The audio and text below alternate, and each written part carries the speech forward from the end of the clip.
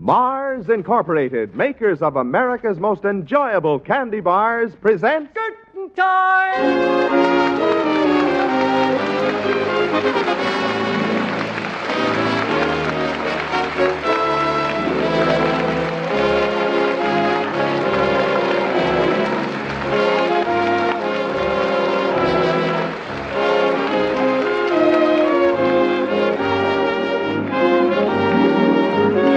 The makers of Milky Way candy bars welcome you to Curtain Time. In spite of April showers, there's another full house tonight. And here in the jam-packed lobby is the well-known man about town, always seen at opening nights, your host, Patrick Allen. Good evening. Well, Mr. Allen, what kind of a play do we have tonight? It's a very amusing comedy romance, John. Oh, but there's the overture, so we'd better hurry inside the theater for tonight's production of Curtain Time. Tickets, please. Thank you, sir.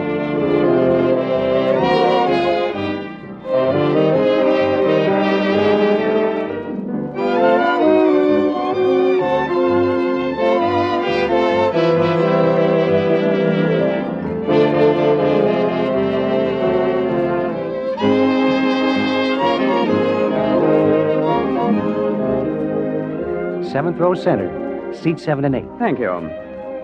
Well, it's almost time for the lights to be dimmed, so let's glance through the program. Harry Elders and Nanette Sargent, supported by the Milky Way players, are starred tonight in Reluctant Hero. Mr. Elders plays the part of Johnny Bronson, and Miss Sargent is cast as Ruth Noble. Curtain time! Well, there's the call for the first act of Reluctant Hero.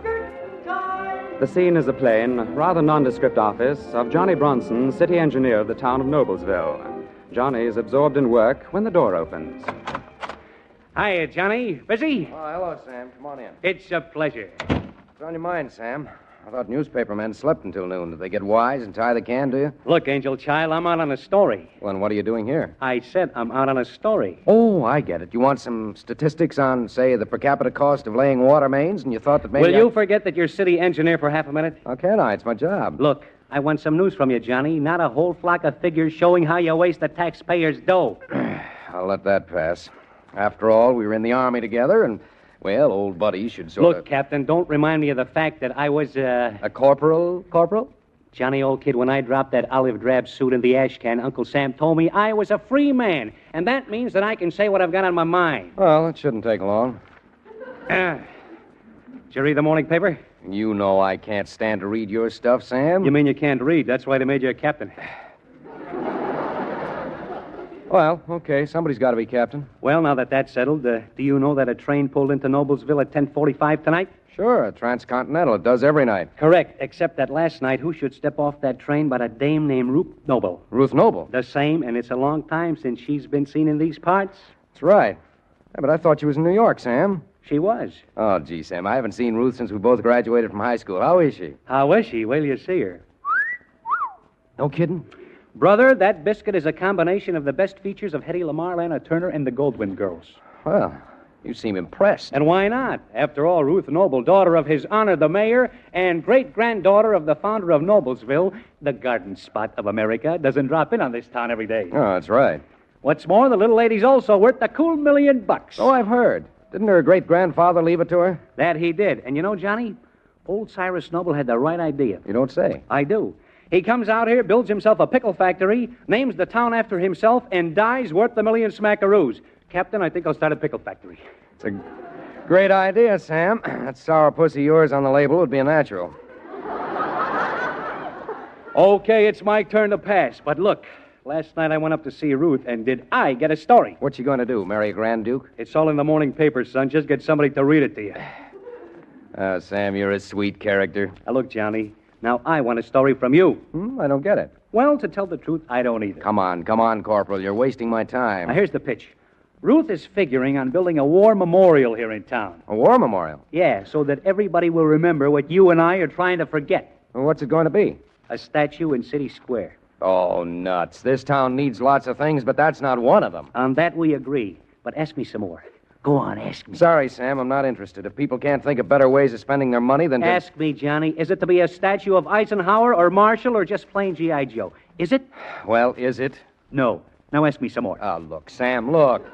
All right, I'll tell you. It's to be a statue of a local boy. Oh? She's decided the town should pay tribute to its most famous war hero, to the only guy from Noblesville who won the Congressional Medal of Honor. Now, wait a minute. That's right, Captain. You're elected. Let me see that paper. It's right on page 1. Yes, I see it. You know, Johnny, I've been wondering how I'd look in bronze. The war memorial will consist of a 20-foot statue of John D. Bronson, who won the Congressional Medal of Honor for heroism during the Battle of the Bulge. You see what you get for sticking your neck out? It'll be erected, Miss Noble said, in City Square as soon as Rudolph Menzies, New York sculptor, completes...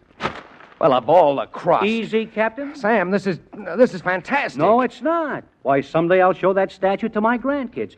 That was my captain, I'll tell them. Oh, cut it out, will you? This is stupid. It is? I thought you'd like it. Why should she put up a statue of me? Why not you? Well, you got something there. Or 100 other guys. And what about the fellas that didn't come back? But, Johnny, you're the only character in town that won the Medal of Honor. Okay. But if she wants a war memorial, why doesn't she build something useful? A bird bath, maybe? No, something people can enjoy. Well, people like to look at statues. Sure, and pigeons like to roost on them. What's the matter with her, anyway? Well, don't ask me, ask her. That's just what I intend to do. Huh? When? Right now. Well, that's great, Johnny. Come on, we'll go see her. I'm going alone, Sam. Oh, gee, Johnny. Some of the things I'm going to tell Ruth Noble might be a little too much for your midget brain. Did you... But I'll tell you this much. There won't be a statue of me in City Square. No, sir.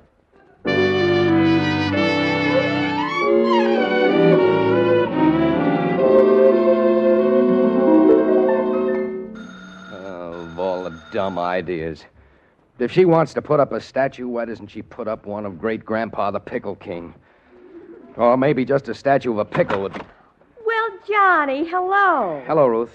I want to speak to you. Well, of course. Won't you come in? Thanks. Oh, dear me, you really haven't changed much since... Ruth, I want to know what this is all about.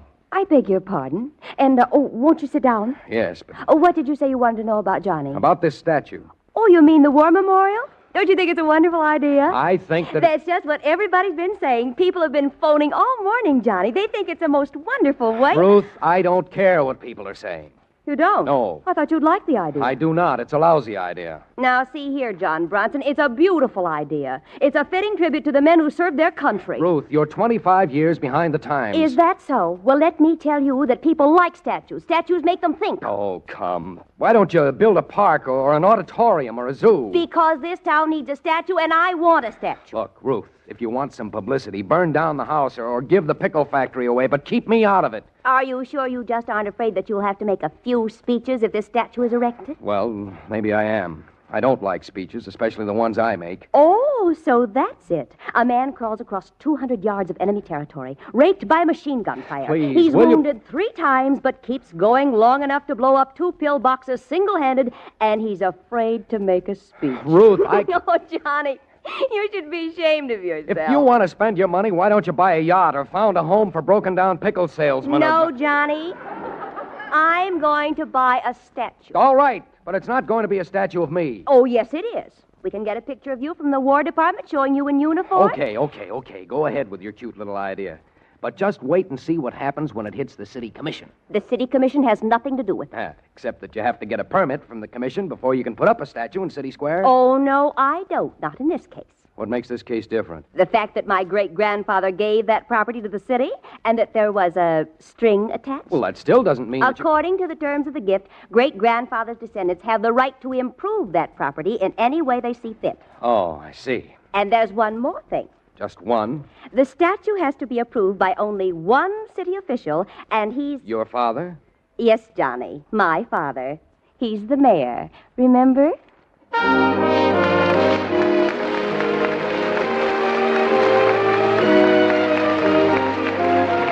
The curtain falls on the first act of tonight's Curtain Time play, starring Harry Elders and Annette Sargent with the Milky Way Players. And now, John Weigel. When you have been working hard at the office, at school, at home, or in the garden, you appreciate more than ever the delightful relaxation and enjoyment found in the taste of a Milky Way candy bar. You begin to enjoy a Milky Way the moment you first open the crisp wrapper and recognize that enticing scent of fine, pure milk chocolate. Then, with each bite, your teeth sink through the thick milk chocolate coating, the golden layer of smooth, creamy caramel, and the soft chocolate nougat center, richly flavored with real malted milk. Altogether, the milk chocolate, creamy caramel, and soft nougat combine to give you that rare taste blend you will find only in a Milky Way. When you crave good candy, eat a Milky Way.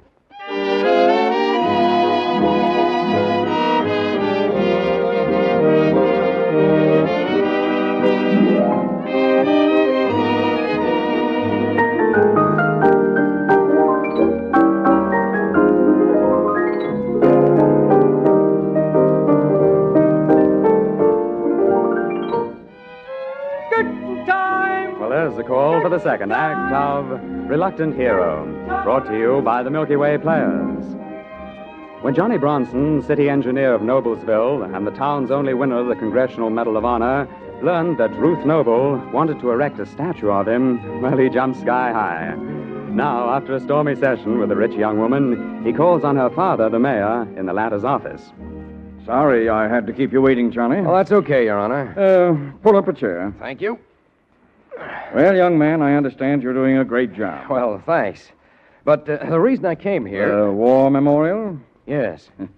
I thought so. Your daughter has the rather odd notion that Noblesville needs a statue of me. Well, you know how Ruth is once she's made up her mind. Your Honor, if I may say so, Ruth is way off the beam. That is, I mean... That's all right, Johnny. I know what you mean. And I agree. Oh, gee, that's swell. I agree, but, well, Ruth's convinced herself that the town wants this statue, and she's determined the town's going to have it. But isn't there anything you can do? Oh, I could veto the proposition, but I don't have a good reason for doing it. Oh, dandy. Oh, Johnny, I've tried to tell Ruth that the whole thing's a waste of time and money, but it just doesn't do any good to talk to that girl. Well, then, I guess that's that. You know, if there were only some way of teaching her a lesson. Yes, I suppose you're right. Johnny, I've got it. You have? What? I know how to clear this thing up and still stick to the letter of the law. Well, gee, let's have it. Johnny, you're a city engineer, Yes? and in that capacity, you have certain official duties and responsibilities. Well, that's right. You're but- responsible, for instance, for the placement of traffic lights, stop signs, and all that sort of thing. Well, sure. but- Now, listen carefully, young man. It's true that Cyrus Noble made a provision in his will which gives his descendants the right to build anything they want to in City Square. Yes, Ruth pointed that out very clearly. I'm sure she did. But there's one thing she doesn't know. What?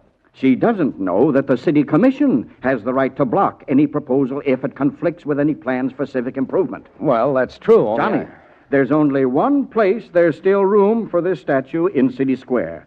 At the south end, right where the big oak tree now stands. Hey, that's right. We planned on cutting it down. Hold on. There's just a chance that I don't want to know what you intended to do. Well, sure, but- Think it over, my boy. Think it over. Then do whatever's right in the light of your official responsibilities, of course.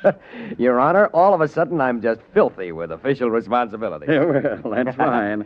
And, Johnny, the City Commission meets this afternoon. Oh, it does? Yes. And, well, if you should happen to have any business you'd like to take up with the Commission, I'd suggest you be there at 2 o'clock. Your Honor, I'll be there waiting for them before 2 o'clock.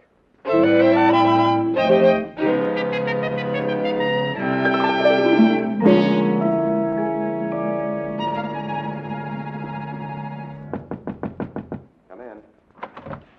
Pardon me, Mr. Bronson, but may I see you for a moment? Why, Ruth, of course. Thank you. Well, what brings you all the way down here so early in the morning? Because of what you did yesterday at the commission meeting. Oh, Ruth, I please. think you're the meanest, vilest, most contemptible man I ever met. Not so loud, Ruth. There are other people. I don't care. I want to know why you did it. Why I did what? Now, please don't pretend to be so innocent. But You know as well as I do that a statue can't possibly interfere with those stupid old traffic lights. Well, the commission seems to think it will. They didn't think so until you told them. Why, Ruth. Then you had to go to Sam Welly and give him the whole story. And there it is, all over the front page. Well, it's Sam's job to report the news. And what's your job, Mr. John D. Bronson? Interfering with other people's business? Yes, when it interferes with the city's business. Oh, honestly. Ruth, there's no room for a statue in City Square. There is, too, on the south end. And what about the old oak tree? It could be cut down. It could be, and it's going to be, but not to make room for a statue.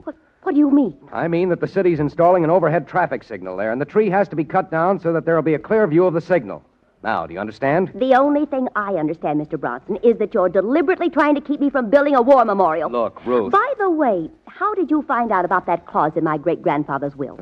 How did I find out? Yes, and give the commission the right to act like a bunch of petty dictators. Well, why, there's a transcript of the will on file at the courthouse. So, just as I thought, you're not an engineer. I'm not? No, you're just a snooper. Well, thanks for the kind words. Johnny Bronson, you haven't heard the last of this. Just the same, the decision is final. It won't do you any good to go to the commission. That's not what I had in mind. You didn't? If I can't have that statue erected in City Square, I'll have it put up someplace else. Oh, no, Ruth. And it won't be on city property either. But there isn't another place in town where you can put it up. Oh, yes, there is. But you're not going to find out about Look, it. Ruth, can't... And there's just one more thing. The statue is going to be a little different from the way it was originally planned. It is? It's going to have horns and a tail. I'd hate to have people think that Johnny Bronson is human.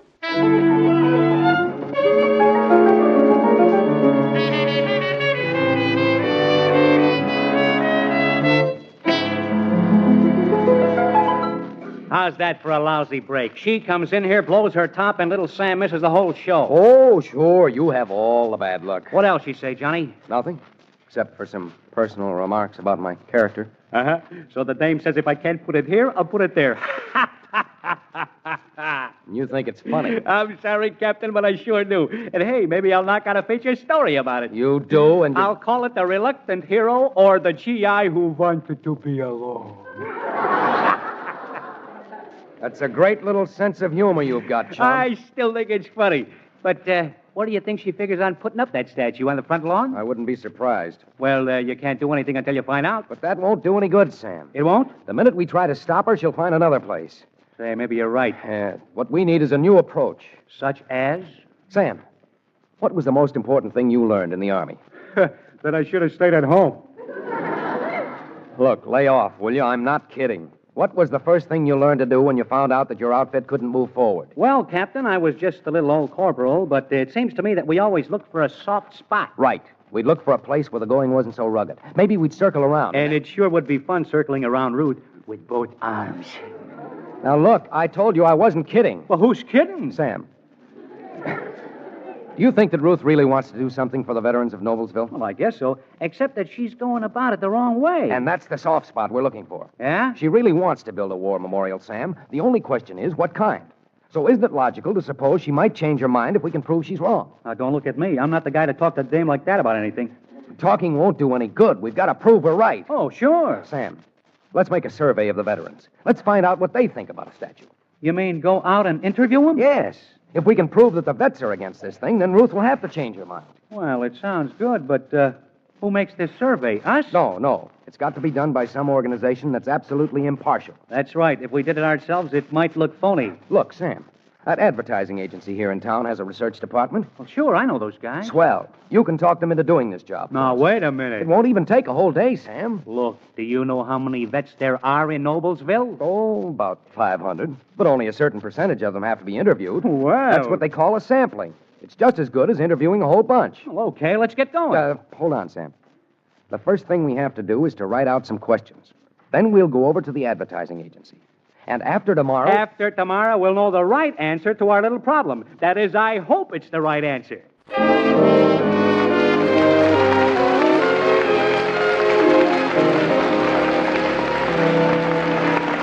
Before we bring you the third act of tonight's Curtain Time play, starring Harry Elders and Nanette Sargent with the Milky Way Players, here is John Weigel. One treat that all of us enjoy, no matter where we are or what we are doing, is the taste treat of fine candy, especially candy of the high quality for which Milky Way candy bars have long been known. Every bite of a Milky Way is luscious.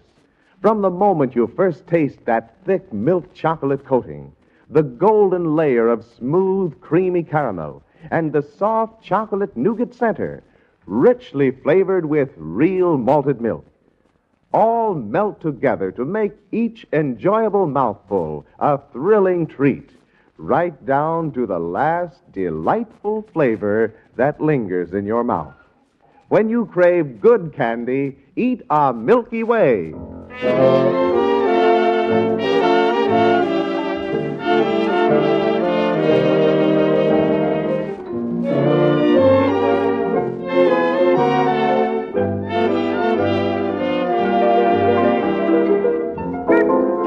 There's the call for the third act of Reluctant Hero, brought to you by the Milky Way Players. Johnny Bronson, Medal of Honor winner, blocked Ruth Noble's attempt to erect a statue of him in City Square. She still, however, plans to put up the war memorial on private property. But Johnny got the idea of interviewing the town's veterans to find out what they think of Ruth's project. Now, the next day, Johnny rushes into the newspaper office where Sam Welby is busy at his typewriter. Okay, Sam, break it up. Say, what? Oh, it's you. Yes, sir, and here's all the dope, signed, sealed, and delivered. You mean the survey's done already? Look, sonny boy, that stack of papers isn't the Gettysburg Address. Well, then, come on and give. You don't expect me to wade through all those interviews, do you? Here, take a look at this, Sam. What's that? It's a report that shows the percentage of those that said yes or no to each question. Well, now. There. There's the figure you're looking for. Holy smoke. Only 1.3 were in favor of a statue. And look at this. 92.6 were in favor of having a new public park as a war memorial. Well, what do you know? Hey, what about the rest of those monkeys? What do they want? 6.1 just said Han looked dumb. Oh. But do you know why the majority want a new public park, Sam? I can guess. Because there's never been a decent park in this town where kids can play. Well, that's right. This town does need a park. I'll say it does. And the vets we interviewed remember that they never had a decent place to play. And they figured they'd like to have something better for their own kids. That's it. Well, when do we spring this on little Ruthie? Tomorrow? Oh, sir, right now. Swell. Miss Noble may not know it, but she's right on the verge of having company. Come on, Sam. I'm right with you, Captain. I wouldn't miss this for $1,000,000.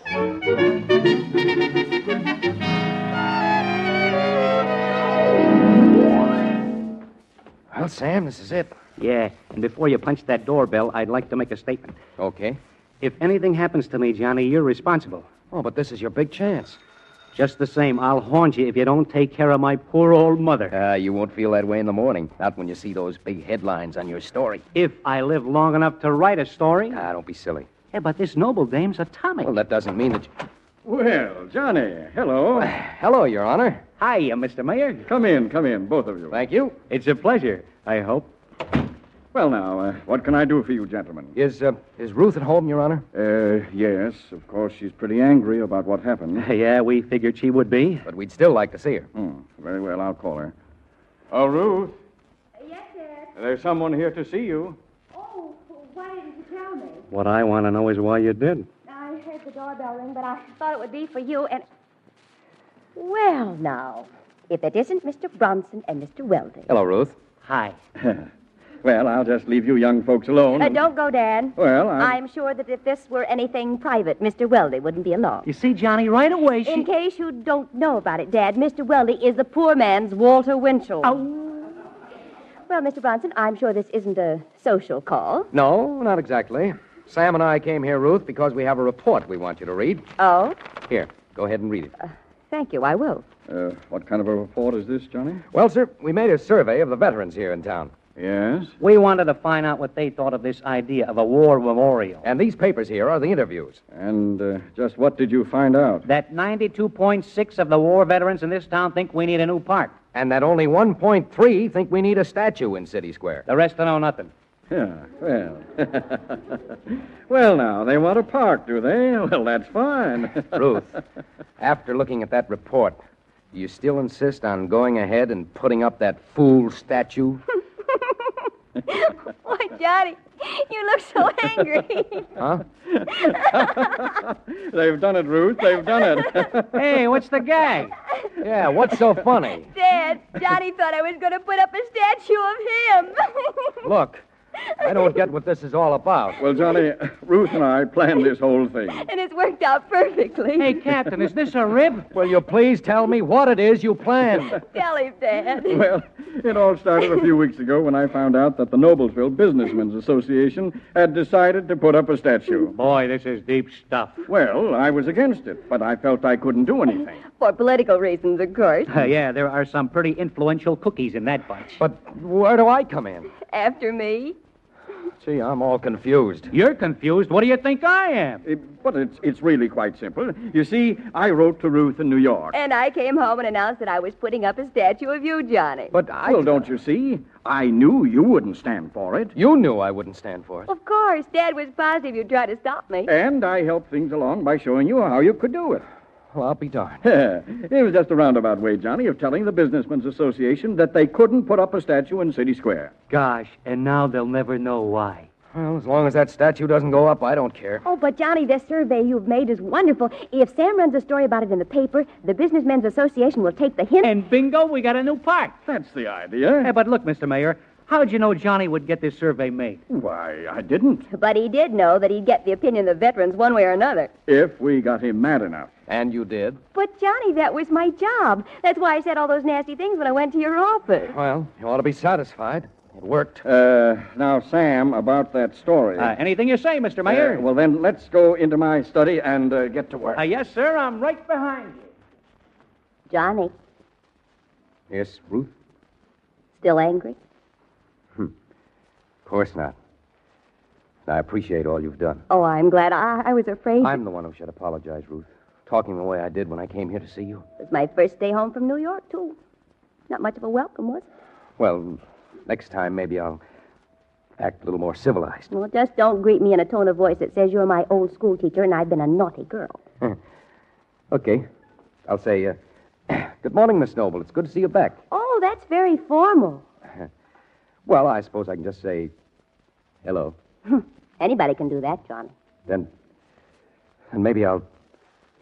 Oh, please do. Oh, Johnny. That's the very best kind of welcome. Ruth, darling, tell me, are you going back to New York right away? Oh, no. You see, well, there's a friend of mine here in town. Maybe you know him. He's a city engineer. And the way things look now, he's going to take up a lot of my time. You really think he will? Well, do you? Do I? Darling, I'm absolutely sure of it.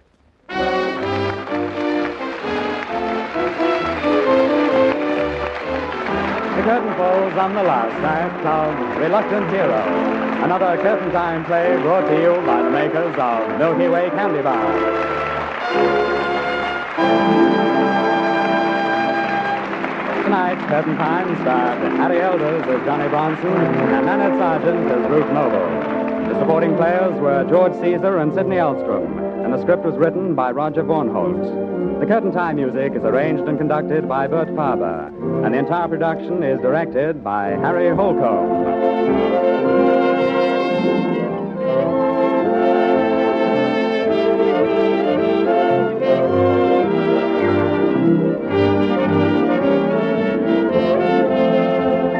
And now, our curtain time stars with a word about next week's play. Next week, Pat, I'm a movie star who visits her old hometown. And I'm the boyfriend who used to buy her chocolate sodas, Pat. And you meet again? That's right.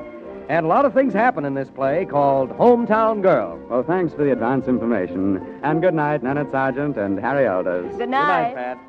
Now, I'll join this gay theater crowd as it leaves the Merchandise Mart. Many on their way to the glamorous after-theater spots here in Chicago. Until next week, then, this is Patrick Allen reminding you of your date every Saturday, same time, same station, when the makers of Milky Way Candy Bars present Good Time!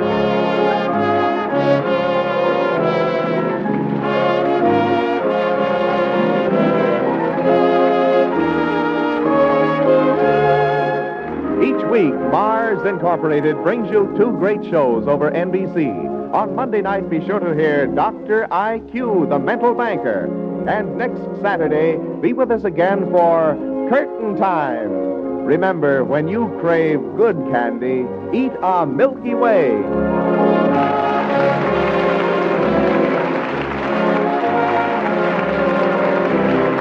This is NBC, the national broadcasting company.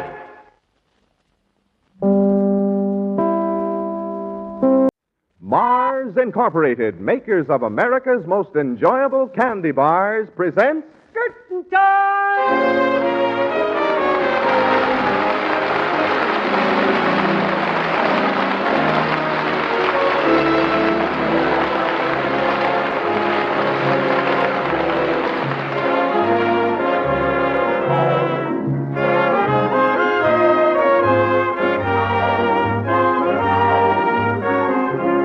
makers of Snickers welcome you to Curtain Time. The lobby is abuzz with excitement tonight, everyone anxious to see the new play. And here, as at every opening night, is the well-known man about town, your host, Patrick Allen. Good evening. Mr. Allen, can you tell us something about tonight's play? Just that it's very amusing, John, as you'll see in a moment. But there's the overture, so we'd better hurry inside the theater for tonight's production of Curtain Time. Tickets, please. Thank you, sir.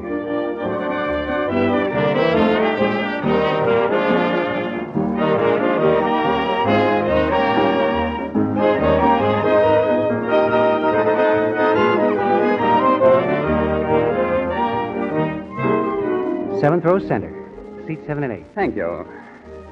Well, now that we're comfortably seated, let's glance at the program. Harry Elders and Nanette Sargent, supported by the Curtain Time players, are starred tonight in Double Life. Mr. Elders plays the part of Bradley Stevens, and Miss Sargent is cast as Linda Marsh. Curtain time! There's the call for the first act of Double Life. It's early evening, and Bradley Stevens, a young composer and pianist, is walking down the street with Linda Marsh, who is also a composer. A very attractive composer. And what's more, Brad, if we work hard on our piano concerto for 4 or 5 more days, I know we'll be able to finish it. Don't you agree? Mm-hmm. But you know something, Linda? It's only 7:30. Of course, it's bound to be successful. I'm sure the critics will love it. Really seems a shame to go home so early. Oh, which reminds me, did you play the first part of it for Ralph Farnsworth yet? Say, I hear there's a marvelous new dance band at the Continental, Linda. Did you play it for him? Did I play what for whom? Why, the first part for your good friend who's the president of the Farnsworth Music Corporation. Oh, our concerto? Yeah, I played it for him last night at his recording studios. Did he like it? Well, he didn't say. He didn't. There was a big party going on, and a bunch of maniacs called the Windy Woodshedders Chamber Music Society were making a lot of noise. The Whitney... Oh, no. What kind of chamber music do they play? Torture chamber music. Brad, why don't you go and talk to Mr. Farnsworth tonight? All right, Linda. He's throwing a party tonight, and you're coming along. Oh, I'd love to, only... And then afterwards, we'll stop in at the Continental for a while. No, Brad, that's out of the question. Well, why? Because you're going to give your recital in New York tomorrow, and your train leaves at 7 in the morning. Oh, sure, but... Brad, you've got to get some sleep. Sleep? You know I'll just lie awake again all night thinking of you. Now, please, Brad, please don't talk like that. Why not? Well, I told you before, I just don't want to become, well, emotionally entangled with anybody. Not just now. Linda, you do like me, don't you? You know I do, But you're afraid I'll turn out to be another screwball. Now, Brad, that's not fair. But it's true. You're afraid I'll turn out to be another Dexter or Peter or John. Brad, please. I know Dexter was wonderful, except that he liked to write novels in Greek, just so he could translate them into French. No, please, I asked you. And then there was Peter. But, why go on? Yes, why? Look, Linda, you don't have to worry about me. I'm a genius, but I'm a completely normal genius. Now, listen, Brad, I'll think things out while you're gone, and after you come back... Yes? We'll finish the concerto. Oh. Now, run along and see Ralph Farnsworth like a good boy.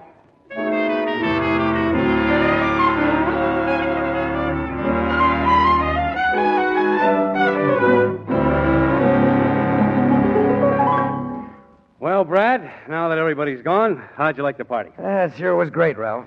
Boy, what a rat race. 4 o'clock in the morning. Gee, you're right. I've got to make an early train for New York. Well, sit down and take it easy. I'll pile you on the train, and you can sleep between here and the big city. Okay. But say, Ralph, you never told me how you liked the piano concerto.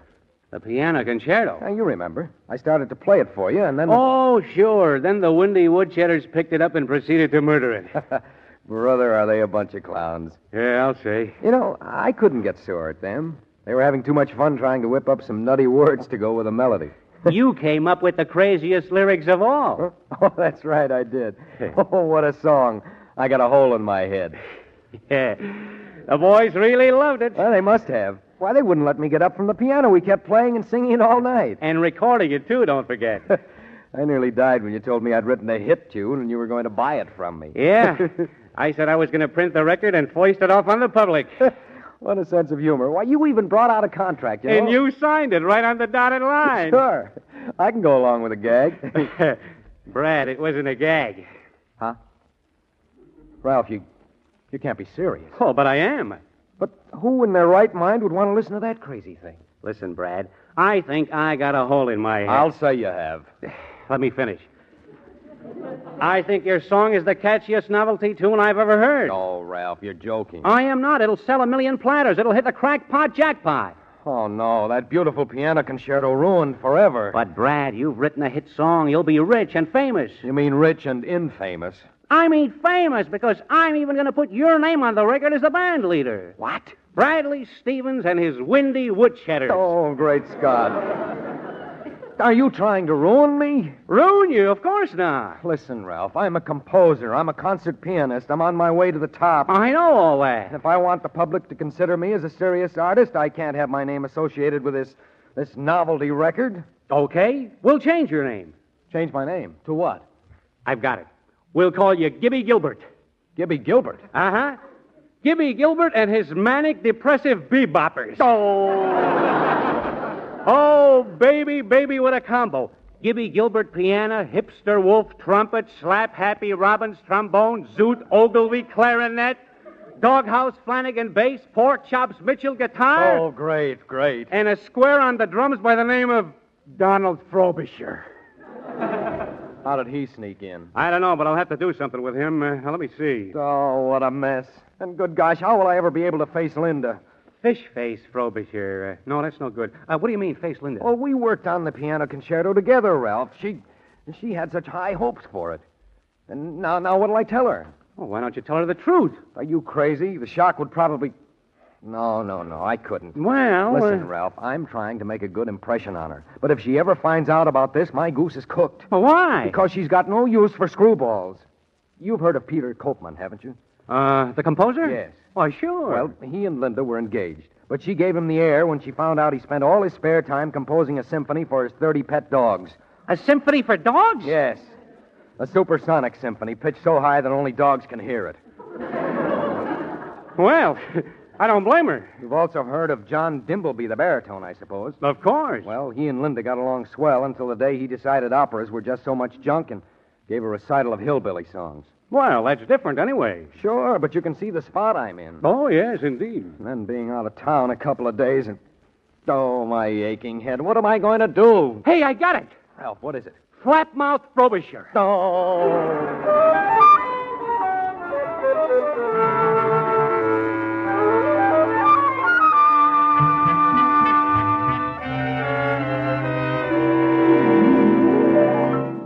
Gibby Gilbert and his manic depressive beboppers. If I hear that record on the radio once more, I'll scream. Come in. Hello, Linda. Oh, Brad, hello. I rushed over here as soon as my train got in. Oh, Brad, I'm so glad you're back. Something horrible has happened. It has? Our piano concerto, Brad. It's been stolen. Do you know who stole it? Yes, some moron by the name of Gibby Gilbert. You don't happen to know who this Gibby Gilbert is? Or do you? Yes, I do. You do? Who? He's a screwball band leader who obviously hates music. Oh. He turned our lovely concerto into an atrocious novelty song. Oh, no, he didn't. Yes, and he calls this musical monstrosity, I Got a Hole in My Head. Oh, that's terrible. Well, he isn't going to get away with it. When I get through with Gibby Gilbert, he will have a hole in his head.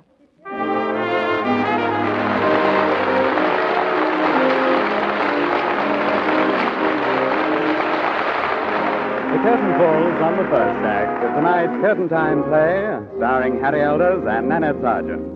And now, Joan Weigel. Tomorrow will be the first day of autumn, the season when all of us look forward to the crisp, cool evenings.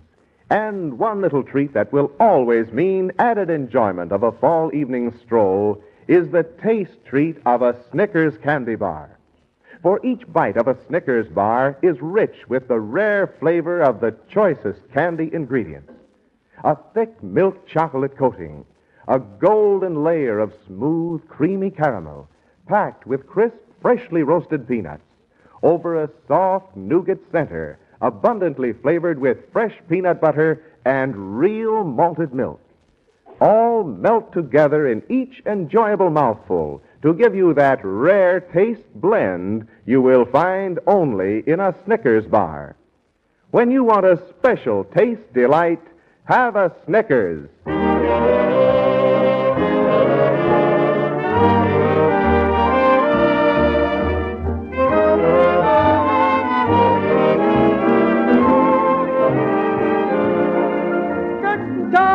There's the call for the second act of Double Life, brought to you by the makers of Snickers. Bradley Stevens and Linda Marsh have written a concerto, which, through a series of circumstances, was recorded under the title of I Got a Hole in My Head. To make matters worse, Brad, who didn't realize it, helped out. But though she doesn't know this, Linda's furious just the same. It's now the next morning. Brad at home goes to answer the phone. Hello? Hello, Brad. This is Ralph. Ralph. Yeah, chum. How does it feel to be famous? Listen, you dog, I'm getting out of town until this whole farce dies down. But, Brad... I'm going to hide in a cave and live on berries until it's safe to come back. Oh, now, wait a minute. There's no use arguing with me. But listen, man, I got some terrific news for you. What do you mean, news? You're opening tomorrow night with your manic, depressive beboppers at the biggest nightclub in town, the Continental. I am not. No? Well, take a good look at that contract you signed. I practically own you. I don't care. I won't do it. Okay, Brad, if that's the way you feel about it. I'm your friend. I won't force you. Thanks, Ralph. I'll just tell all the newspapers that Gibby Gilbert and Bradley Stevens are one and the same man. Ralph, you can't do that. That is, you wouldn't. Okay, you would. Well? Then Linda will know it. Oh, all right. You win tomorrow night at the Continental. Well, Brad, I knew you wouldn't disappoint me. But suppose somebody comes in, one of my friends, or... Oh, don't worry about that. Just wear sunglasses and a hand-painted shirt, and nobody will ever recognize you. I'm not so sure about that. Don't worry, Gibby. Come down later in the day, and we'll straighten out all the details.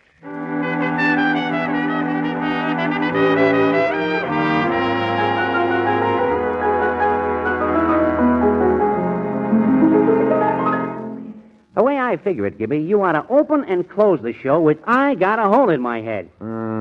And play it about 20 or 30 times in between. Oh, fine. And another thing, Gibby. Stop calling me Gibby. Okay, Gibby, okay. Ralph Farnsworth speaking. Hello, Mr. Farnsworth. This is Linda Marsh. Oh, hello, Linda. Linda? What can I do for you? Well, it's about this Gibby Gilbert. Gibby Gilbert? Oh, jeepers. What is it, Linda? Do you want to get a hold of him? Yes, by the neck. Well, he's right here. Shall I put him on? No, Ralph, no. Yes, let me talk to him. Swell. It's for you, Gibby. He'll recognize my voice. Well, then disguise it. But that won't work unless... I've got it. Hello? Hello? Hi, sugar. This is Gibby Gilbert. What's the good word? Mr. Gilbert, my name is Linda Marsh, and I... Linda Marsh. Well, hello, you mellow-rooney rowdy-vowdy. I beg your pardon? What's the matter, chick? Don't you dig me? I said you mellow-rooney rowdy-vowdy. You know, Viddle-Vop. No, I don't know, Viddle-Vop. And see here, Mr. Gilbert, I've heard I've got a hole in my head. It's solid, ain't it? Groovy, what I mean, Dickie. Really does something to you, hey, chick? Certainly does. Makes my blood boil. You stole it from our piano concerto, you thief. Now, wait a minute, sis. You're strictly nowhere. Don't try to deny it, you crook. You stole it from the concerto Bradley Stevens and I wrote. Oh, stash the gaff, baby. If anything, you lifted your long-hair concerto from my song. Well, of all the nerve. Listen, honey, I wrote that tune 5 years ago, and I got papers to prove it. Oh, you liar. You listen to me, Gibby Gilbert. Mr. Stevens and I are suing you for $100,000. Oh. I'm going out and hire a lawyer right now.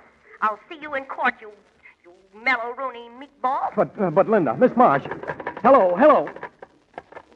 Well, how do you like that? What? I'm suing myself for $100,000.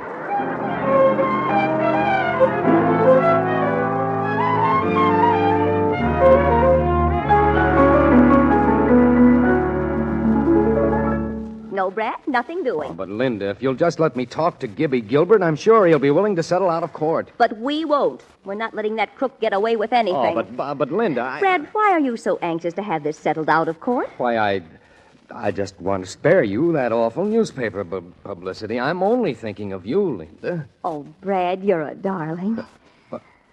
What did you say? I said you're a darling, darling. Say, you aren't becoming emotionally entangled with me, are you? Oh, no.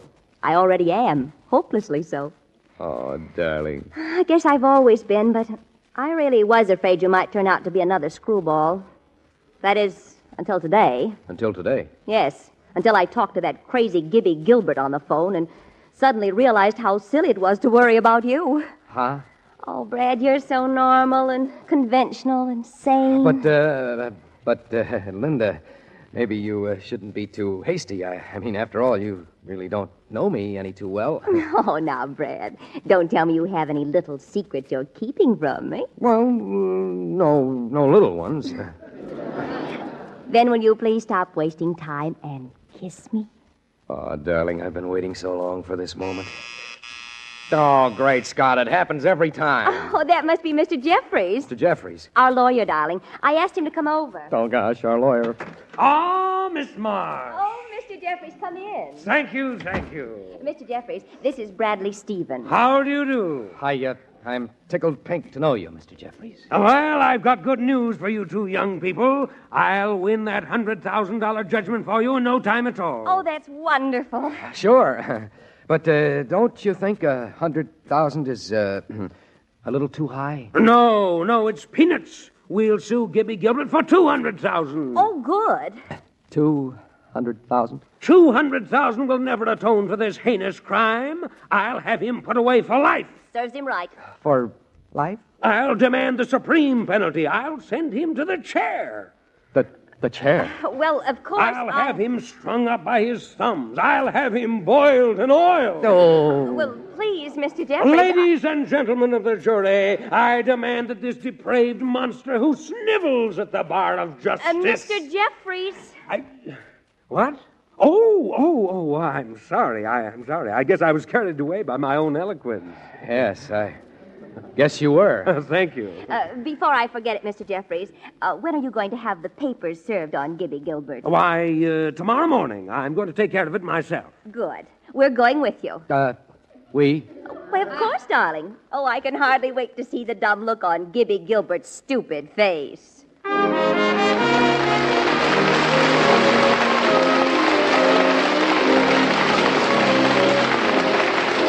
Before we bring you the third act of tonight's Curtain Time play, starring Harry Elders and Nanette Sargent, here is John Weigel. It has been many, many years since candy lovers were first introduced to the delightful taste treat of a Snickers candy bar. Now, Snickers bars are famous as truly fine candy. For with each bite of a Snickers, your teeth sink through a thick milk chocolate coating that is no ordinary chocolate, but the finest pure milk chocolate, and into a layer of the smoothest caramel you have ever tasted, packed with crisp, whole, freshly roasted peanuts. At almost the same moment, you taste the rich nougat center that has been whipped to delicate softness and abundantly flavored with fresh peanut butter and real malted milk. Altogether, the milk chocolate, creamy caramel, crisp peanuts, and soft nougat make each bite of a Snickers bar a real taste thrill, right down to the last delightful flavor that lingers in your mouth. When you want a special taste delight, have a Snickers.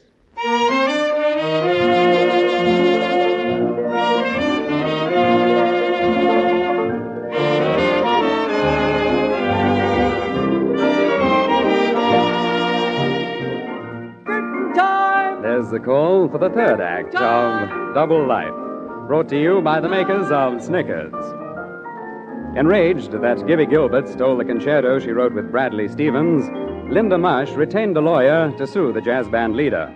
But she doesn't know that Gibby is really Brad. Well, now, the next evening, Brad has just reached Ralph Farnsworth, the cause of all his troubles, on the telephone. Hello, Ralph. Brad, where have you been all day? Been trying to get you for the last hour. Before that, I was riding around town with Linda and Mr. Jeffries. What on earth for? I've been helping them look for me. Oh, I get it. Getting pretty sore, too. We can't find me anyplace. That's great, but listen, old man, do you know what time it is? Sure I know. I'm supposed to go on in 15 minutes. Well, you better get over here then and fast. Where are you now? In the lobby of the Hotel Hamilton. The Hotel Hamilton? Why, that's way out. Don't worry, I'll make it. Linda and Jeffries are outside in Jeffries' car waiting for me, but as soon as I ditch them, I'm on my way.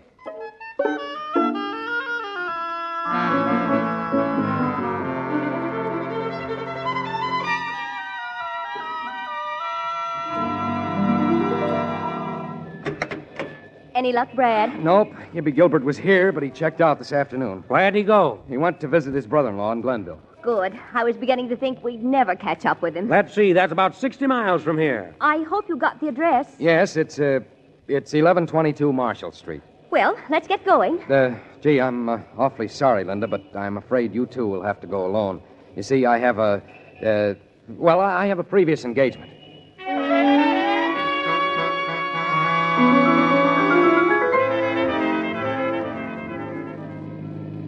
Are we almost there, Mr. Jeffries? About 20 miles more, Miss Marsh. What was that address again? 1122 Marshall Street. 1122 Hey, wait a minute.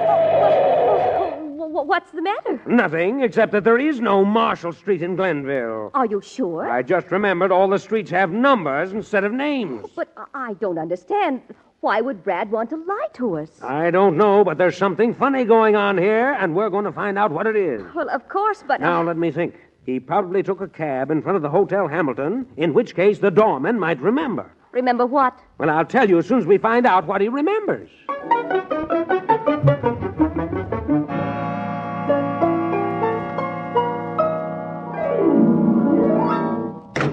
Mr. Jeffries, what did you find out from the doorman? That I was right.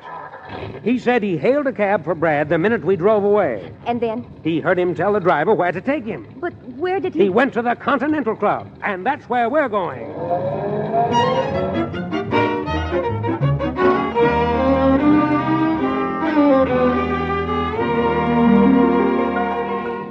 Well, here we are, Miss Marsh, the Continental. Oh, I wonder what...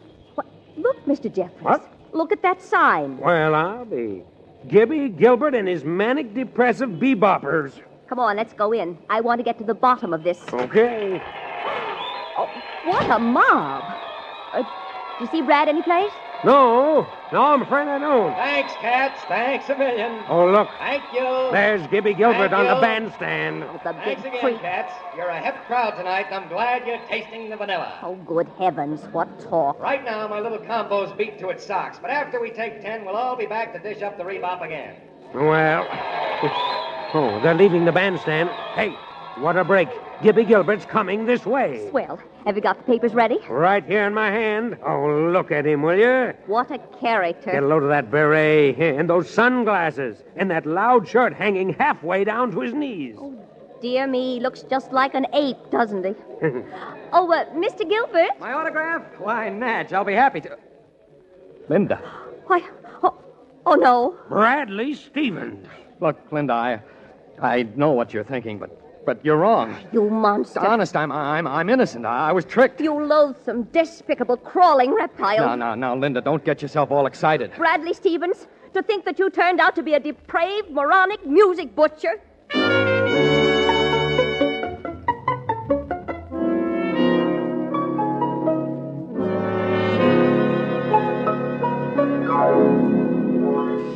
Oh, gee, I hope she... Oh, it's you again. Yes, Linda, and... Go away. Not so fast. I've got something for you. Here. What's that? Check for your half of the royalties from I Got a Hole in My Head. Take it away. It's blood money. Blood money? You got it for murdering our piano concerto. Oh, but Linda, if you'll just let me explain... No? Please, I take my music seriously, too. Oh, sure. But I also like to relax and clown around with it. That's how I happened to write I Got a Hole in My Head. No, I bet. Honest, Linda, everything that happened after that was beyond my control. I don't care. Bradley Stevens, you're an irresponsible, wacky crackpot. And I'm certainly glad I found out about you in time. Okay, if that's the way you feel about it, I'll let you in on something else. What? I like to play the piano with my toes. Oh, no. What's more, I'm glad I found out about you in time. About me? Yes, the trouble with you is that you're too stuffy. What? You're so sober and dignified about music, you forget that it's supposed to be fun. Well, of all the insolent... Why don't you let your hair down for a change? It would do you good. Bradley Stevens, you get out of here. Get out, I say.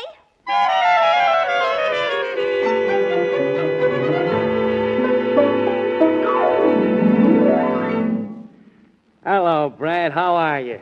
Fine, thanks. Still carrying the torch, huh? Well, cheer up. You'll get over it. Sure. I was in love myself once, but I got over it just like that. Only took me 4 years. Uh-huh. Oh, by the way, I'm glad you dropped in. Why? I got a new song for you in the band. It's terrific. Is it? Oh, it's a beautiful thing. A tender, poignant love song. What's it called? His feet don't match.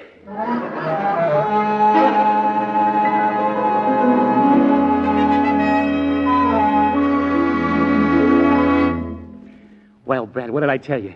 Your record of his feet don't match is sweeping the country. But that's not all. No? Just listen to this. I've got another new song for you. Another tender, poignant love song? This one's about a guy who tries to kill his wife with a gun but can't shoot straight. What's the title? It's called I Miss You, Darling. Sounds beautiful, Ralph. Who wrote it? Buzz Burton, the same fellow who wrote His Feet Don't Match. And that reminds me. What? Buzz is working on something right now, but he's stuck. He wants you to collaborate with him. He wants me to collaborate with... Yeah. Well, why not? Swell. Wait a minute, and I'll find his address.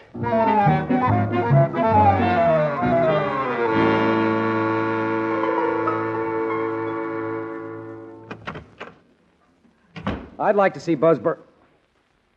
Linda. Hello, Brad. Linda, don't tell me you're... No, you couldn't be. Buzz Burton? Uh-huh. Then you wrote His Feet Don't Match, and... I miss you, darling.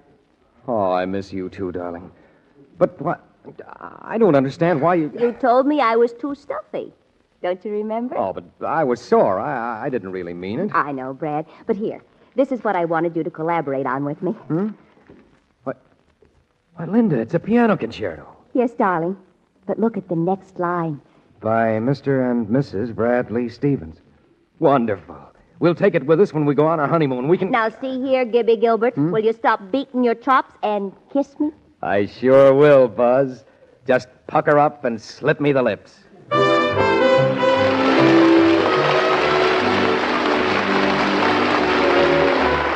curtain falls on the last act of another curtain time play brought to you by the makers of Snickers.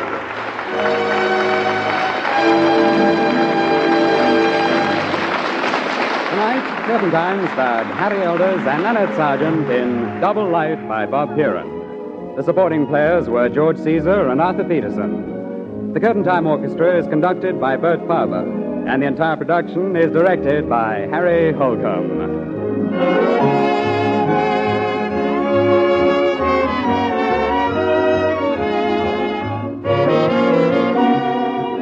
Next Saturday, Curtain Time will present a comedy romance entitled Grandmother Knew Best.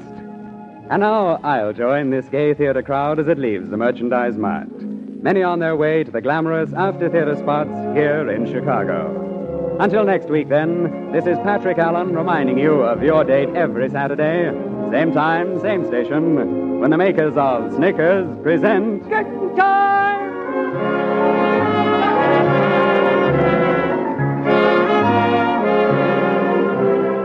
Each week, Mars Incorporated brings you two great shows over NBC. On Monday night, be sure to hear Dr. IQ, the mental banker. And next Saturday, be with us again for Curtain Time. Remember, when you want a special taste delight, have a Snickers.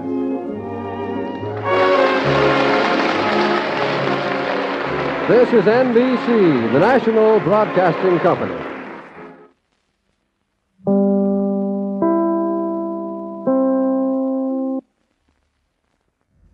WMAQ, NBC in Chicago.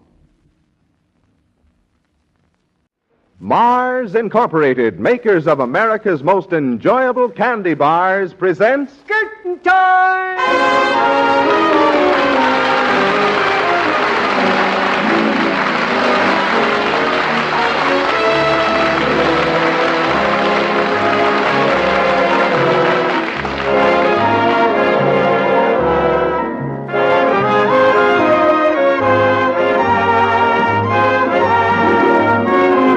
The makers of the big new Mars Bar welcome you to Curtain Time. An eager crowd of theatergoers fills the lobby this brisk October evening, and here, also anxious to see the new play, is the well-known man about town, your host, Patrick Allen. Good evening. Well, Mr. Allen, what's tonight's play like? It's a comedy, John. But there's the overture, so we'd better hurry inside the theater for tonight's production of Curtain Time. Tickets, please. Thank you, sir.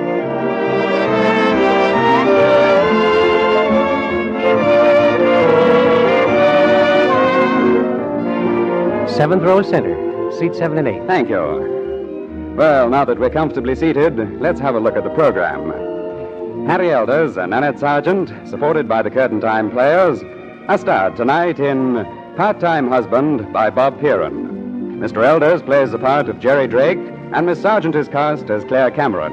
Curtain time! There's the call for the first act of Part-Time Husband. The scene is the office of Jerry Drake, hunting and fishing expert of the Daily Clarion. Martin Underwood, editor and publisher of the paper, has just entered the office, where Jerry is slumped in his chair, his feet up on the typewriter. Jerry, how are you coming with your field and stream stuff? Okay, I guess. About 3 weeks ahead. Why? How'd you like to go out on a story? On an expose? Great. Who do I expose? The mayor? No. Oh, shucks. I want you to expose one of the writers on the Daily Chronicle, Claire Cameron. Claire Cameron?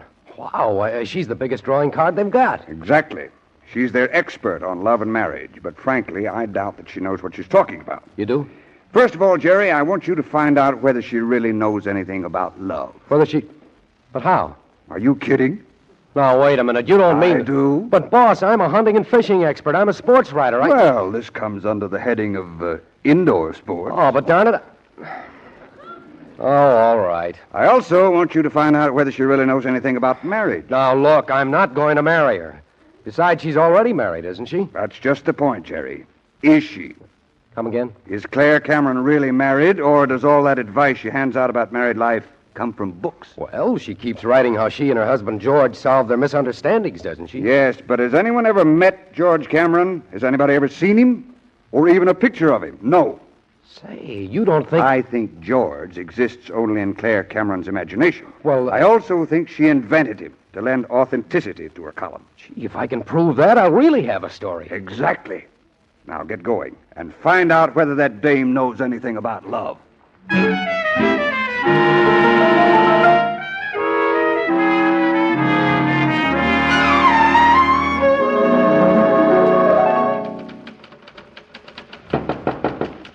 Oh, now what? Come in. You're Claire Cameron, aren't you? Yes. What is it? Well, my name is Henry Haswell, and I have a problem. Oh, I'm sorry, Mr. Haswell, but I'm very busy right now. If you'll just mail in your problem, I'll be glad to answer it in my column. But this is important. You see, my wife says the poetry has gone out of our marriage. Oh? Well, do I look like Edgar Guest? But I'm desperate. Opal says my kisses aren't what they used to be. She says she's going to leave me unless... Oh, very well. I guess I'll have to help you. Gee, thanks. Now, obviously, your wife is starved for romance. When you kiss her, it shouldn't be just an empty, perfunctory gesture. No? No. It should be a highly coordinated, full-scale operation. Well, how about a demonstration? A demonstration? Now, wait a minute. Well, why not? Mr. Haswell, I'm shocked. What would your wife say if she knew about this? Nothing. It's her idea. It is? Sure. She reads your column every day. She's got a lot of confidence in you. Oh, but this is ridiculous. Opal will be awfully disappointed if you fail her. Oh, all right. Come here. Yes, ma'am. Now, first of all, you take her in your arms, like this. Uh-huh. And then you brush your lips teasingly, tantalizingly against her eyes and her cheeks, like this. Go on. This creates interest and suspense. You're telling me. And then finally you kiss her, an ardent, lingering kiss like this. Ooh, you. Well, what's the matter? When I said lingering, I didn't mean for the season. Well, I guess I just got absorbed in what I was doing. Yes, you're a very apt pupil. Thank you, teacher. Shall we go on with the lesson? No. Class is dismissed. How about staying after school? Look, Junior, you just graduated, magna cum laude. But I... Now, here, I'd better wipe some of that lipstick off your face before you leave. Well, what's this? Oh, hello, George. George? Not your husband, George. Yes, I'm her husband. What about it? Well, how do you like that? Say, who are you? I've seen you before someplace. But I've never been there. I remember now. You're Jerry Drake of the Clarion. What? Well, Why, you lying, scheming, conniving wolf? Well, goodbye, Mrs. Cameron, and thanks for everything. It's been very educational.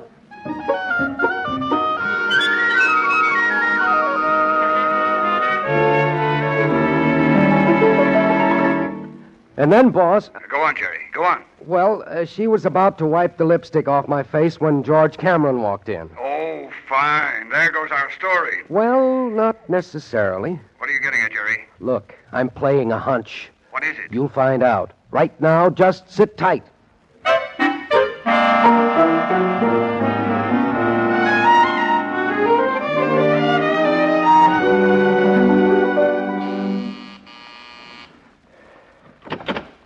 Hello, George Cameron. Oh, it's you again. Maybe I should have said, hello, Byron Young. I beg your... How did you find It out? was simple. I just followed you here to your hotel and checked with the desk clerk downstairs. Oh, I see. What gives, Byron? What's this George Cameron stuff? I'm not telling you anything. Okay, then I'll tell you. What? Claire Cameron hasn't got a husband, but she's written so much about him, people are asking to meet him. They're asking to... She's been making up a lot of excuses, but they're wearing pretty thin. Oh, now, look. But you're an old friend of hers, Byron. Well, sure, but... So, when she found out you were in town, she asked you to impersonate George Cameron for her. Say, how do Now she's going to show you off, introduce you to everybody as her ever-loving helpmate. And after you leave, she'll tell them your company transferred you to Tibet or Outer Mongolia. How did you know all that? I didn't. I was just guessing. Why, I ought to... Relax, old boy. And tell me, have you met Agatha Finchley yet? Who? You know, Claire's boss, Agatha Finchley, publisher of the Chronicle. No, but I'm supposed to meet her tonight. Claire's going over there this afternoon, and I'm joining them for dinner. You know, Byron, you may be a wonderful actor, but somehow I just can't see you doing justice to the role of George Cameron. What do you mean? Just this. I'm going to take your place tonight. What? Yes, indeed, and I've got an idea. I'm going to have a lot of fun. What makes you think I'm going to let you get away with this? Because you can't stop me. Oh, no? I'm going to hypnotize you. Hypnotize me? Yes. Are you kidding? Look at me, Byron. Look at me. Oh. You're getting sleepy. Oh, don't be silly. You're getting sleepy. Oh, cut it out. You're getting sleepy. Sleepy. Sleepy. See, Byron? What did I tell you? You're sound asleep already.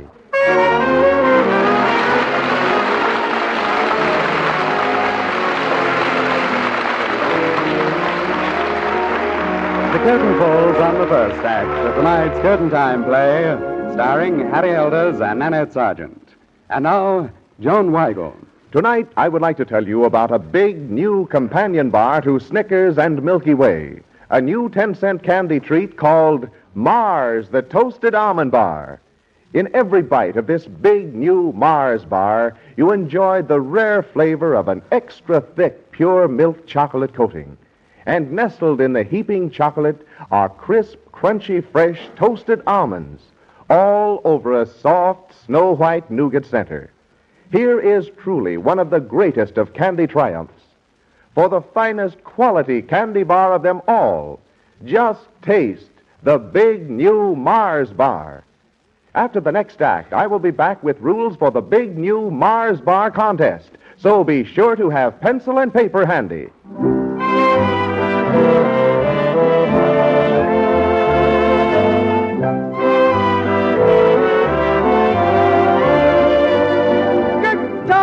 There's the call for the second act of Part-Time Husband. When Jerry Drake of the Clarion set out to discover whether Claire Cameron, lovelorn editor of the Chronicle, was married, he found out that Byron Young merely posed as her husband to give Claire's articles authenticity. So he decided to take Byron's place. Well, it's now the evening of the same day. Claire and her publisher, Agatha Finchley, in the latter's lavish suite, await the arrival of Claire's husband. He should be here any minute now, Miss Finchley. I told him 8 o'clock. Oh, I'm just dying to meet him, Claire. Tell me, is he really as wonderful as you say? George is the perfect husband. He's good-looking, charming, yes. lovable, Wonderful. generous, understanding. Oh, well, that must be he now. May I go? Well, of course, my dear. Let him in. Hello, honey. Why, you... How are you, Angel Puss? Miss me? Oh, just terribly, dearest. Go on, beat it. You darling. Hey, quit pushing me, will you? Well, so you're George Cameron. And you're Miss Finchley, aren't you? Yes. How do you do? Oh, I'm very happy to know you, George. Claire tells me you're the perfect husband. Well, I'm doing my best. Oh, you're too modest, Georgie. You stinker. Well, come over here and sit down, both of you. Thank you, Miss Finchley. Come on, honey. Oh, I could kill you. Oh, my, you two look so happy together. Tell me, how long have you been married? Oh, about 10 years. 10 years? Mm-hmm. But Claire's only 24 now. Yes, a child bride, you know. Oh. Well, I imagine you're quite proud of a successful career as an authority on love and marriage. Oh, I am, but Claire and I have more important plans for the future, haven't we, darling? Oh, yes. Yes, we plan to settle down and raise a large family. Why, I think that's wonderful. 4 boys and 4 girls. Now, just a minute. All right, darling, have it your way. 5 boys and 5 girls. Well, I'll be very happy for both of you. But I hate to see you leave, Claire. You're the star feature of my paper. Oh, but I'm not leaving yet. Oh, good. I'm glad to hear that, my dear. Well, dinner should be nearly ready now, if you'll excuse me for a moment. Of course, Miss Finchley.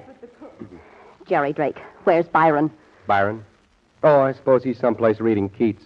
You know what I mean. What happened to him? Nothing. He just sent me to take his place, that's all. I'll bet. Why didn't he come himself? He, couldn't get away. The last I saw of him, he was all tied up. I thought so, you big creep. Well, after this afternoon, I just had to see you again. What did Byron tell you? Oh, just about everything. Are you going to expose me? Yep, in tomorrow's Daily Clarion. But I'll lose my job if you do. Please, I'm the sole support of my widowed mother and father. You're breaking my heart. All right, Jerry Drake, go ahead and laugh. But I'll stop you yet.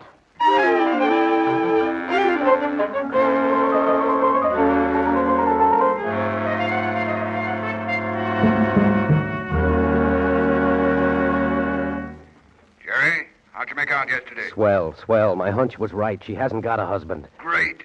Have you got the story on paper yet? I just finished it, boss. As soon as I go out and get some cigarettes, I'll bring it down to your office.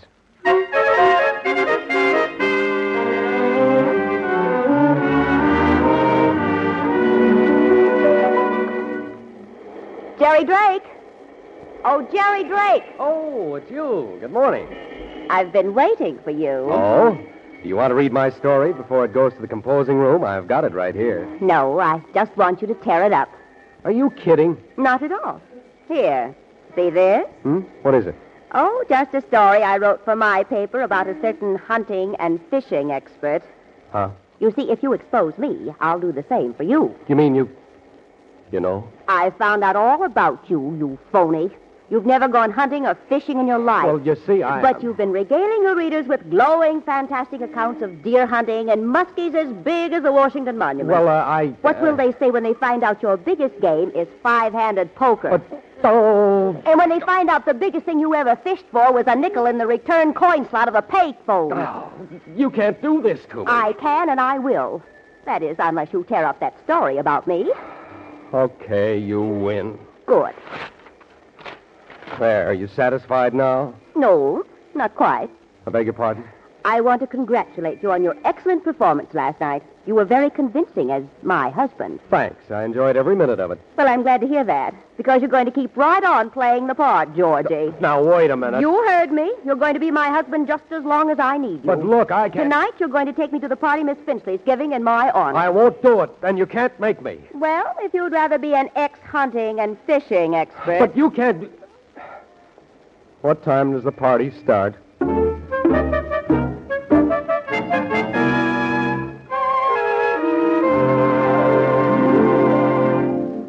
Say that again, Jerry. Honest, boss, I thought I had a story this morning, but I found out I was wrong. Wrong? Yes, Claire Cameron's really got a husband. Are you sure? Well, I met him. What's he like? Oh, he's a wonderful fellow. I'd like to meet him sometime. Well, I don't think you'd like him. Oh, nonsense. I'm going to invite them out to dinner tomorrow night. But Jerry, boss... I've just decided I want Claire Cameron's column in my paper. You do? I'm going to steal her away from the Chronicle, and I don't care how much it costs me. But boss, suppose they don't want to come to dinner. Well, that's your problem. You know them, so you're going to ask them for me, and I won't take no for an answer.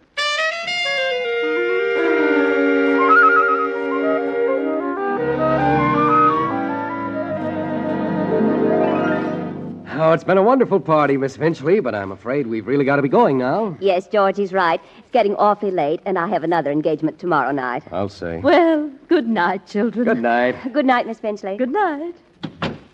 Well, darling. You can stop calling me darling now. Okay, sweetheart. But about Martin Underwood's invitation for tomorrow night, I've decided to accept it. So I gathered. You going alone? Oh, no. I'm going with my husband. But listen, I can't go. The boss will kill me. Oh, I didn't mean you. Oh, but I'm your husband, remember? I remember. But tomorrow's your day off. My day off. Yes. Byron's going to take your place. Byron? Now, wait a minute. That's bigamy.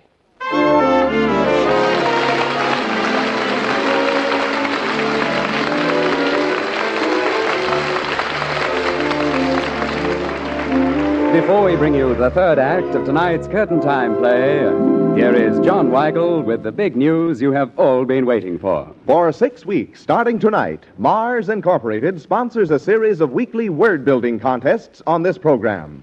First prize each week will be $1,000. Second prize, $200. 8 weekly prizes of $25 each. And 20 prizes of $5 each. Each week will be a separate contest. And now, this week's contest. List all the 3-letter words you can make from the letters in the sentence, "Just taste the big new Mars bar." I know you want to write that down, so I'll repeat it. Just taste the big new Mars bar. Mail your entry along with 2 wrappers from the big new 10-cent Mars bar to Curtain Time, 919 North Michigan Avenue, Chicago 11. All entries must be the original work of the entrant. Each entry must be made under the name of the entrant, and each person may submit only 1 entry each week. Entries for this week's contest must be postmarked before midnight Thursday, October 9th. Any 3-letter word found in the latest edition of Webster's New International Dictionary is acceptable. In case of ties, duplicate prizes will be awarded. First winners will be announced on Curtain Time, October 18th. Remember, all entries must be accompanied by 2 wrappers from the big new Mars bar. So if your dealer happens to be out of Mars bars, ask him to order some for you. His wholesaler can supply him very quickly. If you have not yet tasted the big new 10-cent Mars bar, you will find it is a real taste thrill.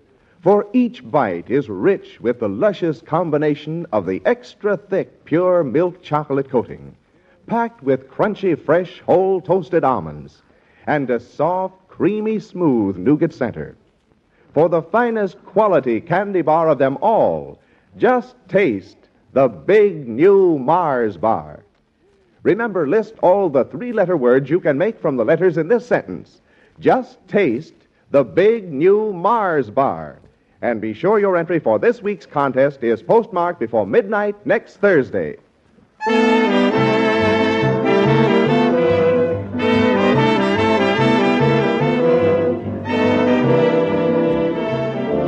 Curtain time! There's the call for the third act of Part-Time Husband. When Jerry Drake threatened to expose Claire Cameron because she falsely claims to have a husband, he was stopped by Claire, who threatened to expose him as a hunting and fishing expert. She also made him escort her as her husband. But this evening, she's ditched him in favor of Byron Young. Well, Claire and Byron are just about to leave Claire's apartment when Jerry enters. Well, well, Mr. and Mrs. Cameron, I believe. Going someplace? You know very well where we're going, Drake. Yes, but I don't advise it. What do you mean? Just this. In 15 minutes, I'm going to tell the boss the truth about you, dear Claire Cameron. You're going... And then I'm going to rewrite the story you made me tear up yesterday. You'd better not. I'm going to splash it all over page 1 of tomorrow's Clarion. You don't dare. Don't I? You know what will happen if you do. But I don't care. You don't... I'm going to quit anyway. I've decided to spend the next 6 months on a hunting and fishing trip. Oh, no. Well, what do you think of the situation now? I don't suppose it would do any good to reason with you, would it, Jerry? Not the slightest bit. There's no way we can stop you either? Absolutely none. Oh, by the way, Byron, I'm sorry I put you to sleep the other afternoon. Oh, that's all right. Forget it. Say, you're okay, but What's that you're doing with that coin? Oh, just practicing. What? I'm an amateur magician. You want to see a trick? Sure. All right. Watch the coin. Watch it. I am. All right. Now, where did it go? Which fist is it in? Well, that one, of course. Nope. This one. Oh, dear. Oh, good going, Byron. Quick, let's tie him up. Okay. Here, use this. I'll tie him up, you gag him. All right, this handkerchief should do the trick. That's the idea. Oh, there. That ought to keep him quiet. I think he's coming, too. Yes, he's opening his eyes. Hello, Jerry. Well, what do you think of the situation now? Dear me, what bad enunciation. What you don't say. Okay. He's all tied up now, Claire. Let's go. Goodbye, Jerry. Don't get into any mischief while we're gone.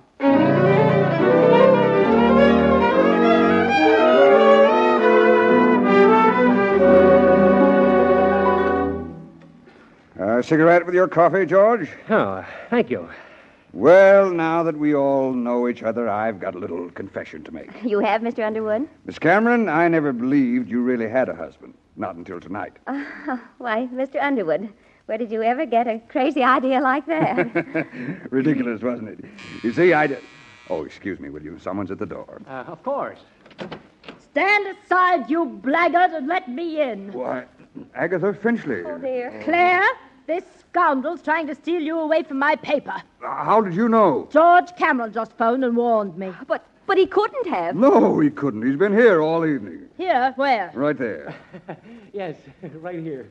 You aren't George Cameron. If he isn't George Cameron, I'd like to know who is. Hello, may I come in? He is. He's George Cameron. Oh, golly. This is the end. Look, Miss Finchley, you're out of your mind. This is Jerry Drake. I am not, and he most certainly is not. I know him, and his name is George Cameron. Jerry, will you please tell this poor, demented woman who you are? Sure, I'm George Cameron. See, what did I tell... This is too much. If you're George Cameron, then who's this man? Me? Why, I'm George Cameron, too. Claire, will you be good enough to explain all this? Yes, Claire, by all means, do. Well, it's all very simple. Uh-huh. You see, and then they... Well, after that, we... Well, not exactly like that, but... That is not an explanation. Look, let's get this straight once and for all. Which one of you two is Claire's husband? I am. What? Both of you? Uh-huh. So, two husbands, huh? But, Mr. Underwood... Well, young lady, no wonder you're an expert on marriage. Claire, I'm shocked. Don't tell me you're really married to both of these men. Well, no, of course not. All right, then. Which one is your husband? This one or this one? Neither. Oh, I give up. But I'm not married. I haven't got a husband. There is no George Cameron. You mean... There is no Well, George... I guess I'll just leave quietly before the tornado strikes. Claire, you're fired. I'm fired? Yes. Well, Jerry Drake, I hope you're satisfied now. But it's your fault. My fault? Yes, you and Byron should have done a better job of tying me up. Jerry, my boy. Yes, boss? You're fired, you double-crossing, no-good bum of a newspaper man, you. But you can't fire me. I've quit. What? I won't let you quit. You can't stop me. But Jerry, I need you. You're still one of my most valuable men, even if you did foul up this story. My mind's made up. I'm going to spend the next 6 months doing some of the hunting and fishing I've been writing so much about. But I'm going... Oh, all right. Go ahead. You can use my hunting lodge up north. Thanks, boss. And when you come back, your job will be waiting for you. Swell. You won't regret it, I promise you. I'll be writing a much better column. I think that's a very intelligent idea. Claire? What is it, Miss Finchley? Claire, would you like to have your job back? Would I? Very well. I want you to find a husband. Find a husband? Yes. And in 6 months, I'll let you come back to work. Oh, but this is ridiculous. Why, it's fantastic. Oh, I don't know about that. Why, whom would I marry? Darling, are you kidding? You mean I should say not? But why not? Yes, why not? Look, Claire, I've been playing the part of your husband these last few days, and I love the job. Well, you can consider yourself fired. But you can't fire me now, just when I want to sign a lifetime contract. I wouldn't marry you if you were the last man on earth. But, darling, I love you. Don't you understand? Look, Jerry Drake, get this through your prehistoric skull. I hate you, and I'll never forgive you for what you did tonight. Never.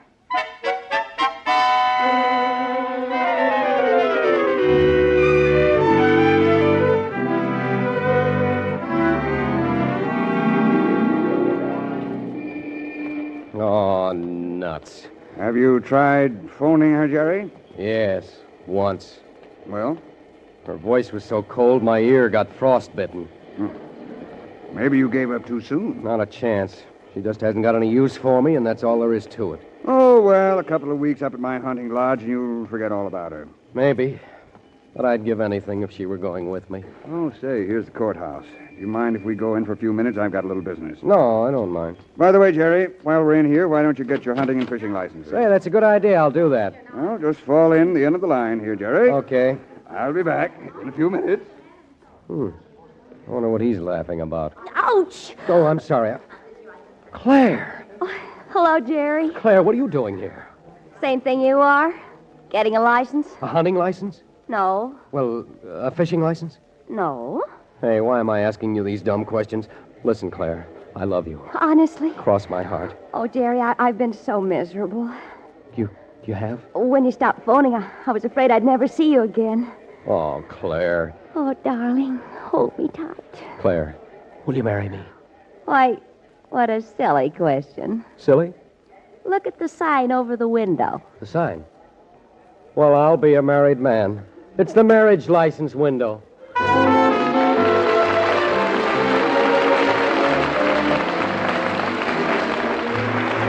The curtain falls on the last act of another Curtain Time play starring Harry Elders and Nanette Sargent.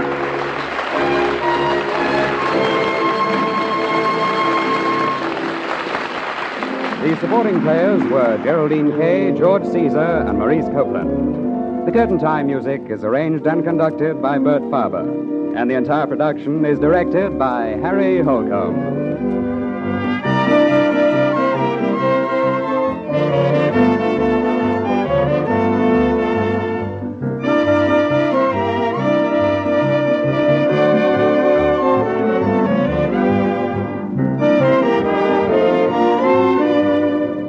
And now, here are the stars of Curtain Time with a word about next week's play. Well, next Saturday, Pat, Nanette's a financial expert. I know about bulls and bears and all that sort of thing. But what happens? That we're not going to tell you, Pat. All we have to say is that the play's called Ticker Tape Romance. Which means there's nothing for me to do but wait. Right. Well, thanks and good night, Nanette Sargent and Harry Elders. Good night, Pat. Good night.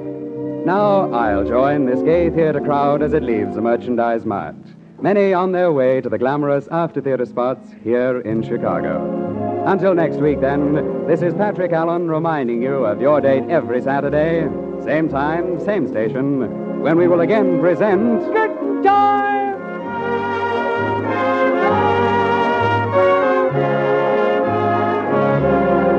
Each week, Mars Incorporated brings you two great shows over NBC. On Monday night, be sure to hear Dr. IQ, the mental banker. And next Saturday, be with us again for Curtain Time and another big Mars Bar contest. This is NBC, the National Broadcasting Company.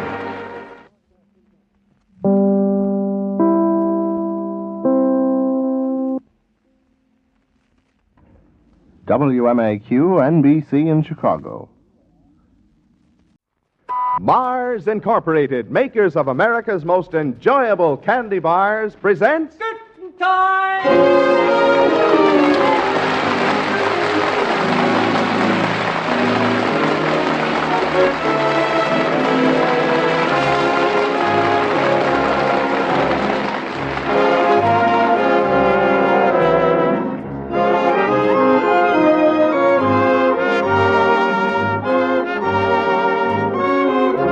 The makers of Milky Way candy bars welcome you to Curtain Time. The lobby is astir again tonight as a capacity crowd jams the theater. And here, as at every opening night, is the well-known man about town, your host, Patrick Allen. Good evening. Well, Mr. Allen, can you tell us something about tonight's play? I can, John, but I really don't think I should. Besides, there's the overture, so we'd better hurry inside the theater for tonight's production of Curtain Time. Tickets, please. Thank you, sir.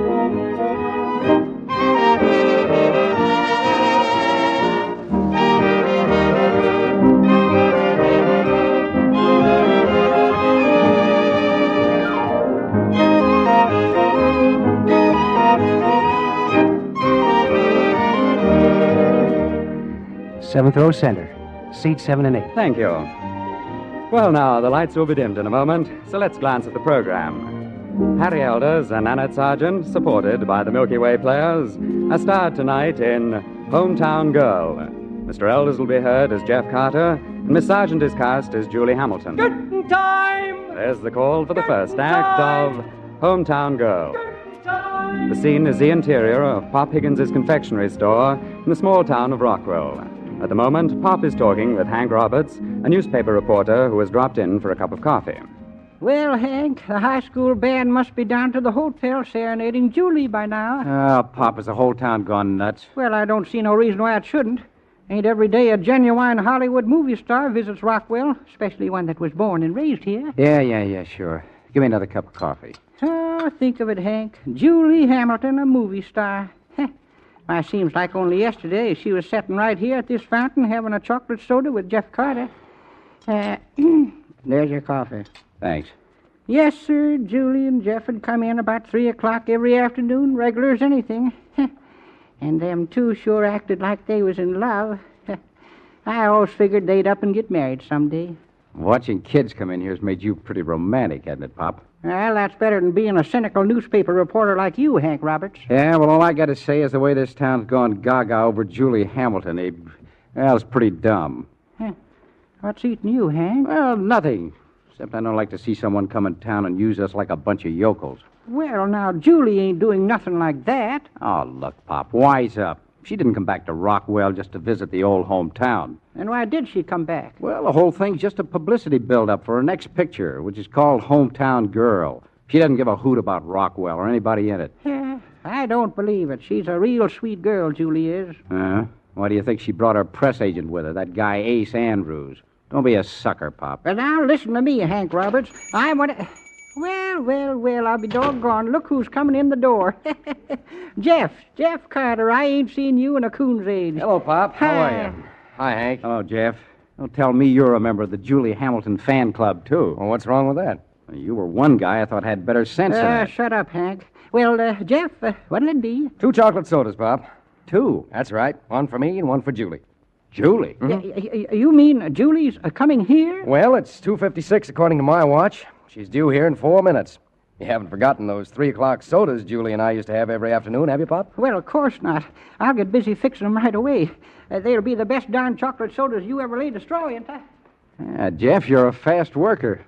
Julie gets into town just this morning, and you've already got a date with her. I've had this date for a long time, Hank. 7 years, to be exact. 7 years? Mm-hmm. I don't get it. Well, when Julie left Rockwell, she promised that when she came back, she'd meet me here at 3 o'clock on her first day in town. And you really think she'll be here? Brother, what an optimist. She'll be here. Oh, look, Jeff, smarten up. You're not in high school anymore. Neither's Julie. She's a movie star, a big name. Well, what difference does that make? Well, you don't think she came back to Rockwell to drink chocolate sodas with you, do you? This homecoming's strictly business. Business? Sure, it's a gag. Stunt to get her some publicity for her next picture. Don't be silly, Hank. Julie wouldn't do a thing like that. You just don't know her. Neither do you. You haven't seen her in 7 years. She's bound to be different. Nope, not Julie. Okay, have it your own way. But if you'll take my advice, you'll go back to that farm of yours and save yourself a big disappointment. Julie said she'd meet me here, and she will. 5 will get you 10. She isn't here by 3 o'clock. That's a bet. Hate to take your money this way, Jeff, but there's the town hall clock now. I'm not the type to say I told you so, but... Jeff! Julie! Well, I'll be... Oh, Jeff, darling, I knew you'd be here. And I knew you wouldn't forget. Hi there, Julie. Oh, Pop, how are you, Pop? Fine, Julie. Well, now, let me take a look at you. Just as I thought, prettier than ever. And I got a couple of chocolate sodas waiting for you, too. Oh, you're wonderful, Pop. Yeah, back in the back booth where you two can be alone. Come on, Jeff. Coming, Julie. And so long, Hank. Don't forget that $10. You'll get your dough. But what I said still goes. Here you are, right here. Now, if there's anything else you want, just holler. Thanks, Pop. Well, now. Oh, Jeff, don't sit there. What? Don't sit on that side of the table. Come over here and sit by me. Oh, sure. It's a swell idea. Oh, gee, Julie, you're even more beautiful than I imagined. Oh, Jeff, it's been so long. 7 years. And I thought you'd forgotten all about Rockwell. Oh, how could I forget Rockwell? Julie, why did you come back? Why do you think I came back? I don't know. Hank Roberts said that... skip it. The reason I came back is that the mountain wouldn't come to Muhammad. So, hello, mountain. Hello, Muhammad. But, Julie, you're not married or engaged or... Hardly. Well, why do you say it that way? Jeff, you don't know what it's like to be a movie star. I can't do anything, not even get married without CG's permission. CG? Who's CG? CG Harrington. He's head of United Studios. Oh. He can fire me if I get married without his permission. It says so in my contract. And is that the only reason you haven't got married? Oh, well, that and the fact that the right man hasn't asked me.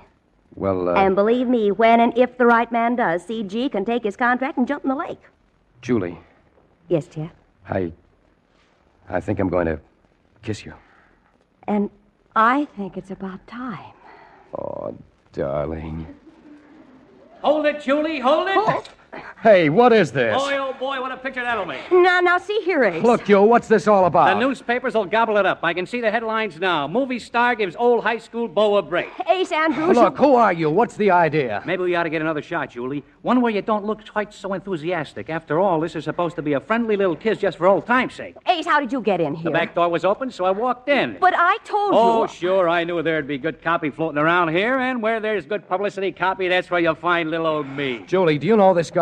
Does she know me? Look, Bud, I'm the guy who put Julie in the spot she's in today. The name's Andrews. Ace Andrews, Julie Hamilton's publicity manager. Publicity manager? Oh, honestly. I suppose you're Jeff Carter, huh? Julie, is this true?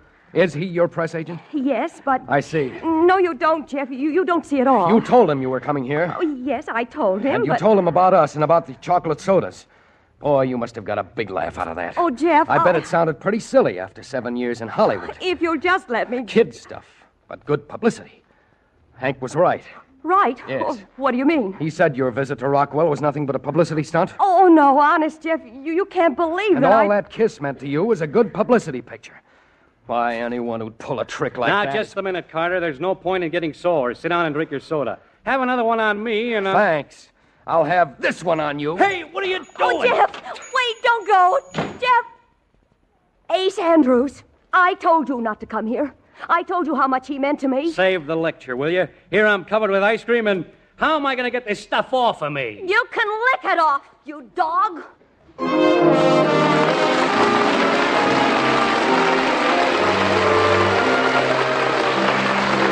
The curtain falls on the first act of tonight's Curtain Time play, starring Harry Elders and Annette Sargent with the Milky Way Players. And now, John Weigel.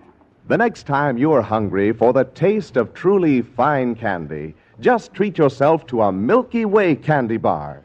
You will enjoy every bite of a Milky Way, from the moment you first open the crisp wrapper and notice that enticing scent of fine, pure milk chocolate. For in each enjoyable mouthful, you taste a thick milk chocolate coating, a golden layer of smooth, creamy caramel, and a soft chocolate nougat center, richly flavored with real malted milk. All melt together to make each bite of a Milky Way a thrilling treat, right down to the last delightful flavor that lingers in your mouth. When you crave good candy, eat a Milky Way.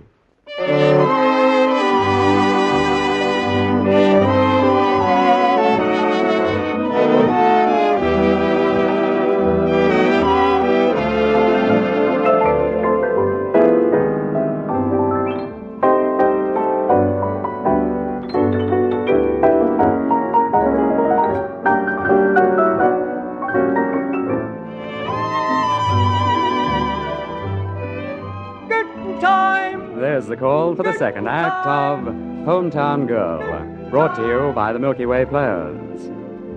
Julie Hamilton, the movie star, came back to her hometown of Rockwell. Jeff Carter, her old boyfriend, thought she was the same girl he used to know. But he changed his mind when Ace Andrews, Julie's press agent, snapped a publicity picture of Jeff and Julie kissing in a booth in Pop Higgins' confectionery store. Well, now, the next day, we find Jeff walking along the corridor of one of the upper floors of the Rockwell Hotel. 501, 502, 503. Believe me, if she doesn't have something to say about this... Yes? I want to... Oh, hello there. You're Jeff Carter. I recognize you from the picture in this morning's paper. Where's Julie? That's what I want to see her about. What? This picture in the paper. I've just thought of a couple of more things she should know about herself. Well, I'm sorry, but Julie's busy. I'm Mildred Evans, her secretary. Is there something I can do for you? You can tell Julie I want to see her. But I told you You tell her I want to see her. Now, come, Mr. Carter. Let's not be pugnacious about this. If I want to be pugnacious, I'll... Oh, well, in that case, come in. You can wait here. Thanks. If you feel like chewing on the rug, go right ahead. It belongs to the hotel. But why can't we tell people the truth, darling? Why must we keep our love a secret? You know the answer to that as well as I. Hey, what's this? I don't care about anything anymore except the fact that I'm your wife. She's his wife. But, darling... I want the whole world to know we're married. Married? Julie and Ace Andrews? Why, of all the lying, deceitful, two-faced... Oh, what was that? Is there someone in the other room, Mildred? Yeah, your old high school flame, and boy, is he burning. You mean Jeff? But why didn't you tell me? Jeff... Well, I didn't want to interrupt you. And he's not here. He's gone. Good. Come on, let's get back to work. Get me my coat, Mildred. I've got to find him. Oh, dear, I wonder why he left. Look, Julie, you've got work to do. CG's going to start shooting Hometown Girl the day after you get back to Hollywood, and you've got to know your lines. Now, let's go over them again. That can wait. It can't wait. Not if you want to stay in Hollywood. Or don't you care? That's what I'm going to find out from Jeff.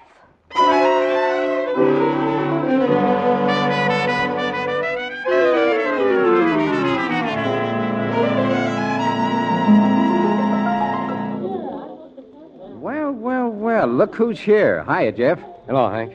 What are you doing in the lobby of the Rockwell Hotel? Been up to see Julie? Listen, Hank. If you're a friend of mine, you'll never mention Julie's name in my presence again. Oh, come on, Jeff. Don't keep on being sore about that picture. Julie's okay. It's just that guy Andrews. What difference does it make? It's all in the family. Family? Yes. I don't get it. They're married. What? Married? Julie and Andrews? Yes. It wasn't bad enough that she used me for a publicity stunt. She had to lie to me, too. She had to let me think that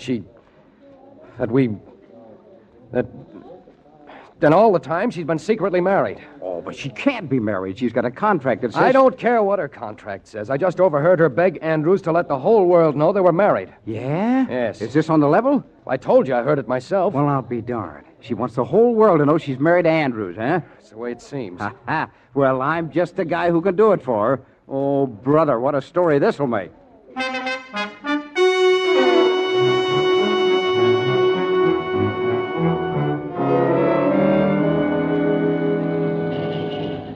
Julie! Julie! Ace, what are you doing here? I've been looking all over for you for the last 2 hours. I never realized a guy could do so much walking in a small town. Well, what is it, Ace? Is something wrong? Plenty's wrong. Come on. Let's get a taxi back to the hotel. Taxi! I've been looking every place for Jeff. I was just going into Pop Higgins to see whether he... Come on, Julie. Get in the cab. But, Ace, Get in. Rockwell Hotel driver. So you didn't find Carter, huh? Well, that's too bad. I'd like to get my mitts on that joker. Ace, what's the matter with you? If you read the newspapers, you'd know. This is what's the matter. Read that headline. They sure get the paper out fast in this jerk town. Julie Hamilton reported secretly married to agent. What, Ace, this is ridiculous. I've got another name for it. But where did they ever get such a fantastic story? From Jeff Carter. Who did you think? From Jeff? Well, how do you know? Read the story. You mean that Jeff... He peddled that story to that reporter, Hank Roberts. Well, why? To get revenge. He knows about your contract, and he's trying to get even for that picture I took by ruining your career. Why, of all the mean, nasty things to do. So he thinks he can ruin my career, does he? Well, he won't get away with it. Look, Julie, when CG sees that story, you'll be as washed up in Hollywood as a dirty shirt on Monday morning.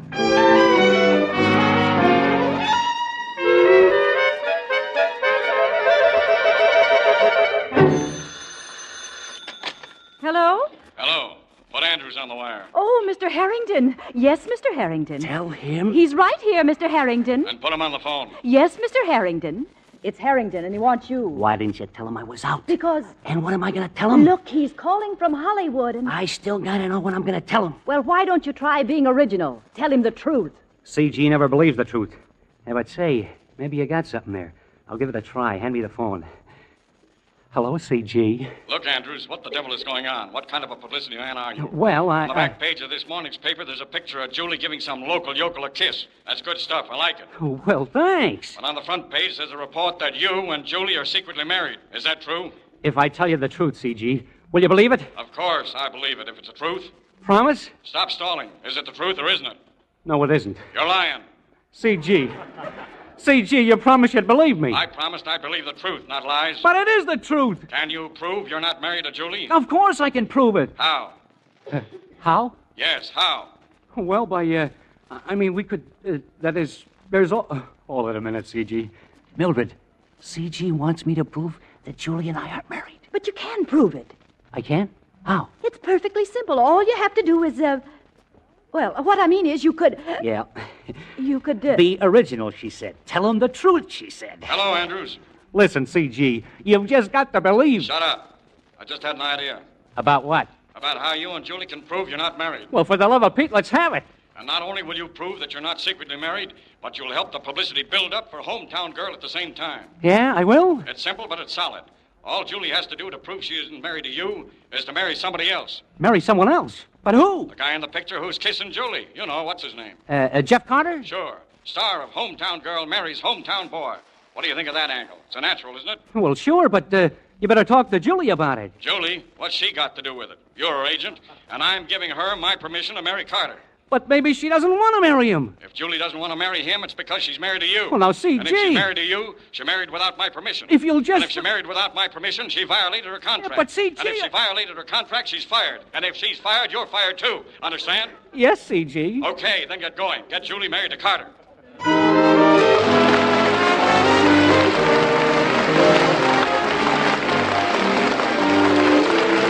Before we bring you the third act of tonight's Curtain Time play, starring Harry Elders and Annette Sargent with the Milky Way Players, here is John Weigel. For many, many years now, a Milky Way candy bar has been a traditional after-school or middle-of-the-day treat for candy lovers of all ages. For in a Milky Way, you enjoy a rare flavor combination of the choicest candy ingredients, a thick milk chocolate coating, a golden layer of the smoothest creamy caramel, and a rich chocolate nougat center, abundantly flavored with real malted milk. It is this combination of the milk chocolate, creamy caramel, and soft nougat that gives you that rare taste blend found only in a Milky Way. When you crave good candy, eat a Milky Way.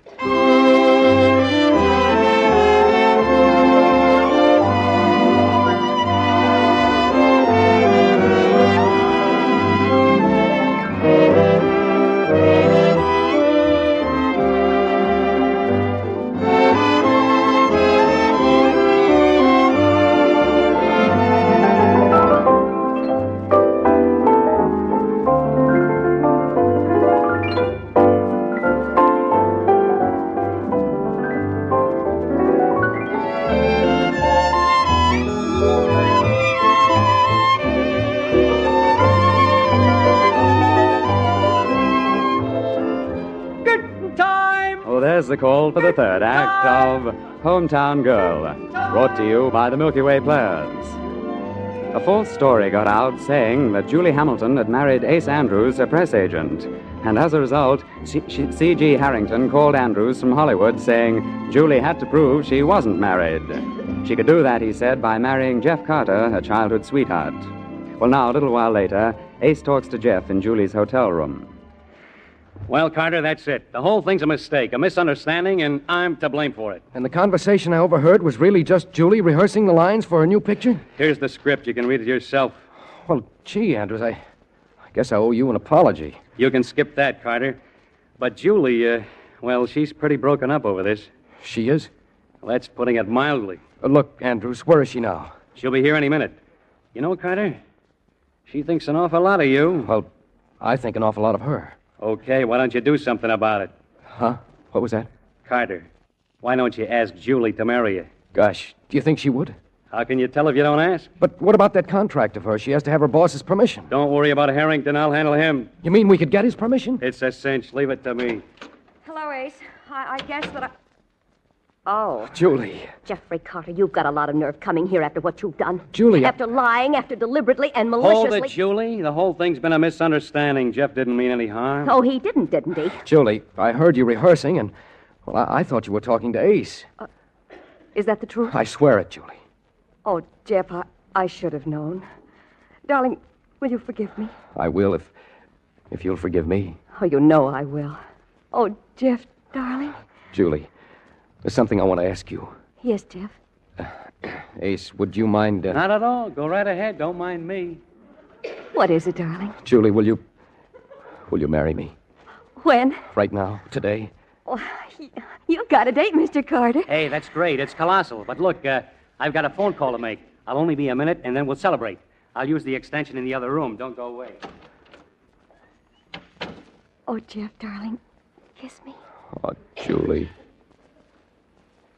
Oh, darling. Darling, if we're going to be married today, I've got a million things to do. And while you're doing them, I'll call the Justice of the Peace and tell him we'll be there at 3 o'clock, okay? Oh, it's perfect. That's right, CG. It's all set. Carter thought it was his idea all the time. He proposed and Julie accepted. Hey. Fine, Andrews. Now get busy on that publicity angle we talked about. Star of Hometown Girl marries Hometown Boy. Play it for all it's worth. It'll mean an extra million at the box office. Well, I'll be. What? Jeff, what's the matter? Why are you looking at me like that? So, you're still playing all the angles. Well, what are you talking about? Is there anything you wouldn't do for a little publicity? Anything at all? But Jeff, I don't understand. Drop the act, Julie. You understand, and so do I now. Oh, but, darling... Star of Hometown Girl marries Hometown Boy, huh? That's right. It isn't a bad angle. But you'll have to find yourself another sucker. Oh, Jeff, please, what is this all about? Julie, I stooged for you once, and once is enough. Goodbye. Jeff! Oh, Jeff!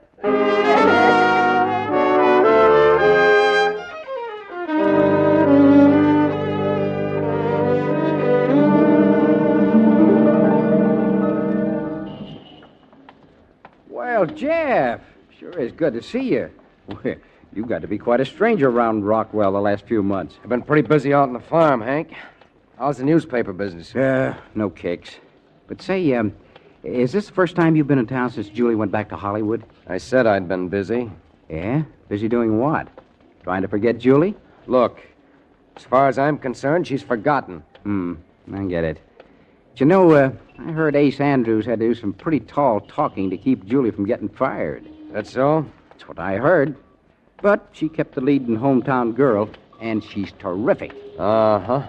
Have you seen it? Nope. Well, brother, you should. Why? Well, because there's one scene in it that's positively the nuts. It's right at the end of the picture. It's a close-up of Julie, and she's looking right at the audience, just as though she was talking to somebody out there. Yeah? Yeah. But, say, the picture's playing right here at the Rialto. How about seeing it? Oh, thanks. What's the matter? Afraid? Afraid? What should I be afraid of? Of seeing Julie and getting all tied up in knots again? Are you kidding? I am not. Jeff, you're still in love with her. You're crazy. Okay, if I'm crazy, prove it. Here's the theater. What would seeing a movie prove? 5 will get you 10. It proves you're still in love with Julie. That's a bet. Good. I'll get the tickets. 2, please. Okay. Come on, son. This is one bet I'm going to win.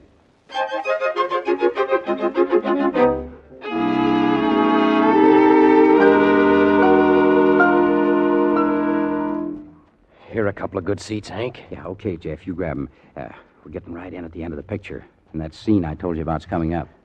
Why don't they say something? Well, they will. Give them a chance. Darling, what's happened to us? Get a load of this, Jeff. We've been such fools. We've let such little unimportant things come between us. Oh, isn't she terrific? But pipe that leading man. Boy, what a jerk. You two, quiet, please. Oh, sorry, lady. But how can you ask me to forgive you after the way you have deceived me? Do you not think I have any pride? Doesn't it mean anything that I love you? That I always have and always will? Darling, I need you. Please say that you'll take me back.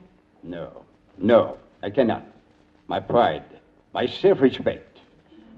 Is that your answer too, Jeff? Well, I don't know. Julie, where did you come from? Where did you come from? Hank and I changed seats. You haven't answered my question, Jeff. Oh, for heaven's sake, please be quiet. I need you.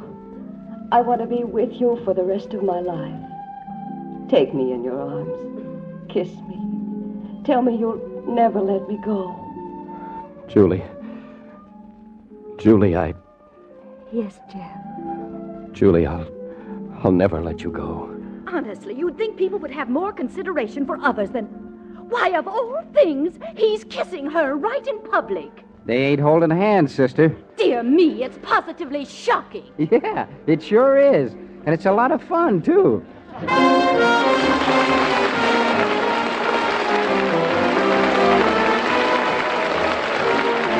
curtain falls on the last act of Hometown Girl, another curtain time play brought to you by the makers of Milky Way Candy Bars.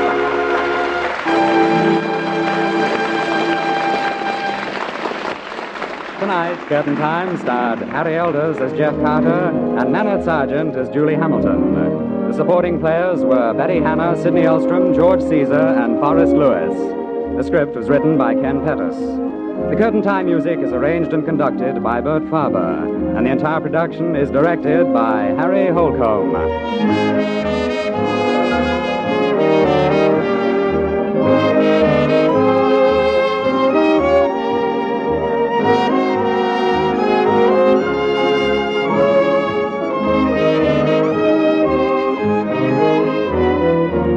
And now, here are the stars of Curtain Time with a word about next week's play. Well, Pat, next week, Nanette Sargent is a man-hating scientist. And Harry Elders is a magazine writer who conducts a little experiment. And then, what happens? Well, all we can tell you now is that the play is called Positive Reaction. Well, I'll be around to watch the experiment. Thanks and good night, Nanette Sargent and Harry Elders. Good night.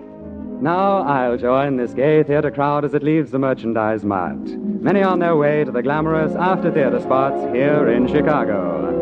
Until next week, then, this is Patrick Allen reminding you of your date every Saturday, same time, same station, when the makers of Milky Way Candy Bars present... Good Time!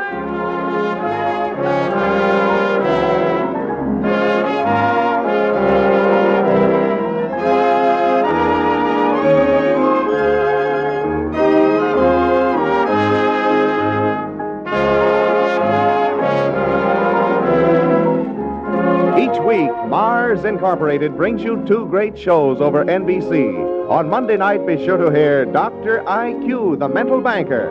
And next Saturday, be with us again for Curtain Time. Remember, when you crave good candy, eat a Milky Way.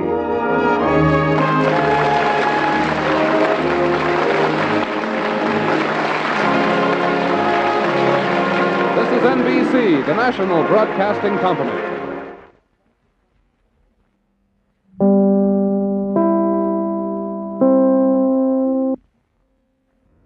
This is WMAQ, Chicago's #1 station. Mars Incorporated, makers of America's most enjoyable candy bars, presents Curtain Time!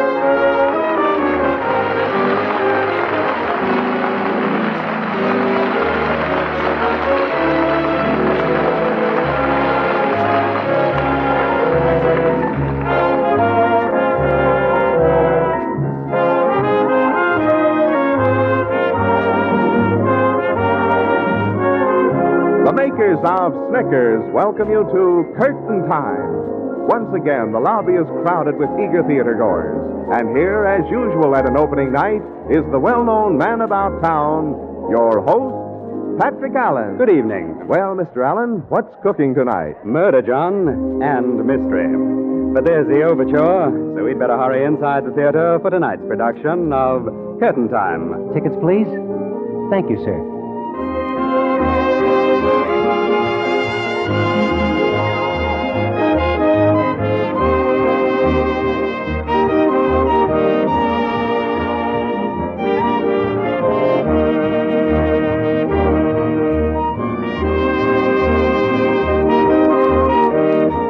Seventh row center. Seats 7 and 8. Thank you. Ah, well, now that we're comfortably seated, let's glance through the program. Harry Elders and Nanette Sargent, supported by the Curtain Time players, are starred tonight in Lady in the Night. Mr. Elders plays the part of Clint Hubbard, and Miss Sargent will be heard as Eve Noland. Curtain time! There's the call for the first act of Lady in the Night. It's evening, and Clint Hubbard, a young taxi driver, has his cab parked at the curb. As a pedestrian approaches, he calls out. Taxi, mister. Taxi. Okay, then walk, you big lug. Hiya, Clint. Oh, hello, Casey. What do you say? How's business? What business? It's sure lousy, ain't it? And the company said when they got them two-way radios in the cabs, we'd have more fares than we'd know what to do with. That's a laugh. All the business I've got out of that dispatcher, I could stick in my eye. You ain't kidding. You got an evening paper? Yeah, there's one on the seat. I got a couple of bucks on a hay burner in the fifth that, Hey, boy, oh, boy, the papers are sure giving this Blaine kidnapping a big play, ain't they? Uh-huh. And look at that headline. Blaine snatchers demand $35,000 ransom. Mm-hmm. Boy, that's an awful pile of cabbage. I'll say. And what do them kidnappers have to do for it? Practically nothing. Yeah. They just keep this playboy Douglas Blaine locked up somewhere till that rich uncle of his kicks through. It's a cinch. I'll stick to cab driving, thanks. Yeah, but think of all the things a guy could do with $35,000. Well, sure, I could chuck this job and go to school full time. School? Yeah. Who wants a college education when they got that kind of dough? Me, I take off for Florida. Cab 14. Cab 14. Hey, you're being paged, Clint. This 14. Pick up a fare at 912 Highland Drive. Got it? 912 Highland Drive, right. Be seeing you, Casey. Okay, pal. Take it easy.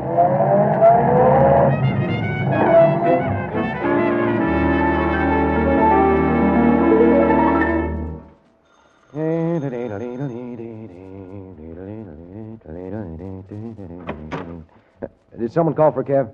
Yeah, I did. Where to, mister? Nowhere. Nowhere. Well, you can walk that far. You don't get it, bud. I got an errand I want you to run. Look, I'm a cab driver, not a messenger boy. There's a sawbuck in it. And I don't have to... Well, why didn't you say so? For $10? I got a suitcase down in the check room at the Union Depot. Pick it up and bring it to me. Is that all? That's all. Here's the check for the bag. Your door will be waiting for you when you bring back the suitcase. Okay, I'll be back in 20 minutes.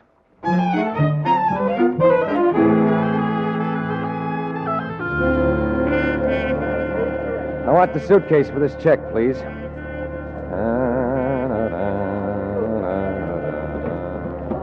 Okay, thanks. Here. Keep the change.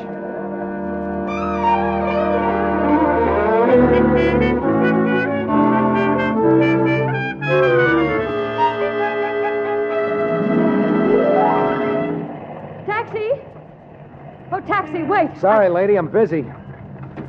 Hey, I said I couldn't take you. Oh, but I think you can. But And I think you will. Hey, what is this? If you're referring to what I have in my hand, it's a gun. Now, do you want a fare? Yeah, I guess I do. All right. Start driving.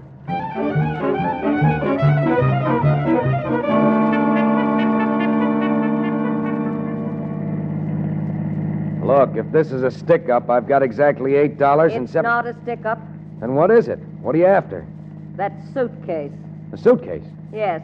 I saw you get it from the check room. Well, what's in it that you're so interested in? As though you didn't know. Look, all I know is that I'm supposed to deliver it to a guy at 912 Highland Drive. 912 Highland Drive? Yeah. So that's where he is.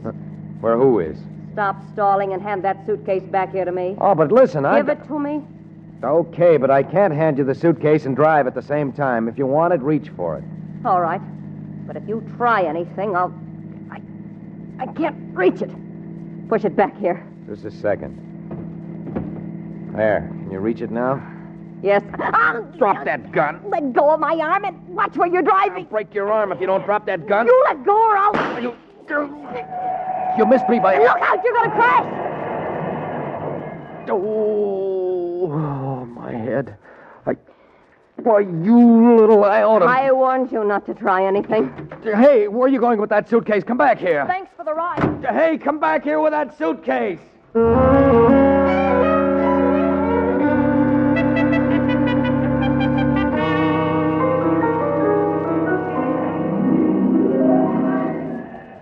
And then what happened, Clint? Well, not a darn thing, Casey. After the dame ran away, I called the dispatcher on the radio and had him send you out here. Say, you're lucky you're not stretched out on a slab in the morgue, all nice and peaceful and dead. Well, maybe, but... Yeah, they're going to have to do a lot of work on this hack of yours. Ooh, if I ever catch up with her again, I'll break her beautiful little... Sure, but why do you suppose she wanted that suitcase? I don't know, but we're going to find out. Did you say we? I did. You're driving me back to 912 Highland Drive.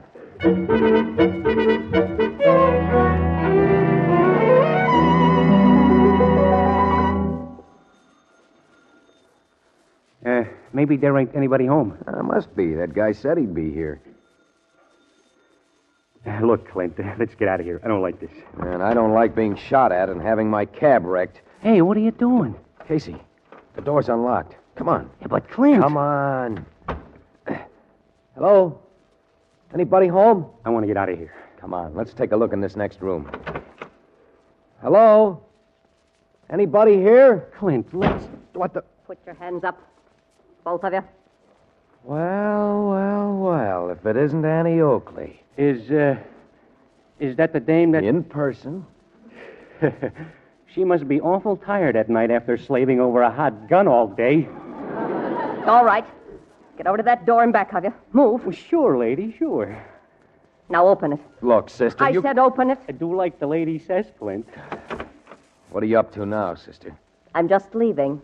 I want to be sure you don't give me any more trouble. Me give you trouble? That's a good one. Get in that room. Okay, anything you say. That's very sensible of you. And now, gentlemen, goodbye. Hey, come back here. Open this door. You can't... Clint! Come on, Casey, put your shoulder to the door. Maybe we can break it down. Yeah, but Clint, look over there. Holy smoke. Clint, if you see the same thing I do, we're both looking at a very dead corpse. He's as full of holes as a bag of donuts. You know who he is? No. He ain't the guy who sent you after the suitcase? No. I never saw him before. Well, I have in the newspapers. Clint, that's Douglas Blaine, the cookie that got kidnapped.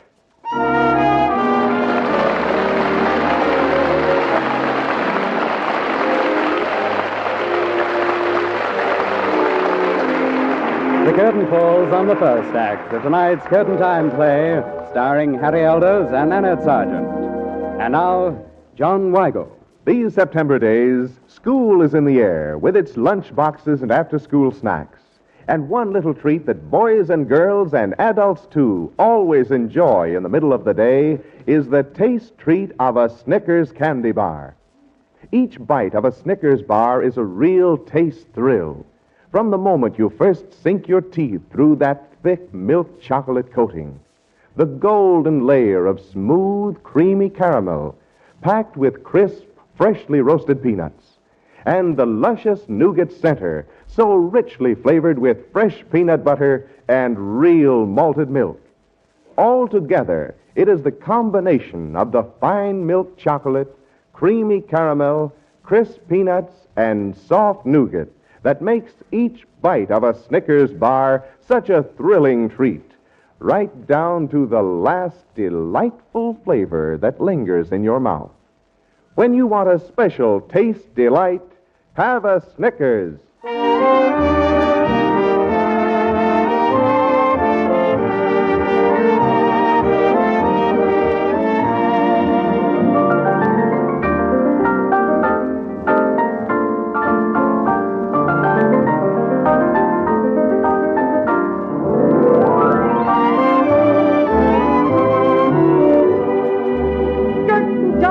There's the call for the second act of Lady in the Night, brought to you by the makers of Snickers. Clint Hubbard, the cab driver, was sent to a depot to pick up a suitcase. But an attractive woman forced her way into his taxi and took the suitcase at the point of a gun. Later, returning to the place he was supposed to deliver the luggage, Clint and Casey, another cab driver, met the woman again. And, again at the point of a gun, she locked them in a room, along with Douglas Blaine, rich kidnap victim, who lay on the floor dead. Well, it's now a moment later. What a mess. Locked in the same room with Douglas Blaine, and him dead. Murdered. Look, Casey, do you suppose the dame killed him? Well, I don't see he was exactly paying a social call on him, Clint. You know something? I know that we better get out of here fast. I'll bet the ransom money for Blaine was in that suitcase. Come on, we got to get this door open. But if the dame was one of the kidnappers, why'd she go to the trouble of stealing the bag? I pass. I was bringing it here anyway. And who was the guy who sent me for the bag, and where is he? Clint, this is no time to be playing detective. Let's bust this door down. Come on, heave ho. Oh, come on, Clint, will you? Huh? Together now, together. 1, 2, 3. All right, once more now. Hey, what's going on in there? Yipe, who's that? Search me. What's all the racket? Open up. Who is it? The police. The police. Good grief. Oh, brother, now we are in it, right up to our necks. Open up, you hear? No, we can't. The door's locked from the outside. Well, you were a long time saying so. All right. Now, what's this all about? It's a long story, officer. I bet. Here I'm walking my beat past a house that's supposed to be closed for the summer, and what do I find? Well, you see... The lights on, the front door open, and you two making enough noise to wake the dead. That's what you think. Okay, let's have it. What's going... In the name of... Murder. Oh, now listen, officer. Stand right where you are, you two. Don't move. But Who is he? Come on, talk. He's Douglas Blaine. The fella that was kidnapped? Yes. So, kidnappers and murderers, huh? No, wait a minute. Come on, get into the other room. I'm calling headquarters. But we didn't have anything to do with this. The dame killed him. Dame? Yeah. What dame? The one that hooked the suitcase from Clint. I don't see any suitcase. He means the suitcase the guy had me get from the Union Depot. What guy? The guy that was going to give me $10. Guys, dames, suitcases, depots. You can tell that story down at headquarters. Now into the next room with you. Well, Clint? Guess we might as well do what the man says. It's the first smart thing you guys have done. Okay, now stand right where you are. What a mess we're in now. Get me the 42nd Police Precinct. Make it snappy. Clint, what are we going to do? We haven't got a chance with this story of ours. We got to get out of here. Yeah, but how? 42nd Precinct? This is Mallory, Sarge. I'm at 912 Highland Drive. Yeah. Send a squad's car over. I got the kidnappers of Douglas Blaine. That's us he's talking about. That's right, Sarge. They're not only kidnappers. Blaine's dead. Okay. Look, you're making a big mistake, officer. Sure. Every time I arrest anybody, it's a mistake. Look, I'll show you exactly what happened. Careful now. No tricks. No. All I'm going to do is show you how Casey and I got locked in that room with Blaine. Yeah? We came here after the wreck, see? What wreck? The wreck that we... Oh, nuts. Well, the point is, just as we came in this room, the door slammed shut behind us. Like that? Yeah, and there was the dame with the gun. Now, we'll pretend you're Casey and me. I'm the dame, and my finger's the gun. Go on. She comes walking up to us and jams the gun in my gizzard, like this. Oh, watch it now, watch it. No, I'm just showing you what happened. And then she tells us to back up. Back up, just like you're doing. Right, Casey? Right. Finally, she's got us backed up to this door here, leading into the room where Blaine is. And then... Then what? She gave us a shove. Like this. Hey, you! Watch it! Quick, Casey, slam the door. Yeah, okay. Lock it, Casey. I got it. Open it around, you! Casey, get away from that door. Holy smoke, let's get out of here. Come on. Hey, what's that? More cops. We gotta get moving. Okay, let's. Casey, wait. What's the matter? Over there, on the floor, there's a key. Come on, Clint, come on. It's a key to a hotel room. Those cops will be here in a minute if you don't. Room 321, Radcliffe Hotel. I wonder if the dame dropped it. Or maybe it belongs to the guy who had me get the suitcase. Crying out loud, will you? Okay, Casey, let's go to the Radcliffe Hotel.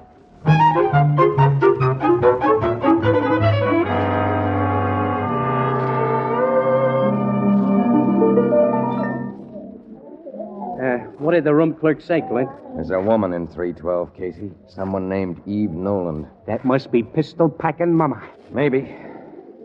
I'm going up there. You wait here. Yeah, but Clint... If I'm not back in 15 minutes, you come up and see what's cooking.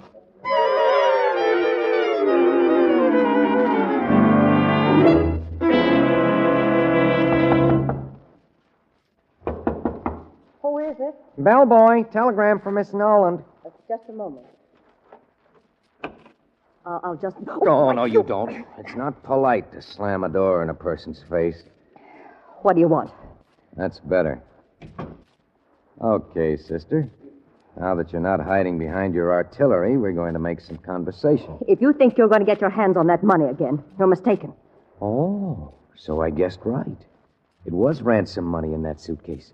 Didn't you know that it was? I don't know anything except that I'm wanted for kidnapping and murdering Douglas Blaine. Who are you? Clint Hubbard. Just a guy trying to drive a taxicab through college. And now we're going to take that suitcase on a little trip to the police. No. Oh, yes. I've got to convince the coppers that I didn't kidnap and kill Blaine, and the best way to do it is to hand them the person who did. But I didn't kill Doug. Doug? Do you always get that chummy with the guys you knock off? But I didn't kill him. I didn't have anything to do with it. He was already dead when I got to that house. Look, besides being Eve Noland, who are you? I'm Martin Blaine's secretary. Martin Blaine? Didn't the paper say he's Douglas Blaine's uncle? He is? I wonder. Are you telling the truth? Here, if you don't believe me, call Mr. Blaine, ask him. Okay. I'll take your word for it. But if that's the case, why are you afraid to go to the police? I can't tell you. I can't tell you anything. No? Why not? Please, I know how things look to you, and I'm sorry for the trouble I've caused you, but you've got to trust me. Trust you? Don't make me laugh. Please? You know, you're kind of nice when you come out from behind that gun of yours. Then, I've got my own neck to think about. Where's that suitcase? please, won't you... Where is it? In the other room. Okay, I'll get it and then... Oh, no, you don't. What do you mean? This time you go first. You're not locking me in any more rooms. But- Go on. Please, if you'd only trust me. In the spot I'm in, I wouldn't trust my own mother. After you, Miss Noland. Okay, where is it? Over by the bed. Mr. Hubbard. Clint, please... Shut up, sister. Hey, you... Where'd you... Give me that bag and then reach. Okay. So I get a chance to earn that sawbuck for delivering this bag to you after all, huh? You're going to be getting more than a sawbuck, bud. You're Sam Rossman. You're Eve Noland. Blaine talked about you. How did you get in here? Up the fire escape and through the window. Now hand over that suitcase, cabby. Sure. Here it is. Right in the face. Wait, you... And here's something else for you. He dropped the gun. Get it, Miss Noland. I've got it. Okay, Rossman. Now I'm really going to let you have Oh, it. stop. Don't hit him again. Hey, just a minute. Aren't you pointing that gun at the wrong guy? No. Get your hands up. Hey, what the devil is this? What's the idea of double-crossing me? I don't know what this is all about, sister, but thanks. Now give him that gun. No. Come on, before I take it. All right, take it, but get out of here. Take the money if you want to, but get out. Okay, I'm going. But you're going with me. I am not. Look, I'm not the kind of a guy to ditch a good-looking biscuit after she's done me a favor. And we're going to take Cabby here along with us. I saw your hack down in the street, Hubbard. It's not mine. It's another driver's, Casey's. But you can drive it. Okay, both of you. Through the window and down the fire escape. No, I'll go with you, but let him stay here. So he can go running to the coppers? Get going, Hubbard. You know, this little trip might make you famous. Yeah? How? Well, you're probably the first guy in history who ever drove himself to his own funeral.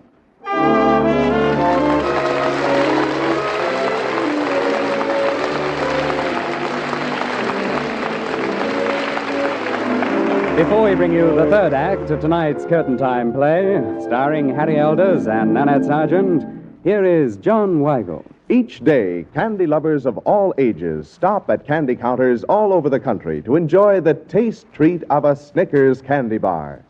For Snickers bars have long been known as the choicest fine candy. From the moment you take your first bite of a Snickers bar, you enjoy the rare smoothness of the thick milk chocolate coating, the golden layer of smooth, creamy caramel, packed with crisp, whole roasted peanuts, and a rich nougat center, abundantly flavored with fresh peanut butter and real malted milk. All melt together in each enjoyable mouthful to give you that rare taste blend you will find only in a Snickers bar. When you want a special taste delight, have a Snickers.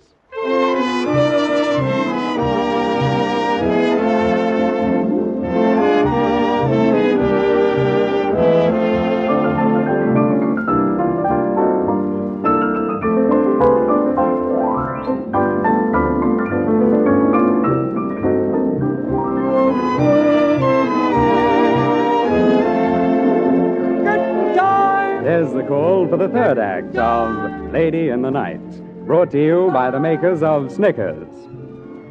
Suspected of kidnapping and killing Douglas Blaine, Clint Hubbard, a cab driver, went to the Radcliffe Hotel, where he found Eve Noland, the woman who had locked him and Casey in the room with the dead man. Then, suddenly, the man who had sent Clint for the suitcase appeared, with a gun.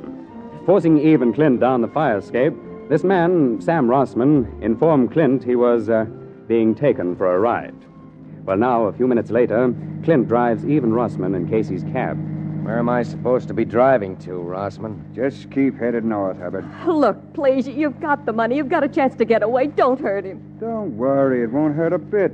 That's swell. Then when it's over, you and I are going to have a little talk, Miss Nolan, about what happens to you. But I tell you... Camp 34? What's that? Camp 34. Clint, this is Casey. Casey! Clint, if you can hear me, come in. Look, what is that? It's the two-way radio. All our cabs have it. Clint, can you hear me? I looked all over the hotel for you. Oh, if we could Turn it off. Then I discovered my camp was gone, so I came here to the dispatcher's office. Said turn that thing off. Okay. Clint, if you can hear.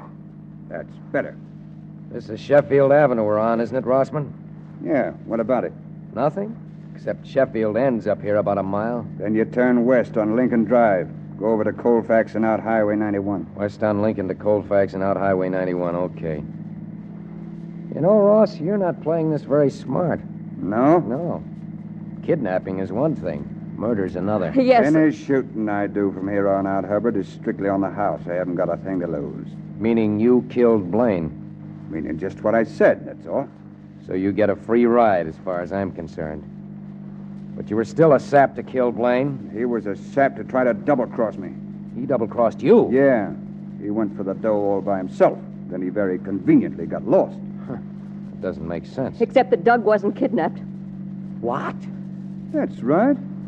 How'd you know? From the ransom note. I recognized the type. Go on. That note was written on my typewriter at the Brain House.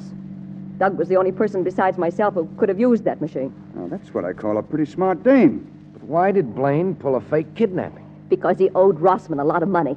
Money he'd lost gambling. He couldn't get the money from his uncle any other way. But if you knew all this, why didn't you tell the police? Because I didn't want Doug's uncle to know. Old Mr. Blaine worshipped him. If he'd found out what Doug had done, it would have killed him. What do you think it's doing to me? Here's Lincoln Drive. Turn west. I know. Is that why you turned the gun on me at the hotel, Miss Nolan, instead of on Rossman? Yes. And you'd rather let Rossman get away than have Blaine's uncle know the truth, huh? Go on. Tell him. Yes. That's why I waited to see who picked up the money at the depot, after Doug's uncle had left it there according to instructions. And then? I hoped I could get the money back, find Doug, and persuade him to give up his crazy idea. That's also why you went to the house on Highland Drive after you found out where I was taking the suitcase. It is, but... Where were you, Rossman? Well, if you really want to know, I followed you to the depot. I needed somebody else to pick up that bag in case of a trap. Uh-huh. Well, I didn't count on the dame here hijacking you. And just as I got back to the house, I saw her breeze out with the suitcase, so I trailed her to the hotel. We're at Colfax Avenue now. Okay. Head for Highway 91. I know a quiet spot where we won't be disturbed. Rossman, you can't get away with this. Why not? Hubbard won't talk. But I will.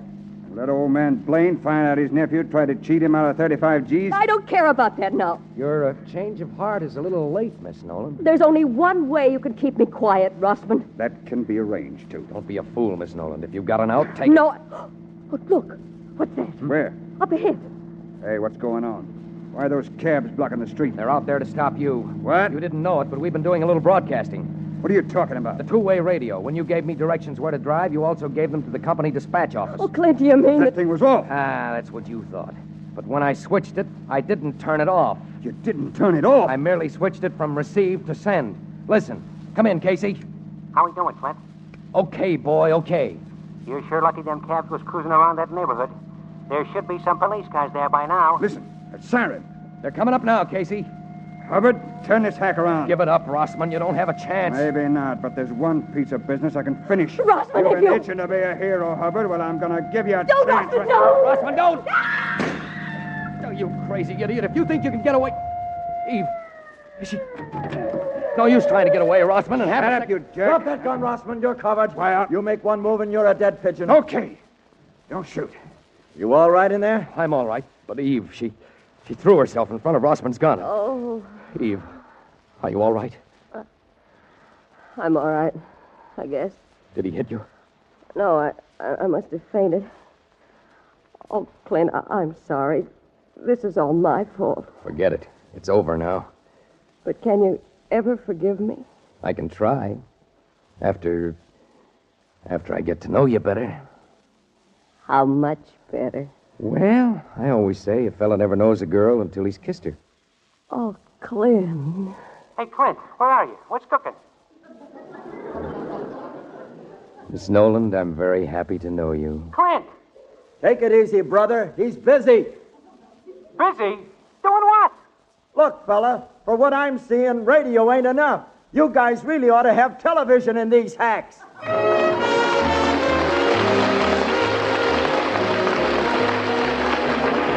The curtain falls on the last act of another Curtain Time play brought to you by the makers of Snickers.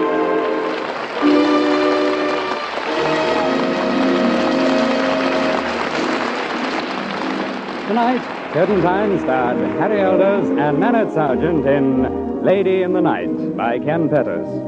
The supporting players were Maurice Copeland, George Caesar, and Norman Gottschalk. The Curtain Time Orchestra is conducted by Bert Faber, and the entire production is directed by Harry Holcomb.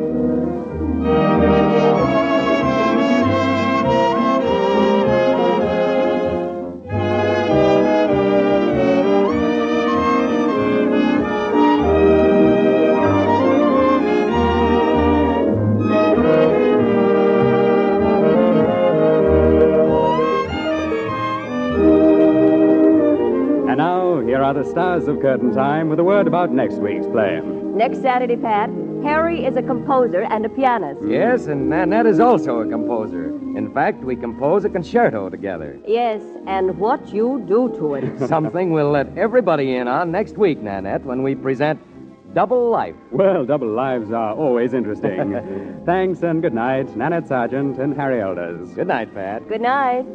Now I'll join this gay theater crowd as it leaves the Merchandise Mart. Many on their way to the glamorous after-theater spots here in Chicago. Until next week, then, this is Patrick Allen reminding you of your date every Saturday, same time, same station, when the makers of Snickers present Curtain Time!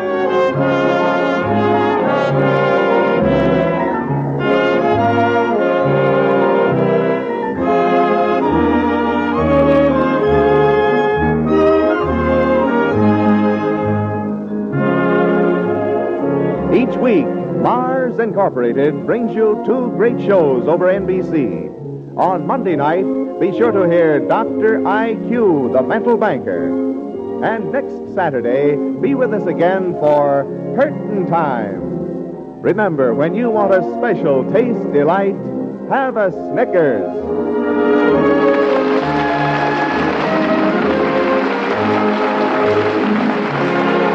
This is NBC, the National Broadcasting Company. Mars Incorporated, makers of America's most enjoyable candy bars, presents Curtain Time!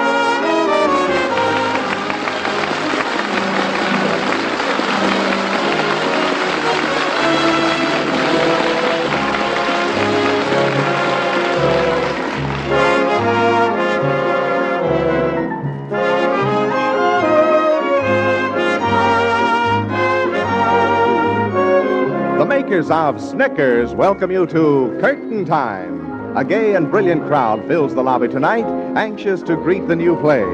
And here in time for the first act is the well-known man about town, your host, Patrick Allen. Good evening. Well, Mr. Allen, I understand tonight's play has to do with advertising. Yes, John. It's also an amusing comedy romance. But there's the overture, so we'd better hurry inside the theater for tonight's production of Curtain Time. Tickets, please. Thank you, sir.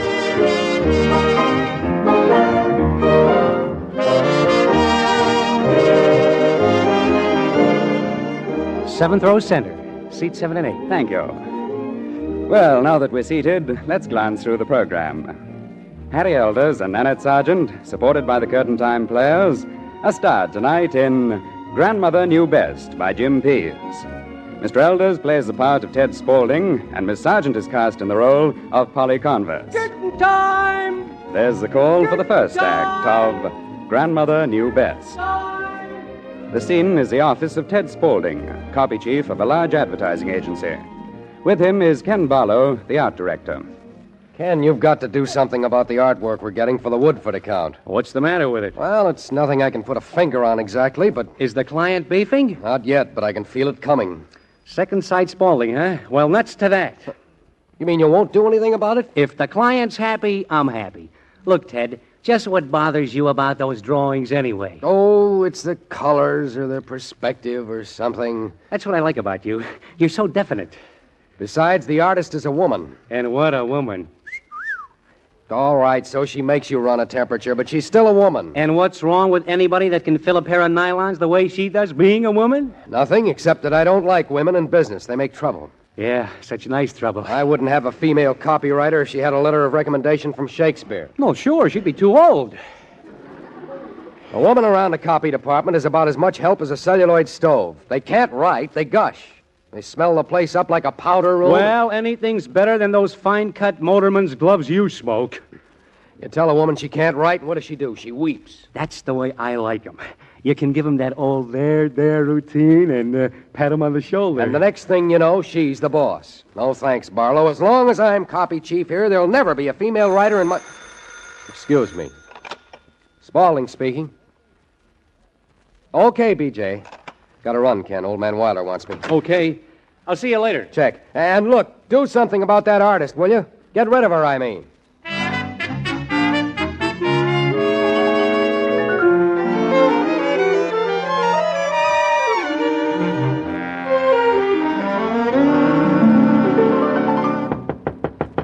Come in. Ah, Ted, come in, my boy, come in. Okay. Ted, I want you to meet Polly Converse. Polly, this is Ted Spaulding, our copy chief. How do you do? Hello. You'll be glad to know Polly is joining us, Ted. I will.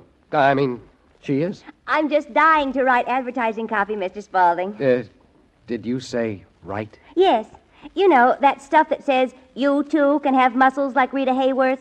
I've told Polly she'll be working with the best copy chief in the business, Ted. Now, look, I don't want to seem uncooperative. Oh, I know I won't be much good at first, but it isn't as if I can't write at all. I wrote a poem once. Oh, suffering salamander. She wrote a poem. Really very good, too, Ted. Oh, why do these things have to happen to me? I've been good to my mother. I eat my Wheaties every morning. What's my reward? She wrote a poem. Now, just a minute, Spaulding. B.J., burn me at the stake. Send me to Congress, but don't ask me to take on a woman copywriter.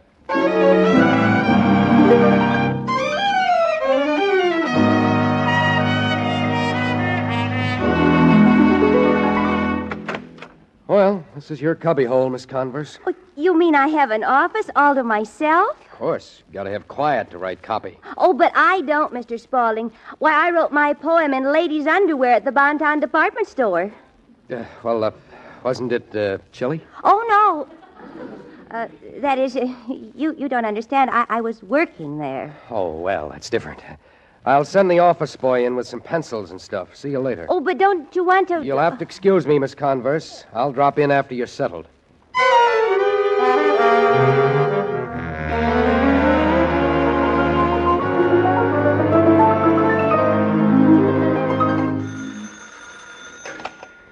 Barlow? This is Ted, Ken. What's the idea of changing these Conway ketchup layouts? Oh, Polly thought of a couple of things and... Polly!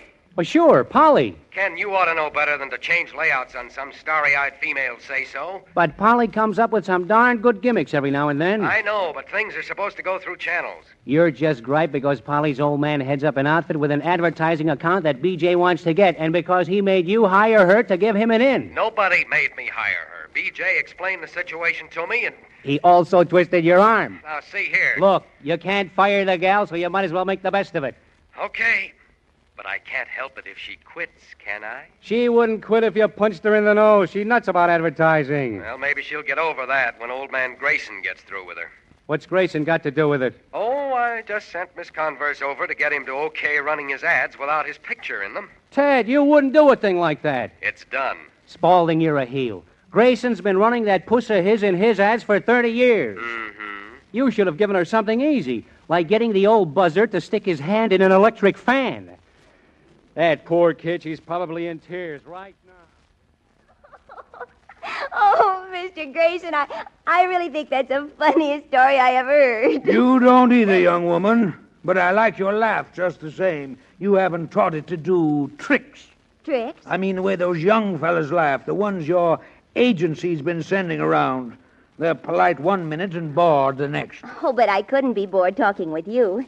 Not after you said you liked my poem.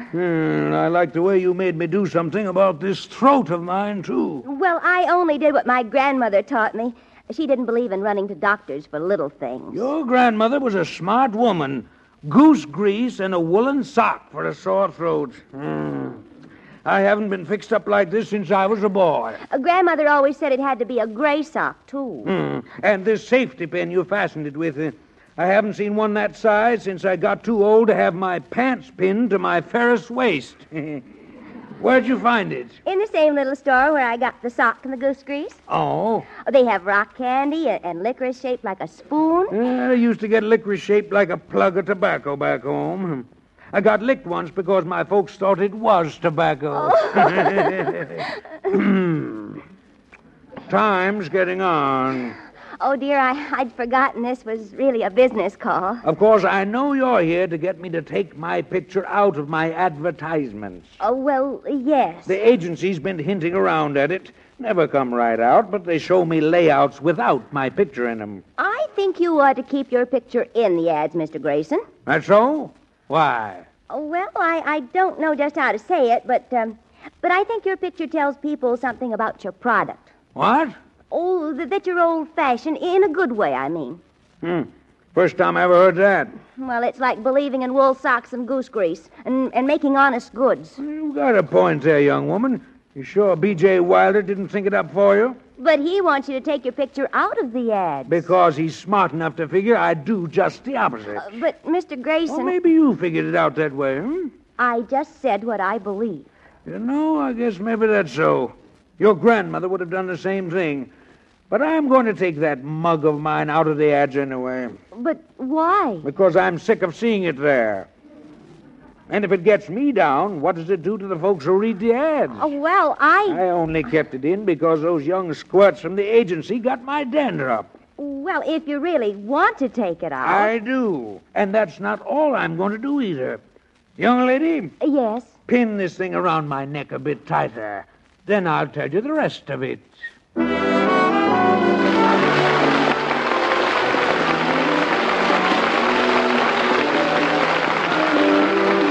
The curtain falls on the first act of tonight's Curtain Time play, starring Harry Elders and Annette Sargent.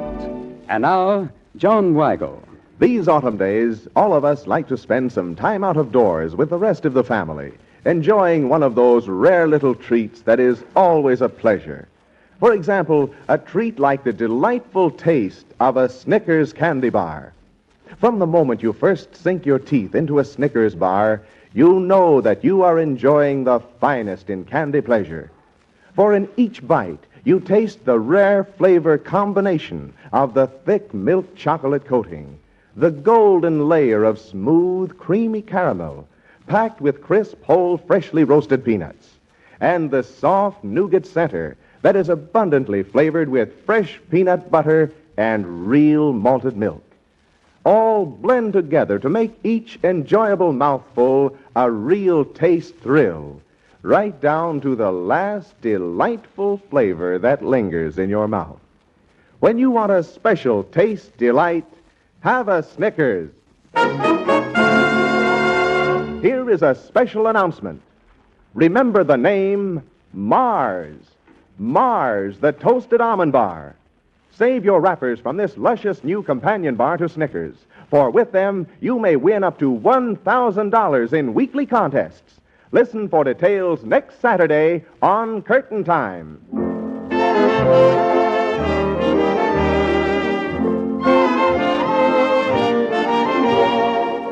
Curtain time! There's the call for the second act of Grandmother Knew Best, brought to you by the makers of Snickers. Ted Spaulding, copy chief of an advertising agency, was forced to hire Polly Converse against his will. And so, in the hope she had quit, he sent her over to get Old Man Grayson, a very tough client, to take his picture out of his advertisements. Others had tried this and failed, but Polly didn't. Well, it's now later the same day. Polly is telling Ted and Ken Barlow what happened. So, after I fixed the sock with the goose grease on it around his neck... You mean you actually... I did. Ted, this is for the book. The great Hiram Grayson with a sock full of goose grease around his neck. It was a gray sock. Gray. Why gray? Because my grandmother always said gray ones are best, except for Quincy. What did she use for Quincy? Pink? No, kerosene on a lump of sugar. Holy cats, kerosene. All you'd need to get lit would be a match.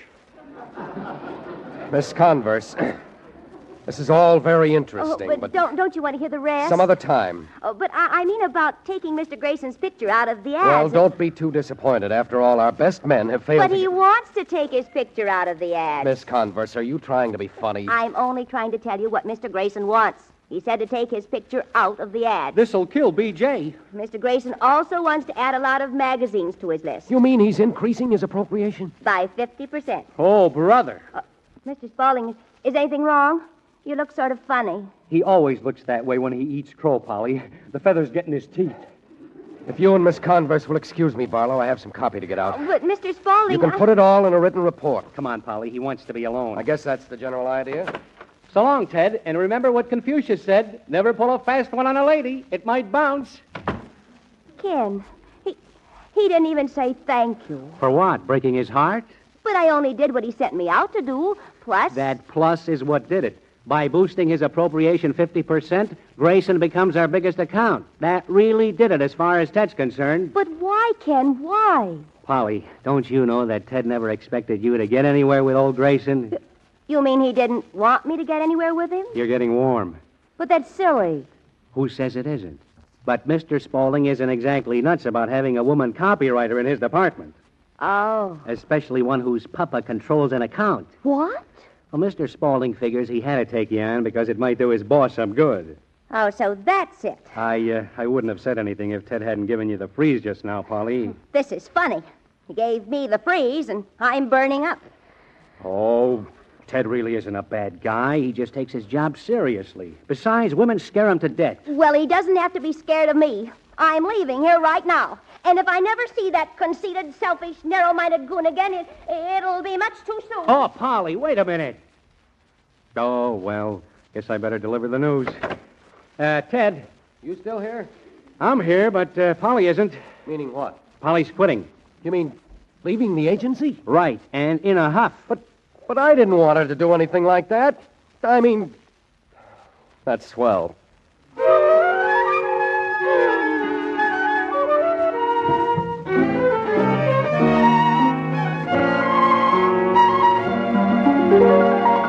Wilder, do you mean to tell me you let that young woman leave the agency? What could I do, Mr. Grayson? She wanted to quit. And You could have given her a partnership or bought her a mink coat. That girl's got more brains than all your outfit put together. Well, now, I wouldn't say that. But I would. Here I get to thinking about licorice shaped like a spoon. What? Shaped like a what? And nobody can find a place that sells it. Wilder, you get that young woman back here, or else. Or, else? Or else I'll turn my account over to Bailey, Benson, Beagle, and Pratt. Oh, no. Yes. And I'll give you just 1 week.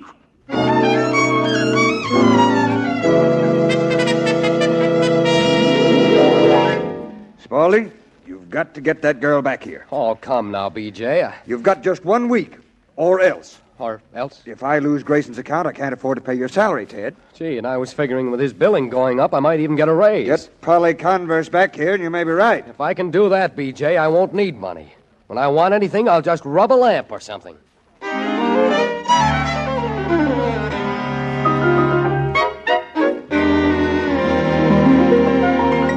And all you have to do is get Polly to come back to work here, huh? That's all, Ken. Well, it's been swell working with you. Hey, you mean you're quitting? Yep. As the lollipop said to the little boy, I know when I'm licked. Oh. Oh, Ted, there must be some way you can... Hey, I think I know how. Look, I don't want the FBI on my neck. What I'm thinking of goes around your neck. Listen, I'll tell you all about it.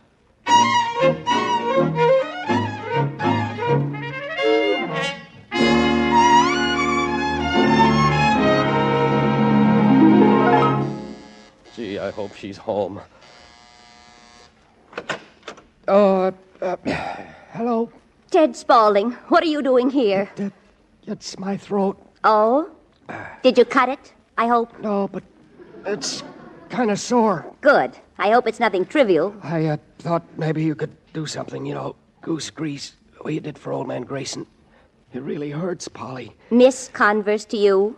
Look, I don't blame you for being mad, but I feel awful. Why don't you see a doctor? Well, I don't know any. Oh? This is the first time I've been sick since I left home. Which just shows that you should have stayed there. Please, I'm losing my voice. Oh, all right. Come on in. Thanks. Thanks. Sit down. Thanks. Now open your mouth. Say ah. Ah. Oh, Looks pretty bad. It does? This might be something serious. I told you it hurt pretty bad. But I think I can fix it. Only I'll have to go to a certain store to get some things. Like goose grease and a wool sock? Oh, you're too far gone for them. Too far gone? Don't worry. My grandmother told me what to do for this. She did? You lie down on the Davenport over there, and I'll run out to the store. I'll be back in a jiffy.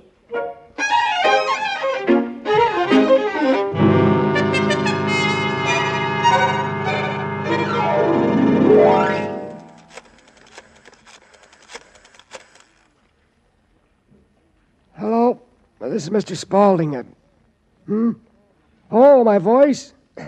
Just had a frog in my throat. Let me talk to Mr. Barlow. Oh, Ken? Sure, it worked.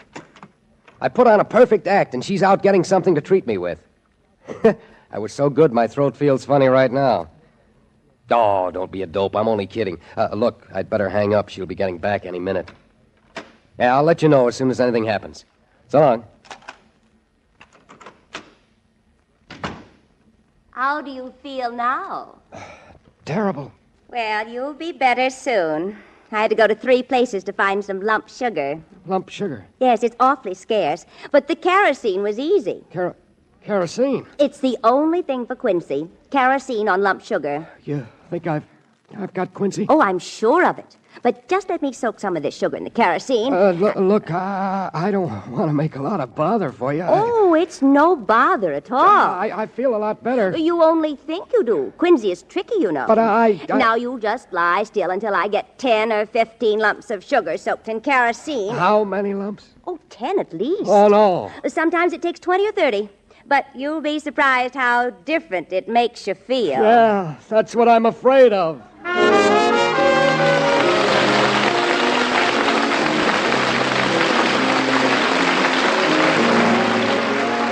Before we bring you the third act of tonight's Curtain Time play, starring Harry Elders and Nanette Sargent, here is John Weigel.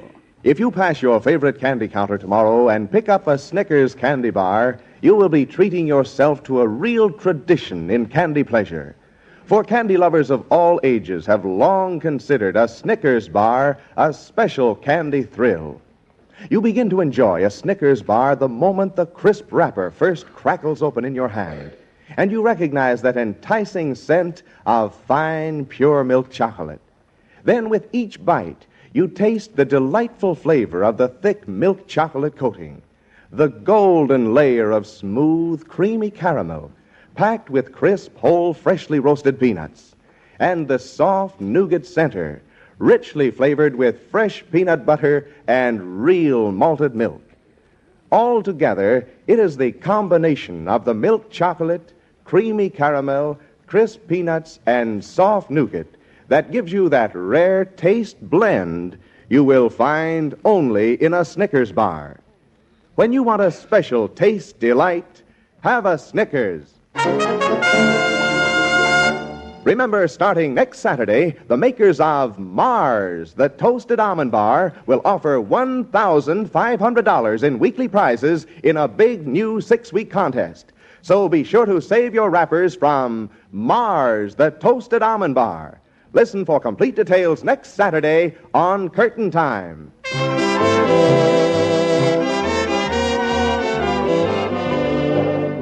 Curtain Time! There's the call for the third act of Grandmother Knew Best, brought to you by the makers of Snickers.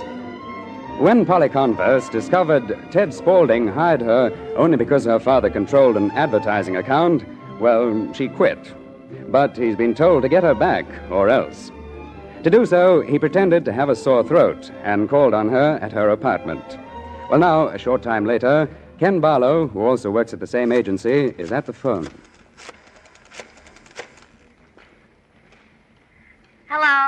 Polly, this is Ken Barlow. Is Ted Spaulding there? Yes.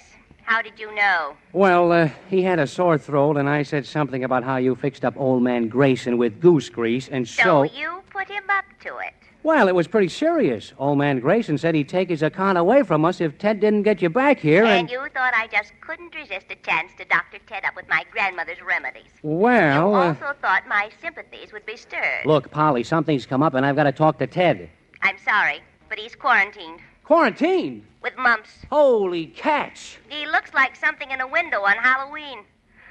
Oh, Kenny, he's really sick, and it's partly my fault. Your fault? I had a hunch he came here as a gag, and I went out and got some lump sugar and kerosene. Oh, brother. And then I came back while he was talking to you on the phone about the fast one he was pulling on me. Uh-oh. And that made me so mad, I gave him a whole lot of sugar and kerosene. Good grief. He got awfully feverish, and I was so scared I called a doctor, and now he's under quarantine. That's just dandy. BJ is tearing his hair because he's got a chance to solicit a big account and... Oh, dear. Listen, Polly, can you talk to him? Oh, through the door. He has a nurse. And... All right. Tell him the account is Barton's Hair Tonic, $1.5 million a year. If he can do 10 ads, we'll be in, and Grayson can go fly a kite. You mean if you get the Barton account, Ted won't have to get me to come back to the agency? Well, I didn't mean that exactly, but... But that's it, just the same. Oh, all right, I'll tell him. Swell. But maybe the nurse won't let me have anything he touches because of the quarantine.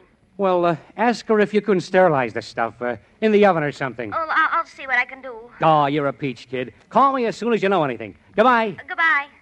Well, BJ, you heard my end of it. You think she'll cooperate? I told you she loves the guy, didn't I? Sure, but I don't see why she should. Well, she's a woman, isn't she? And Ted's a man. Barlow, I've been married 3 times, and I still don't understand women.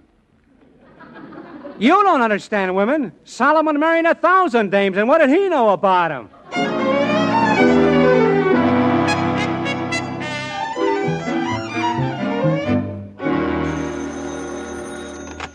Barlow speaking. He did, Polly? Wonderful. Okay, we'll be waiting for you. Ted did it, BJ. Great.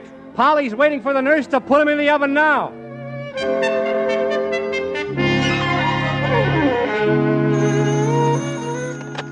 Barlow speaking. Oh, no, Polly. But did you tell Ted? Holy cats, we'll get the doc. Do anything, anything. How do you like that? What? The oven got too hot and the copy caught fire. Holy smoke. What's more, the nurse gave Ted a hypo after he finished the copy, and he's making Rip Van Winkle look like an insomniac.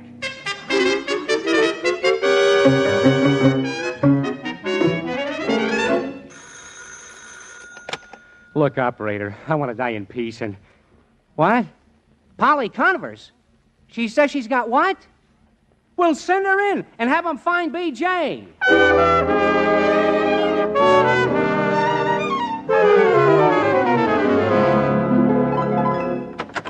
Hi, Ken. Ted, you're back. Well, most of me. Gosh, it's swell to see you. BJ will kiss you. What for? I fell down on getting Polly back, and with the nurse burning up that Barton copy. Sure, but with that second batch of ads you wrote getting us the Barton account... What second batch of ads? The ones Polly brought in. The ones Polly... Here, I got the proofs right here. Take a look. They worked out like $1 million. Polly brought these in? Sure. And, brother, that is advertising copy. But, Ken, Ken, have you got the proofs of the... Oh. Hello, Polly. I was just showing Ted the... Polly, you're back. Yes. And old man Grayson's purring like a cat full of milk. Polly, you know that sore throat I was supposed to have was just a gag to get you back here, don't you? Of course. You're not a very good actor. And not only is Grayson staying with the agency, You mean you knew that, Polly, and you came back? Yes. Look, if you two don't mind, I'm going somewhere and see if I can finish a sentence. You going to stay now, Polly, with me back? Oh, well, You'll have to stay to write the Barton copy. You wrote the ads that got the account. But everyone thinks you wrote them. I told Ken and BJ that the doctor did something to counteract that hypo the nurse gave you. But I slept for 2 days after I wrote those ads. Just the same, the Barton people think you wrote their copy. If they hear it was done by a woman instead of you, why they'll... You mean they think the way I used to, that women can't write copy? Yes, and I don't want BJ to lose the account. There's no danger of that, so long as you're here to write more ads. Well, I could write them, and you could copy them. Now, look, I'm not that kind of a guy. No, I guess you aren't. Besides, I'd be a chump to get into a spot where you could expose me anytime you wanted to. Ted Spaulding, if you think I go in for blackmail... I think you're wonderful, Polly. Oh? I also know how to keep you quiet. You do? The law says a wife can't testify against her husband. Really? Mm-hmm. Want to check with a lawyer? Ted, remember I told you that my grandmother didn't believe in running to doctors about little things you can attend to yourself? Sure, but... Grandmother felt the same way about lawyers, darling.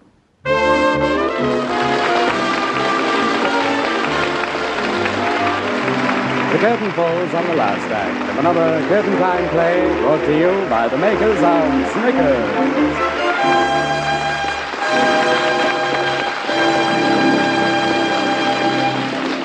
And now, here are the stars of Curtain Time with a word about next week's play. Well, first, Pat, let me say that because daylight time ends in some areas tomorrow, some of our listeners may hear Curtain Time at a different hour beginning next week. Yes, and for that reason, we suggest that everybody check the radio column of his local newspaper for the exact time. And now, Pat, about next week's play. It's a romantic comedy. And it's called Part-Time Husband. Which sounds quite intriguing. Thanks and good night, Nanette Sargent and Harry Elders. Good night, Pat. Good night. Now I'll join this gay theater crowd as it leaves the Merchandise Mart, many on their way to the exciting after-theater spots here in Chicago. Until next week, then, this is Patrick Allen reminding you of your date every Saturday when the makers of Snickers present Curtain Time!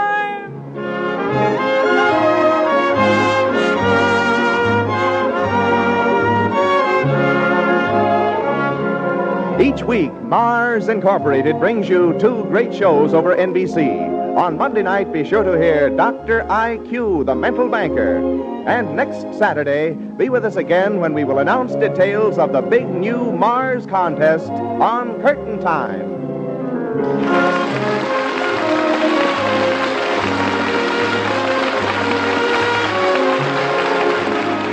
This is NBC, the National Broadcasting Company.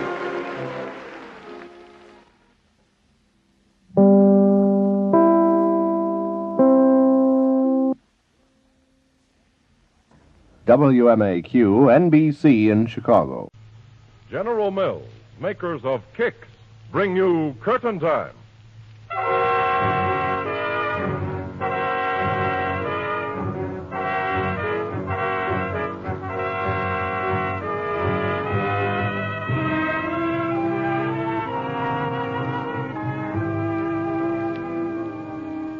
Once again, it's Curtain Time.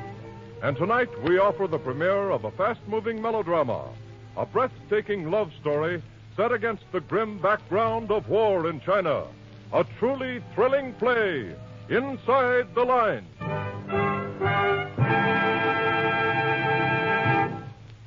On stage, please. On stage. Wanting the first act.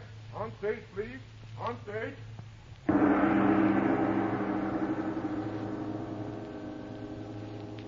Standing room only again tonight. The stage is set, and once more we're ready for that magic moment in the theater, Curtain Time. Remember, this play is presented for your entertainment by General Mills, makers of America's brand new cereal sensation, Kix, K-I-X.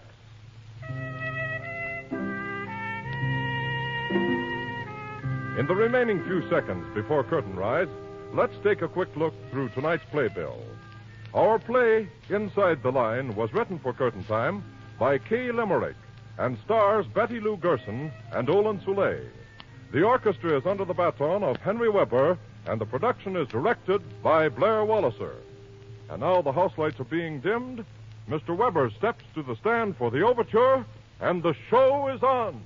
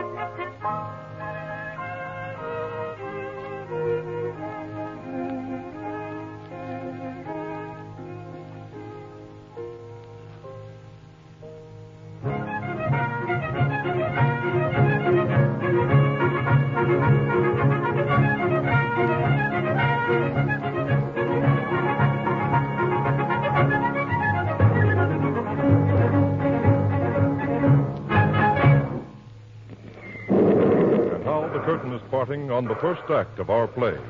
The scene, a Chinese village. Shells bursting, airplanes zooming overhead, machine gun bullets ripping down a narrow street. Around the corner comes an American, a war correspondent. He scrambles desperately for shelter. Creatures. Nothing. This big mission compound. Love note from the Japanese. Tell the postman not to ring twice till I get under cover, you lugs. Thanks too much. Drop in for tea sometime. Maybe I can have some choice ground glass and sugar.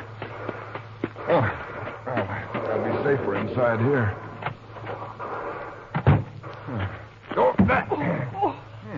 Sniper, huh? Got you first, old boy. No, me no sniper. No understand. Good Lord, a woman.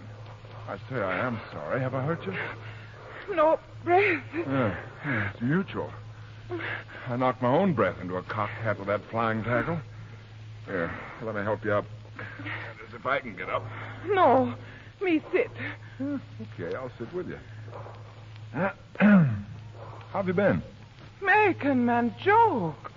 Not joke. Oh. Well, American man will weep if it'll help any, Lotus. I cry beautifully in A flat or the key of G. You just name your poison. Oh, American man shell shock.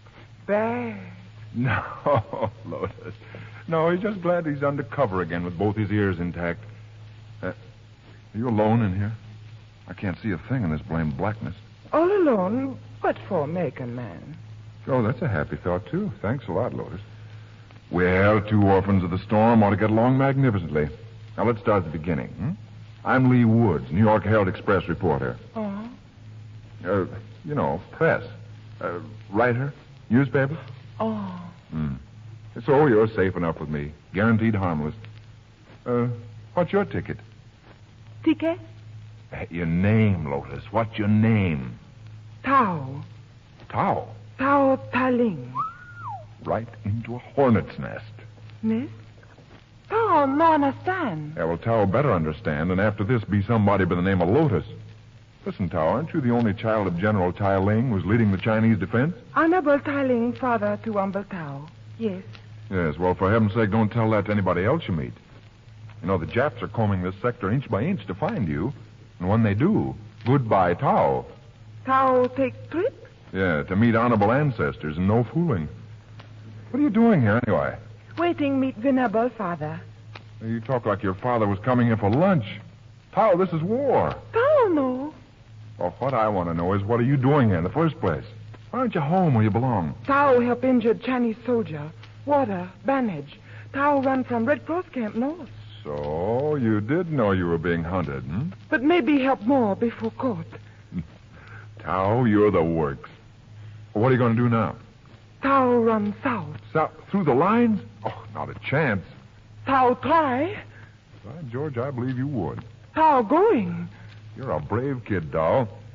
I like your spirit, and I'm going to help you. I'll be cutting my own neck, and it won't be worth anything after this mess is over anyway, likely.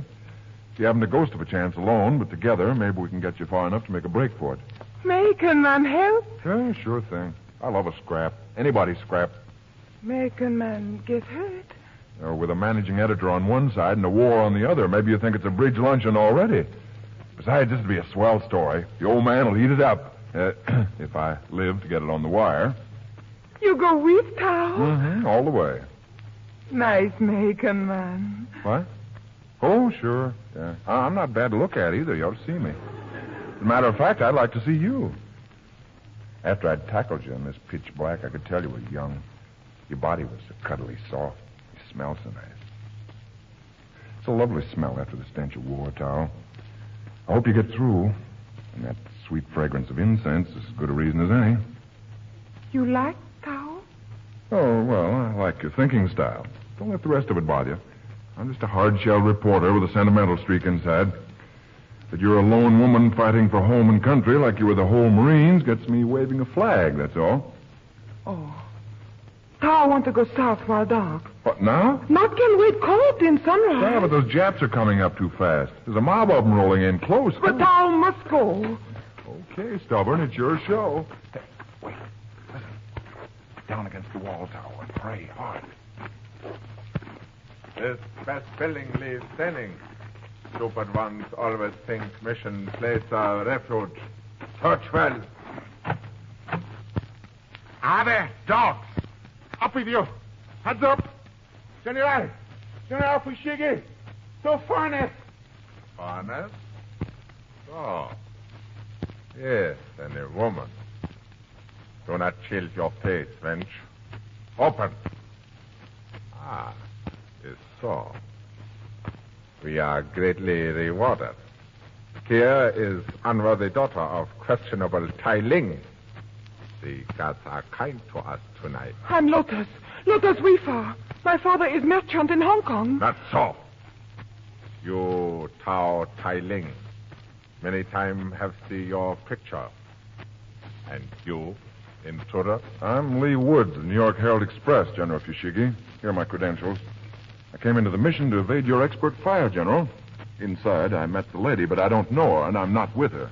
So? We shall see. Newspaper men know is very serious offense to help enemy. Until your case is proved, I shall have to hold you prisoners. Take them away, Wang. Put them in chains.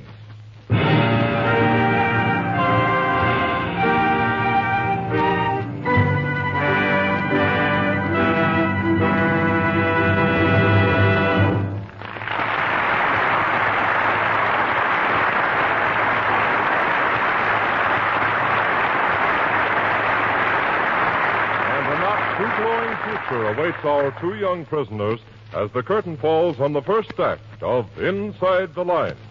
Tonight's production on Curtain Time. Say, how'd you like to have something new for breakfast? Something different from anything you ever had before in your life? Well, here it is at last. General Mills, the leading cereal millers of the world, have just perfected a new breakfast food called Kix. K-I-X. And it's just as new as it could possibly be. Now, there's a mighty good reason why Kix is new. Some time ago, the experts up at General Mills got together and deliberately set out to see if they couldn't develop for you something new, something absolutely different in the way of a breakfast food that would really give you a new thrill for breakfast. That was their sole purpose, to create something better, something utterly new. And believe you me, they certainly seem to have found it. Why, Kix doesn't even look like any other cereal. You see, instead of making corn into the usual flat flakes, the millers took it and blew it into golden, appetizing bubbles. These crisp, tempting bubbles have an appealing taste, we think, that no corn cereal ever had before. They stay so much crisper in milk or cream, too. Crisper, in fact, than any ordinary flat flake cereal on the market. Yes, Kix really is different in every respect. Different to look at, different to taste, different even in nourishment. Because we have added 4 valuable food elements to this new breakfast food that, so far as we know, you won't find combined in any other well-known corn cereal. So don't wait. Ask your grocer for a package of Kix tomorrow morning. It's Kix. K-I-X, Kix.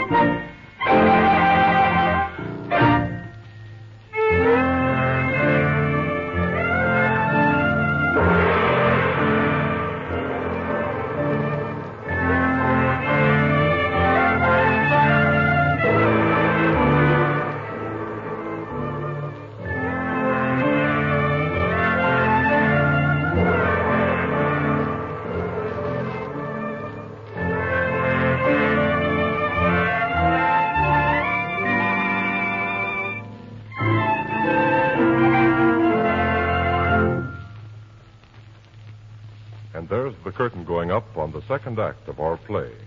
The scene, a bare little room where Lee and Tao are imprisoned. Lee is impatiently trying to awaken his cellmate. Hey, for gosh sakes, wake up, Lotus. I want to talk to you before we get separated. Wake up. Oh, how can you sleep with all doom hanging over your head? It's like a woman. Oh, where... Oh, Macon, man. Yeah, American man. Now, listen, Tao, let's set a couple of points while we have the chance, will you? I have an idea we won't be together very long. Now, talk to American man, please. Thank you. What? What's the matter with you? American man say go south with Tao. The American man run away like rabbit. No, Tao, you don't understand. You see, if they think I'm for you, we're both in the soup. But if I get free, then maybe I can help you from the outside. They're not going to let you go so easily, you know. They'll hold you as hostage. Me stay. You're darn right you'll stay. Stay forever if I know that father of yours. Anytime his daughter's more to him than his country, I'll buy rice for all of China. And they won't just ask ransom, Tao. They'll crack an army whip over him to play ball their way, or you'll be killed. I'm but servant, only die once for most adored father.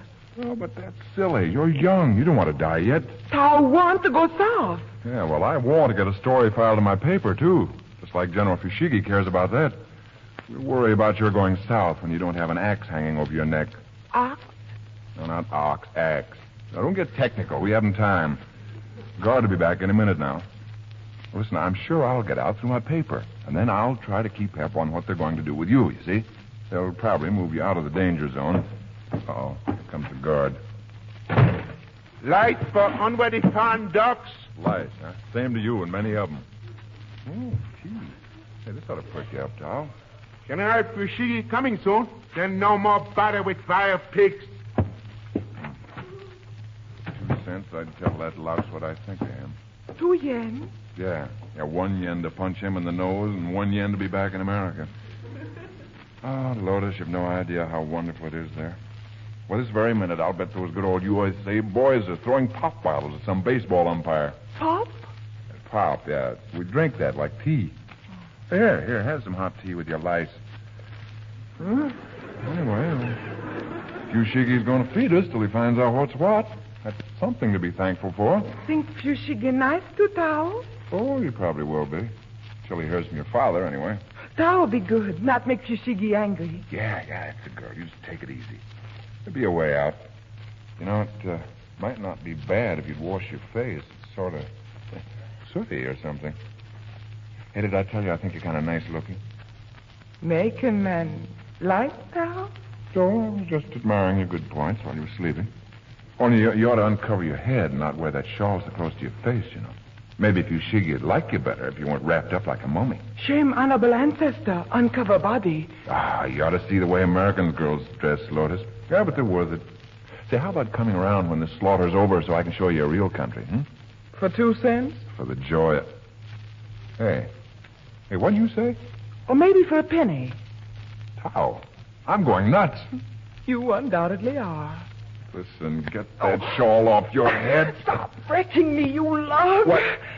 Why, you're not Tao. Well, of course not, silly, but you needn't shout it to the world. Well, who the dickens are you? Penny Hermes, and get your voice down, Wacky. Penny Hermes? Not the Penny Hermes. Penelope Hermes, good old USA. Daughter of Penfield Hermes, who owns 30 newspapers and 10 radio stations, and who often regrets having such a daughter. Oh, what have I done to deserve this? Well, you ungallant heel. But, Penny, you don't understand. Oh, don't ever think I don't.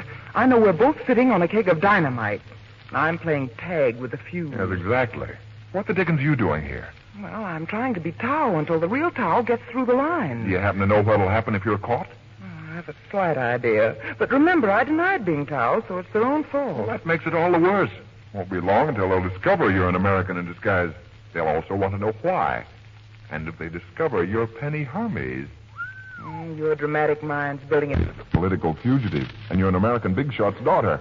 Why, that practically puts us right in the middle of an international complication. Holy snakes, I never thought of that. Wow. All I thought of was poor hunted Tao sticking it out in that Red Cross camp until she had to run. It was my idea. I thought we might confuse them long enough for her to get through. Well, you do know the real Tao, then? No, of course. I met her first in Washington a few years ago. Well, she's too fine a person to get stuck on a bayonet end. Any little thing I could do. Didn't seem like anything. Yeah, but now that Fushiggi's caught you... I'll stick it out as Lotus Weefar, the merchant's daughter, as long as I can. By then, maybe something will break. Doggone it, you do look Chinese somehow. That's what's the matter with my face. It's makeup. If I have to wash, I'm sunk. Yeah, well, I'll pray it doesn't rain. Well, now, what do you want me to do? Just like you could do anything. Listen, I'll be out of here in a few hours. I'm sure of it. They won't dare hold me. They have enough trouble without encouraging active foreign ill will. Well, you might worry my father, but don't tell him the truth. Just tell him I'm all right. Yeah, but what... General Fushigi wished to see evil ducks. Guess we're in for it. Keep your chin up, Maybe your father will come through and they won't have to stick you before a firing squad towel. Make and man make joke. Rub it in, you lug. General Fushigi find Lotus know many interesting things about army. General Fushigi, listen, maybe yes? You trade troop tickets for life? But yes, Lotus want to keep life within miserable body. General Fushigi listen to reason. Boy, I hope he doesn't listen to you. I feel the fuse is being lit. Listen for the boom, dear. Maybe it'll make you think of 4th of July back home.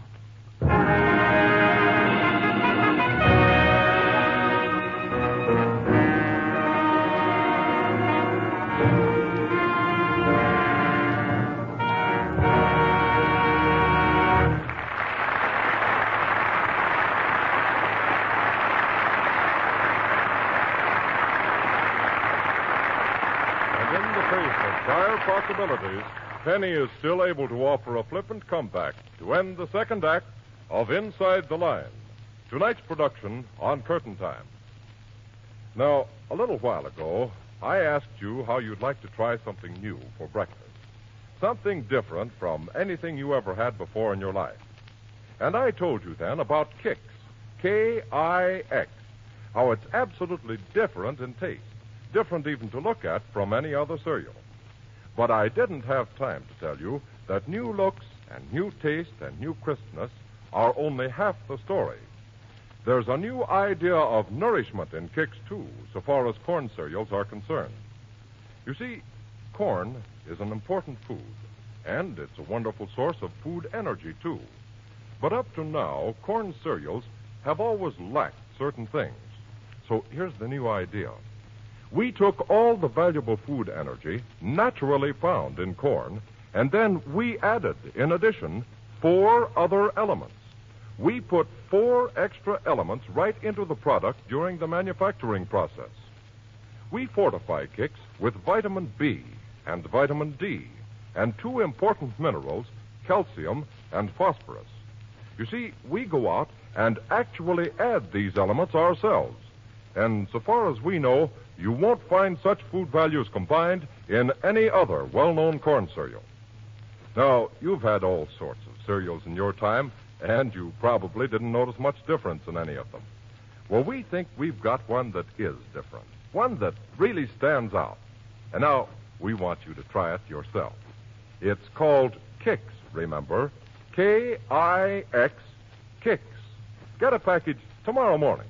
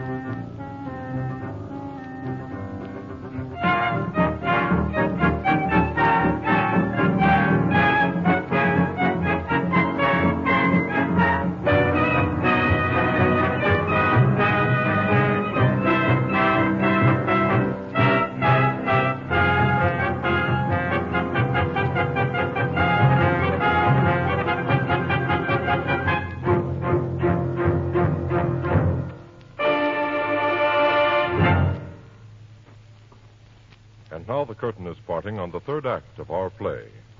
It is 2 days later, and Lee is waiting with Mr. Penfield Hermes, American business tycoon and Penny's father, outside General Fushigi's headquarters.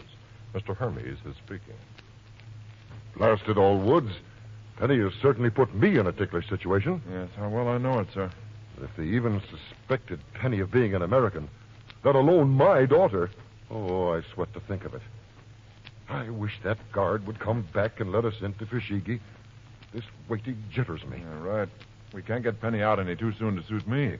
Well, not that I doubt her ability to get by. I have a very healthy respect for any girl who'll carry on like I saw her do. Bosh! If she'd carry on with a baby carriage, it'd be more to my liking. This thing of young women traipsing around, getting into jams, well, it doesn't go with my blood anymore. Oh, but you let her. Let her? Huh. Don't be so naive. Try and stop her. General Fushigi, see you now. This way, please. Well, it's about time I'm glad to get out of it. The Americans, General Fushigi. Ah, yes, the Honorable Mr. Hermes and our young news friend. Greetings again, and a very gracious welcome to our humble place. Will you be seated, gentlemen? Thank you, General. We are honored by your hospitality. I trust I may speak freely on a matter which concerns us both, unofficially and as a friend. Surely. Speak at will. Mr. Woods has reported that you're holding Tao Tai Ling as, shall I say, hostage? That is right. Now, General, I don't question your ability as a militarist, but do you realize what far-reaching effects holding Tao might have upon your campaign? I think you concern yourself unduly, Mr. Hermes. If you'll forgive my boldness, General, this holding of General Tai Ling's daughter impresses me as being poor strategy. Explain, please. It can be used as such strong propaganda against you. Now, if the men of two nations go to war, we'll let them. But when the women are violated, every country rises in indignation. But I am not violating Tao Tai Ling. Her father's your strongest enemy. Who will believe that you hold her sacred? Why, they'll build it as an outrage against good morals. And then what'll you have? I see the difficulties, but I am already holding her. Also, I should have to commit harikari to atone for surrendering such a hold over General Tai Ling. And then, of what use would I be to my country? Well, pardon my intruding, General, but in the end, you'll either have to release her, thereby publicly admitting your faux pas, or else kill her. I needn't tell you the latter would bring the resentment of the whole civilized world down on your shoulders. You speak words of deepest wisdom. I will release her to her father immediately. I think... What is meaning of this? General, an American bites cats like devil. Not Tai Ling, but American. What is so? Bring her to General Fushigi. I told you I wasn't Tao, but no, I had to sit in your cockroachy old house for 2 days like a tied beast. Explain this, Corporal. I go for life, General, and she not have time to get shawl on. Look at her hair. Disgraceful. The disgrace the way you pen people up. Hello. Hello. What has Honorable Mr. Hermes to say about this? Why? Not a thing, not a thing. This takes it out of my hands, General. My interest is only in world peace. It really can't, I can't really be concerned about every young woman who runs loose in wartime. But she is in disguise. American spy, perhaps? That isn't my business either. I'm sure she isn't representing the United States. I'm not in disguise. These were all the clothes I could find after the hotel was bombed. Well, good day, General. Sorry to have troubled you. So long, General. I'll drop by later. Thank you, gentlemen, for your interest. But what I do with this girl? She's your prisoner, General. Woods and I are deaf and dumb if we never hear of her again. But she is an American. Certainly. Do you know who I am? I'm Penfield Hermes' daughter. Oh, that's rich. Don't let her pull your leg like that, General. Why, do you think Penfield Hermes' daughter would be in the midst of war in China? She's probably lunching at the Ritz right this very moment. Mr. Hermes, is this girl your daughter? Certainly not. She probably knows me from seeing my picture in the papers. Do as you please with her. I'm not a nursemaid for every flighty female our country raises. Good day, General. Wait, take her along. You Americans are so unpredictable. She would be more trouble than tall Tai Ling. I don't want to be responsible for her, General. No, I. Take her out and turn her loose. Well, I'll see that she gets out of the war zone if you'll give me a pass, General Fushigi. Most gladly. Here. Thank you. And now, gentlemen, I must return to my council meeting. Good day, General. Yeah, thanks, General, for a very good story. Come along, Lotus. You. The next time you want to impersonate somebody, don't pick a military refugee. I mean, Dad. Good morning, Penny. Peace is in the morning shrine garden, or something, as the Mikado says. You would have let me stay there. Oh, I'm learning from the Orientals. They handle their women that way, it seems. Well, you'll not handle me that way. Oh, you're Lee's worry now, not mine. Well, I'm off for our office in Shanghai, if we've got one left. Ah, Dad. Dad, I'm sorry. Well, I guess it was a pretty tough lesson, wasn't it? Your old man still loves you. But don't let it happen again. She won't. We're going back to New York. What? Sure, on a honeymoon. Didn't I promise to show you the town? But not... I mean... Oh, well, I haven't gone into the details yet, but as soon as I get time, I'll tell you I love you. Dirty face and all. Why, you... Prunes? All right. Prune. Here. You're corrupting the Chinese. Nonsense. This is a good old American custom.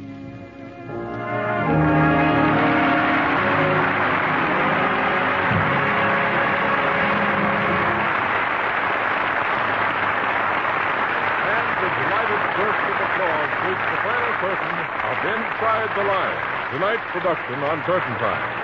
Starred in the play were Betty Lou Gerson as Penny, Olin Soule as Lee, Norman Gottschalk as the General, Burr Lee playing the role of Mr. Hermes, and Lou Herman as the guard. And now a curtain call for the whole cast.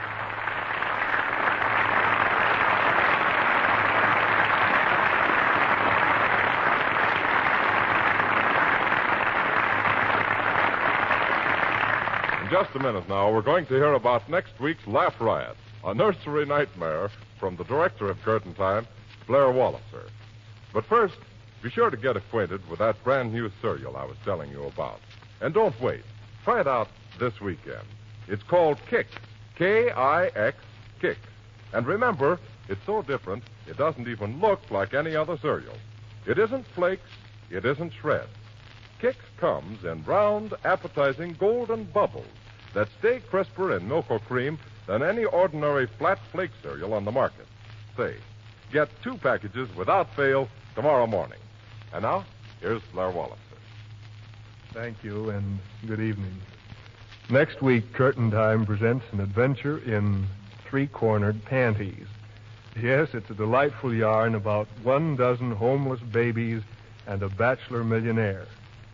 You see, Jonathan Jones had $7 million, and he loved children. But when he got into a nursery, he was just another babe in arms. And this is a riotous comedy that proves the safety pin is here to stay. Papa Jonathan by Arch Obler, next Friday night on Curtain Time.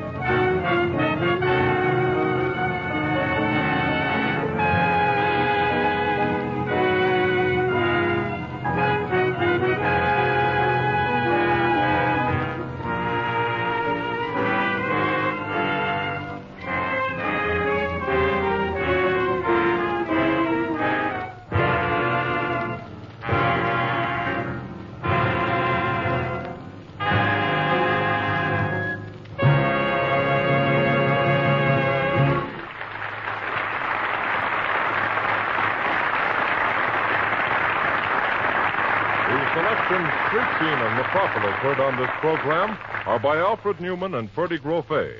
Another production of Curtain Time will be brought to you next Friday night at this same time by General Mills, makers of Kicks. Be sure to listen. Don Gordon speaking. This is the Mutual Broadcasting System. General Mills, makers of Corn Kicks, bring you Curtain Time.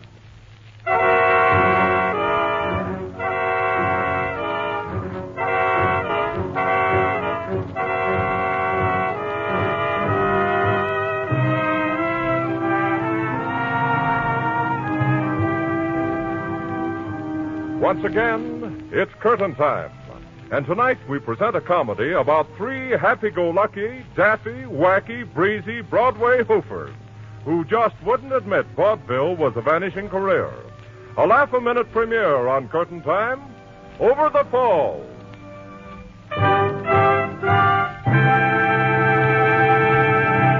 On stage, please. On stage. Warning for first act. On stage, please. On stage.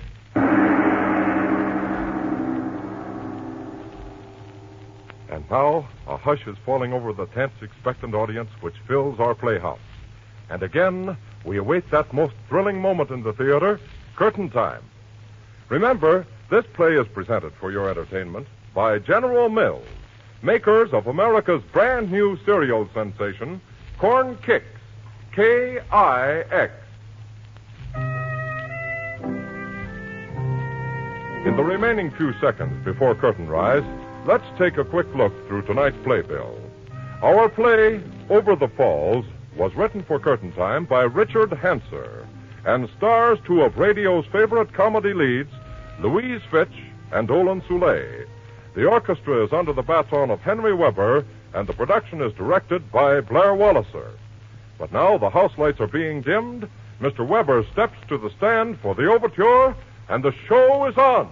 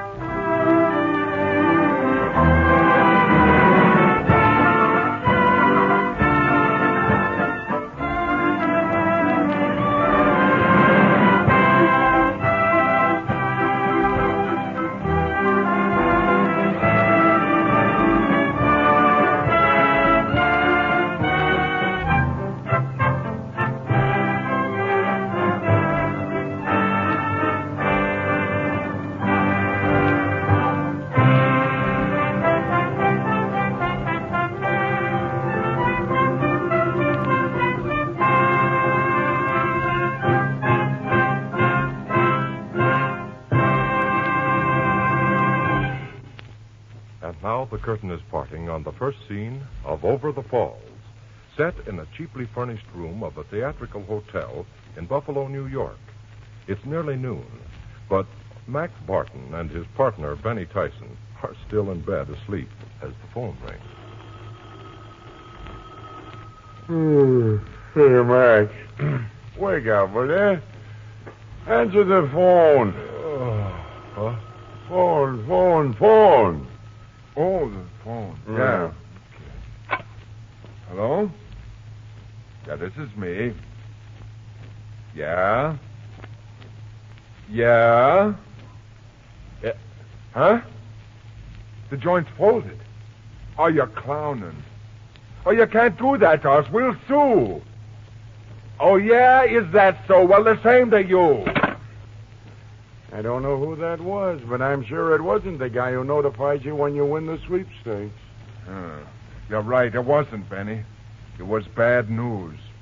That nightclub we were supposed to open in tonight has been closed by the cops. You mean we're at liberty? Yeah, at liberty is right. Well, that's what our forefathers fought for, liberty. Now we've got plenty of it. Yeah. Our first job in 6 months, and they pull it right out from under us. We'll probably starve. Yeah. Patrick Henry with a new twist. Liberty and death. You kill me with those comical cracks. Here we are with no dough and no prospects, and you make jokes. Okay, Mac, okay. Well, we might as well break the news to Beebe and then decide what we're going to do. Yeah, I guess so. Hello?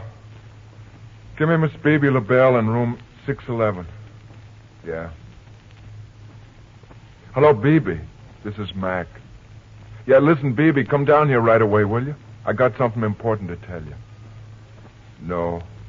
No, Beebe, don't bring your dancing shoes. No, we're not going to rehearse. Goodbye.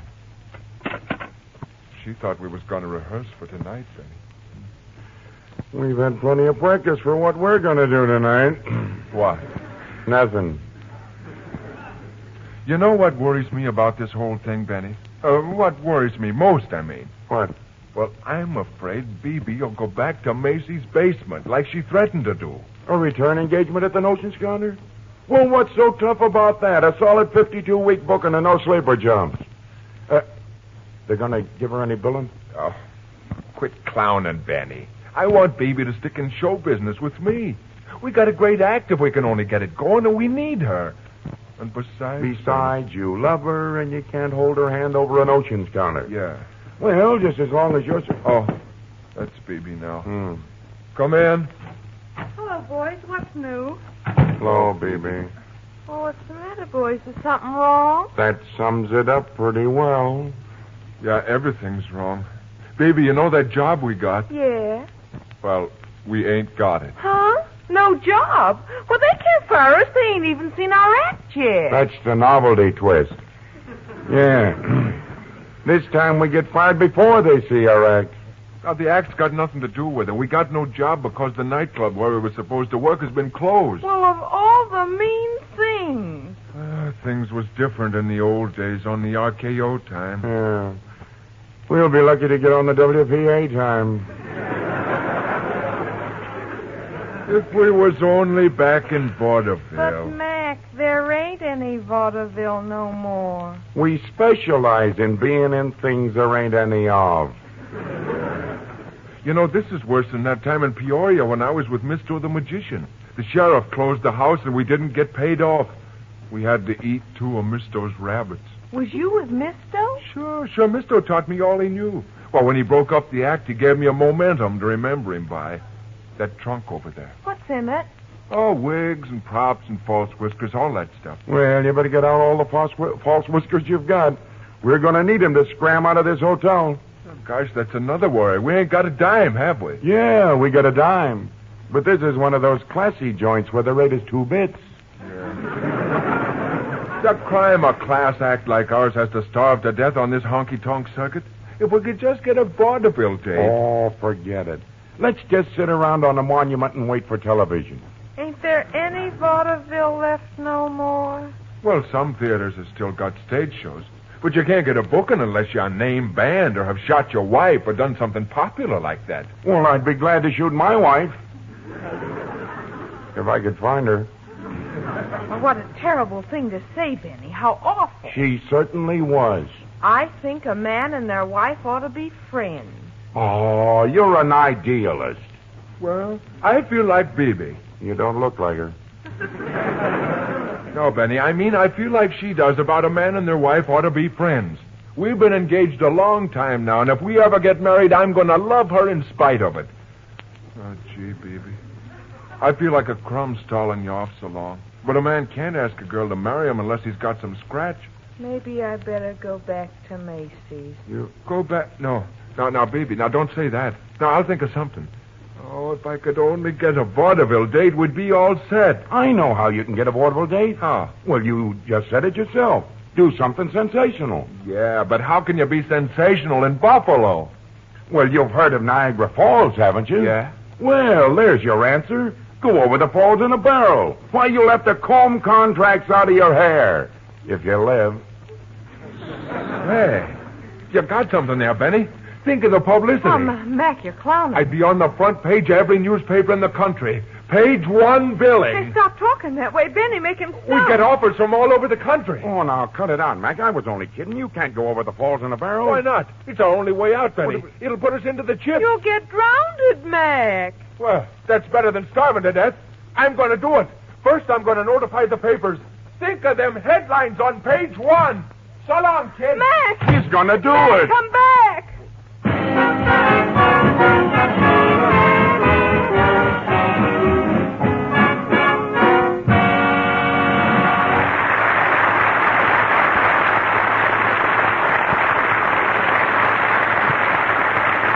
As Mac goes out to put his scatterbrained inspiration into effect, the curtain comes down on the first act of Over the Falls, tonight's production of Curtain Time. You know, it certainly is amazing how different things are today from what they used to be. Remember how it used to be with foods? If nature hadn't provided certain vitamins or minerals, you just didn't get them. If they were missing in certain foods as prepared, you just went without, and that was just about all there was to it. Used to be that way with corn cereals, too. Now, corn cereals have always been a fine source of valuable food energy, but they've always lacked certain vital food elements. Well, we found a way to change this. For the first time in history, we have combined 4 extra food elements into a corn cereal in that brand new breakfast food, Corn Kix, K-I-X. Yes, we have specially developed Corn Kix to give you a combination of real, honest-to-goodness nourishment that no corn cereal ever offered before.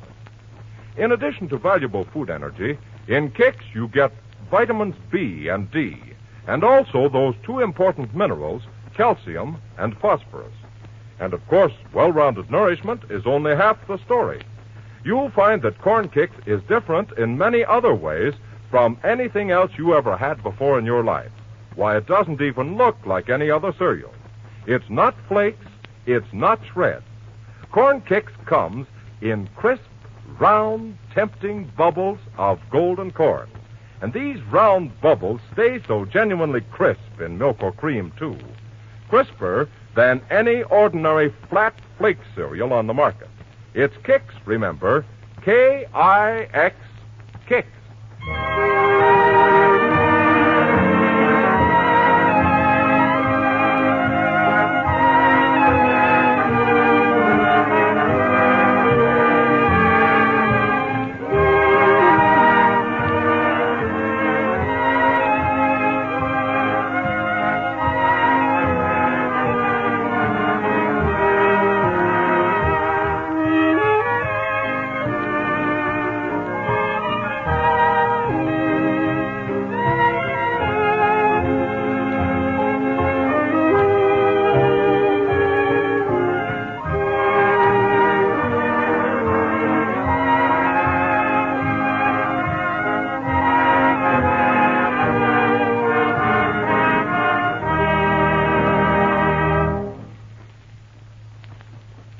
The curtain parts on the second act of our play.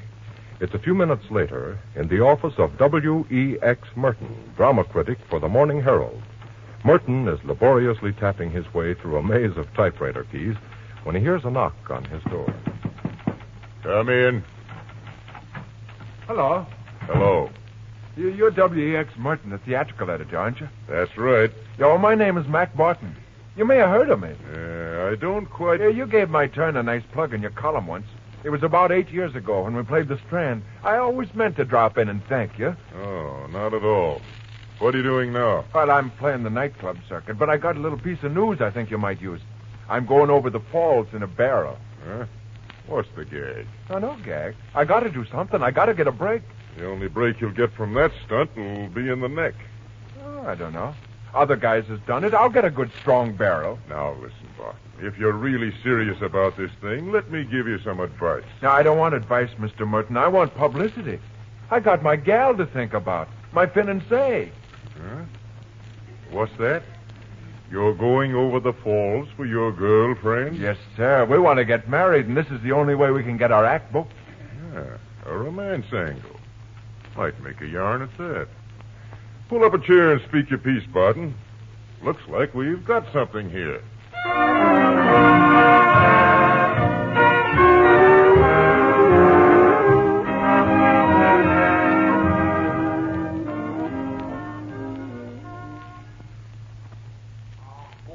Go away. I never heard of such foolishness. But, Mr. Baumgartner, think of the publicity. We'll get your name in all the papers. Listen, my name in the papers I don't care about. All I want is I should sell more beer. Sure. That's just the point. You'll sell more beer, a lot more. I'll paint Baumgartner's beer on my barrel, and I'll get everybody talking about it. Then they'll come flocking to your beer garden, and they'll naturally order the famous Baumgartner beer, and all I ask is $500 and a good, strong barrel. That is all foolishness. That's a crazy stunt. Yeah, well, now listen. I'll lower the price because I'm in a hurry. I'll do it for $200 and the loan of a truck to haul the barrel and the rest of my stuff to the falls. Now, how about it? I would... $200 is too much. Well, I risk my neck and you get $1 million worth of free advertising and you call $200 too much? Okay. I'll go to somebody that recognizes a great opportunity when he sees it. Yeah, and so who will pay for such a crazy stunt? Zimmerman's Brewery. That's who. They'll snap it up. And you'll feel pretty bad when you see Zimmerman's barrel in all the newspapers and everybody talking about Zimmerman's beer. You won't be able to give your beer away. Goodbye. Goodbye. Zimmerman. Hey, wait a minute. What? I look, I couldn't afford more, but, maybe for $100. And the barrel and truck? The barrel I give you. The truck is just loaned. Yeah. And $100 cash on the line? Well, that is all foolishness, but, yeah, I give you the money. Okay, Mr. Baumgartner, it's a deal. It says Mac is going over the falls in a barrel. Yeah, I read it. The paper says no trace was ever found of the last man who went over the falls in a barrel. Oh, Benny, you simply gotta stop him. Well, what can I do, baby? Besides, the cops won't let him do it. They're very jealous about who uses their falls. It's a public attraction. Come in. Hello, kid. Mac. Welcome home, stupid. Where have you been? And never mind where I've been. It's where I'm going that counts. I'm heading for Niagara Falls. Oh, you can't do it, Mac. I won't let you. Nah, don't you worry about me, honey. Now, everything's all set. I even got a sponsor and a truck to haul our stuff to the falls. Mac Barton, unless you drop this crazy idea right now, you know what I'm gonna do? Baby, you're not going Yes, back to... I'm going back to Macy's. Oh, honey, have a heart. It's our big chance. You can't run out on me now. Hey, what kind of a girl are you? Here I am at the crossroads of my career, and you want to quit on me. I'm going to feel pretty bad all alone in that barrel if you ain't on the shore pulling for me, honey. Well... You won't let me down, will you, honey? I wish you wouldn't do it, Mac, please. Yeah, there now. Now, you just go up to your room and get ready, baby. We got no time to lose. My barrel takes off at daybreak. I'll go if you say so, Mac. But I'll have to pack. It won't take me long. Yeah, goodbye, honey. Make it fast. All right now, bright boy. What's a gag? You can't pull a stunt like this. Now, don't start lecturing me, Benny boy. I got things to do, and I'll need your help. Yeah? Now, first off, give me a hand with that trunk. Well... No, not that one. The one with Miss Doe's name painted on it.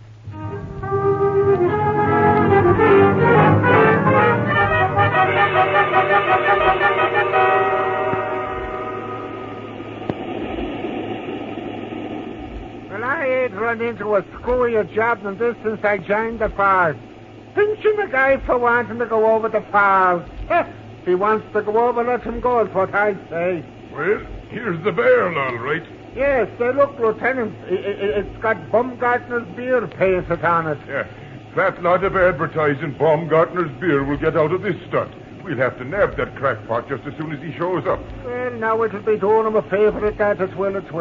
This barrel had smashed to pieces the first rocket hit. Yeah, it wouldn't have a chance. Say, what was that now? Did you hear that splash, Lieutenant? Sure, I heard it all right. It sounded Say, like... wait a minute. I see something over there in the water. Yeah, I see it too now. It looks like a trunk. It is a trunk, and it's floating down the river toward the falls. Why, that bum, he gave us a slip. Hey there! Hey, you! Come on back! Yeah, come back here. Hey, there he goes! He's in the trunk. It's on the edge. Look, it's on the edge of the fall. There it goes. There it goes. It's over!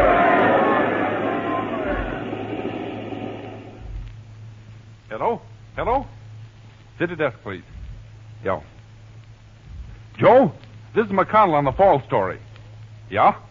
Yeah, Barton went over the falls all right, but not in a barrel. Now get this. He went over in a trunk. On the level. Yeah? Yeah, he knew the cops were watching his barrel. So he let them watch it. He climbed in the trunk and his partner pushed it into the water. Yeah? Yeah, I'm sure it was in it. I saw him get in myself. Okay, Joe. I'm going down to the foot of the falls now and see if they find any trace of him. Huh? No, there's not a chance in the world that he came out of it alive.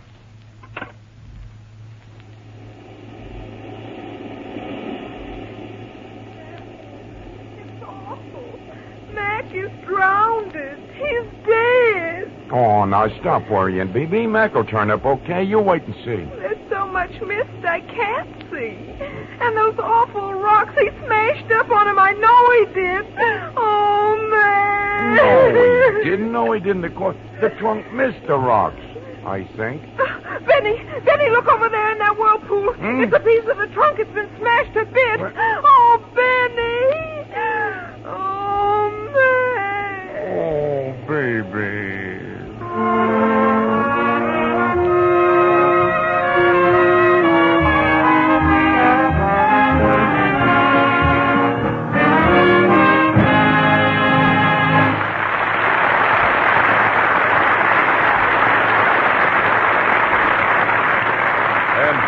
Sudden collapse over the apparently disastrous outcome of Mac's publicity stunt marks the second act ending of Over the Falls, tonight's production on Curtain Time.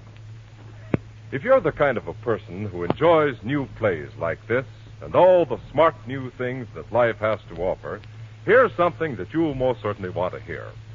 Now, you've probably often thought that it would be a wonderful thing if someone would only bring out a new breakfast cereal that had a really different flavor and at the same time contained extra food values.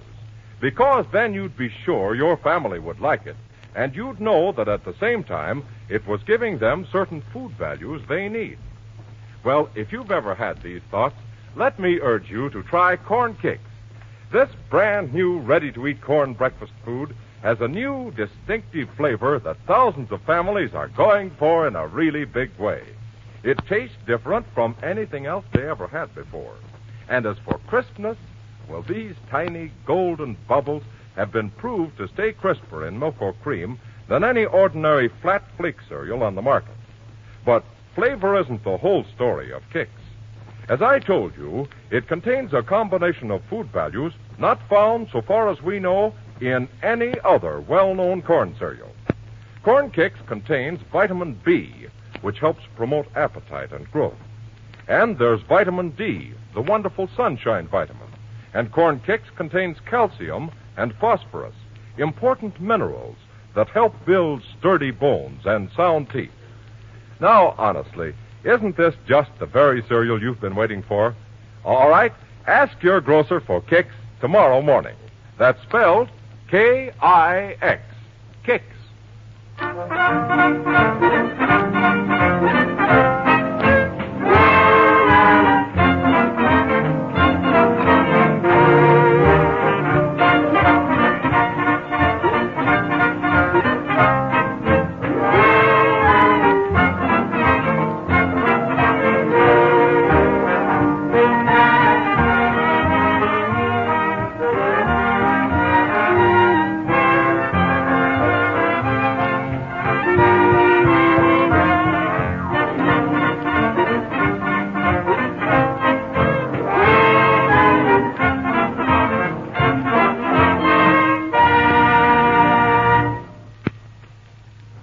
The curtain rises on the third act of Over the Falls. It's an hour later, and the crowd at the foot of the mighty Niagara Falls has dwindled, as there's no further sign of Mac. A few reporters and photographers still linger, however, and we hear one of them say, Well, that's some drop, believe me. What a sap he was to pull a stunt like that. Yeah. I feel sorry for that doll of his, too. The way she comes wandering around here hoping that it'll turn up safe and sound after all. Yeah. It's been a good hour since he went over, and there's not a sign of him yet. Hey, here she comes now. She's walking with Barton's partner. His name's Benny, I think. Pardon me, miss. Yeah? What do you want? Hey, help. Hey, what was that? Well, somebody's calling for help. Hey, I want to It's coming from down. It sounded like Matt. I think I see somebody down there. Where? Come on. Hey, wait a minute. Wait a minute. Wait a minute. Coming right There he is, over there. It's him. He's hanging onto a rock. Come on, grab him. Oh, Mac, it's you. Let me out of here, somebody. Grab my hand. Yeah, here, mine too, pal. Here's a light there. Come on. Gosh. Oh, it's good to be on dry land again. Oh, are you all right, honey? Are you hurt? No, I'm all right. Just shaking a little. I'll be... Oh. Grab him. He's collapsing. Set him down until he gets his breath. Oh, Mac, darling. Kiss me, honey. What a picture. Hold it. What a shot. And now, gentlemen, I'd like to make a statement for the press about my trip over the falls.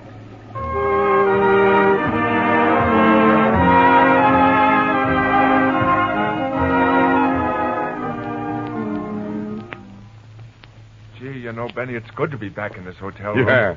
That water was kind of chilly. Oh, you look like a drowned rat when we hauled you out.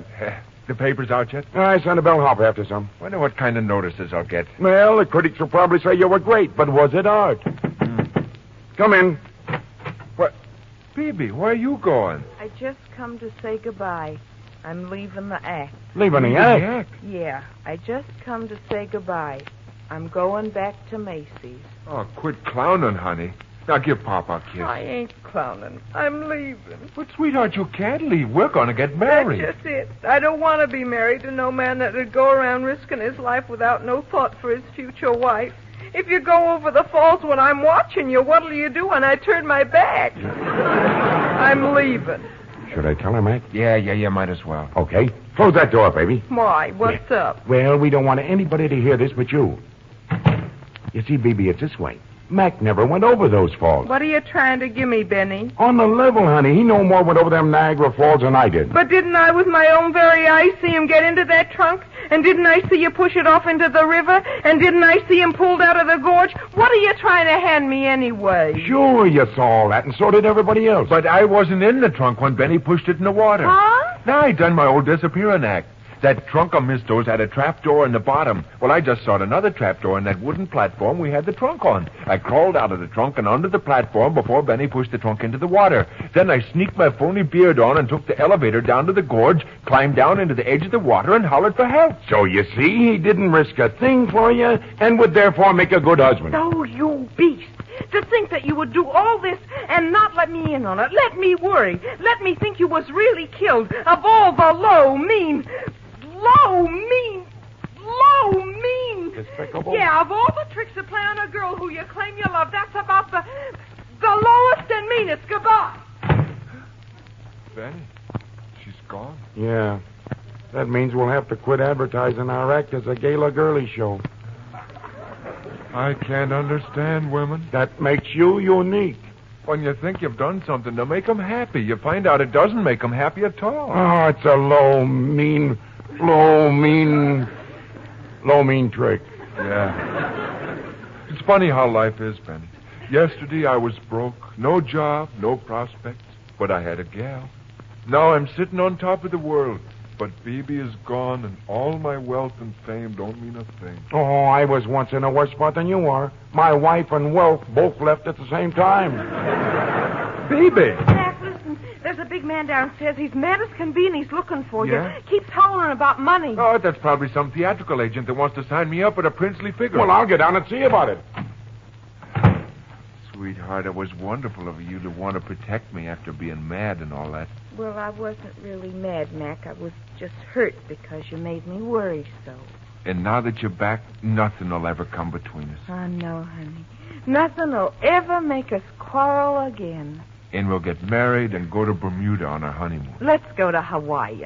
Bermuda's nicer, honey. It's not as nice as Hawaii.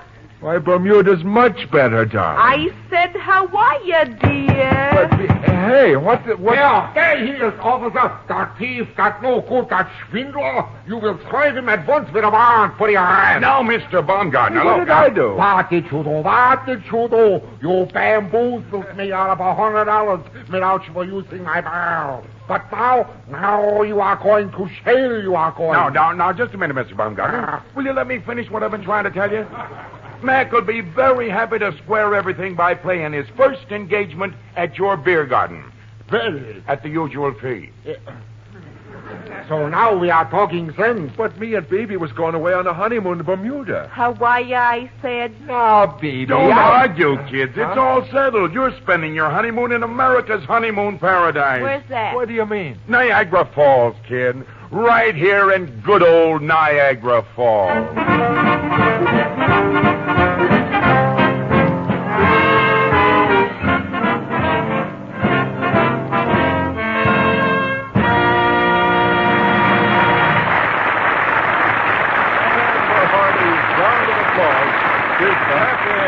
Over the Falls. Tonight's production on Curtain Time. Starred in tonight's play were Olin Soule as Mac, Louise Fitch as Bibi, Ken Christie in the role of Benny, Arthur Van Slyke playing the lieutenant, George Nicey as the reporter, and Charles Calvert in the part of Tom Gardner. Now a curtain call for the entire cast.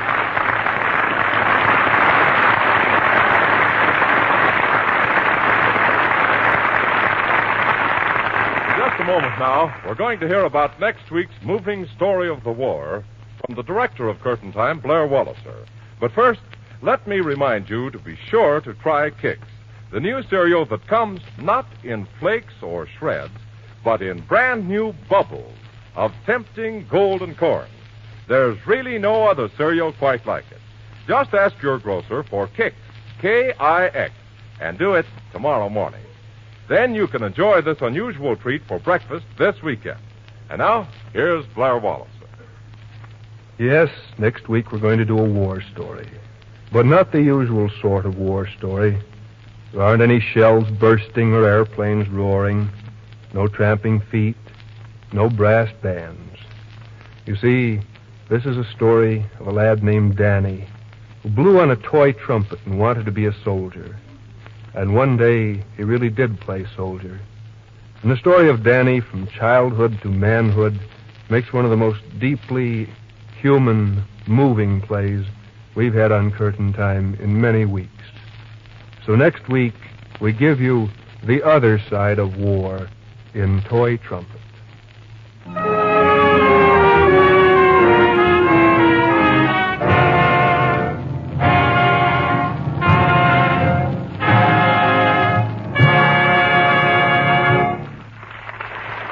The selections Street Scene and Metropolis heard on this program are by Alfred Newman and Ferdy Grothe. Another production of Curtain Time will be brought to you next Friday night at this same time. Mars Incorporated, makers of America's most enjoyable candy bars, presents Curtain Time!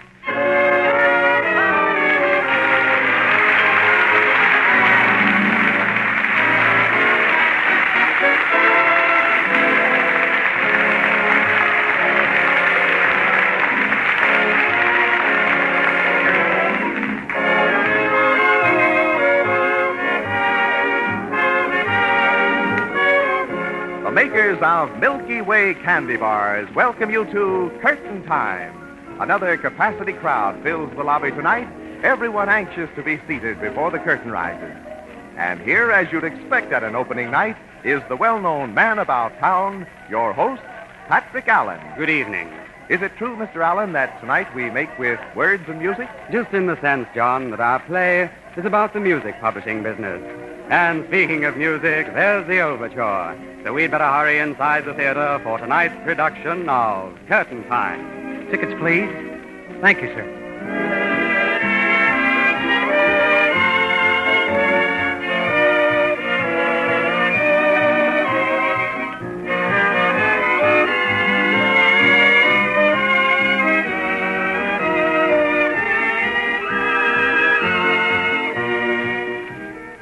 Seventh row center, seats 7 and 8.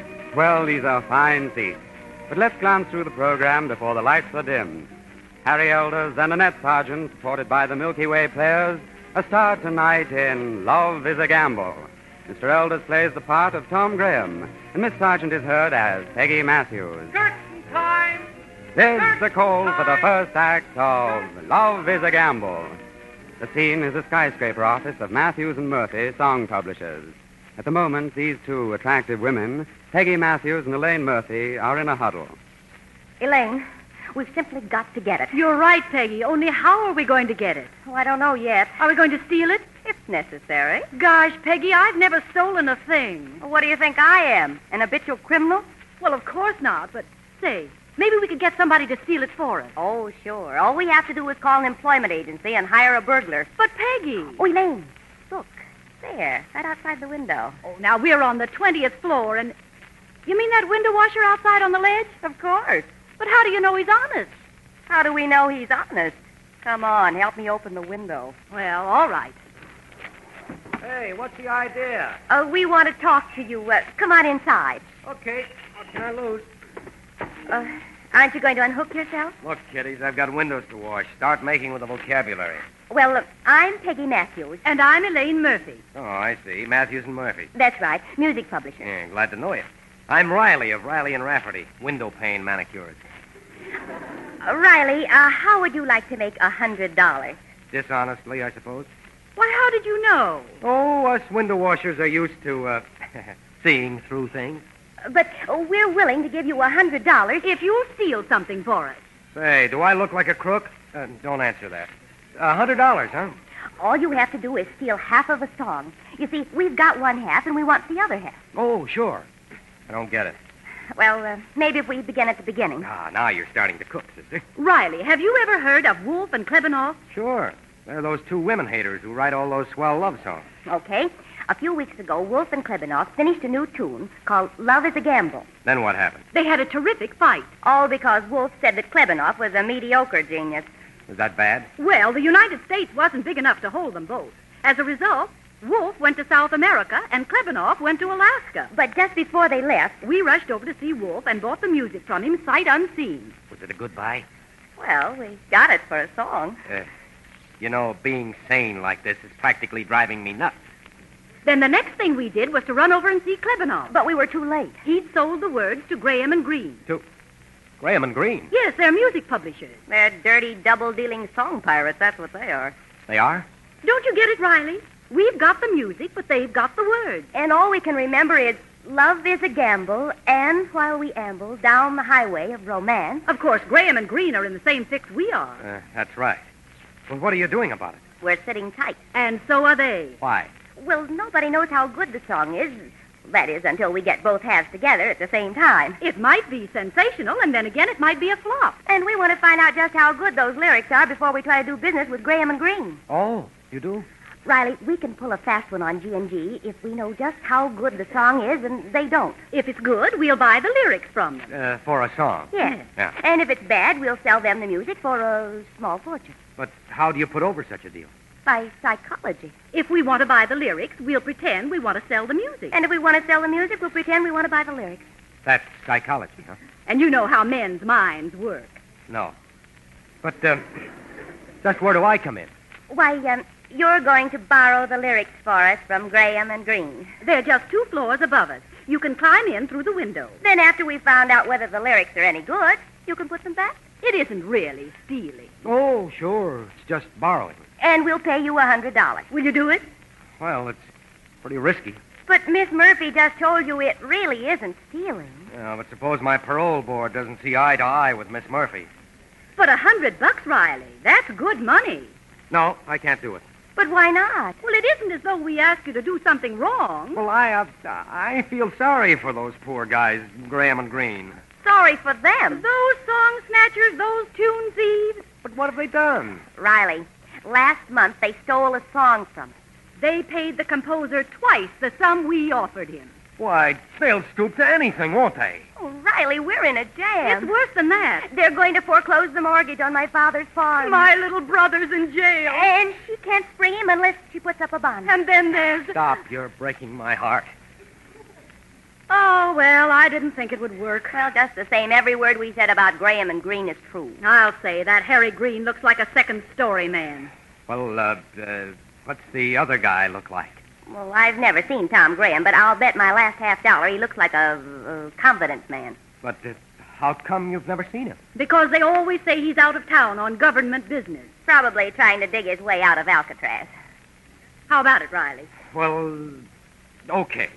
Oh, Riley, you're an angel. Yeah, but look, I'm not doing this for dough. I'm doing it because of my big heart and small brain. Well, we'll pay you anyway. I know what. If you'll make it $150, I'll do it for money. Why, of all things. Riley, you have all the makings of a swindler. Oh, but gosh, kids, prices are up on everything. Oh, all right. Fine, I'll have the lyrics for you tomorrow. We'll be waiting for them. Well, here I go. Back on the outside, looking in. All set? Your safety belt tied? Close the window now. All right. Oh, Peggy, do you really think he'll get those lyrics? Well, I certainly hope he does. Yes, but, oh, gosh, honestly, I'm all on edge. But, Elaine, we can't do anything until tomorrow. And I'll go mad waiting. Now, take it easy, darling. Read a magazine. I've read all the magazines. Well, here's one that just came in. It's the latest issue of Rhythm on Parade. Oh, all right. Elaine, if this thing works, why, they'd never think of an idea like this in a million years. Oh, good grief. Oh, Elaine, what's the matter? You sick? I'm sick and so are you. Just look at this picture here in Rhythm on Parade. Oh, where? There, that picture of Tom Graham and Harry Green. Elaine, he's the window washer we just hired. Yes, dear, he's Tom Graham.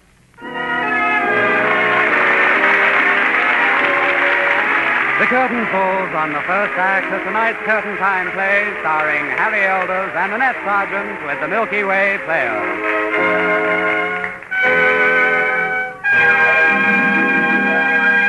And here is John Weigel. None of us has exactly the same amount of time to relax and enjoy himself. But there are always a few moments during the day when we can stop working long enough to enjoy one of those rare little treats that is always a pleasure, anytime, anywhere. Treats like the delightful taste of a Milky Way candy bar, for example. With each bite of a Milky Way, your teeth sink through the thick milk chocolate coating, the golden layer of smooth, creamy caramel, and the luscious chocolate nougat center, richly flavored with real malted milk. All melt together in each enjoyable mouthful to give you that rare taste blend found only in a Milky Way. When you crave good candy, eat a Milky Way.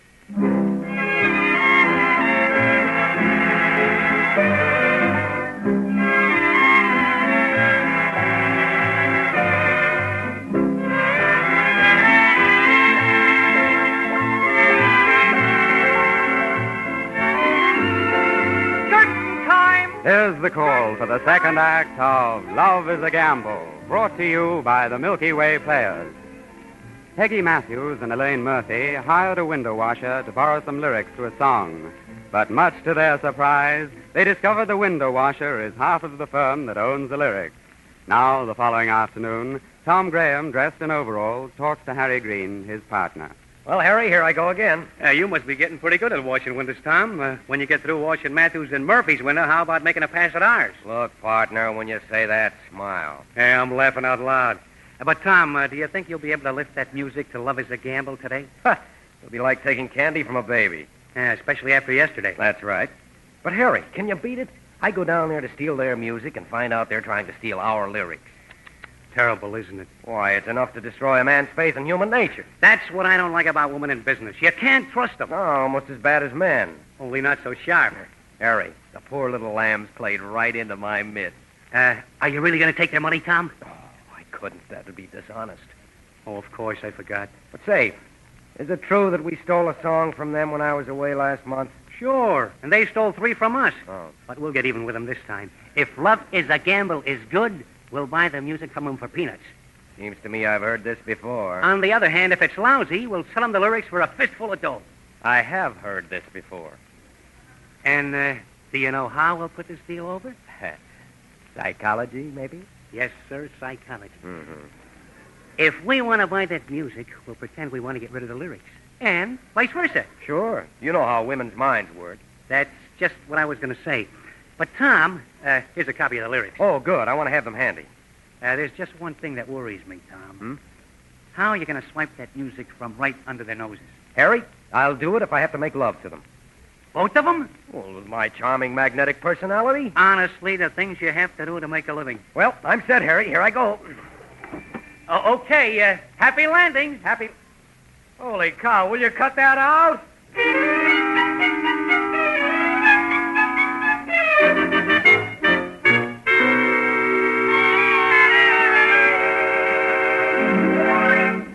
Peggy, do you really think Tom Graham will come back? He will.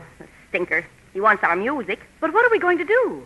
Look, Elaine, he doesn't know we know who he really is. Well, not yet, he doesn't. And but... he isn't going to either. I don't get it, Peggy. Okay, then listen. While this Graham character is masquerading as Riley, we are going to get the lyrics. I still don't get it. See this key, darling? Well, sure, but... This is the key to the offices of Graham and Green. Peggy, how'd you get it? From the scrub woman. No. Oh, yes. She's written a song called I'm Wearing My Knees Out for You, and I've promised... Peggy, what do you plan to do? Well, the first thing is for you to take this key, and then... Yes? When that phony window washer starts coming in through that window, you go out. Where? Up to their offices. What do you think? But, Peggy, suppose Harry Green's up there. Well, then we'll have to wait until tonight. And suppose Tom Graham comes back while I'm still there. Don't worry about him. I'll see that he stays here. How? Well, good heavens, Elaine, have I lost all my charm? Well, no, but... I'll make love to him, if I have to. Oh, gee whiz, you always have all the fun. Now, don't howl. Oh, Peggy, there he is now. Oh, then beat it. All right, but be sure and keep him busy. I will. I'll keep him busy, all right. The big crook. Oh. Hi, Miss Matthews. Hello, Riley. Won't you come in? Sure thing. Any luck? Well, yes and no. I haven't got those words yet, Miss Matthews. I had a strange feeling you wouldn't. Oh, but I know where they are, and I think I can swing it tomorrow. You do? Yes, ma'am. But you know, I checked up on Graham and Green, and you're right about them. Oh, well, Green isn't so bad, Riley. But that Tom Graham is certainly the prize heel. He is. I mean, he is? That's funny. I heard just the opposite. Honestly, I just wish I had him here now. Why, do you know what I found out? Tom Graham's trying to steal our music. Well, gee... But do you know something? You're different. I'm different. How? You'd never pull a dirty trick like that, Riley. You're too simple and honest. Well, I'm honest. You're simple, too. And you fascinate me. Well, that's dandy. I just haven't been able to get you out of my mind. But, what is it you see in me, Miss Matthews? Oh, I haven't the faintest idea. You haven't? Oh, Riley, you're big and strong and stupid. Now, just a minute. You're just a big, overgrown jerk. I am not. Oh, yes, you are, Riley. But still, you fascinate me. I can't help myself. Well, when you look at me like that. Am I looking at you like that? Yes. My spine is like jelly. Well, now, in that case, come here. Oh, yes, Riley. I don't want to, but I can't help myself. Of course not. It's my magnetic personality. Oh, tell me, what is this strange power you have over women? I don't know. But aren't you lucky I have it? Oh, darling. Kiss me. Oh, you bet. Well, now. Elaine, we were just... Yes, you were just doing a very good job. Well, if a thing's worth doing. But I guess I better be going now. Oh, but Riley... I'll be back tomorrow, Miss Matthews. With the music? Don't worry, I'll get it. Oh, Riley, there's just one more thing. Yes? What is it? I hope you choke. That's telling him, Peggy. Hey, what is it? You know what it is. Go upstairs and tell your partner it didn't work. Then, you know? How do you like that, Peggy? Do we know? Peggy, you shouldn't have made love to that thief. No? Why not? Because I didn't get the lyrics. Harry Green was up there. That doesn't matter, darling. But look what I got. Gosh, the lyrics. It's not the Fifth Symphony. Peggy, how'd you get them? Oh, well, while he was kissing me, I picked his pocket. Oh, Peggy, you're marvelous. Now we can... Good grief. What's the matter? The music. It should be right here on the desk and... Oh, but how in the world? I know. While Tom Graham was kissing you, he reached over and picked it up. Why, honestly, that man has absolutely no scruples.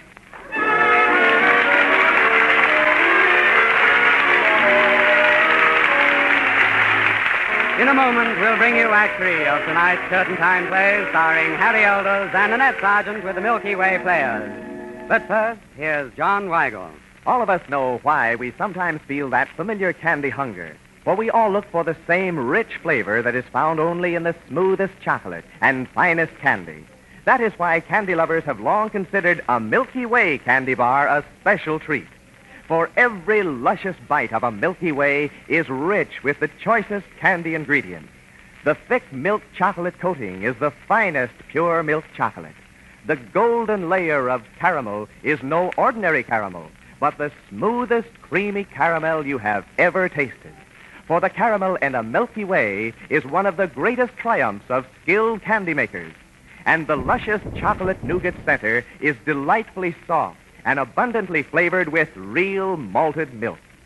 Altogether, the milk chocolate, creamy caramel, and soft nougat make every bite of a Milky Way a real taste thrill, right down to the last delightful flavor that lingers in your mouth.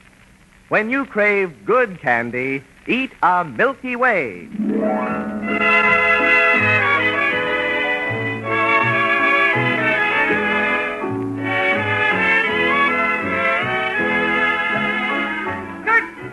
Here's the call for the last act of Love is a Gamble, brought to you by the Milky Way Players. Peggy Matthews thought she could get the lyrics she wanted from Tom Graham by making love to him. She got them all right, but he got the music from her in the same way. Now, the next morning, Tom is playing the tune for Harry Green, his partner.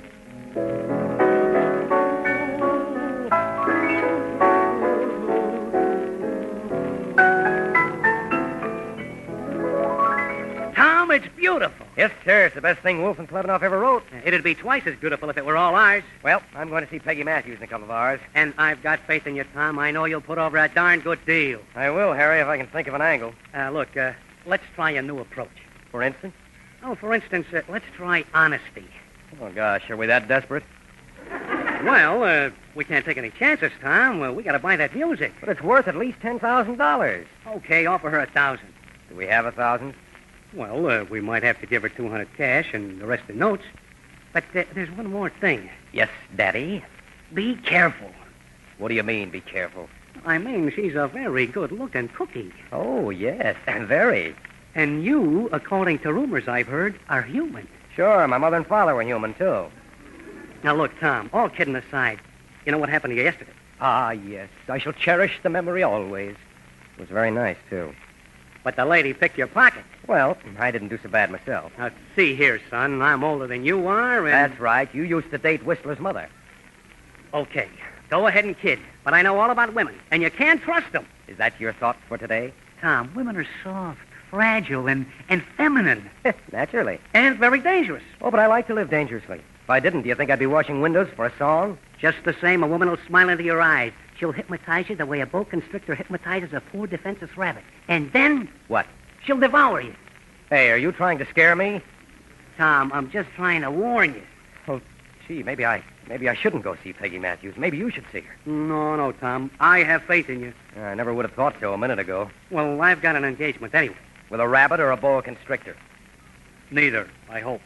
But you just watch your step. Don't let that Matthews girl make a monkey out of you.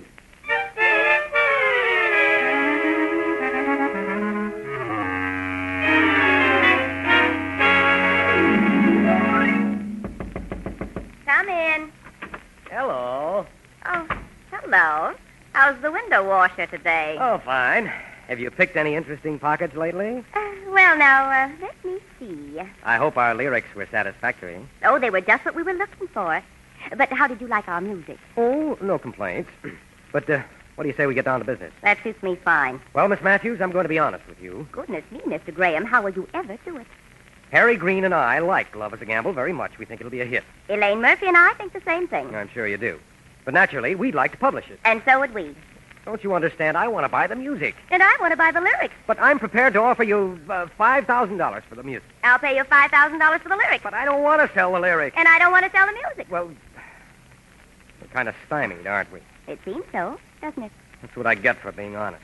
Well, according to Benjamin Franklin, honesty is the best policy. Sure, but Benjamin never tried to buy any music from you. Oh, well, There must be some way to settle this. Well, I suppose we could put it up to the United Nations or... Hey! Oh, dear me. Have you been hit by lightning? Look, we can settle this by tossing a coin. Oh, come. That's no way to do business. It isn't? Why not? Because it's so unbusinesslike. It's more businesslike than picking each other's pockets. Well, yes, but... Oh, all right. Ah, that's the stuff. And what could be more fitting than flipping a coin to see who gets love as a gamble? I'll take heads. Okay, I'll take tails. If it's tails, I get the music for 5,000. And if it's heads, I get the lyrics for 5,000. Okay? Okay, flip it. There it goes.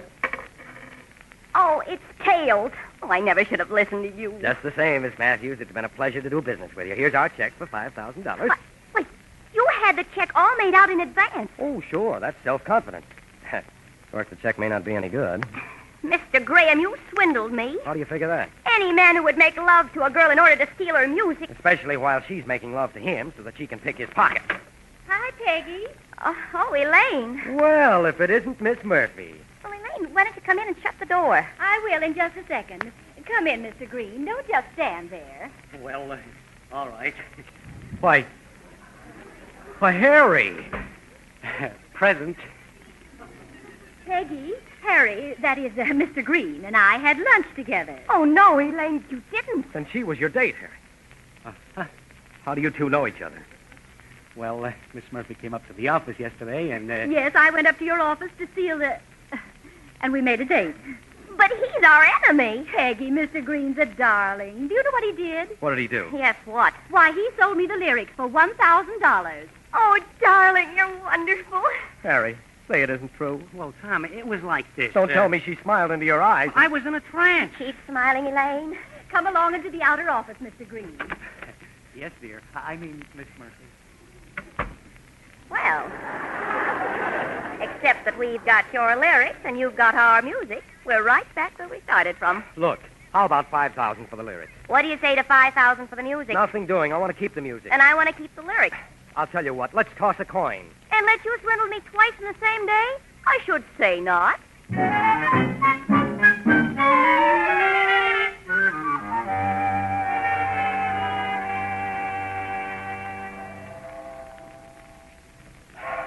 It's midnight. Oh, fine. And we're still deadlocked. Look, for the last time, will you sell me those lyrics? I should say not. Okay, that does it. I surrender. I beg your pardon? I'm going to give you back your music. Now, wait a minute. There's a catch in there. There's no catch. I'm just going to give it to you as a present. Tom, are you all right? You sound crazy. I know what I'm doing. I can't believe it. Really, I just can't. Well, don't smile at me like that. Makes me feel like a helpless little rabbit. Oh, Tom, I'm sorry, but I can't take back the music. Yeah? Who's crazy now? I mean it. All right, I'll sell it to you for $1 just to make it businesslike. No. Then how about the original price? I'll sell it back for $5,000. Uh-uh. But, Peggy, it's the only way out of this mess. The only way? Okay, you think of something. I have. Why don't we get together? What? Why, Peggy, this is so sudden. I didn't know you cared. Oh, Tom, what I meant, that is what I had in mind. I know. You think that you and I and Elaine and Harry should get together and start a new company. Say, you sound as though you had the same idea. Sure I did.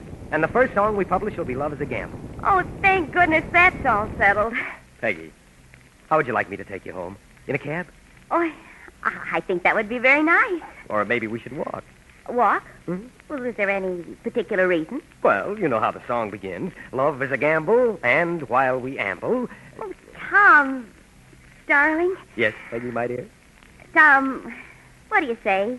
We start to amble?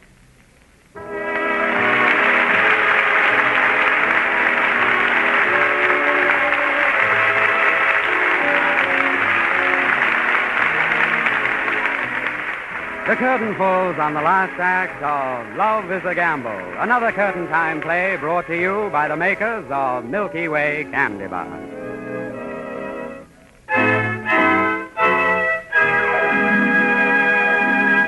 Tonight, Curtain Time starred Harry Elders as Tom Graham and Annette Sargent as Peggy Matthews.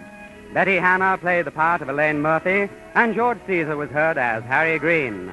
The Curtain Time Orchestra is conducted by Bert Farber, and the entire production is directed by Harry Holcomb.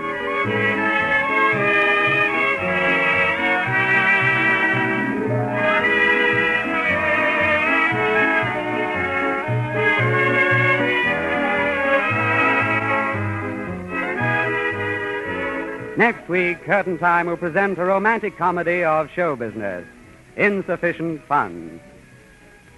Now I'll join this gay theater crowd as it leaves the Merchandise Mart, many on their way to the glamorous after-theater spots here in Chicago. Till next week, then, this is Patrick Allen reminding you of your date next Saturday, same time, same station, when the makers of Milky Way candy bars present Curtain Time!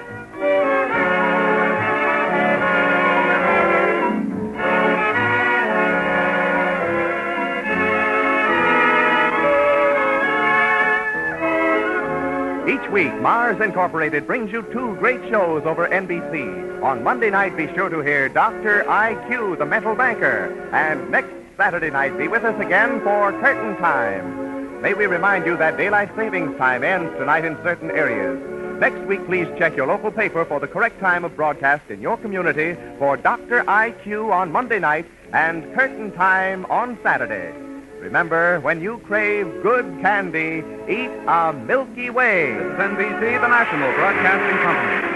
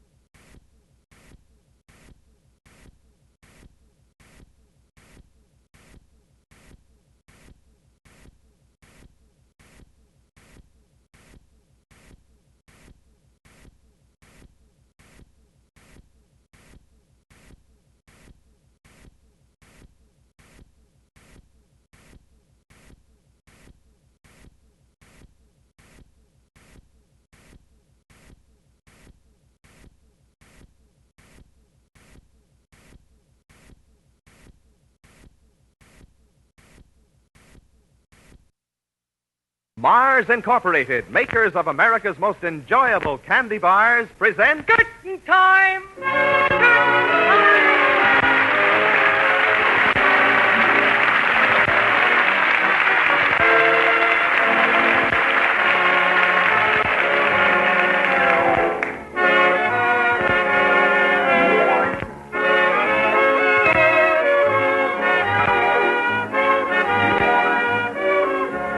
Of Milky Way candy bars welcome you to Curtain Time.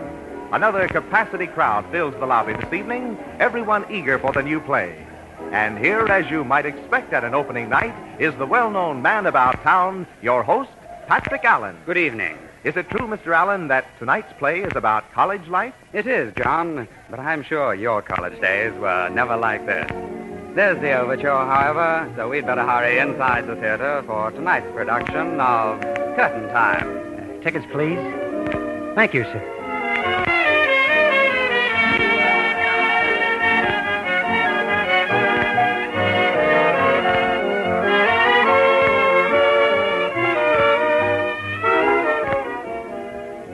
Seventh row center. Seats 7 and 8. Well, we have our usual excellent seats, but let's glance through the program before the lights are dimmed. Harry Elders and Nanette Sargent, supported by the Milky Way players, are starred tonight in Time Out for Tea. Mr. Elders plays the part of Rugged O'Shea, and Miss Sargent is cast as Frances Kitteridge. Curtain Time! There's the call for the first act of Time Out for Tea. The scene is the anteroom outside the office of the president of Crestwood College for Women.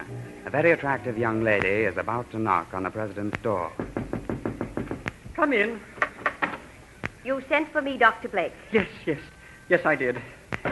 Please have a chair. No, not that one. This one. Thank you. But, Dr. Blake, you seem to be very upset. Upset? Upset? I certainly am upset. Well, is something wrong? Indeed, something is wrong. My goodness me, I've never been so disturbed during my whole career as president of Crestwood College for Women. Oh, dear me. Oh, do you know what has occurred on our fair campus? Well, from the way you're acting, Dr. Blake, I'm sure it's nothing short of a catastrophe. Exactly. For the first time in the history of this institution, mind you, for the first time, we are to have a man enrolled as a member of the student body. A man? That's precisely what I said. A man. But that's impossible. There are regulations. The trustees won't permit it. Oh, that's what I thought, too. But one trustee, Mr. P.J. O'Shea, insists on it. P.J. O'Shea? Yes. The Hook and Eye King who gave us the money for the new administration building? Yes, the Hook and Eye King. His son will matriculate here first thing Monday morning. Oh, but Dr. Blake, can't we say that it's too late for him to enroll? After all, this is November, Yes, but and... he happens to be an ex-GI, and his father is P.J. O'Shea. He has also promised to make up the work he's missed. Well, it looks as though you're stuck. And so are you, Dean Kitteridge. Me? I? The Hook and Eye Crown Prince plans to enroll in Sociology 132. But that's my course in courtship, marriage, and the family. Yes, Dean Kitteridge, I know. But, Dr. Blake, I refuse to have him in that class. And if you or the Board of Trustees insist, I shall resign. Resign? Oh, you can't do that. I certainly can. No, Dean Kitteridge. We mustn't be rash. You're the most brilliant member of the Crestwood faculty, you know. You have a great career ahead of you. Dr. Blake, you know very well that although I'm only 26, I took this position as Dean and Professor of Sociology because, well, I wish to live in an atmosphere totally devoid of men. Well, after all, Dean Kitteridge, I am a man. Well, I'm sure you'll understand what I mean, Dr. Blake. But if this Hook and Eye person... Well, won't you give it a try, my dear? After all, he may not like it here. Oh, come, Dr. Blake. Let's not fool ourselves. One man surrounded by 300 girls? He can't help but like it. Well, I see what you mean. How old is he? 26. Just your age. Yes. You see, Dean Kitteridge, this is really a great challenge, a real test of your character. Do you think my character needs testing? Oh, no, my dear. But as I see it, well, it's you and Crestwood against this intruder. And suppose I refuse to have him in my class? Oh, please, Dean Kitteridge, let's not even contemplate anything so disastrous. You mean that the young man's father would... Oh, yes. Yes, he would. Definitely. Very well, Dr. Blake. I accept the challenge. Oh, that's splendid. You must understand, however, I'm doing this only because I love Crestwood. Of course. Oh, I knew you wouldn't let us down. Now, the young man's name, Dr. Blake. Well, it's a very peculiar name, Dean Kitteridge. He's called Rugged O'Shea. Rugged? Yes, Dean Kitteridge. Rugged.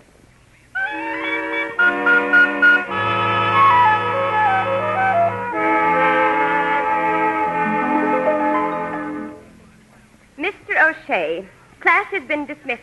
Everyone has left, and I must get back to my office. I know, teacher, but, well, I've been having trouble with my homework again.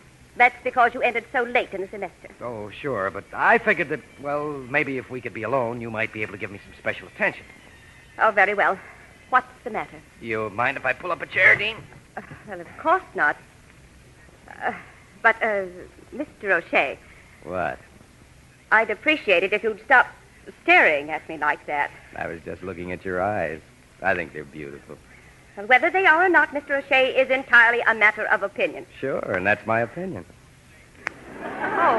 Oh, really? You know, Prof, I've been sitting here in this classroom for a whole month now, and I keep telling myself, there's a dame... A dame? There, I say, is a dame with plenty on the ball if she'd only give me a tumble. Mr. O'Shea, exactly what is your problem? Well, I've been wondering about the relationship between a teacher and student. But... You know, especially when their ages are just about the same.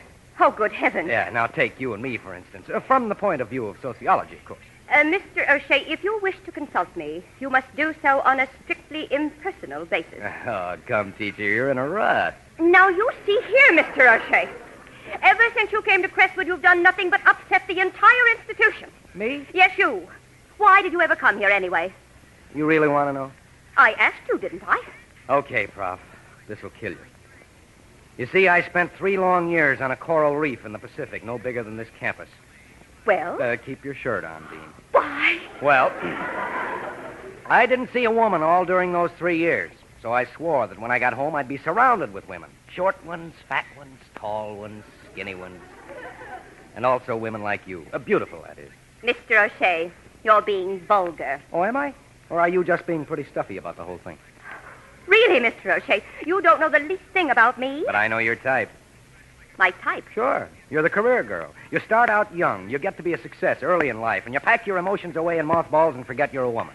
Why, I won't stand for such impertinence. I won't. Well, that's tough. You forget that it's my life. That's right.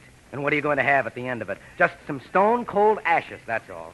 Mr. O'Shea. You'll be sitting in a rocking chair, and the only company you'll have will be an old tabby cat. You get out of here this minute, you Neolithic wolf. Oh, gee, you look beautiful when you're mad. I told you to leave. All right. I didn't think you could take it. But it sure is a laugh, you teaching a course in courtship, marriage, and the family. I'll bet you're afraid to go out with a man. That's not true. Okay, teacher, it's a date. Oh, I didn't say. I'll call for you at 8 sharp, and don't be late. Oh, but Mr. O'Shea... I hate dames that keep guys waiting.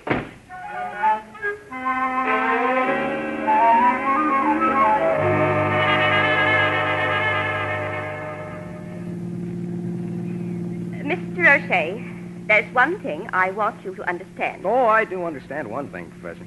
I'm permitting you to take me driving because I wish to correct any impression you may have that I'm straight-laced. Gee, your hair is beautiful. I'll admit that I have led a secluded life. As a member of the Crestwood faculty, there are certain traditions I must uphold. I like the sound of your voice, too. Well, this conversation is like two parallel lines. You mean those two parallel lines that never meet? Except in infinity, Mr. O'Shea. And that reminds me, can't we cut out this Mr. O'Shea stuff? You call me rugged, and I'll call you Franny. My name is Francis, not Franny. Okay, Franny, whatever you say. But I just told you that... Why are we slowing down here? You see the sign up ahead? You don't mean that we're going to stop at the little casino? Sure we are. It's the hottest spot in the whole county, and you and I are going to dance. But I can't be seen in there. Look, Franny, you just relax and forget you're a dean. I'm going to show you how the other half lives.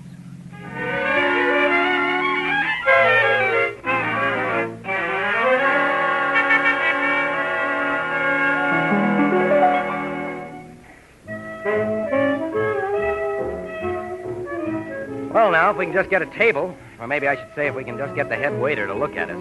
Honestly, Rugged, Come on, teacher. You're human, too, remember? Well, just for tonight. Ah, that's it. Now you're on the beam. Well, I'll try to... Rugged. What? That man there in the cloakroom. Where? He's pointing a gun at... Franny! Franny! Speak to me, Franny!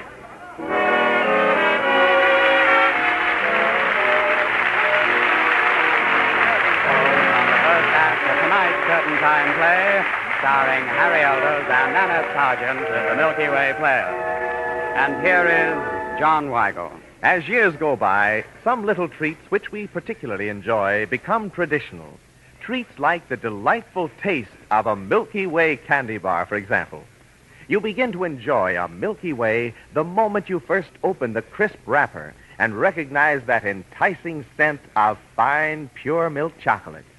Then with each bite, your teeth sink through the thick milk chocolate coating, the golden layer of smooth, creamy caramel, and the rich chocolate nougat center, abundantly flavored with real malted milk. All melt together in each enjoyable mouthful to give you that rare taste blend found only in a Milky Way. When you crave good candy, eat a Milky Way.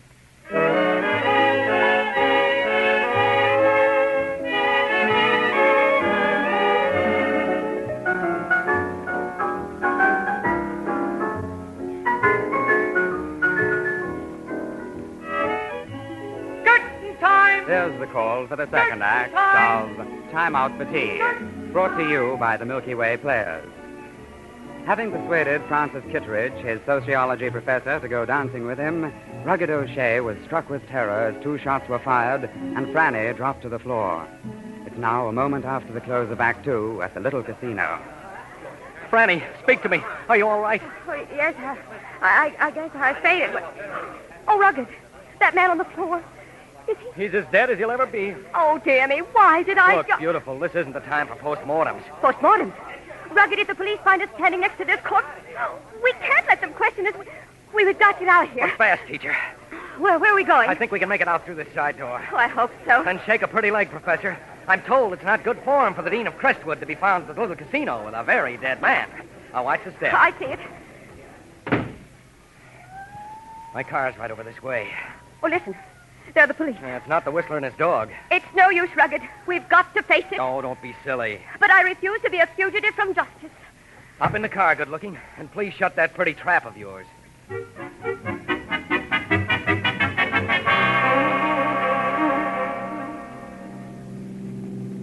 Oh, Rugged, please try to drive more carefully. Take it easy, Dean. You're just as safe as you'd be at home reading The Decline and Fall of the Roman Empire. Oh, but that last curve. Well, here comes another. Hold on to your bustle. Honestly, you and your atrocious... We made it, gorgeous, and I think we've given them the slip. Then what are those headlights doing in back of it? Uh-oh, I didn't notice. It's the police, Rugged. How do you know? Well, I just know it is. I'll never be able to face Dr. Blake. You know, I don't think those headlights belong to the police. You don't? Uh-huh. Oh, then we've nothing to worry about. If that were a police car, its siren would be wide open. But we've still got trouble. Well, whoever it is, he's gaining on us. So I notice. You know, Franny, I don't like to be the sort who spoils all the fun. Yes? The guy in that car might just happen to be our killer friend. But why would he be following us? Oh, he might like to have a chat. A chat? Mm-hmm. Why? Because he may know that we saw him commit a little murder. Oh, dear. Rugged, turn left at the next crossroad. Okay, but why? My Aunt Penelope lives there. Hey, that's swell. We've got a haven of refuge. And so far, the car that was following us hasn't turned off the road back there.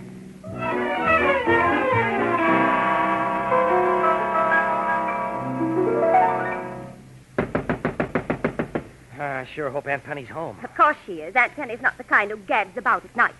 Who is it out there? It's Francis, Aunt Penny. Yes, please let us in. Maybe we need a pass. Why, Francis, you're all out of breath. Oh, yes, Aunt Penny. Come in, child. I was just listening to some boogie-woogie. Okay, fugitive, inside. Why, there's a young man with you. We're being pursued. Pursued? Yeah, we've got a torpedo on our tail. What? Rugged, please. This is no time for joking. Oh, pardon me, Aunt Penny. This is Mr. O'Shea. How do you do? Hello. Mr. O'Shea is a student at Crestwood. Oh, child, you must be confused. Crestwood is a girls' college. Well, you see... Things move awfully fast nowadays, dear me, this is all so mixed up. Suppose we just sit down while you tell me all about it. Ladies and gentlemen, we interrupt this broadcast to bring you an important announcement. Oh, goodness me, now Bus what? Anderson, notorious underworld character, was killed a few minutes ago at the little casino. Oh. Easy, teacher. After questioning several of the club's patrons, police are of the opinion that Anderson was murdered by a man and a woman who were seen fleeing the scene of the crime. Murder and crime, that's all one never Suspects hears. are don't turn it described off. as an attractive blonde about 5 feet tall and weighing 100 pounds. Why, that's me. You? The man was of average height and, according to witnesses, was very good looking. That's me, all right. Oh, really? Citizens are warned to notify the police immediately if they see I guess we anyone better who turn may this thing wish off. to descript- Francis, my dear, I just don't understand. Oh, Aunt Penny, they think I'm a murderer. I, Dean of Crestwood College for Women. Now, don't let it get you down, Dean. She's a bit upset, Mrs. Oh, it's not Mrs., young man. It's Miss. Miss Penelope Talbot of the Boston Talbot. Although I moved away from Boston many years ago. Oh, Aunt Penny, at a time like this. Oh, a good cry will do you good, my dear. Don't you agree, young man? Look, Aunt Penny, we're in a jam. Franny and I are the two they suspect of knocking off this Anderson character. Well, you might have, of course. Oh, sure. But Francis, oh, that child wouldn't harm a fly. I remember one summer when we had the house at Marblehead. Oh, good heavens. Here I am face to face with the electric chair, and you two sit there and chat. Now, wait a minute, beautiful. We haven't done anything wrong. Get a grip on yourself, and I'll straighten this out before... You straighten it out. If it hadn't been for you, I'd still be a respectable member of the Crestwood faculty. But no, you had to establish a beachhead on the campus. Why, you had to... Francis, is that any way to talk to a young man? Boy, look at the fire in her eyes. If I weren't a lady, I'd... Oh, heavens to Betsy, the way young people behave nowadays. Yeah, she's wonderful, isn't she? Oh! Mind if I use the phone, Aunt Penny? No, go right ahead. See here. What are you doing now? Something sensible. Oh, come on, operator. Get a wiggle on. Gertrude is always a little slow. She's probably reading a detective story. I asked you what you're doing. Why, I'm calling the police. I want them to come out here so that we can explain everything. Put that book down, Gertie. You'll ruin your eyes. When you get the police, young man, ask for Officer Appleby. He's so nice. As a matter of fact, Francis used to live across the street from the Applebys at one time. Is that you, Gertie? Well, get me the police. Oh, don't worry, Gertie. Everything will be all right. Oh, dear. Gertrude does worry so. Hello? Police station? Yeah, well, look, I wish you'd send somebody out to... Hey, where are we? Just say the old Talbot place. They'll know. It's the old Talbot place, officer. Yes, and make it snappy, because I might have some valuable dope for you on the Anderson killing. Are they coming? Yep, they'll be here in half a second. By jet propulsion. Oh, thank goodness. Well, now, in that case, I'll make some tea. There's nothing like a cup of hot tea. Nothing. Well, Aunt Penny's quite a kid. A little on the Gabby side. Aunt but, Penny's a perfect dear. Her mind may wander a little. Oh, but I love the old girl. I mean it. Yes, indeed. And now that you've ruined my entire career, I certainly hope you're satisfied. Look, Franny, the cops will be here in a few minutes, and Just then think what the front pages of the newspaper will look like tomorrow morning. Would you rather have your picture in the paper or be tossed in the clink for murder? Oh, honestly, you imbecile. That's me, but you do sort of like me, don't you? I hate you. I wish I'd never seen you. Oh, that must be the police now. Well, open the door for me. I am, and remember, keep calm and let your Uncle Rugged do the talking. Well, come in, officer. Oh, plainclothesman, huh? Swell. Reach, chum. Huh?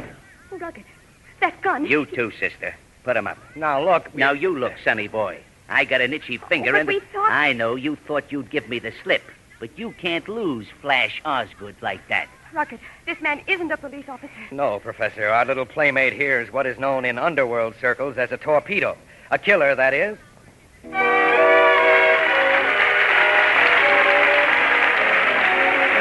Before we bring you the third act of tonight's Curtain Time play, starring Harry Elders and Nanette Sargent with the Milky Way Players, here is John Weigel. The next time you pick up a Milky Way candy bar at your favorite candy counter, you will have a truly delightful candy treat in store for you. For every bite of a Milky Way is luscious. From the moment you first taste the thick milk chocolate coating, the golden layer of smooth, creamy caramel, and the soft chocolate nougat center, richly flavored with real malted milk. Together, the milk chocolate, creamy caramel, and soft nougat make every bite of a Milky Way a thrilling treat, right down to the last delightful flavor that lingers in your mouth. When you crave good candy, eat a Milky Way.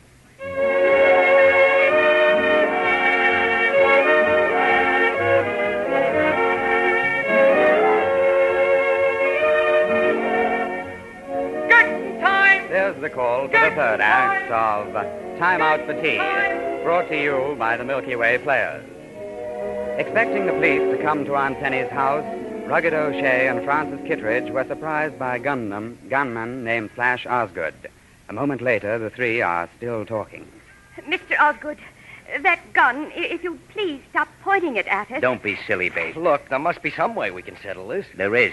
Well, then. A nice long ride in the country. But for the love of Pete, we haven't done anything. It ain't what you done, it's what you seen. You two know too much. You talk pretty big with that gun in your hand. Sure. Why not? Rugged, he's going to kill us. Now, take it easy, darling. Okay, you two. Now stay frozen in your tracks. I want to see if this coast is clear. Oh, if the police would only get here. Maybe we can stall them a little. Come on, let's scram. And don't get no fancy ideas because Flash Osgood don't could, see? Well, goodness gracious, we have another guest. How nice. Just in time for a cup of tea. Francis, child, why are you waving your arms like that? Sit down, dear. Well... Who's the old babe? My aunt. She doesn't know what's happening. Mr. O'Shea, must you keep on reaching for the ceiling? I swept the cobwebs down yesterday. Aunt Penny. Is no one going to introduce me to this young man? Dear me, what's happened to everybody's manners? Well... Knock me down to the old lady. Well, Aunt Penny, this is Mr. Flash. Mr. Flash? Oh, why, what a cute name, Mr. Flash. 1 or 2 lumps? Well, could you spare 4? 4? Yeah, it kills the taste of that stuff. There you are, Mr. Flash. Thanks. Now, Mr. O'Shea, how many lumps do you take? Aunt Penny, if you don't mind, I don't want any tea. Neither do I. Oh, there's nothing like a good cup of tea there. Now, take it. Oh, all right. It'll do you good. Thanks. And now, Francis. Hey, look, lady, I've drank me tea, and now we're all going for a little spin. And that means you too, Grandma. Oh, why, that would be wonderful. I haven't been out of the house all week. No, Aunt Penny. You'd better stay here. She's coming with us. Of course. What do you think I am, an old stick in the mud? But you'll catch cold. Yes, it's damp out. You keep out of this, smart guy. Precisely, Mr. O'Shea. If Mr. Flash is nice enough to invite me to go for a ride, I'm going. Of course, you and I will ride in the front seat, won't we, Mr. Flash? Yeah. Hey, what's the matter? Everything's going around and around, and I'm so sleepy Oh, he's going to fall. Franny, he's out like a light. Maybe he had a heart attack. No, he didn't. He'll be all right. But how did... I put some sleeping tablets in his tea, that's all. Oh, Aunt Penny, you're wonderful. I'll say. But how did you know? By listening at the keyhole. Besides, I don't go to the movies once a week for nothing. That man is a gangster. Yeah. If it hadn't been for you... Hey, I'm dizzy, too. Oh, Rugged, look out. You're going... Young man alone, Oh, but Aunt Penny, he... Oh, Rugged. Rugged. Aunt Penny, he's passed out, too. Like a light. But he... I know, my dear. He's the trigger man. Oh, but he's not. No, child. You mustn't contradict your eldest. Then you doped his tea, too. Oh, I gave him a double dose. He's so much bigger than the other one. But suppose you killed him. Oh, I don't think I have. Have I? Oh, Rugged. Say something, Rugged. Please don't die. Why, Francis, you sound very much as though you're in love with that young man. Oh, dear me. Now who can that be? Rugged. Please. Oh, everything has to happen at the same time. Now I'm sure it's too late for the paper, boy. Evening, Miss Talbot. Oh, Officer Appleby, Yes. I'm so glad you're here. Do come in. Well, thank you, ma'am.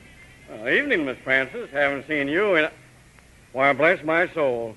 Looks like you got a couple of corpses putting up the sitting room here. They're not dead, Officer Appleby. But they've got to be taken to a hospital right away. Well, if you say so.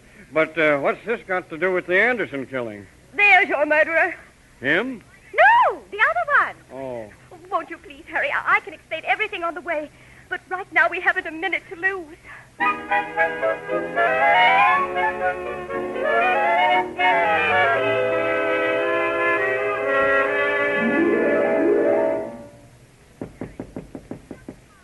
Come in. Hello, beautiful. Oh, Rugged, I've been waiting for almost 6 hours. The doctor finally said I could come in. You didn't think I'd kick off, did you? After all, I didn't get to be called rugged playing ping pong.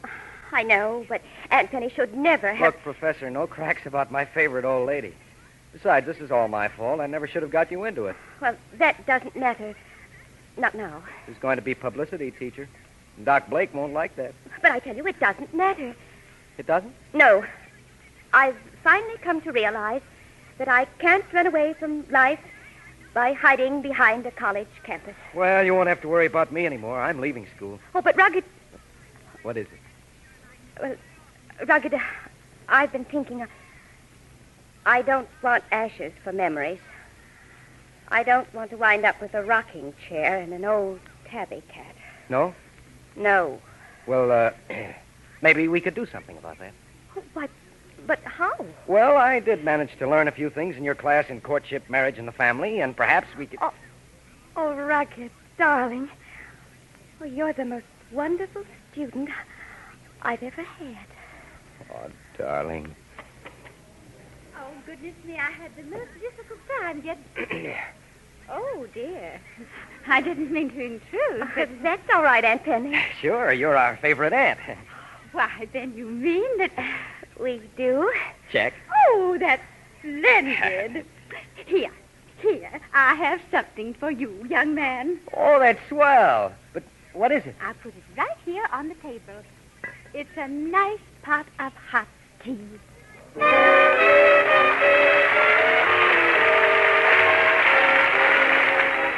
The curtain falls on the last act of Time Out for Tea. Another curtain time play brought to you by the makers of Milky Way Candy Bar. Tonight's curtain time starred Harry Elders as Rugged O'Shea and Nanette Sargent as Francis Kittredge. Virginia Payne was heard as Aunt Penny, and Sidney Ulstrom played the role of President Blake. Donald Gallagher was Flash Osgood, and George Caesar was the announcer. The music for the Curtain Time Orchestra is arranged and conducted by Bert Faber. And now a word about next Saturday's show. Well, Pat, it's all very legal. Legal? What do you mean, Harry? He means that we're both lawyers, Oh, I see. Blackstone and Portia join hands. Something like that, Pat. except that it's all very funny and very romantic. Yes, and it's called The Feminine Touch. Well, you've certainly aroused my interest. Thanks, and good night, Nanette Sargent and Harry Elder. Good night, Good night. Now I'll join this gay theater crowd as it leaves the Merchandise Mart, many on their way to the exciting after-theater spots here in Chicago. Until next week, then, this is Patrick Allen reminding you of your dates every Saturday, same time, same station, when the makers of Milky Way candy bars present Curtain time!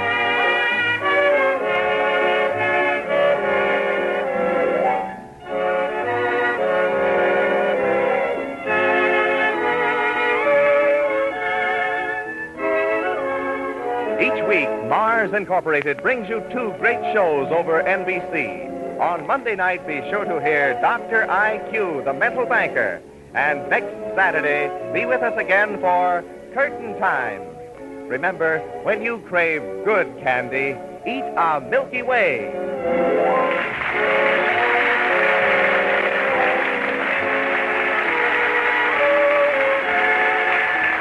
This is NBC, the national broadcasting company.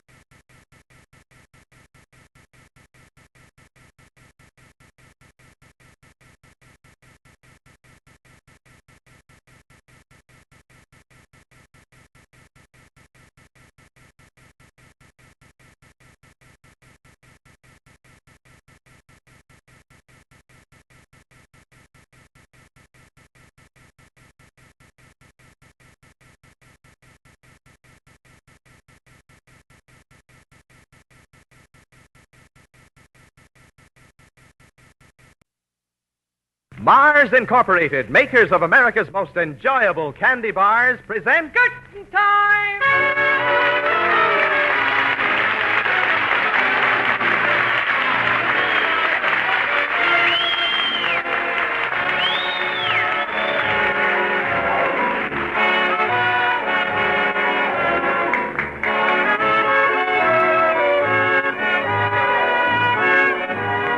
makers of Milky Way candy bars welcome you to Curtain Time.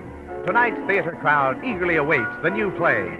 And here, as always at an opening night, is the well-known man about town, your host, Patrick Allen. Good evening. Well, Mr. Allen, how is Curtain Time bidding the old year goodbye? With one of its most amusing plays, John. But there's the overture, so we'd better hurry inside the theater for tonight's production of Curtain Time. Tickets, please. Thank you, sir.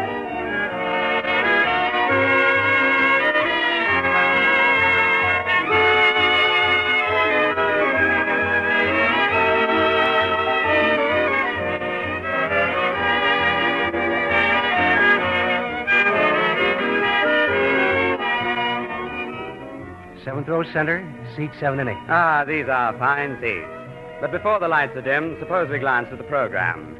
Harry Elders and Nanette Sargent, supported by the Milky Way players, are starred tonight in Pat and Mike. Mr. Elders plays the part of Michael Gleason, and Miss Sargent is heard in the role of Patricia Connors. Curtain time! There's the call for the first act of Pat and Mike. Patricia Connors, an attractive young blonde, is speeding along one of the city's new superhighways. That is, she was speeding. At this moment, she's pulled up at the curb and is about to address a remark to a good-looking young motorcycle cop.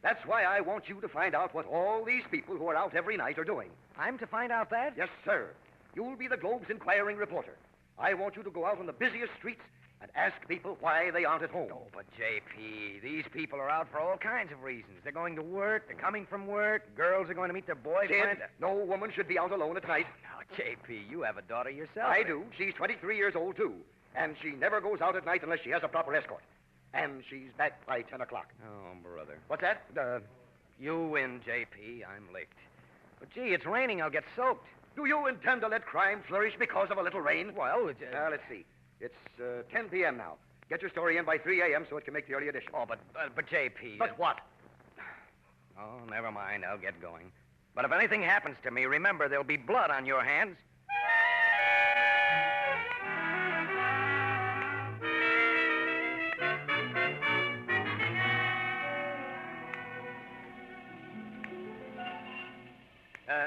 Pardon me, miss. Yeah? I wonder, that is, I'm making a survey. Hey, what's eating you? Would you mind telling me why you're not at home? Look, smart guy, you better go dig up a new approach. I'm waiting for my boyfriend. He works late. Oh, I see. Let me get that down. Waiting for boyfriend, works late. Thanks. Thanks a lot. Well, how do you like that? Let's see now. Oh, there's another one. That girl standing in the doorway. Pardon me, miss, but do you mind telling me why you're not at home? You know, why you're standing here in this doorway? I'm trying to keep out of the rain. No, look, that's not what I mean. What I want to know is why you're out at all. Because I don't have any place to go, that's why. No place to go. This is supposed to be a friendly city, but I've been to all the hotels and everybody's been horrid to me.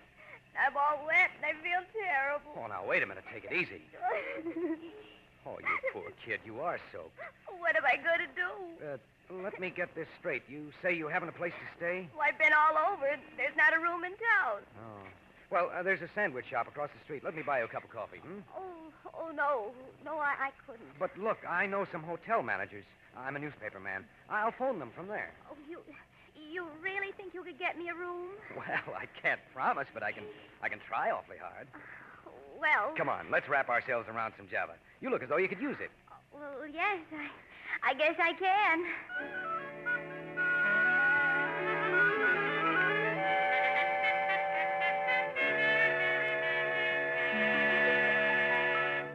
Look, George, I've called every hotel in town. Yes, I know, George, but you've always got a room or two you save for an emergency. Okay, George, I'm sorry I dragged you out of bed. See you. Now, Sid'll fix you up, honey. I know he will. He's a nice fella, too. He lives right down the street. Comes in here for coffee almost every night. Well, I certainly hope he can find something for me. Well, this housing situation sure is tough. Any luck, Sid? No.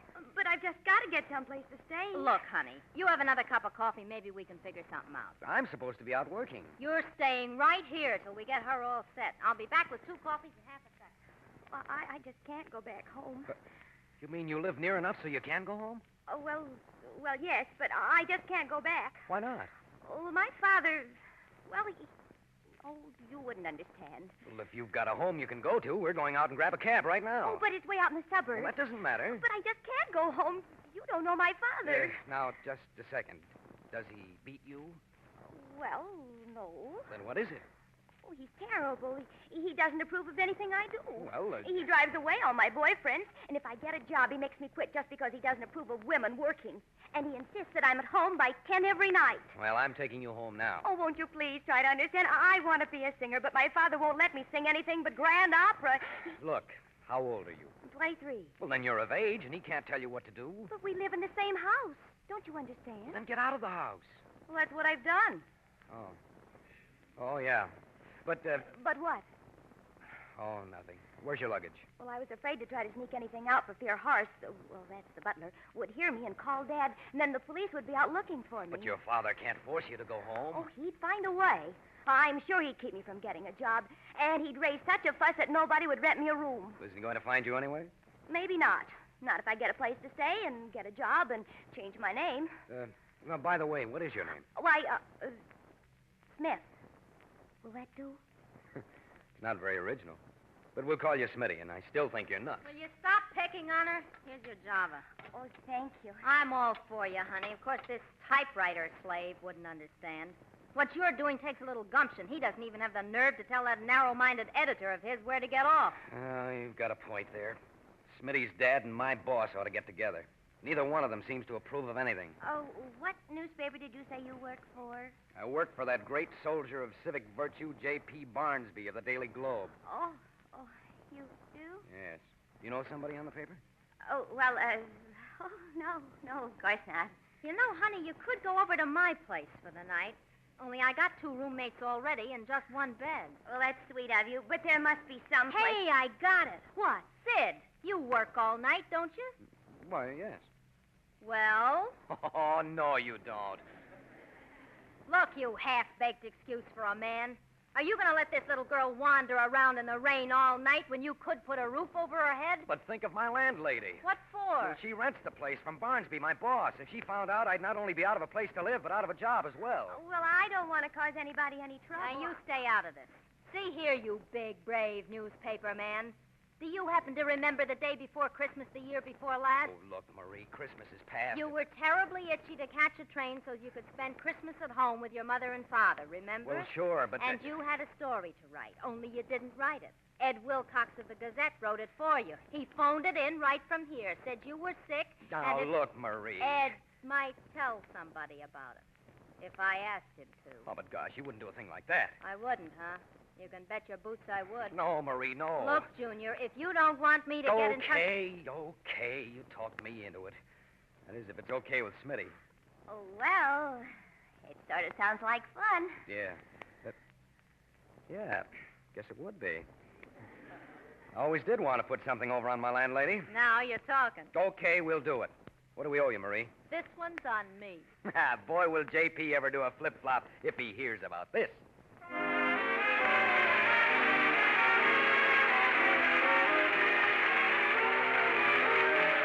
The curtain falls on the first act of tonight's Curtain Time play, starring Harry Elders and Annette Sargent with the Milky Way Players. And now, John Weigel. To everyone who enjoys fine candy, there is always delightful satisfaction to be found in the taste of a Milky Way candy bar. For every bite of a Milky Way is a luscious flavor combination of the choicest candy ingredients.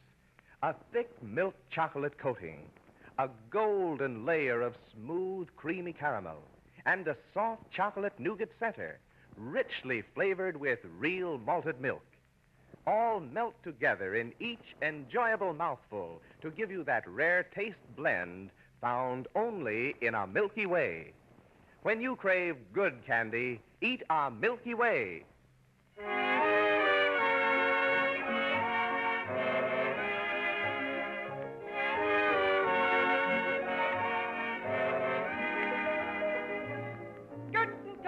There's the call for the second act of One Night in the Rain, brought to you by the Milky Way Players. When his editor sent him out to write a story telling why people go out at night, reporter Sid Carson thought it was a crazy idea. He met a girl, however, who was crying because she had no place to stay, and Sid promised to let her stay in his room because he works at night. Now, a few minutes later, Sid is unlocking the door to his room. There, that's it. Come on in. Ooh, it's so dark. Just a second, I'll get the light. There. Oh, it's nice. It's so masculine and everything. Don't talk until I get the door shut. This is only the 3rd floor, and the landlady's on the 1st floor. Oh, it's such quaint old furniture and such a beautiful old fireplace. Yeah, just don't light a fire in it, that's all. The landlady says there's something wrong with it. Oh, everything's so old and antique. Ratty is a better word for it. Oh, but it's such a wonderful room. And it's warm, too. Yeah, I hope you'll be comfortable. I'll be back about 7 in the morning. Oh, you've been so grand to me, and I'm so grateful. Hey, now, just a second.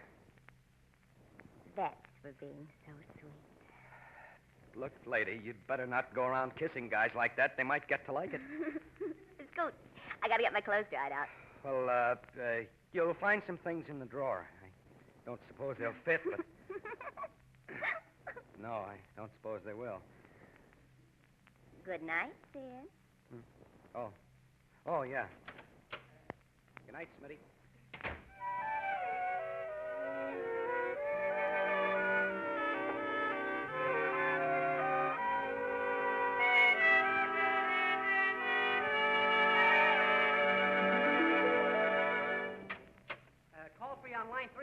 JP. It's your butler. All right, Ed, thank you.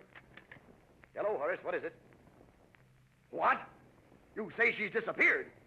But it's 1 o'clock in the morning. I just stopped in here on my way home from the club, and you say her bed hasn't been slept in? Then she's been kidnapped. That's it, kidnapped. Why, you fool, call the police. Yes, right away.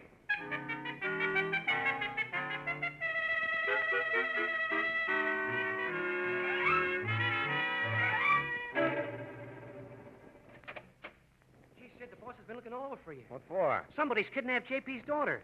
You're kidding. Oh, honest. At least that's what he thinks. Of course, I figure she's run off with some guy. Girls is nuts that way. You'll never be promoted beyond office boy if JP hears you say that. Besides, JP would never let her off the leash long enough for that. He won't even bring her down here for fear some sin might rub off on her. Well, anyway, JP wants to see you. Okay. Hey, Sid, you know what's happened? Do you? Well, My daughter's been kidnapped, that's what. The forces of evil in this town have taken my daughter in order to shut me up, to get even with me for my expose. No, JP. I'll show them. We'll spread it all over the paper. We'll stir up honest citizens to the point where they'll run every last crook out of town. But, JP... I'll tear who's ever responsible for this to bits with my own hands. They think they can keep me from being mayor. Why, when I get through with them, they'll plead for mercy. Now, take it easy, Sid. JP. Sid, my boy. You know all the crooks in this town. You should know who's done this to me. But I haven't any idea who it is. Well, then expose them all. Take the whole front page. Smear the picture of every hoodlum in town all over it. Say they all kidnapped my daughter. How about a story about her? Yeah, a story. And the picture. Let's see. I've got a picture here in my desk somewhere. Yeah, it should be in here. Yeah, here it is. We'll put that right in the middle of the front page. Here. Okay. Say, she's... JP, is this your daughter? Of course it is. Now... No. Hey, what's the matter with you? Look, JP, I'll see you again sometime. Where are you going? Brother, if you only knew.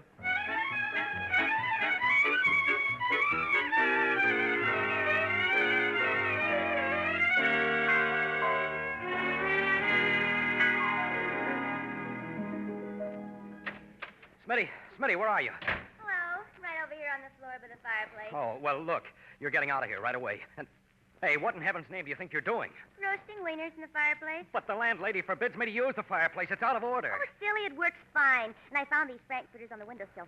Have a bite? Look, you're getting out of here right now. In these clothes?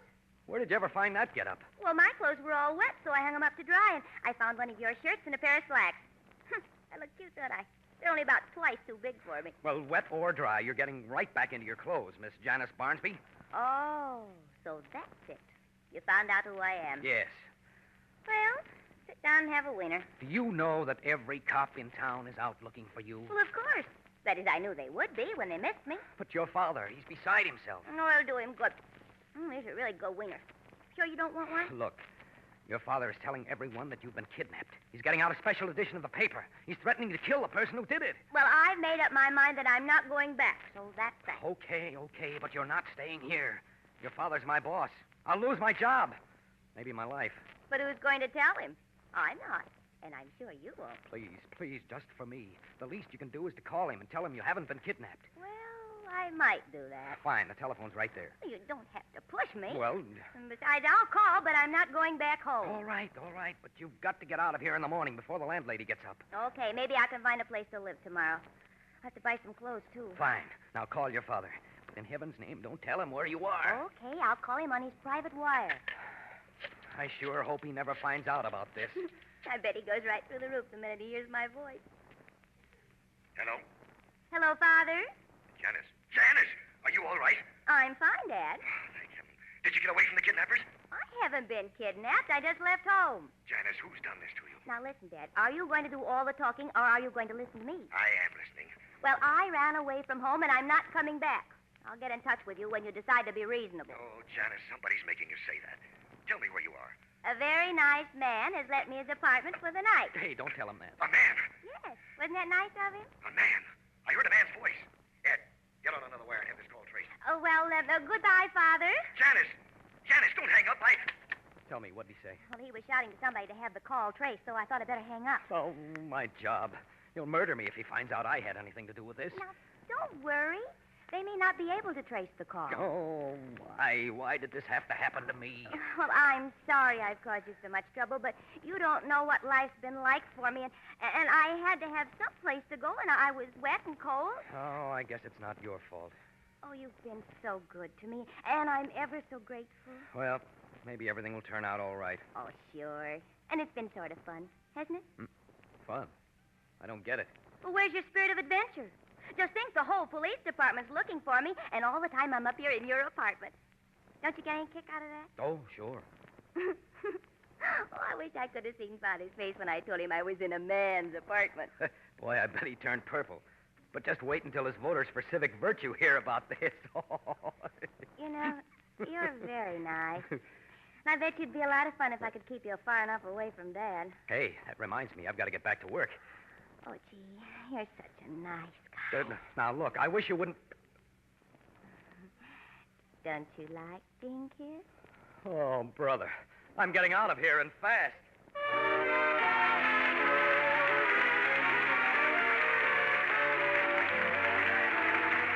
Before we bring you the third act of tonight's Curtain Time play, starring Harry Elders and Nanette Sargent with the Milky Way Players, here is John Weigel. For many years now, candy lovers have stopped often at candy counters throughout the country to enjoy the taste of a Milky Way candy bar. For a Milky Way is always a truly luscious treat. From the moment you first open the crisp wrapper and recognize that enticing scent of fine, pure milk chocolate. Then with each bite, your teeth sink through the thick milk chocolate coating, the golden layer of smooth, creamy caramel, and the soft chocolate nougat center, richly flavored with real malted milk. Together, the milk chocolate, creamy caramel, and soft nougat make every bite of a Milky Way luscious, right down to the last delightful flavor that lingers in your mouth. When you crave good candy, eat a Milky Way.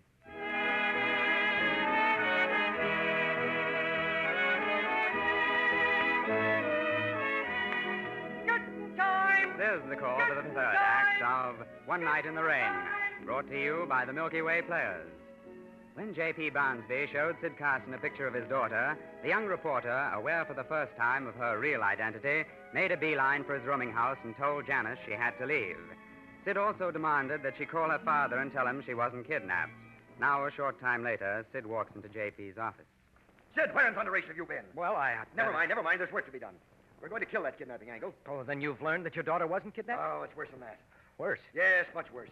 By some insidious means, they have her under their power. I don't get it. She called. Uh-huh. And from the way she talked, I'm sure she's been doped or hypnotized or something. Did you trace the call? No, the telephone company couldn't trace it. Oh, brother. Barnsby, the Yes? alarm just came in. There's a big fire at 372 South 29th Street. 372? Why, I own that building. Why, that's my place. That fireplace. Smitty must Those filthy crooks. First they take my daughter. Now they're burning down my property. Quick, give me the keys to your car. That's my apartment. Well, now, see here, Sid. I told you that's the place where I live. I've got to get there. And I told you it's my building. I'm going with you.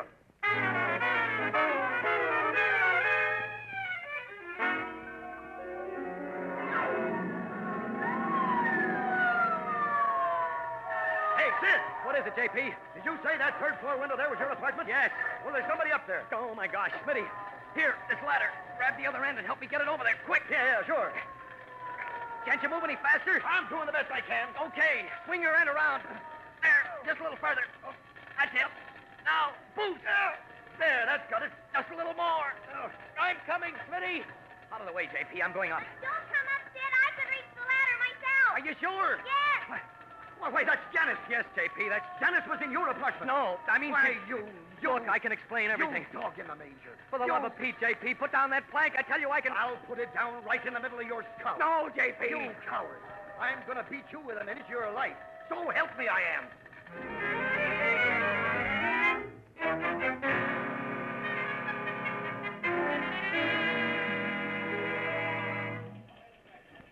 Why, Janice, Oh, Sid, I'm so glad you came. I was afraid you mightn't. did you come down to the office with your father? Yes, he insisted that I come along with him. Mm-hmm. He also insisted that I wait right here outside his office until you came in. How is he this morning? He's been acting terrible. He hasn't cooled off much then, huh? He said some horrible things to me. Oh, he would pick on a woman. They weren't half as bad as the things he said about you. Oh. He said for us to come into his office as soon as you got here. Well, then, I guess we might as well get it over with. Sid, Yes, Janice? I'm not going to let him bully me into doing as he says. Will you stick by me? You're darn right I will. Oh, Sid. Come on, here goes. So, so there you are. Yes, Father? Here we are. That's right. Here we are. Well, I hope you two are happy. Before you, you see a ruined man. Ruined? Yes, young woman. I've been rejected by the voters for civic virtue. I've been dropped like a hot potato. Gee, that's tough. Look at the opposition papers. Look at the pictures on the front pages. Hey, that one isn't bad. My daughter climbing out of the window of your apartment, young man, and wearing your shirt and trousers. But, Father... Young lady, I'll never be able to hold my head up again. And you, young man. But, J.P. Don't interrupt me. You ingrate. Why, to think that you'd use me in this shabby manner. After all I've done for you, giving you the best stories, raising your salary after you'd only asked me 3 times. Only 3 times, mind you. But, Dad... Janice, I tried to be a good father to you. Perhaps I... Oh, Father, I know you have, but Please, J.P., don't break down. Break down? Who's breaking down? Oh, but you just... Oh, good heavens, I almost forgot. Forgot what? Well, now that you're assistant city editor, son. Son? Assistant city editor? Of course. But that new series of interviews with prominent people on my favorite household pet and why has to get started. J.P., are you kidding about that promotion? Young man, you know I never kid. And you're not angry either, Father? Angry? Angry, my dear? I'll have you understand I'm not mad at anybody. Except those narrow-minded voters for civic virtue. Well, gee.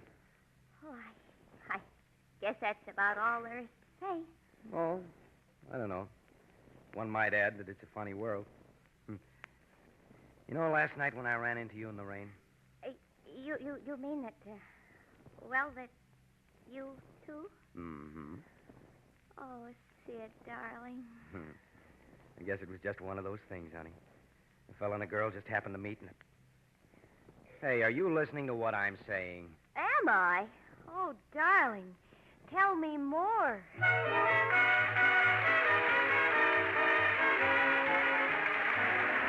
The curtain falls on the last act of One Night in the Rain.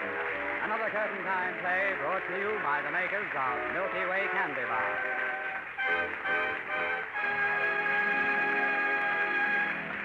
Tonight, Curtain Time starred Harry Elders as Sid Carson and Nanette Sargent as Janice Swansea. The part of Janice's father was played by Burr Lee, George Caesar was Ed, and Geraldine Kay was the waitress.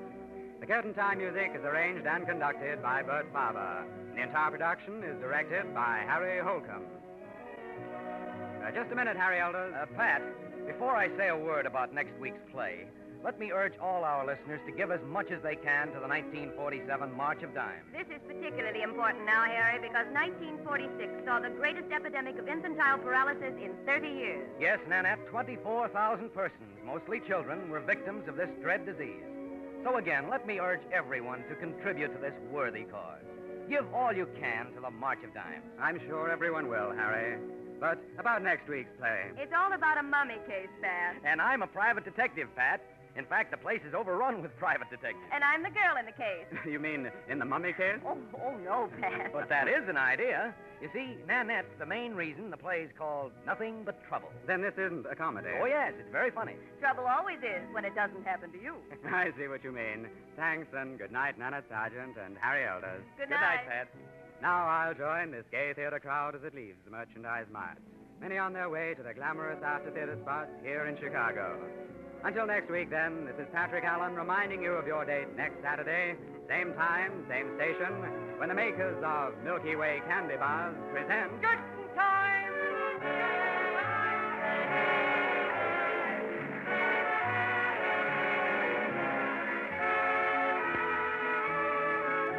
Each week, Mars Incorporated brings you 2 great shows over NBC. On Monday night, be sure to hear Dr. I.Q., the mental banker. And next Saturday, be with us again for Curtain Time.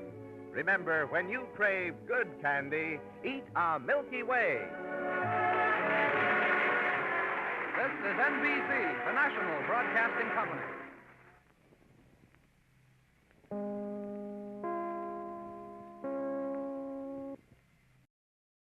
Mars Incorporated, makers of America's most enjoyable candy bars, presents Curtain Time!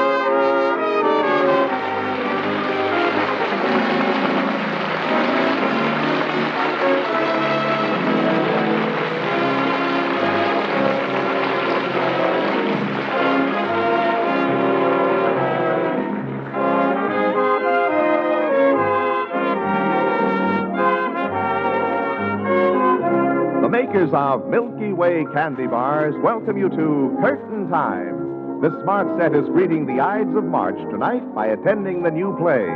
And here, as you may expect at an opening night, is the well-known man about town, your host, Patrick Allen. Good evening. Well, Mr. Allen, what's the advance information on tonight's play? It's very romantic, John, and I'm sure you'll like it. But there's the overture, so we'd better hurry inside the theater for tonight's production of Curtain Time. Tickets, please. Thank you, sir.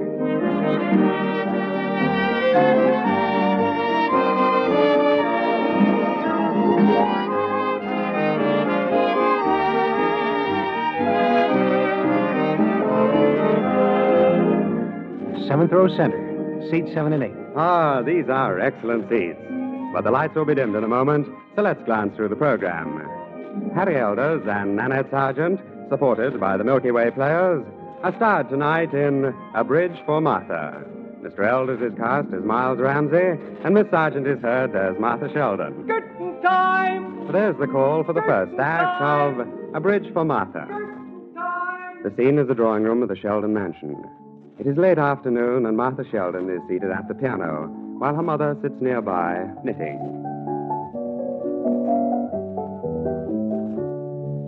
That's very pretty, Martha. Thank you, Mother. What is it, my dear? It's Mozart. Oh, I like it very much. But why are you stopping? Mother, I want to talk to you. I want to get a job. Oh, dear, must we talk about that? Mother, I'm sure I can do very well playing the piano. Well, I'm sure you can too, dear, except that I'm not going to let you. And that's final. But, Mother, we haven't a penny. We haven't done a thing to support ourselves since Father Martha, died. I assure you We've that eaten so far into our principal that it won't be very long yes, before... Dear, yes, I know. But will you please ring for Digby? I'd like a cup of hot water. Oh, all right. You know, Martha, I've been thinking that you'll very likely marry Harold Judson. I am not going to marry Harold Judson, and if you think his money can possibly... Oh, Mother, honestly. Goodness me, but you are a strange one. Well, I don't see how. You play the piano so sweetly, Martha, and yet when you talk, you're sometimes so violent. I believe you rang for me, Miss Martha. Yes, Digby. Mother would like a cup of hot water. Oh, yes, miss. Digby, while you're here, will you try to open one of the west windows? It's a little stuffy in here. Well, I'll try, miss, but I'm afraid they're still stuck. Really, I suppose we should do something about them. I'm afraid I can't open them, miss. Well, then hurry and get my hot water, Digby. Very good, ma'am. I shall also let Mr. Judson in. Oh, dear. Digby, did you say Mr. Judson's here? Yes, ma'am. I saw him coming up the walk. Oh, Martha, hurry. Play some more of that nice Mozart. Oh, well, all right, but why? Well, it's very impressive when one enters the room to see a lovely girl at the piano. If you mean that I'm supposed to impress Harold Judson, I don't want to. Now, my dear. Besides, he's such a horrible bore. Martha, now, I like Harold very much. And besides, he's very rich.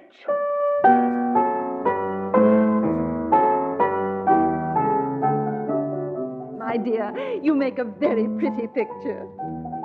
Well. Good afternoon, my dear Mrs. Sheldon. And how are you? I certainly hope you're feeling better. Well, I regret to say that I'm not, Harold, but you're so considerate. Do be seated. Thank you, but not before I say hello to Martha. Hello, Martha. Hello. Oh, my, but you look beautiful at the piano. And you're playing Beethoven, too. Now, don't tell me what it is. It's Mozart. Oh, yes, why, of course. And there's no use pretending. Everyone knows you're tone deaf. Why, Martha, really? Harold may be tone deaf, but, well, he has other virtues. You mean the kind one can count, Mother? Well, now, if you're speaking of my ability as a lawyer, Mrs. Sheldon, a very interesting case came up in our office just today. A certain parcel of property belonged to a man whom I shall call A. Oh, Harold, that's very interesting. Hmm? Oh, I'm sorry, Martha. I get so carried away with my work that, well, I guess I should have some diversions. Mm-hmm. Perhaps if I had someone to work for, Your cup of hot water, ma'am. Oh, thank you, Digby. Is there anything else, ma'am? No, that'll be all, Digby. Very good, ma'am. Harold, let's see if we can open one of these west windows. They're stuck. Oh, why, yes, of course. Now, Harold, now, do be careful of your back. Oh, I won't hurt it, Mrs. Sheldon. Not at all. Are you ready, Harold? Martha, you stand back. I can do this by myself. Well, yeah. Oh. Well, it is stuck, isn't it? Martha, perhaps if you did give me a hand, I could, I'm all set. Very well. Now? Oh. Yeah. Well, I guess it's really stuck. Martha, it's not very nice to put Harold to work like that. Oh, my. One certainly gets a beautiful view from this window. Yes, it's lovely. Mm-hmm. The lake and the trees and the lawn. You know, it would be a real pleasure to come home to a place like this after a hard day at the office. You mean at 3:30 in the afternoon? Well, Harold, I want to talk to you. Oh, yes, Mrs. Sheldon. As you know, this is the only large estate still left within the city limits. Well, of course, you've had it such a long time. And we may lose it. Oh, no. Oh, yes, but it's true. And I'm just a poor, sick old woman. Oh, Mother. Martha, please. Martha's such a child, Harold, and between us we don't have a single grain of business sense. We just aren't used to practical things. Oh, really, I wish... Well, now, Martha, what this house needs is a man. A man who can watch over you. Both of you, that is. Oh, why, Harold, what a brilliant idea. Mother, if you'll excuse me. Martha, where are you going? I'm going out on the porch. I don't care to be around when you ring up the sale.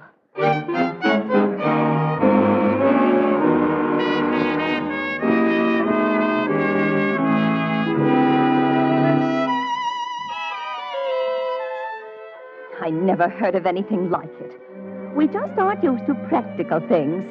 My own mother expecting to marry me off so that... Oh, dear. Well, at least it's nice out here. There's no dirt, no traffic. Even though we're living in the city, it's just like living in the country. Good heavens! Who are those men? Why, they're standing right in the middle of Mother's petunia bed.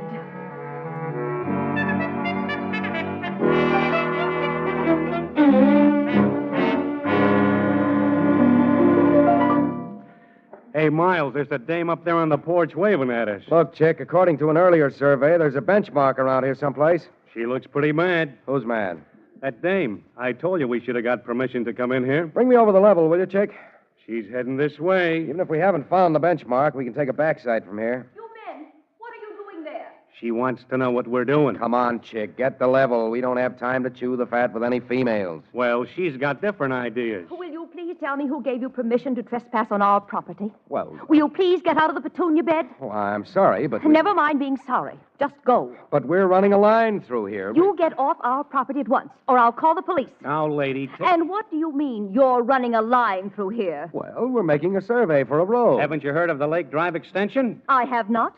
And you two can just take yourself and... Look, miss, this is all quite simple if you'll just give me a chance to explain. Very well. Just what is this all about? Well, the state legislature has voted funds for the extension of Lake Drive. Yeah, and we're plotting the road. Really? In a few weeks, we'll be building a road through here. It'll relieve the traffic congestion further inland. You don't say. And right over there, ma'am, right across that little inlet, Miles is going to build a suspension bridge. Not much to get excited about, is it? Well, it certainly is. Who told you could build a road through here? Well, now... Neither my mother nor I have been asked about it, and we won't allow it. You can go tell your state legislature that... No, not so fast. Perhaps if you cool off, we can go someplace and talk this over. I still say you're trespassers. Well, maybe we were sort of impolite barging in here like this, but... I know. What? It would be a very good idea if you did come to the house. My fiancé is there. He's a lawyer, and he'll tell you just how far you can go with this silly old road of yours. It's a good idea. Come on, Chick. Check. And please don't step on the petunias.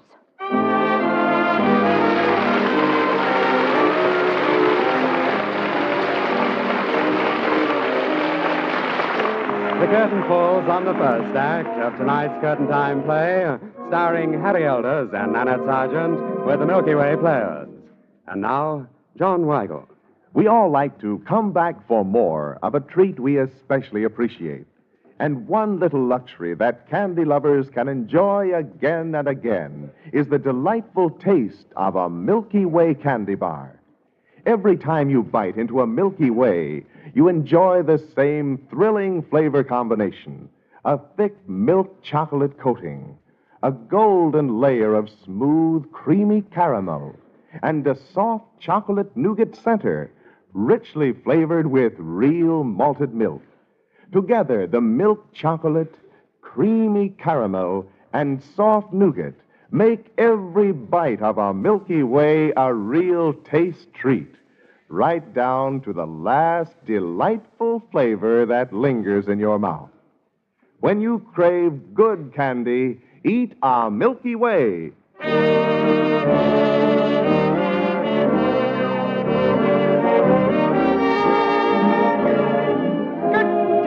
There's the call for the second act of A Bridge for Martha, brought to you by the Milky Way Players.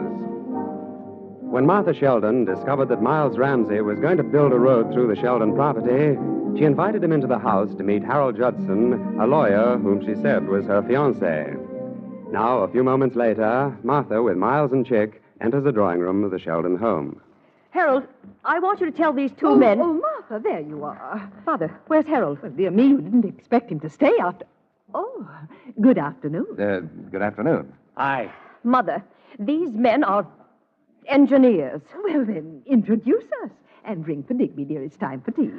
Well, Your daughter didn't bother finding out our names. I'm Miles Ramsey, Yeah, how and do you do? This is Chick Williams. Aye.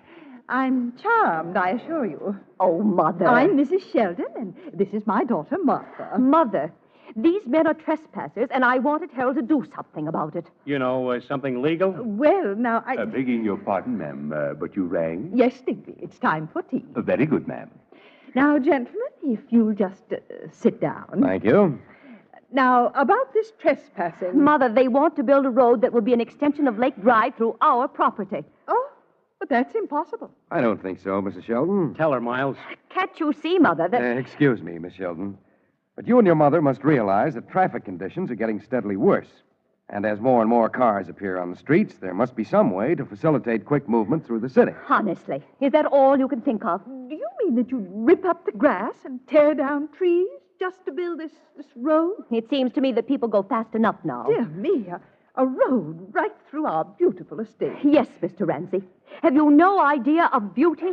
Well, I think I have, Miss Sheldon. Tea is ready, ma'am. Will you pour? Yes, Digby. Oh, very good, ma'am.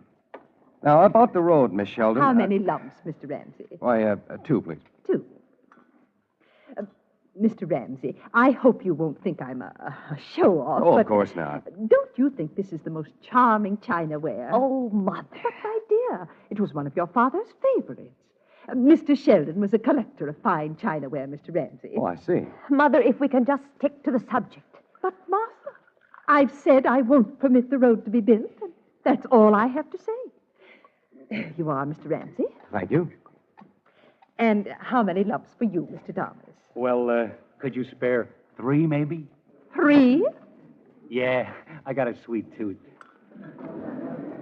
You see, Miss Sheldon, there's a law called the right of eminent domain. I don't know what that is. Well, if the public needs some property for a road or something of that sort, it has the right to take it. Just like that? Well, a fair price must be paid for the property, Mrs. Sheldon. And, of course, that's what's going to happen, whether you like it or not. Oh, no, it's not. Well, if you think we're going to have picnickers all over our front lawn... And gasoline fumes coming through the window. Come on, Miles, say something. Mr. Ramsey, although an engineer may not consider this house, well, very useful, it is nevertheless a thing of beauty. I admit that. Now, if there's any way of keeping the public off our property, young man, we'll find that way. We certainly will. I wonder, do you understand what I mean when I say that something that's beautiful must be preserved? Oh, of course. But hey, Miles, watch the teacup. Oh, dear. Oh, I'm sorry, Mrs. Sheldon, but it slipped out of my hand. It's the very best piece of china I own. Oh, clumsy old... Please, Miss Sheldon, I'll replace it. That's exactly where you're mistaken. That teacup can't be replaced. It's unique. Just like this house, Mr. Ramsey, and the grounds around it. And that's exactly why we won't let you build a road through this property. What's more, this property is ours, every square inch of it. Miss Sheldon, you're talking like a snob. Mr. Ramsey, you're talking like an engineer.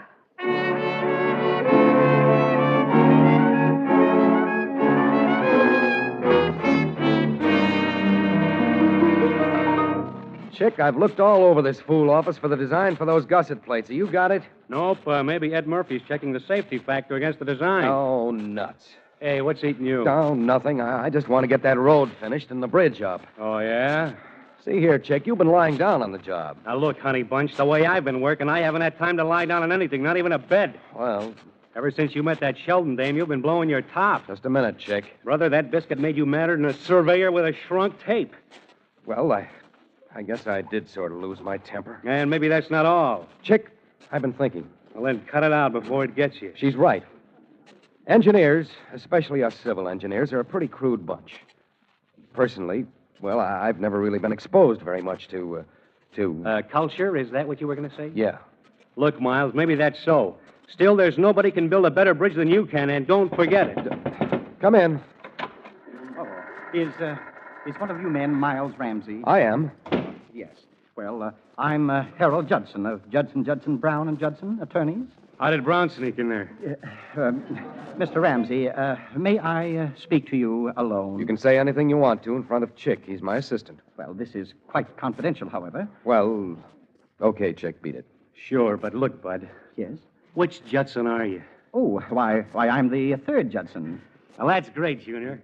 Keep punching, and maybe someday you might make that number 2 slot. Why? Well, of all the nerve, What's on your mind, Mr. Judson? I'm a friend of Martha Sheldon's. Oh, you must be the fellow she said she was engaged to. You mean she said that? What is it you want to see me about? Oh, well, it's that road you want to build through the Sheldon estate? Go on. Well, I've checked the tentative route of the new road. And? Well, that is, Martha, her mother, and I have an alternate plan for both the road and the bridge. See here, Judson, I laid out the plans for the Lake Drive extension. Oh, yes, but... It's the most direct plan and the cheapest. It's also in the best interests of the citizens of this city. Nevertheless, well, Mrs. Sheldon has a great deal of influence, and if certain officials in the State Highway Department were to know of the undue hardship she's suffering because of all of this, the road might be diverted. Come on, Judson, quit kidding. In plain English, what's your proposition? Well, now, you're quite blunt. Let's have it.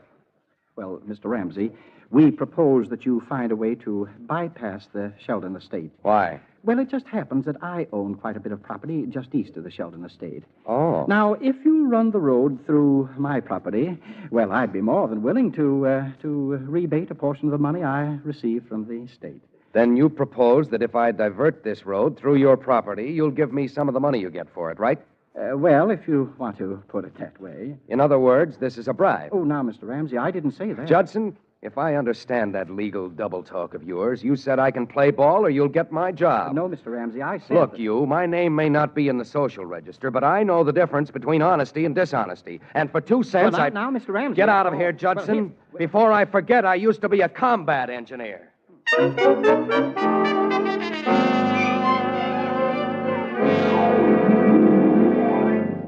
Hello, Miss Sheldon? Yes?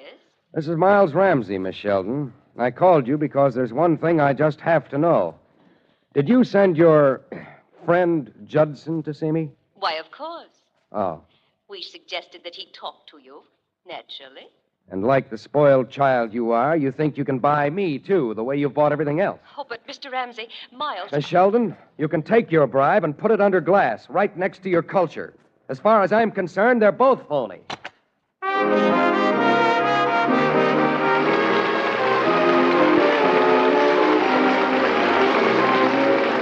Before we bring you the third act of tonight's Curtain Time play, starring Harry Elders and Nanette Sargent with the Milky Way Players, here is John Weigel.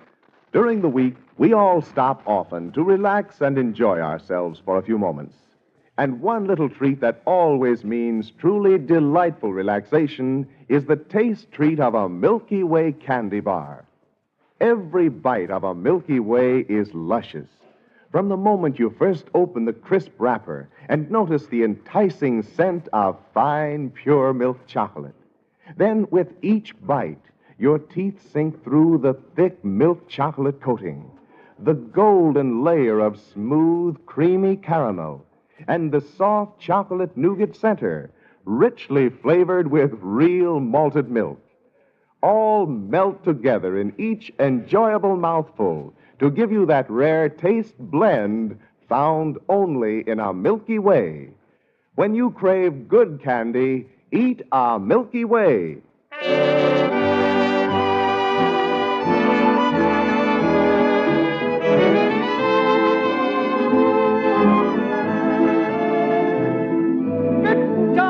There's the call for the third act of A Bridge for Martha, brought to you by the Milky Way Players. When Harold Judson tried to bribe Miles Ramsey to change the course of the proposed road through the Sheldon estate, Miles immediately called Martha Sheldon to see whether she had anything to do with Judson's visit.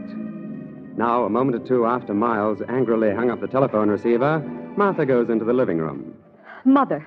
Goodness, child, you're white as a sheet. Mother, did you suggest that Harold try to bribe Miles Ramsey? Why, Martha, whatever put such an idea into your head? Mother, did you suggest that to Harold? No, not exactly.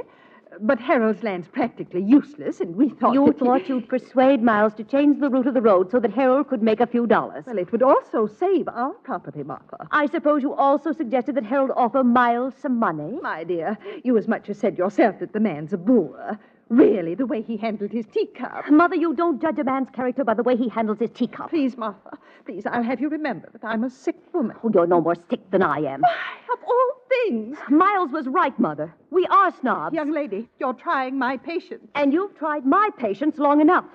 Now I'm going to get myself a man.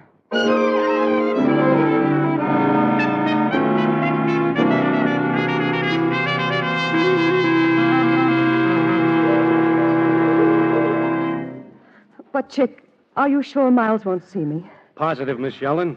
But if I could only explain things to him. Well, there's no use hanging around the office. Besides, right now he's out with the road gang. Chick, suppose I went out there to see him. Wouldn't help a bit. You see, Miss Sheldon, Yes. well, Miles has worked for everything he's ever had. And he's an A1 engineer, too.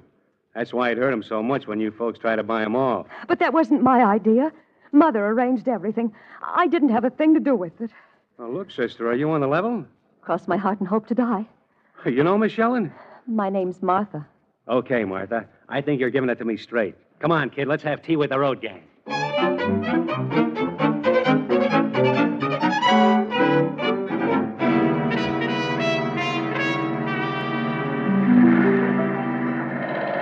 Hey, Miles, we got company. Okay, I'll be free in a couple of minutes, and then I'll... Oh, it's you. Miles, I want to talk to you. Well, that'd be fine if we had anything to talk about. Please, Miles, I know the way you feel about Harold's visit. Are you sure about that? Listen to her, boss. There happens to be something you don't know. Oh, I get it. You came here to up the bribe. What? Oh, for the love of Pete. Look, the road goes through the Sheldon estate exactly the way it was originally planned. That's all there is to it. We tried to handle things politely, but that didn't work, so we had to get tough. And you are tough, aren't you? Well? Believe me, Mr. Ramsey, I'm sorry I bothered you. Chick can tell you why I came. And you can build your road through our estate. It's very nice of you. But I certainly hope I never see you again. Not as long as I live.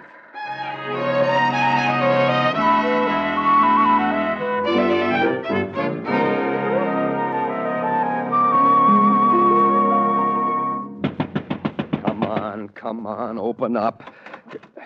I beg your pardon. Look, Digby, is Miss Sheldon at home? I've got to talk to her. Oh, I'm sorry, sir, but Miss Sheldon has left the city. She's left the city? Yes, sir. She was quite upset because of certain things that have happened lately, and so she... Digby, where'd she go? Well, sir, I'm not at liberty to divulge Miss Sheldon's whereabouts. Oh, nuts. When will she be back? Well, perhaps when the road, that is, when certain things are finished. Did she leave any message for me? No, sir. Miss Sheldon left very suddenly. Okay, I guess that's that.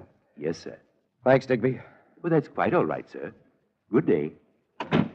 Well, I guess I sure messed that up.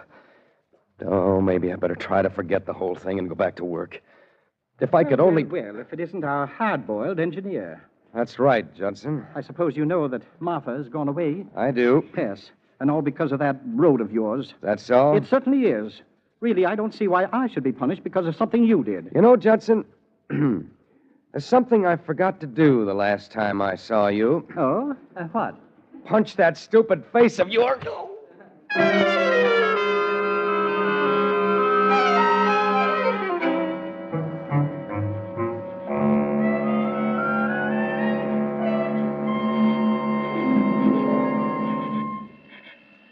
Nice night, huh, Miles? I guess it'll do. Well, Chick, a road and bridge will be open tomorrow. That's right. I'm glad the darn thing's finished. Well, I'll see you. Where you going now? Oh? For a walk? Want me to come along? Well, Chick, if you don't mind, I get it, Garbo. But say, why don't you go take a gander at the bridge? Maybe I will. It ought to look pretty in all the moonlight. Okay, Chick.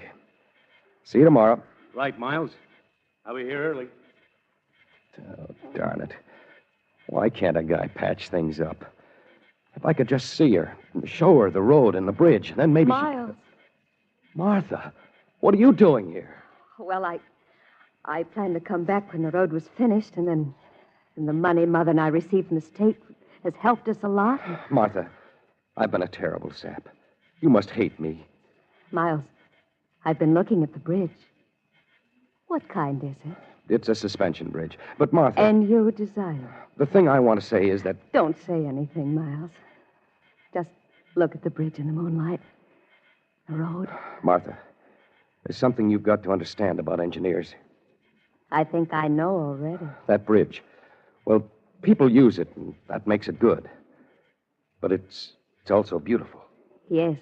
It's not as great as a painting by Rembrandt or a symphony by Mozart, but, well, there's something of me in it.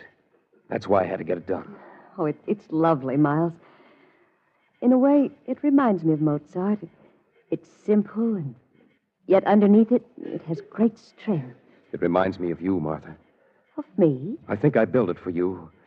The way some other man might write a sonnet to the woman he loves. Oh, Miles. Like you, it has grace and meaning and competence. Oh, really, this is quite overwhelming. But the bridge, I fell in love with it the minute I saw it. And I fell in love with you the minute I saw you. And then when I thought I'd lost you... Oh, no. Chick told me you had nothing to do with the bride, Martha, and... Oh, darling.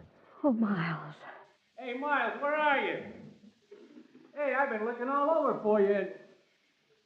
Well, now, how do you like that? Now, that's a clinch if I ever saw one. Oh, go away, Chuck. Yeah, Chick, beat it. The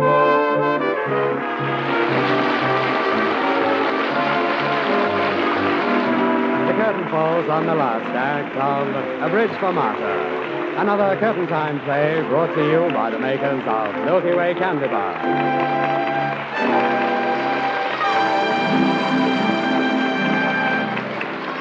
Tonight, Curtain Time starred Harry Alders as Miles Ramsey and Nanette Sargent as Martha Sheldon. Hope Summers, Sidney Elstrom, George Caesar, and Howard Hoffman were heard in the supporting roles.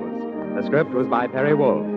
The Curtain Time music is arranged and conducted by Bert Faber, and the entire production is directed by Harry Holcomb.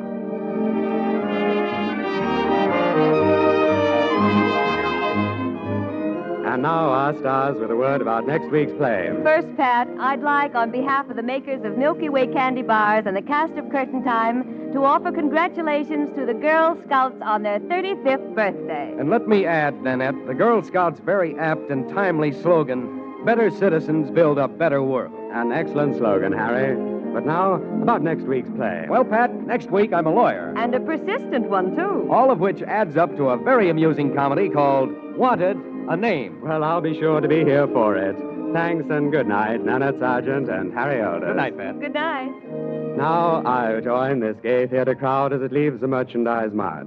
Many on their way to the glamorous after-theater spots here in Chicago. Until next week, then, this is Patrick Allen reminding you of your date every Saturday, same time, same station, when the makers of Milky Way Candy Bars present... Good time! Each week, Mars Incorporated brings you two great shows over NBC. On Monday night, be sure to hear Dr. IQ, the mental banker. And next Saturday, be with us again for Curtain Time. Remember, when you crave good candy, eat a Milky Way. This is NBC, the national broadcasting company.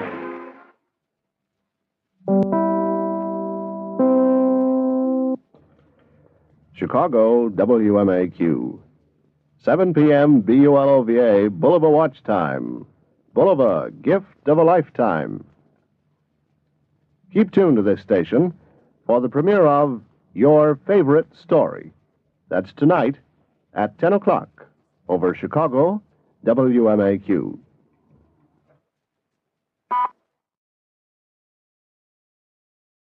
Mars Incorporated, makers of America's most enjoyable candy bars, present Curtain Time.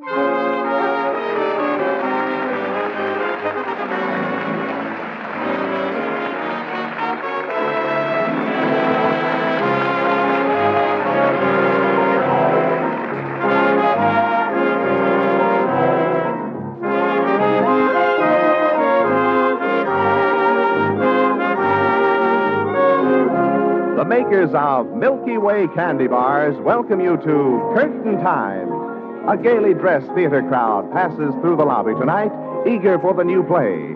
And here, as at every opening night, is the well-known man about town, your host, Patrick Allen. Good evening. Well, Mr. Allen, I'm told we have a comedy tonight. That's right, John. We're greeting spring in a happy mood. But there's the overture, so we'd better hurry inside the theater for tonight's production of Curtain Time. Tickets, please. Thank you, sir.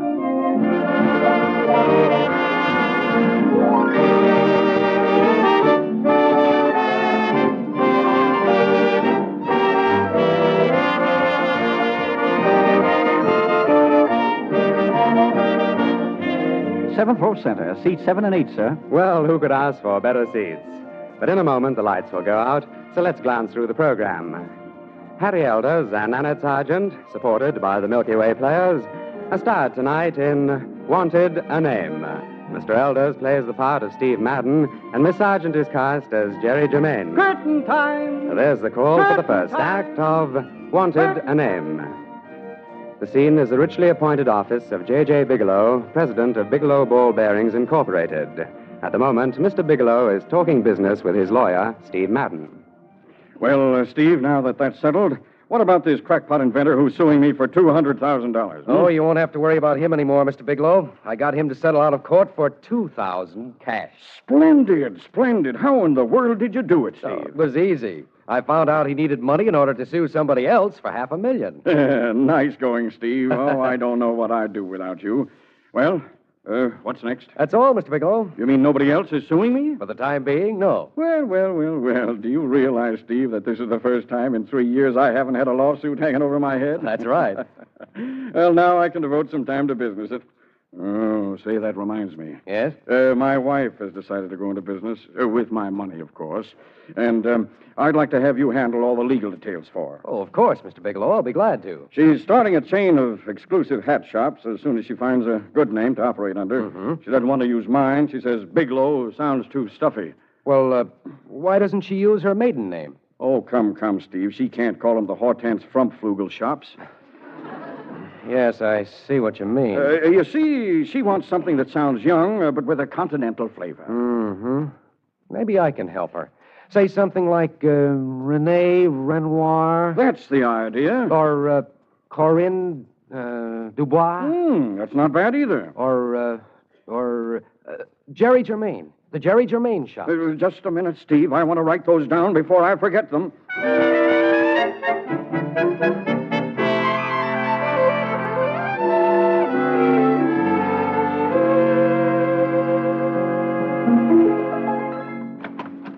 Bigelow. Oh, hello, Steve. Well, what's the matter? You look worried. I am. It's about those names I suggested the other day. Oh, yes. I meant to tell you. Hortense liked them all, but she's absolutely crazy about the last one. The last one? Yeah, you remember, Jerry Germain? Oh, I was afraid of that, Mr. Bigelow. She can't use it. What do you mean she can't?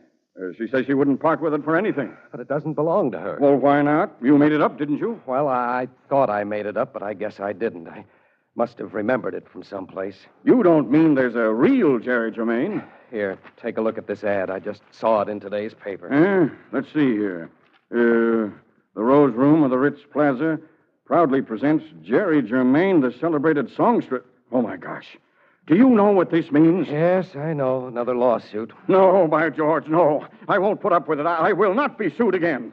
If I have to spend another day in court, I'll start foaming at the mouth. Steve, you've got to get me out of this. Well, maybe I can get Mrs. Bigelow to listen to reason. Oh, not a chance. Hortense is a stubborn woman. She's going to open her first Jerry Germain shop next month, and nothing can stop her. Well, in that case, I guess I'll have to work on Miss Germain. That's exactly what I had in mind, Steve.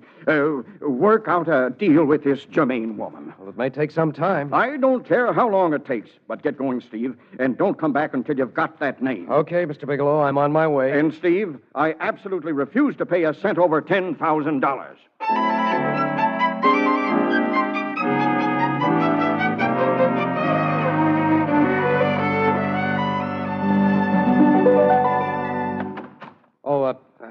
Pardon me, but are you Miss Germain? Yes. Well, my name's Steve Madden. I'm an attorney, and I represent J.J. Bigelow, president of Bigelow Ball Bearings, Incorporated. Well, won't you come in, Mr. Madden? Why, thanks. Sit down, please. Thank you. Now, what is it you wish to see me about? Well, Miss Germain, it's about your name. Oh? What's wrong with my name? Why, nothing. Nothing at all. As a matter of fact, it's a very beautiful, sophisticated name. Oh, really? It's just an old thing I've had around for years. Yes, but what I want to know is, would you like to sell it? I beg your pardon? I said, would you like to sell your name? I want to buy it. You mean you want my autograph? No, not your autograph. Your name, Jerry Germain. I want to buy it, lock, stock, and barrel. Oh, dear, I meet more darn screwballs. Please, Miss Germain, I'm not crazy. I just want to buy your name for my client, that's all. You mean he isn't happy with his own name? Oh, he doesn't want it for himself. He needs your name for business purposes, and I'm prepared to pay you $5,000 for it. Well, shall I send it, or will you take it with you? Please, I'm not joking. Mr. Bigelow wants your name for a chain of hat shops his wife is starting, the Jerry Germain shops. Look, I'll make it $8,000. But, Mr. Madden, if I sell it, then what will I do for a name? Well, I don't want to go through life with people calling me, hey, you. I'll tell you what. We'll have your name legally changed to Peggy Jones or Sally Brown or Snow White. Really, Jerry Germain doesn't fit you. No? No, it's too sophisticated for you. You're the sweet, simple type. Well, I'm not simple enough to fall for that corny line. Oh, well, then let's get back to money. I'll give you $10,000, not a cent more. How about it? Mr. Madden, I think the whole idea is positively ridiculous. Oh, but Miss Germain, $10,000, that's a lot of money. Yes, it is, and I'm very fond of money. But I'm afraid you've overlooked something. What? I'm a singer, and my name is my bread and butter. It's taken me 5 years of hard work to become known as Jerry Germain, the celebrated songstress. Yes, I never thought of that. If I were to change my name to Peggy Jones or Sally Brown, why, I'd have to start all over again, from scratch. So you see, I can't sell my name. I need it myself. All right, Miss Germain, I'll compromise. I'll pay you $10,000 if you'll just let us use your name. No, thank you. I have no desire to be a dual personality, half singer and half hat shop. Well, I guess that's that. At least they can't say I didn't try. What's more, Mr. Madden, I want to warn you. Yes? If my name is used without my permission, I'm going to sue Mr. Bigelow for every ball bearing he owns. Why, Miss Germain, we'd never dream of using your name without your permission. Well, in that case, you've got nothing to worry about. I guess I'll be going. You're sure you won't change your mind? I'm sure. Mm-hmm. That is, not until I get married. I beg your pardon? I said not until I get married. You see, when I do, I'm going to marry a wealthy man who'll give me diamond bracelets, mink coats, and 16-cylinder convertibles. I'm afraid I don't quite follow you. Oh, it's quite simple. When I get married, I'm going to give up my career for a life of luxury. And then I won't need the Jerry Germain anymore. You mean that then you'll be... Mr. Madden, a girl can always use an extra $10,000. When I get married, I'll gladly sell you permission to use my name. Well, when are you getting married? Oh, maybe next week. Swell. Or maybe next year. Oh. Or maybe 10 years from now. No. Oh, excuse me a moment, will you? Someone's at the door. Oh, of course. Oh, hello, Paul. Oh, Jerry. Come on in. Thank you. Paul, I want you to meet... What? Why, Steve, you old dog. Well, I'll be darned, Paul Warren. How are you? Don't tell me you two are old friends. Why, I'll say we are. Steve and I went to grammar school together. Sure. But, Jerry, you haven't forgotten our dinner date, have you? Of course not, Paul. If you gentlemen will excuse me, I'll be ready in a jiffy. Okay. Paul, I'm sure glad to see you. But say, are you engaged to Jerry? Why, no. Then why aren't you? Oh, gosh, Steve, I wish I were. You see, I want to marry Jerry, but... Say no more, Paul. You'll be married to Jerry in less than a month. What? I'll be married to Jerry in less than a Just month? leave everything to me, Paul, old chum. Yes, sir. Just leave everything to me.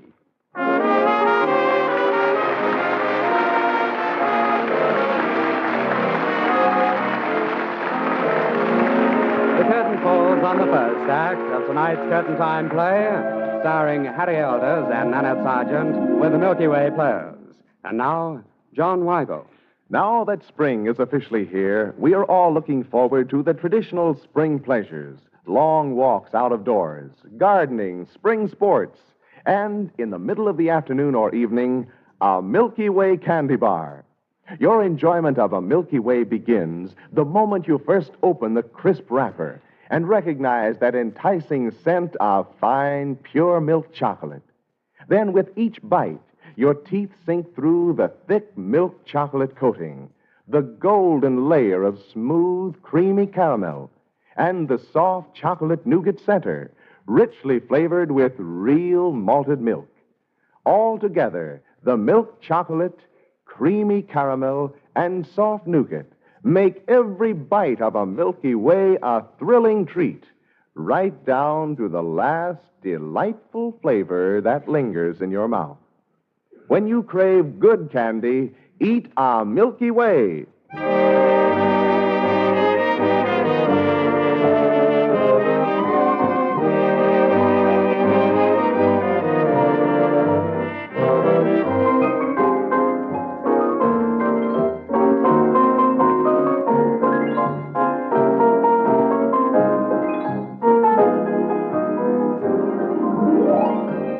Curtain time! There's the call for the second act of Wanted a Name, brought to you by the Milky Way Players. When Steve Madden tried to buy Jerry Germain's name for his client's wife, who intends to open a dress shop, he discovered Jerry won't change her name until, of course, she gets married.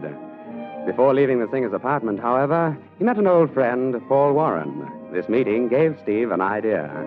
It's now a few days later. Paul and Steve are in the latter's office. Well, Paul, tonight's the night. Have you got the diamond? Here it is, Steve. I bought it this morning. Good. Is everything set? Well, no, I'm afraid not. Oh, but you called Jerry, didn't you? Yes, but I don't think she's going out with me tonight. Oh, but, Paul, she's got to. How can you propose to her if you don't see her? Well, I don't know. She said she wanted to stay home and read. Read? One night of the week she doesn't have to sing. She wants to stay home and read. Well, I suppose I could phone her again. She might change her mind. She'll change her mind, all right. I'll see to that. Huh? Hey, what are you doing? I'm fixing you up with a date, chum. What? Hello? Jerry, this is Steve Madden. Oh, hello, Mr. Madden. Is this a business call? How far from it. Jerry, I've got some awfully good news for you. You have? What? Why, I'm going to take you out tonight. You're going to take me out. Yes, aren't you overjoyed? Why, Mr. Madden. Oh, no, don't thank me. It's no trouble at all. Why, you... You know, Jerry, you're much too nice to go around with Paul Warren, so I've decided to take you away from him. I thought Of course, it shouldn't be too hard. Well, of all the colossal nerve. I know Paul's a nice guy and all that, and he can't help it if he's such a dope. Hey, but... what's the big idea? Mr. Madden, I'll have you know Paul Warren is one of the nicest men I ever met. Oh, sure, but why waste time talking about him? I'll pick you up tonight at 8. Oh, no, you won't. I've already got a date, and it's with Paul Warren. But you'll break it for me, won't you, darling? I should say not. Okay, I'll be there at 8. Goodbye, Jerry. Steve, if you think that's the way... Paul, you're in. Just phone her in half an hour, and she'll beg you to take her out tonight. Well, thanks, Steve. It's really swell of you to go to all this trouble for me. Oh, forget it. You know me, anything to help a friend. But remember, when you propose to her... Steve, I don't think I can do it. I'm afraid to ask her. But you want to marry her, don't you? Of course I do, but I'm scared she'll turn me down. Well, why should she turn you down? Well, for one thing, I haven't got any money. I think she's got her heart set on marrying some rich guy. Jerry? Don't be foolish, Paul. Why, that sweet, unspoiled child doesn't care that much for money. She doesn't? Of course not. Paul, Jerry doesn't ask much of life. Just the simple things. A devoted husband, a two-room apartment, and a can opener. Gosh, Steve, are you sure? Positive. Listen, if somebody bought her a lot of diamond bracelets, mink coats, and 16-cylinder convertibles, the poor girl would be so unhappy she wouldn't know what to do with them. Then you really think I've got a chance, huh? Boy, you can't miss. Gee, I wish I had your confidence. Relax, Paul. I'll take care of everything. I'll even talk to Jerry tonight before you show up, and when I get through, she'll fall into your arms.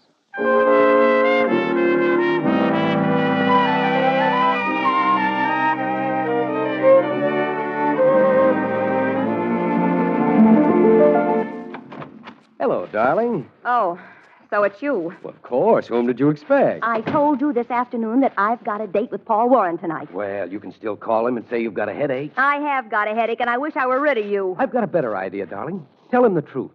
Tell him you're going out with me. Mr. Madden, why are you so interested in me all of a sudden? Are you still trying to buy my name? Oh, Jerry, hasn't it occurred to you that I may be infatuated with your sparkling eyes and flashing smile? I'll bet. I want to take you away from Paul. I want to keep you from throwing yourself away on him just because he's got a lot of money.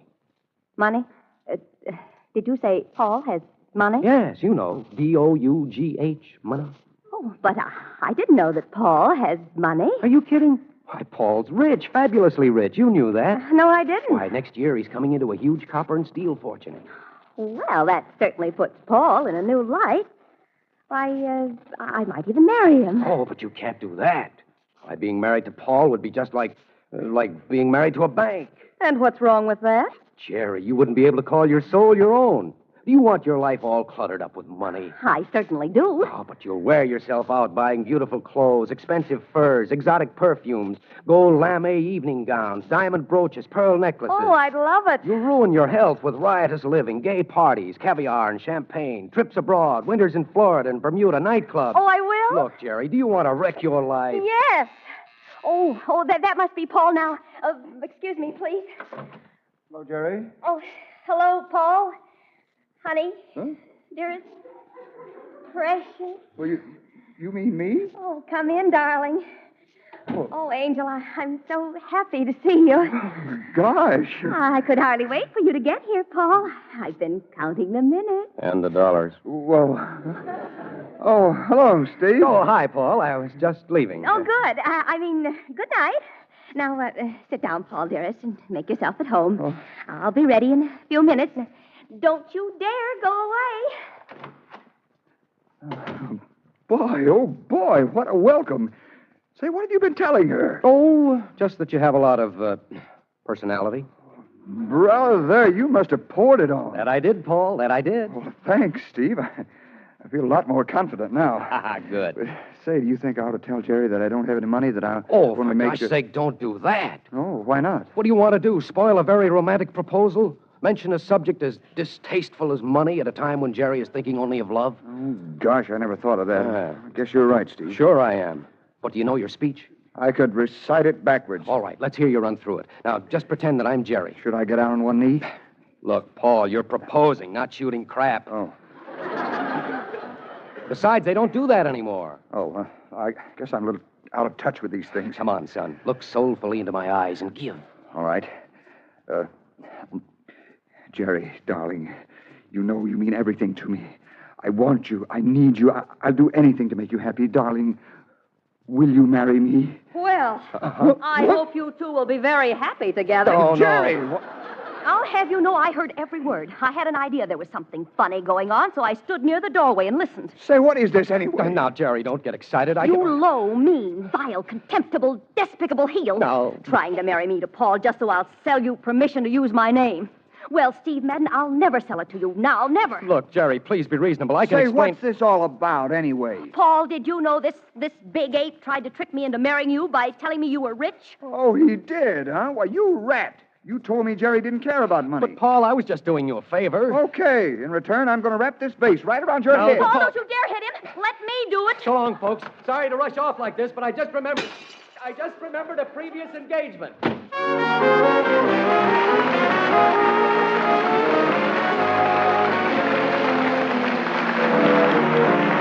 Before we bring you the third act of tonight's Curtain Time play, starring Harry Elders and Leonard Sargent with the Milky Way Players, here is John Weigel. All of us, no matter where we are or what we are doing, like to enjoy ourselves after a hard day's work.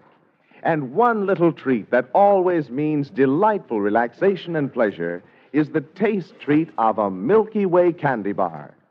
From the moment you first bite into the thick milk chocolate coating, you enjoy the rare smoothness of the fine, pure milk chocolate, the smooth layer of creamy golden caramel, and the luscious chocolate nougat center, richly flavored with real malted milk. All melt together in each enjoyable mouthful to give you that rare taste blend found only in a Milky Way. When you crave good candy, eat a Milky Way.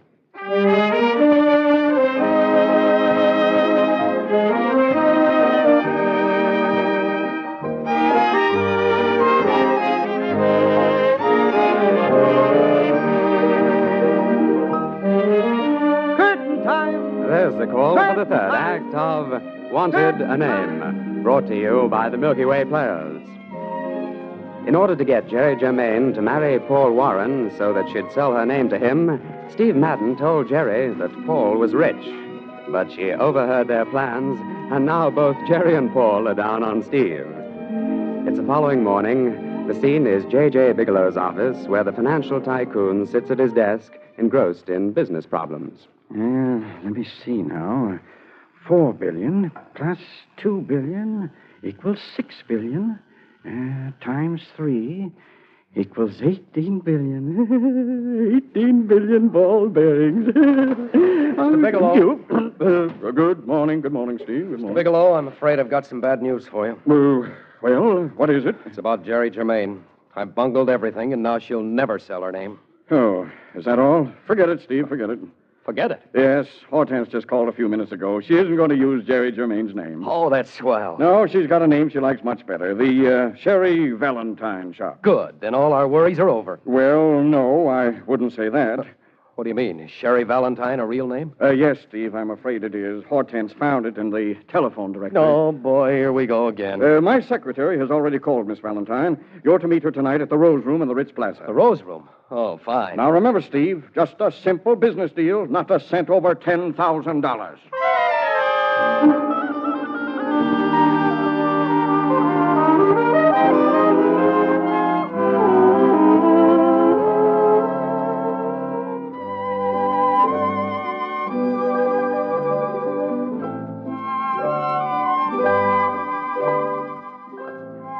Now, Miss Valentine, what I wanted to talk to you about Oh, was... Mr. Madden, I do so want to hear Jerry Germain sing. I understand she has a perfectly lovely voice. Well, the last time I heard it, she wasn't exactly singing. But what I wanted to talk to you about... Why did you ask the head waiter to put us way back here in the corner, Mr. Madden? Are you hiding from somebody? How did you know? No, of course not. But, look, what I wanted to talk Oh, yes, to you... it's something about my name, isn't it? That's right, Miss Valentine. I want to buy it. You want to buy my name? I'll give you $5,000 for it. $5,000, not in American money. Yes, 5,000 American dollars, cash. And believe me, I'm not joking. Oh, my, that's an awful lot of money for an old second-hand name. Why, I've been using it for 22 years. I don't care how long you've been using it, Miss Valentine, just as long as it still runs. Why, Mr. Madden, hello. Cherry. Goodness me, I hardly recognized you without your straitjacket. Why, you're Jerry Germain, aren't you? Why, yes. Oh, won't you join us, Miss Germain? I'm Sherry Valentine. Well, I'm glad to know you, Sherry. Has Mr. Madden been behaving himself? Oh, well, I don't know. He was just trying to buy my name. Mr. Madden, and you promised me you were going to be a good boy. Now, just a minute. You see, Sherry, the poor boy has a name fixation. He likes to collect beautiful names. See here, Jerry, Of course, he gets himself into all kinds of trouble trying to buy people's names. Why, he offered me $10,000 for mine. Imagine that. Oh, dear, you mean... No, don't get me wrong. He's perfectly harmless. That is, just as long as you humor him. Now, cut that out. Now, there, Mr. Madden. Why don't you tell Sherry what you do with all the pretty names you collect? What does he do with them? You won't believe this, Sherry, but he takes them apart for alphabet soup. Alphabet soup? I do not. And don't listen to her, Miss Valentine. She's just trying to spoil things for me. He's just crazy about... I mean, he's very fond of alphabet soup. Then he's got a soup fixation, too? No. Now, Steve, I know just how you feel. Sherry Valentine is a very beautiful name. It would make such lovely alphabet soup, wouldn't it? It would not. And I don't want it for alphabet soup. I want it for Mr. Bigelow. Oh, he's getting desperate, Sherry. He'll do anything to get it now. Anything. Hey. How did I ever get into this? He'll even try to marry you off to a millionaire who hasn't got any money. Won't you, Mr. Madden? Look, Jerry, I can explain that if you'll just give me half a chance. Ha! But you've got to listen to me, Jerry. You've got to. Oh, look out, Sherry. His eyes are getting glassy. He's getting violent. Oh, dear. I am not getting violent. I'm perfectly harmless. I'm perfectly calm. Oh, goodness. That does it. Miss Valentine, where are you going? Mr. Madden, you can go chase your dementia precox. I'm getting out of here. But wait a minute. You can't go yet. We haven't... Let go of my arm or I'll... Hey, put that ashtray down. I will not. Go. Well, good night, Miss Germain. Good night, Sherry. I'm terribly sorry about Mr. Madden. Oh, think nothing of it. They'll sweep him out in the morning. Well, good night. I'm awfully glad I met you. Good night. Well, Steve Madden, you've no idea how much I've enjoyed this. I'd even be happier if you had a lily in your hand. You look so... Steve, say something. Oh, Steve, darling. Darling, what's the matter with me? Am I getting feeble-minded? Oh, good, he's coming, too. Explain everything, Jerry. Jerry, darling. Oh, Steve. Jerry, darling, I love you. Say that again. Jerry, darling, I love you. I thought so, you faker. Hey, what's the big idea of throwing a pitcher of water in my face? You phony. You weren't unconscious. You were just pretending.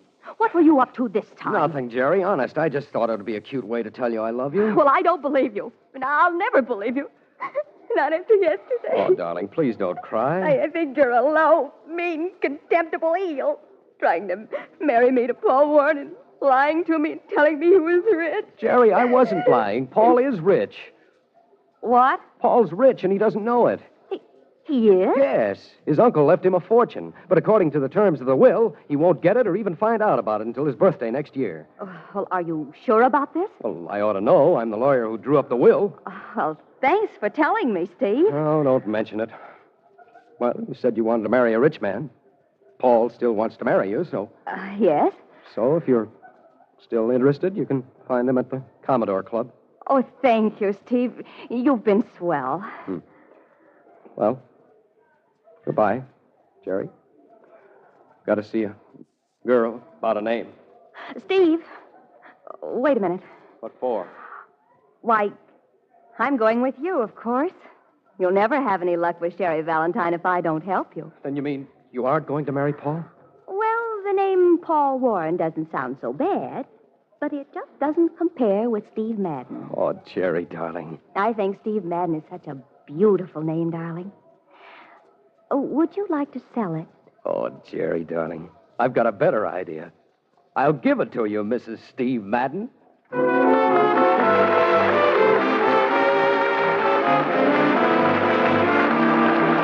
The curtain falls on the last act of Wanted a Name, another curtain time play brought to you by the makers of Milky Way Candy Bars.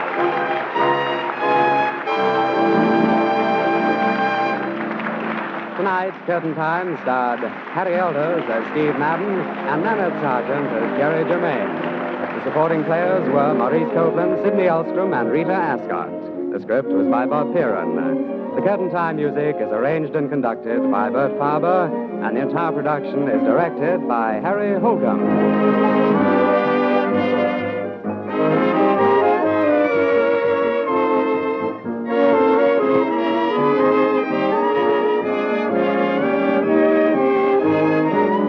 And now our stars with a word about next week's play. Well, next Saturday, Pat, we have a mystery. One that disproves the theory that lightning never strikes twice in the same place. Then it does? Well, the title of our play is Lightning Strikes Twice. And I'll be on hand to see that. Thanks and good night, Nanette Sargent and Harry Elders. Good night, Pat. Good night. Now I'll join this gay theater crowd as it leaves the merchandise mart. many on their way to the glamorous after-theater spots here in Chicago. Until next week, then, this is Patrick Allen reminding you of your date every Saturday, same time, same station, when the makers of Milky Way candy bars present Curtain Time. Curtain Time. Each week, Mars Incorporated brings you two great shows over NBC. On Monday night, be sure to hear Dr. IQ, the mental banker. And next Saturday, be with us again for Curtain Time. Remember, when you crave good candy, eat a Milky Way. This is NBC, the national broadcasting company.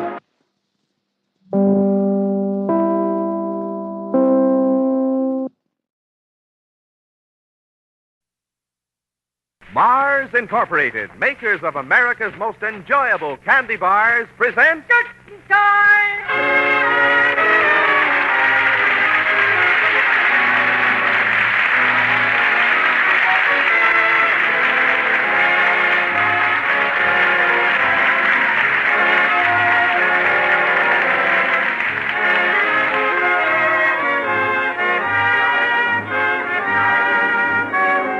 The makers of Milky Way candy bars welcome you to Curtain Time. At the moment, the lobby is filled with gay theatergoers, all anxious to see the new play. And here, as eager as the rest, is the well-known man about town, your host, Patrick Allen. Good evening. Well, Mr. Allen, what's afoot this evening? Don't tell anyone, John, but murder's afoot. But there's the overture, so we'd better hurry inside the theater for tonight's production of Curtain Time. Tickets, please. Thank you, sir.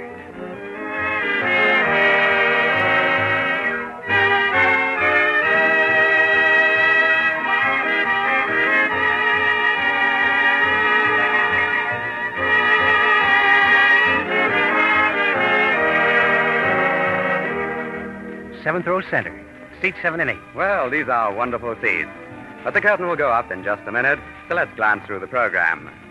Harry Elders and Nanette Sargent, supported by the Milky Way players, are starred tonight in Lightning Strikes Twice. Mr. Elders will play the part of Dave Parker, and Miss Sargent is cast as Judy Forrest. Curtain time! And there's the call for the first act time! of Lightning Strikes Twice. The scene is a study in the palatial suburban home of Crane Caldwell, the well-known detective story writer. At the moment, Caldwell and his attractive secretary, Judy Forrest, are in the midst of a rather heated discussion. Judy, I just don't know what you're talking about. Mr. Caldwell, it's not right, and you know it. Oh, come. Honestly, it sounds as though it were written by some amateur instead of by Crane Caldwell, the world's greatest mystery story writer, as your publisher so modestly puts it. You mean that couldn't be true? Oh, well, I'm only your secretary. Young lady, you know I always appreciate your criticism, but this time you're wrong. The Corpse Has Wings is going to be one of my best books. I'm only insisting that the stuff you dictated to me yesterday is some of the worst writing you've ever done. All right. Give me an example. That letter which Avis wrote to Larry. What's the matter with that? Well, here, now let me show you. Very well, I'm always open to conviction. No, here it is. All right. Now, let me see. Oh, yes, beginning at the bottom of the page.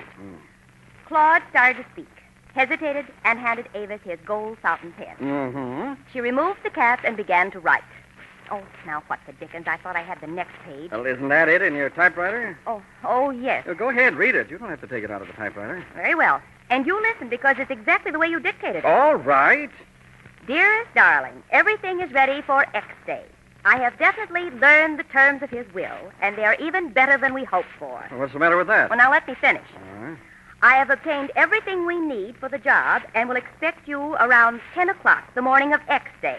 I'm thrilled and excited because soon he'll be dead and we'll have all that money and each other. I'm your baby. That's all I've typed. All right. What's the matter with it? Well, for one thing, it's such terribly stiff writing. But that's the way Avis would write. Well, she still doesn't have to sign herself baby. But baby is Larry's nickname for her. Well, just the same, it makes her sound like a Bobby Soxer instead of a cold-blooded murderess. Well, And one other thing. The expression X Day is melodramatic and... Okay, Judy, okay. Well... Get out your pad. We'll rewrite it. Yes, Hedges. Beg your pardon, sir, but Mr. Parker is here to see you. Mr. Parker? He says he has an appointment. Oh, yes, that's that insurance salesman. An insurance salesman? Yes, he's been phoning me for weeks. Show Mr. Parker in, Hedges. Yes, sir. Right away, sir. Mr. Caldwell, it's all very well for you to see insurance agents. I but- know, Judy. The Corpse Has Wings is due with the publishers by the end of the month. And we'll never make it at this rate. Then why don't you get rid of him fast? With pleasure. Now, look, I'll go into the next room. You tell him I'm out of town. Will do. All right, Mr. Salesman. Right this way, sir. Thanks. Well, now, Mr. Hey, you're not Mr. Caldwell. How'd you guess? Why, You must be Mrs. Caldwell. No, I'm... My name's Dave Parker. I suppose Mr. Caldwell will be in soon. Oh, no. I'll just pull up a chair and explain some of the features of our policies to Will him. you please listen to me? I'm not Mrs. Caldwell. You're not? Well, now, this is a break. I'm Mr. Caldwell's secretary. Mr. Caldwell has been called out of town. Oh. Yes. Good day, Mr. Parker. I said good day, Mr. Parker. Mr. Caldwell is out of town. Okay, I'll wait until he gets back. But he won't be back for 3 days. Look, blue eyes.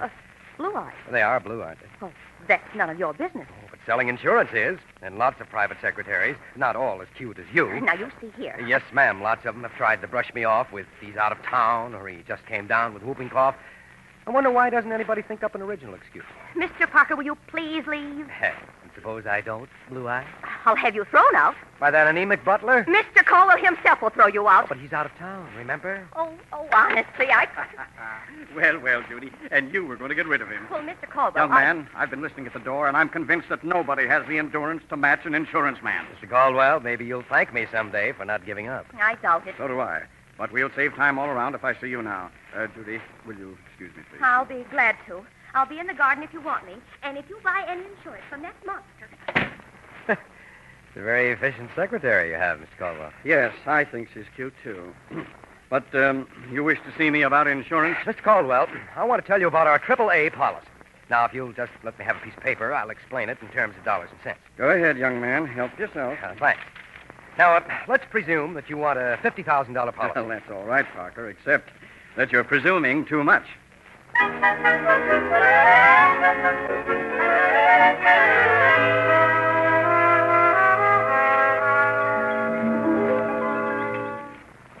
Why, Judy. Oh, hello, Aunt Martha. What are you doing in the garden? Isn't my nephew working this morning? Oh, yes. Oh, but Miss Caldwell, I hope you'll forgive me for calling you Aunt Martha. I'm so used to hearing Mr. Caldwell address you that way that that's all right, my dear. Someday I hope to be your real aunt. What do you mean? Judy, have you ever thought of marrying Crane? Why, no. My dear, I so much want to see him married. I'm getting on, and, well, Crane should have someone. He's very fond of you, Judy. Well, I know, but I'm sure he never thinks of me as his wife. Oh, I'm sure you're wrong about that. After all, you've been his secretary now for over 5 years. Oh, but your nephew is more than twice my age. And that makes less difference than you think. Well, I do think the world of him, but... Crane would make you very happy, my dear. He's wealthy, and more important, he's a wonderful man. He's done so much for me, Judy. And, well, I know, but... Someday I'll tell you all about it. It has to do with murder. Murder? Do you remember the famous Hughes case? No. Oh, I forgot. You're too young. But, oh, dear me, there I go talking too much. But, my dear... yes? You'll think over what I said, won't you? Well, of course, but... well, I'm afraid it's no use.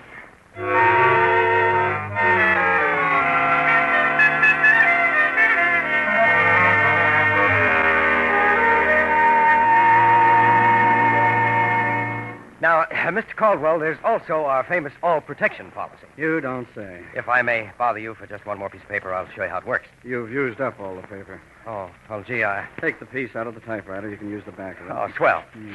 Now, I'll just...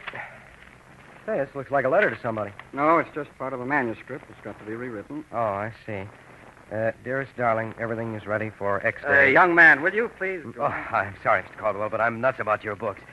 Now, we'll say that you want $100,000 worth of insurance. Take it easy, Parker. Oh, but that's just the figure I'm using to explain the policy.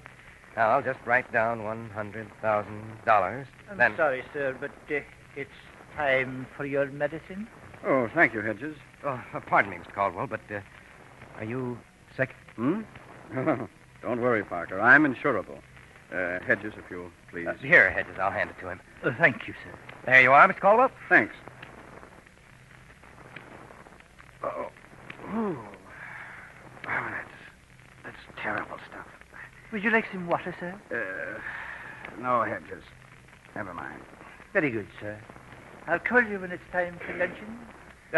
Getting back to our all-protection policy, Mr. Caldwell, have you any idea of how little a $100,000 policy costs? That's your saying? I said that, have you any idea... Hot in here, isn't it? Why, no, I think it's... Mr. Caldwell. Look, Mr. Caldwell, if you think I should... Good heavens. Hey, where is everybody? Something's happening here. Something wrong, sir? I thought I heard you. I was talking to Mr. Caldwell and... Wait, what's happened? Mr. Parker, did you just call? Miss Forrest, phone the police. Mr. Caldwell has been murdered. The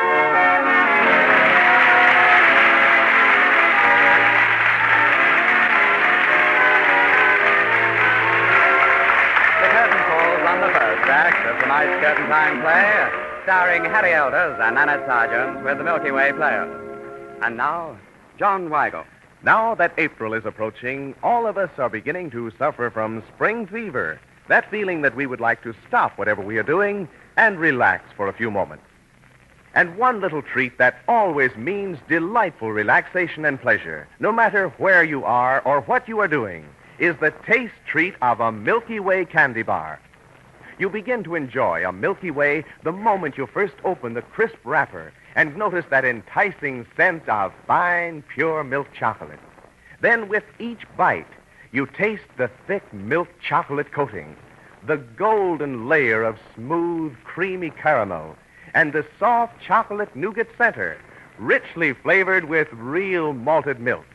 Together, the milk chocolate, creamy caramel, and soft nougat combine to give you that rare taste blend found only in a Milky Way. When you crave good candy, eat a Milky Way.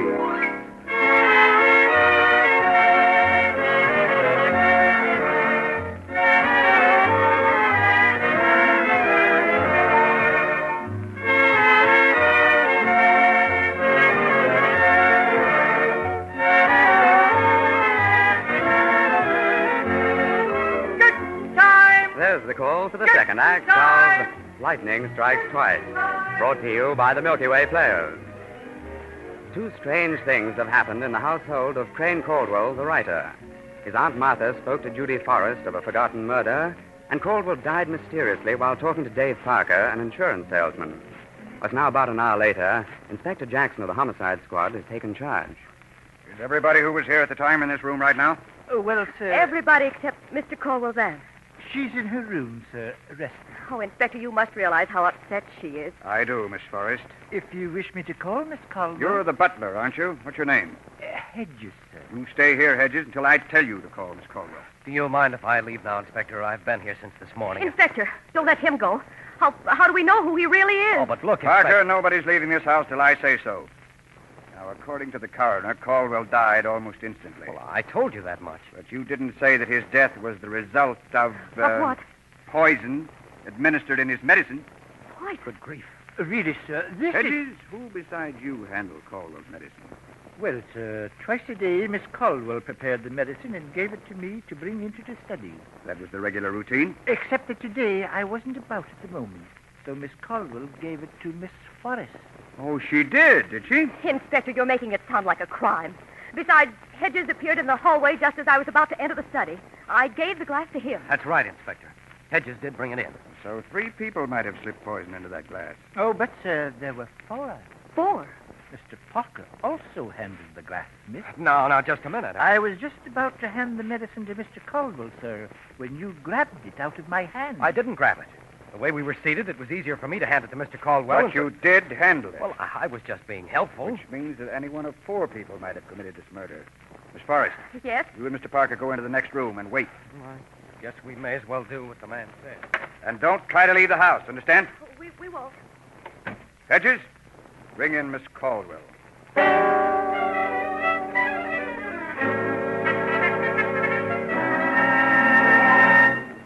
You wish to see me, Inspector? Yes, Miss Caldwell, Haven't I seen you someplace before? Why, I hardly think so. Perhaps not. Miss Caldwell, your nephew was a rich man. Can you tell me who will inherit his money? Well, I really don't know. As his nearest relative, however, I assume I'll come into a large share of the estate. I see. Aren't you rather wealthy yourself? Hardly. I've been dependent upon my nephew for the last few years. Is there anyone else who might gain financially by his death? Well, Hedges has been with the family for years. I imagine he and Miss Forrest will be remembered in my nephew's will. But I'm sure their bequest would hardly be enough to make them commit murder. Who would know the exact terms of your nephew's will? Why, his attorney, Horace Prescott. I'd like to talk to Mr. Prescott. You can phone him if you wish. I'll do that right now. Maybe I'll find out something interesting.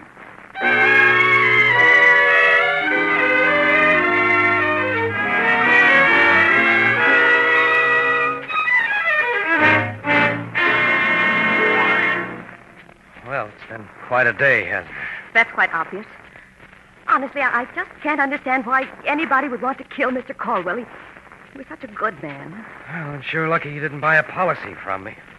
Mr. Parker, I want to ask you something. The answer, Miss Forrest, is that I didn't kill Mr. Caldwell. I wasn't going to ask whether you killed him. What I want to know is why. Oh, you take it for granted I did. Well, somebody who was in this house at the time is the murderer, and you're the only stranger. Miss Forrest, Judy, I didn't kill him. And I'm sure you didn't either. Well, of course I didn't. No murderer could look like you, baby. Mm-mm. Oh, now it's Baby. You're full of pet names, aren't you? Oh, sure, and I'll think up a lot more as we go along. Say, I just remembered. Miss Caldwell was talking about a murder just a little while before... This morning? Yes. Well, what'd she say? Nothing. She started to tell me something and then changed her mind. Mr. Parker, have you heard of a famous murder case called... Okay, you two. Come on back in here. Right with you, Inspector. Judy, what murder case? I'll tell you later. Oh, Judy, dear. Oh, Miss Caldwell, how are you feeling? Thank you, my dear. Much better. All right, Miss Forrest. What are you figuring on doing with the money? Money? Oh, I don't understand. Oh, yes, you do. Caldwell told you, didn't he? Look, Inspector... Didn't Caldwell tell you he was leaving you $100,000? $100,000? It's true, my dear. Inspector Jackson just spoke to Crane's lawyer on the phone. But why should he leave me all that money? Judy, after all, you were with my nephew for 5 years. He was merely rewarding you for your faithful service. Inspector, do you think that in order to get this money... Isn't what I think, Miss Forrest. Inspector, you've got no right to insinuate that this Parker, girl... it's just occurred to me that you've been pretty anxious to get out of here. Now, just a second. Couldn't be that you've still got some of that poison in your pockets, could it? Okay, why don't you search me? Inspector Jackson, would you mind if I went to my room? I'm rather worn out. All right. But be sure you're around when I want you. Of course, Inspector. Just have someone call me. Okay. Parker, start emptying your pockets. It's a pleasure. Here you are, wallet, handkerchief, piece of paper, fountain pen. What's this paper? Something Caldwell gave me to scribble some figures on. Looks more like a letter from your girlfriend. Except that I don't have a girlfriend. That's not what she thinks. Dearest darling. Oh, Inspector. Everything is ready for X Day. I have definitely learned the terms of his will. If you'll please listen to me. And they are even better than we hoped for. I have obtained everything we need for the job and will expect you around 10 o'clock the morning of X Day. Holy smoke, that sounds... What time did you say you got here this morning, Parker?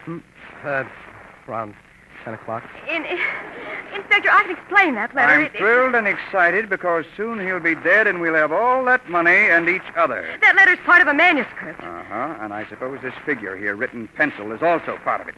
What figure? This $100,000. But that's the amount of the policy I was trying to sell Mr. Caldwell. And it's also the amount of his bequest to Miss Forrest. Oh, but Inspector... Let me see that typewriter. This letter was typed on this machine. Well, I told you it's part of... Is this your typewriter, Miss Forrest? Yes. Did anybody else in the house ever use it? Wait, no, never. Then you're under arrest. Under arrest? Now, see here, Inspector. You're under arrest, too, Parker, for the murder of Crane Caldwell. But, Inspector, if you'll just let me show you... Go on and show him, baby. That does it, Parker. This letter is signed, I'm your baby. Oh, good grief. Oh, honestly, you and your pet name.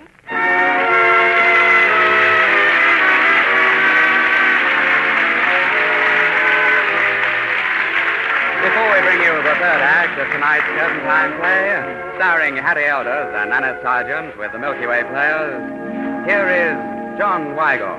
All of us have different reasons for preferring our favorite treats. To candy lovers, a Milky Way candy bar is always a special thrill because in each bite of a Milky Way, you enjoy a rare flavor combination of the choicest candy ingredients. A thick milk chocolate coating, rich with the rare flavor of the finest pure milk chocolate.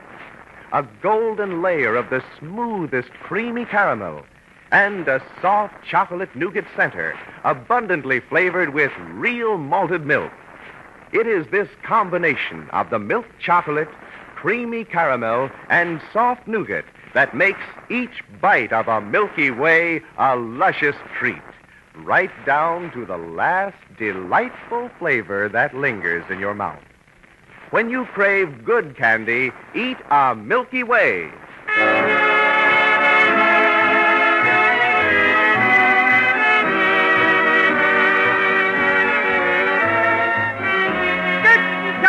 There's the call for the third act of Lightning Strikes Twice, brought to you by the Milky Way Players. Crane Caldwell died suddenly after taking some poison medicine. Later, Inspector Jackson found a letter in Dave Parker's possession in which a murder was plotted and immediately placed the young insurance salesman under arrest. We also arrested Judy Forrest, who under the writer's will would inherit $100,000. But now a moment after the close of Act Two. Inspector, you don't understand. This is a terrible mistake. I didn't write that letter to Mr. Parker. We never heard of each other until this morning. That letter was part of Mr. Caldwell's new book. Here, I'll show you. Save it for the jury. See here. Look here, Parker. I've got to arrange transportation back to town for you, too. Honestly, I'm leaving the room for a minute. Let me warn you. There's an officer at every door and at every window with orders to shoot to kill. Well, that's something pleasant to think about. See here, you got me into this. But you got me into it. You put that letter in your pocket, didn't you? You called me baby, didn't you? Yes, baby, but you didn't help things by inheriting all that money. Well, I couldn't help that. Okay. There's just one thing we can do. That's to find the real killer. But how? Well, I admit it's a narrow field, but we're going to jail in a couple of minutes if we can't stall Jackson. Well, that's true, but... You started to tell me something about a murder that Martha Caldwell mentioned. Yes, she said it was called the Hughes case. The Hughes case? Then you've heard of it? I'll say. It was a sensation about 20 years ago. I was just a kid then, but every so often it's still written up in the Sunday papers. Oh, but what was it about? Well, there was a Martha Hughes who was accused of... Martha Hughes? Say, you don't think that Martha Caldwell is Martha Hughes? Well, I don't know. She'd be just about the same age. Well, tell me about the case. Well, as I remember, Martha Hughes was accused of murdering her husband. She wasn't convicted, and nobody else was ever arrested. Oh, it can't be the same person, Dave. Miss Caldwell's so sweet, and besides, she never would have harmed her nephew. She was too fond of him. Well, we've got to tell Jackson about this just the same. It may save our necks. All right, let's go, Parker. You too, Miss Forrest. Listen, Inspector, I've got something to tell you. I may be able to lead you to Caldwell's killer. I know who killed Caldwell. Look, we think Martha Caldwell is really Martha Hughes. Martha Hughes? Yes. I knew I'd seen that face before. I was a rookie copper at her trial. Does that change your mind about us, Inspector? Maybe, maybe not. But Walter Hughes also died from a dose of poison in his medicine. Maybe lightning does strike twice.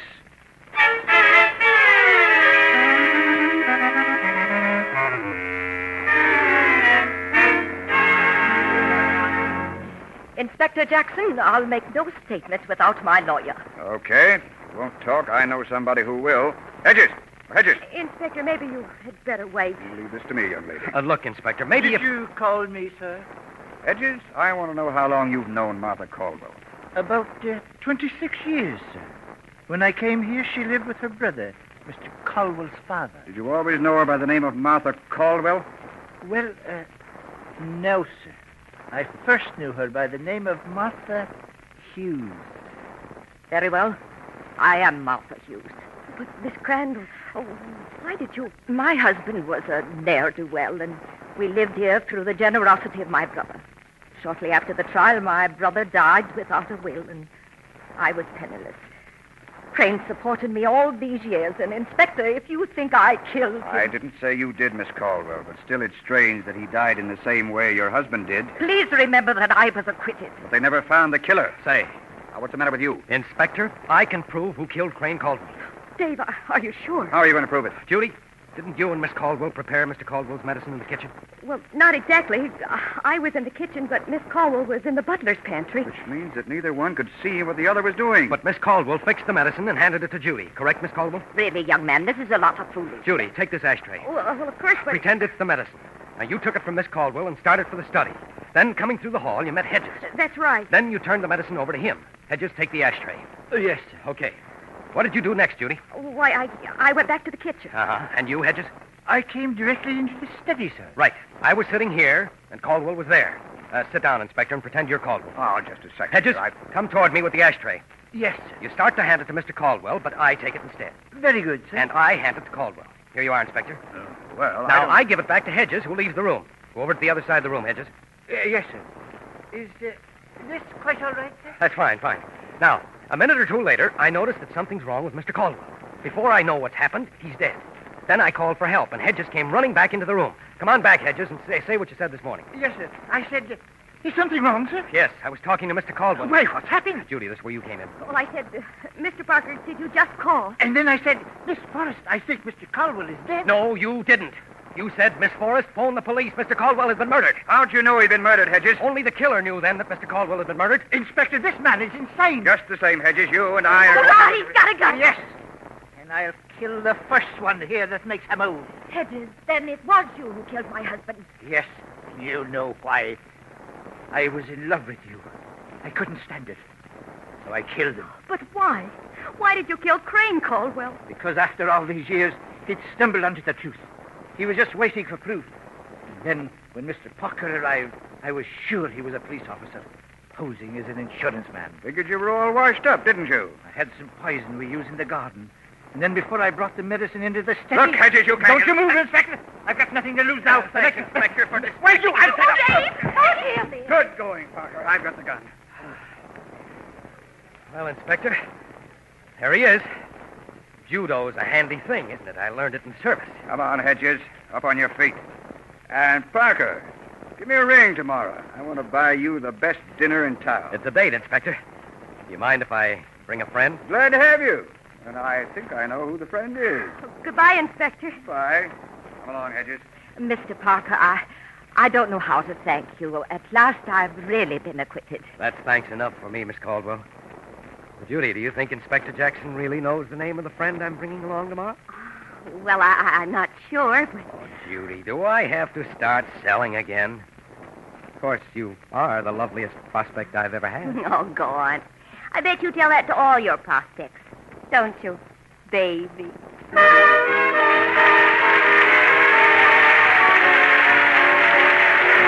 curtain falls on the last act of Lightning Strikes Twice. Another curtain time play brought to you by the makers of Milky Way candy bars.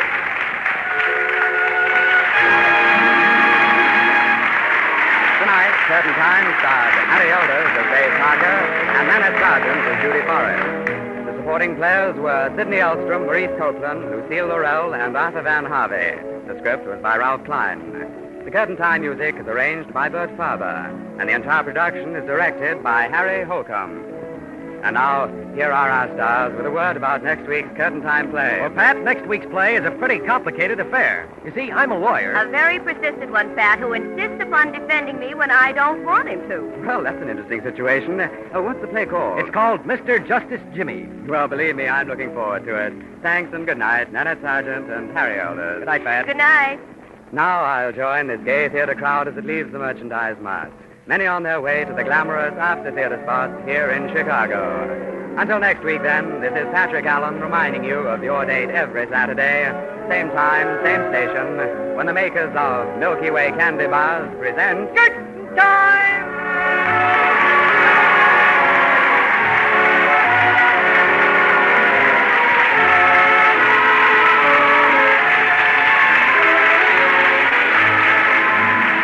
This is NBC, the National Broadcasting Company.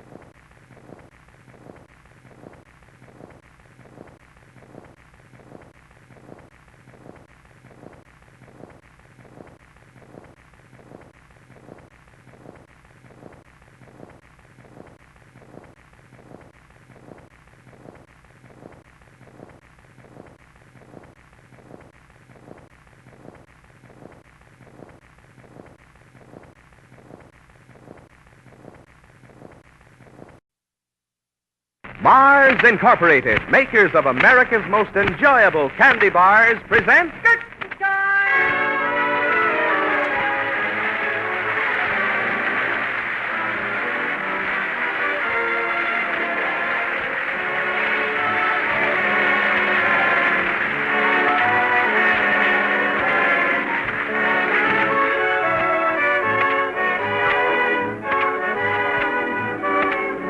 of Milky Way candy bars welcome you to Curtain Time. Brightly colored spring dresses dot the lobby tonight as an eager throng hurries inside the theater for the new play. And here, as always at an opening night, is the well-known man about town, your host, Patrick Allen. Good evening. Mr. Allen, there's a rumor that we have lots of legal angles tonight. That's right, John. But there's the overture, so we'd better hurry inside the theater for tonight's production of Curtain Time. Tickets, please. Thank you, sir.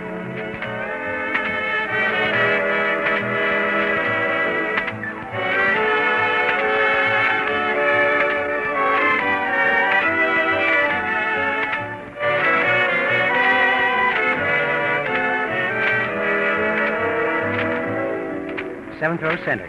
Seats 7 and 8. Thank you. Well, now, the lights will be dimmed in a moment, so let's glance through the program. Harry Elders and Nanette Sargent, supported by the Milky Way players, are starred tonight in Mr. Justice Jimmy. Mr. Elders plays the part of Jimmy McDermott, and Miss Sargent is heard as Joan Rawlinson. Curtain time! There's the call for the first act of Mr. Justice Jimmy. It's a summer afternoon in the small town of Pleasantville. In front of the post office, idle young men stand around talking. But their conversation dies down as a smart new station wagon pulls up to the curb. The door opens, and a very attractive young lady steps out, walks across the sidewalk, and starts up the post office steps. Just a minute there, young lady. Oh, I beg your pardon, officer? Where do you think you're going? Why, into the post office, of course. I want to mail this letter. In that rig?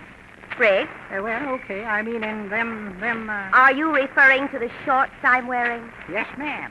Well, what's wrong with them? I'm on my way to play tennis. You just can't do it, miss. I can't play tennis? You can't go around wearing them things. It's against the law. It's against the law to wear shorts? Within the corporate limits of Pleasantville, it is. Well, of all things... Gotta give you a summons, miss. Now, if I can just find my pencil... No, really, officer, this is absurd. I'm merely trying to mail a letter. Uh-huh. I'll be out of the post office in half a second and back in my car, and here, you can mail my letter for me. Sorry, young lady, but I gotta give you a summons. Oh, but, officer... It's the law, miss. What's more, Judge Hurley's been riding the department for not enforcing it. But it's ridiculous. Maybe so, but the judge says you out-of-town people are making a mockery of the good name of our fair city. Them's his very words. Oh, all right, give me your summons. Yes, ma'am. And I'll pay your silly old fine and get it over with. Honestly, a person can't even feel free to mail a letter in this stupid old town. Your name, ma'am? Joan Rawlinson. Uh-huh. And where do you live? Laurel Hill. Laurel Hill. Pardon me, miss, but may I be of assistance? No, thank you. But Officer Smiggs is writing out a summons for you. I'm well aware of that. Smiggs? Oh, howdy, Jimmy. What's on your mind? What's the charge against the young lady? Indecent exposure. Indecent exposure? Come, Smiggs, I'd say this is very decent exposure. It's enough to make Betty Grable jealous. Will you please mind your own business? Oh, but I am. You see, I'm a lawyer. Oh, you are? That's what his diploma says. Then tell me, can this officer give me a summons for wearing shorts? He's doing it, isn't he? Oh, what I mean, is he within his rights? Look, young lady, you're on the post office steps exposing your limbs and, well... That's what the fashion magazines call her midriff, Smiggs. Well, anyway, it's a violation of Municipal Ordinance number 269, and here's your summons, miss. Now what do I do? You appear in Municipal Court, Judge Hobart T. Hurley presiding, Monday morning at 10 a.m. But that's impossible. I'm going back to the city Sunday night, and I have a fitting at my dressmaker's the first thing Monday. Well, I guess it'll have to wait. Well, it's my trousseau. I'm being married a week from Wednesday. Uh-huh. Officer, I have a good mind to tell you who I'm marrying. You mean whom you're marrying? Will you please keep quiet? Officer, I'm going to marry Ralph Henneberry. Well, now, the D.A. Yes. And when Mr. Henneberry hears of this ridiculous matter, officer... Look, ma'am, are you threatening me? No, Smiggs. She's merely telling you. There, I saved you from being charged with intimidating an officer. I was not intimidating him, and I wish you'd mind your own business. But I tell you, I'm a lawyer. And I don't need a lawyer. Mr. Henneberry handles all my legal affairs. Well, he can't handle this. Why not? Because he's the prosecuting attorney. You don't mean that Ralph will prosecute me? Well, he'll probably have one of his assistants handle the case, but... Why, this is ridiculous. I've a good mind to tear this summons up. Don't know. Don't do that, man. Well, very well, I'll appear in your stupid old court. But believe me, somebody's going to wish this had never happened. But, Miss Rawlinson, you forgot to mail your letter. It doesn't matter. It's a contribution to the Society for Better Law Enforcement, and they can go hang.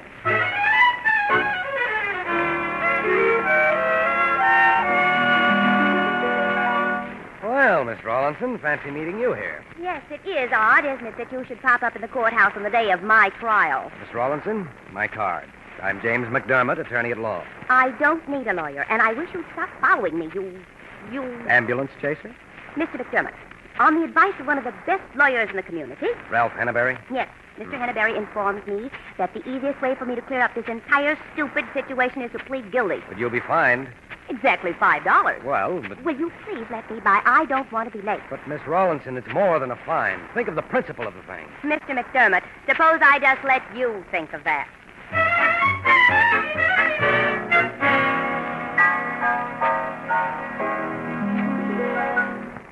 Alfred Dillfeather, sentenced to this court $10 and 30 days in the county jail. Jail sentence suspended. Pay the fine to clerk. Next case, the People versus Joan Rawlinson. Defendant here. Yes, that's you. I know it is. I'm the defendant, Your Honor. All right, young lady, step up to the bench. See, you're a babe in the woods. Joan Rawlinson, you're charged with violating Municipal Ordinance number 269, which makes it unlawful for persons over 15 years of age to appear on the streets of this municipality in clothes other than customary street attire. Are you pleased? Guilty or not guilty? Not guilty. Why... He your lawyer, miss? Well, he certainly is. That's right, Your Honor. My client pleads not guilty. On what ground? Yes, on what ground? On the grounds, Your Honor, that no young woman as beautiful as my client could possibly be guilty of indecent exposure. Well, thank you, but... Well, I got to admit the defendant's right smart-looking, but... Your Honor, perhaps if my client were to show the court... No, sirree. I'll have the attorney for the defense know that I'm a married man. If my wife found out if you... is the arresting officer in the courtroom. Oh, all right. Tell the court what happened, Smiggs. Well, it's a pure and simple violation of Municipal Ordinance number 269, Your Honor. I seen the defendant going into the post office, and she was wearing them, them little pants some of the city folks wear to play tennis in. Uh-huh. They was pretty darn skimpy, Your Honor. Uh-huh. Well, now, just how far did they... only come down to about here, Your Honor. I see. That right, Miss Rawlinson? Yes, Your Honor, except that they came down to here. Sorry, young lady, that's not far enough. Court finds you guilty. But if the court please, you can't do that, Your Honor. You haven't heard the defendant's side of the story. She admitted she exposed herself, didn't she? Yes, but not indecently. That's for the court to decide. Now, the regular sentence for indecent exposure is a $100 fine and 30 days in jail. $100? But this being the first offense, the fine is $5, or... I have the money right here. Your Honor, we refuse to pay this fine. Then it's 10 days in jail. 10 days in jail? We'll go to jail before we... We will not? But, Joan, if you pay the fine, you're admitting you're guilty. Well, I don't care. Your Honor, I wish to file an appeal. File an appeal? Yes, Your Honor. If necessary, we'll carry this case to the highest court in the land. Now, you see here... My client and I, Your Honor, insist on standing on our constitutional rights. We stand for freedom of dress.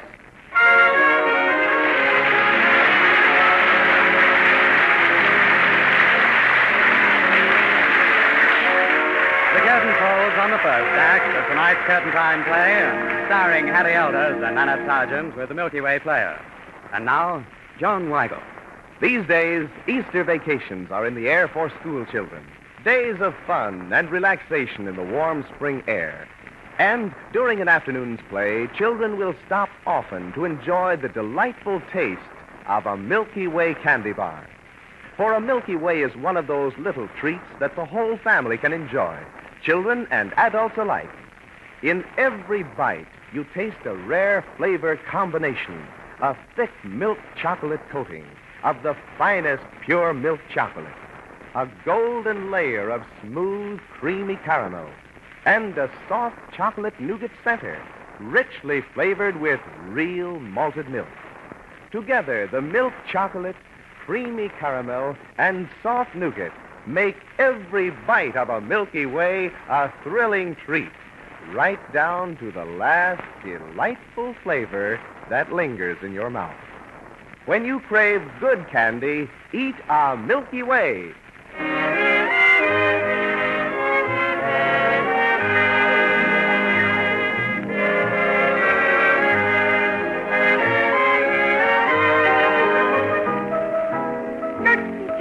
There's the call for the second act of Mr. Justice Jimmy, brought to you by the Milky Way Players.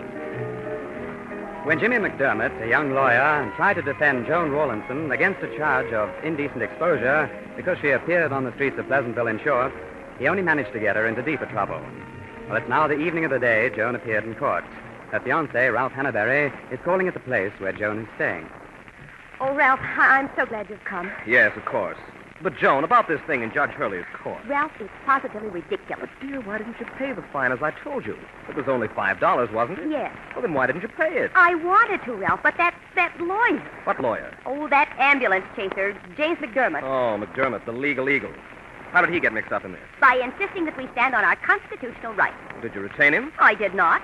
Well, didn't you tell the court he wasn't your attorney? I never had a chance to. And Judge Hurley accepted him as your counsel? Well, I guess he did.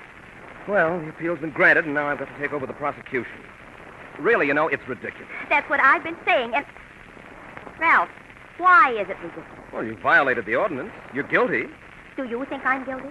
Joan, you should know better than to run around the streets half-dressed. But I wasn't running around the streets half-dressed. You must have been, Joan. You were found guilty of indecent exposure. Ralph, you've seen what I wear when I play tennis. Yes.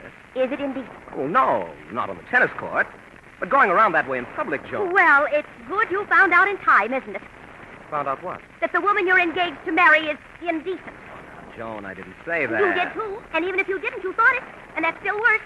At least Jimmy McDermott... Oh, I see. It's Jimmy. At least he had the courage to stand up in court and insist that I couldn't possibly be guilty of indecent exposure. But you were, Joan, in the eyes of the law. And also in your eyes, Ralph? Look, darling, why don't you consider me a little? After all, I'm a public official. Anything you do reflects on me. Very well, Mr. District Attorney. From now on, nothing I do will reflect on you. Oh, but Joan... Here's your ring. Suppose you reflect on that. Oh, darling, And the next time you see me, I'll be with Jimmy McDermott, standing on my constitutional rights.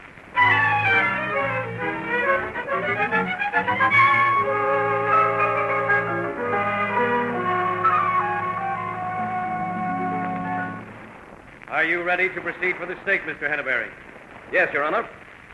In appealing the case of the people versus Joan Rawlinson, the attorney for the defense insists upon dragging the Constitution into what is, after all, a mere infraction of an insignificant municipal ordinance. Just a moment, Mr. Hannaberry. Your Honor. No legal action, however minor, is insignificant if the consequences of it tend, even in the smallest degree, to reduce the rights of an American citizen. Proceed. Yes, of course, Your Honor, but the question to be decided, and I'm sure that any lawyer, providing he isn't interested merely in the newspaper notoriety this case is getting, will agree, is not what constitutes customary street attire, but rather what constitutes indecent exposure. The question is, are we to permit persons to parade half-naked through the streets of our city? Are men and women to be allowed to wander aimlessly about displaying their anatomy? Your Honor, I can hear the voices of the American people as they rise up in righteous indignation and shout no. It is true, the Constitution may not forbid this wholesale display of the human body, but common decency does. Mr. McDermott, this court is ready to hear from counsel for the defense. Your Honor, the question I wish to put to this learned court is this. What constitutes customary street attire? And who is to decide? Your Honor, if this ordinance is held constitutional, such an act will deprive the American citizen of one of his most cherished rights, the right to dress as he pleases without fear of prosecution. And again I ask, what is customary attire? Does it mean that we must all wear uniforms? Are we to be regimented like mere puppets? Or are we to continue as a nation of free people? Your Honor, I implore this court to uphold the American right of freedom of dress.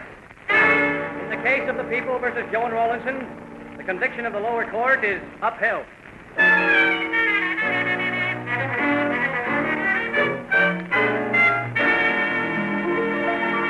But, Jimmy, we can't take it to a higher court. But, Joan, why can't we? Because there's so much legal red tape and everything, it'll take years. Okay, we're not so old. But how do we know the next higher court won't do the same thing the last court did? Look, Joan. Jimmy, I've been convicted. We appealed the case, and the higher court agreed with the lower court.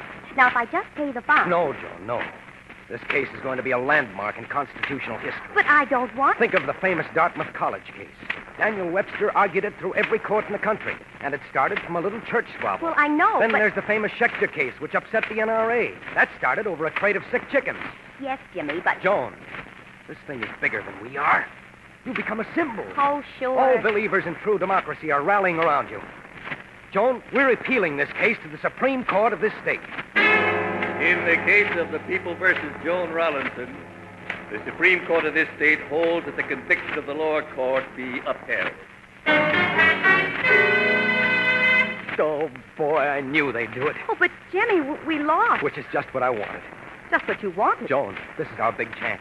We'll take this case to the United States Supreme Court, the watchdog of the Constitution. But think of the money it will cost. This is a cause, Joan, that means more than money. Well, maybe, but... Besides, I'll be arguing a case before the Supreme Court. Oh, I can see it now. Chief Justice Vinci, Mr. Justice Frankfurter, Mr. Justice... Now, see here, what about me? What am I? Just another crate of sick chickens? No, darling. You're the most wonderful girl in the world, and I want to marry you. Then, this is a proposal? I'm not selling magazine subscriptions. But, Jimmy, I hardly know you. Joan, darling, won't you marry me, please? On condition, that is, that... On condition? What do you mean? I'm asking you to marry me on the condition that I win this case before the Supreme Court in Washington. You see, honey, if I do, my name will go down in history. It will? Yes, and then I'll be worthy of you, sweetheart. Say yes, won't you, please? To marrying you, Jimmy? No, honey. Just say that you'll take your shorts to Washington.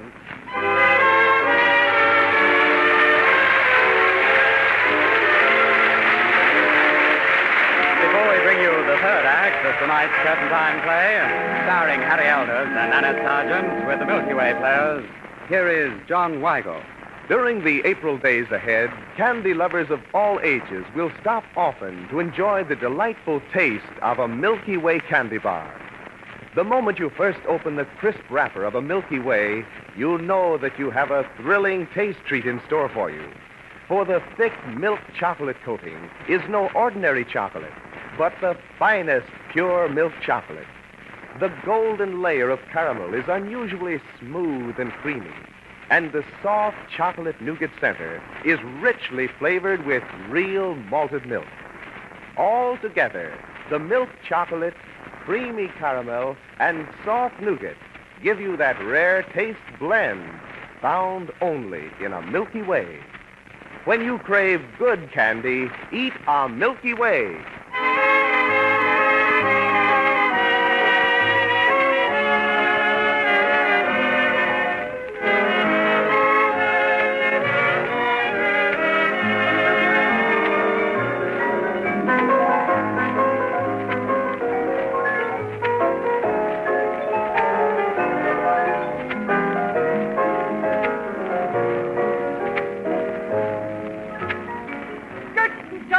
There's the call for the third act of Mr. Justice Jimmy, brought to you by the Milky Way players.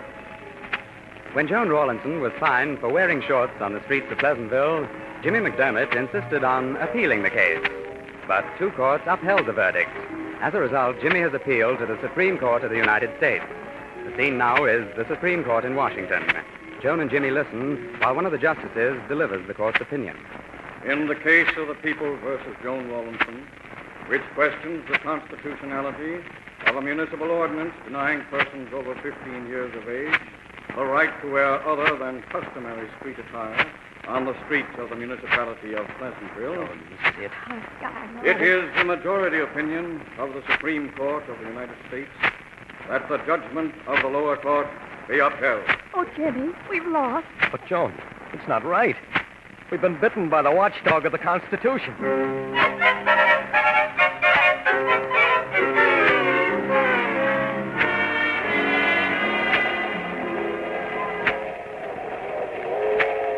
Well, we're almost back in Pleasantville.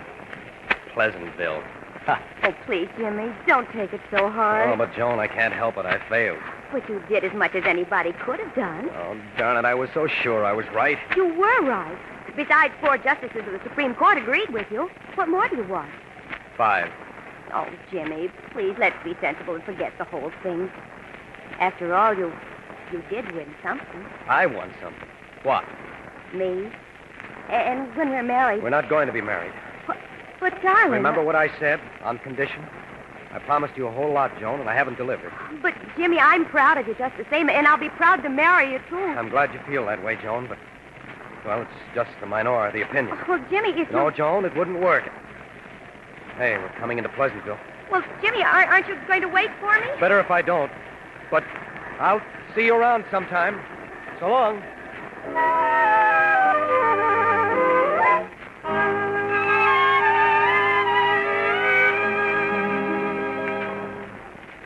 Joan! Oh, why, Ralph. I haven't seen you at the club in ages. Well, I've been pretty busy. You playing tennis? Can't you tell? From the way I'm dressed. Yes, of course I could. I'm waiting for Gladys Breen. Oh, Joan, you look as pretty as ever. Because I'm so indecently exposed? Oh, come on now, Joan. Can't we forget that? The whole thing was so silly. If it was so silly, Ralph, why did you fight us through every court? Because it was my duty. Well, you certainly did your duty. Yes, I guess I did. And Jim McDermott. The poor guy has been only able to hold up his head since. I don't think that's funny, Ralph. Oh, well. Jimmy at least fought for what he thought was right. Oh, sure. And no matter what the Supreme Court said, he was right. Every American should be allowed to choose his or her own clothes. Joan, nobody's trying to tell you what clothes to choose. Oh, but they are, in principle. Look, will you please take back your ring? My ring? Joan, if you'll marry me, you can choose your own clothes, anything you want as often as you want. Does that include shorts? It does. But here, darling. Here's the ring. You mean you've got the ring with you? Well, I've carried it with me ever since you gave it back to me, just in case.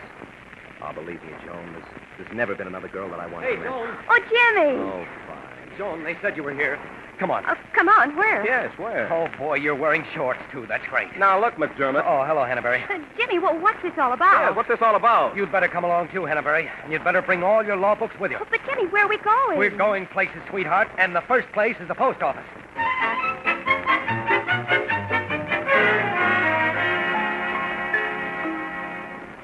All right, Joan. Go up the steps and mail the letter, just the way you did the first time. But, Jimmy, I haven't any letters. That's right. She hasn't any letter. Here's one you can mail for me. But Jimmy, that policeman's That's there. right. I asked Smiggs to be here as a favor to me. McDermott, are you starting this whole crazy thing all over again? Go on, Joan. Mail the letter. Well, all right, but I wish I knew what this is all about. Hey there, miss. Where do you think you're going? Oh, why, I'm going into the post office to mail this letter. You mean wearing them shorts? I do. Sorry, miss, but in that case, I'll have to... I know. You'll have to give me a summons.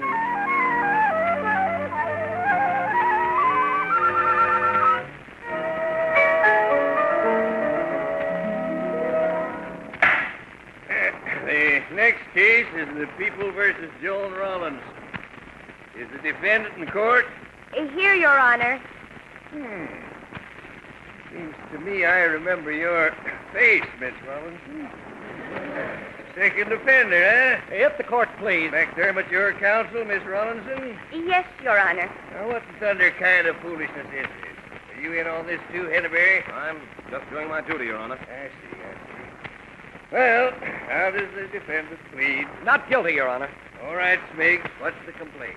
Your Honor, I arrested the defendant on the post office steps in direct violation of Municipal Ordinance number 269. She was wearing shorts that come to... well, they was awful darn short. Well, young lady, were you wearing shorts on the post office steps? Yes, Your Honor, but... Then you're guilty as charged. And for wasting this court's time, I sentence you to 10 days in jail. 10 days in jail? No, you're not, Your Honor. Young man, if you're not careful, you'll be in contempt of court. Your Honor, I'm sure that Miss Rollins... Judge Hurley, you have no jurisdiction in this case. What's that? You see, Your Honor... McDermott, if Judge Hurley had jurisdiction in this case 10 months ago, he's... If I had jurisdiction 10 months ago, then I got it now. But, Your Honor, you didn't have jurisdiction then, and I can prove it. I move the complaint against the defendant be dismissed. McDermott, are you contending that if a woman is found guilty of indecent exposure on the streets of this municipality, Judge Hurley has no jurisdiction? Not if she's arrested on the post office steps. And why not? Because the post office steps, Your Honor, are federal property, and the state has no jurisdiction over what happens on federal property. Well, now, that's a horse of a different color. Haileybury, have you... Your Honor, If Your Honor, as well as my learned opponent, will check the federal statutes as well as this list of cases, That's enough. Haileybury, why did you permit this to happen? Well, Your Honor... You're elected to protect the rights of citizens, as well as to prosecute wrongdoers. Yes, Your Honor, but... Haileybury, your stupidity astounds me. And Mr. McDermott. Yes, Your Honor? The complaint is dismissed, and the previous conviction by this court is reversed.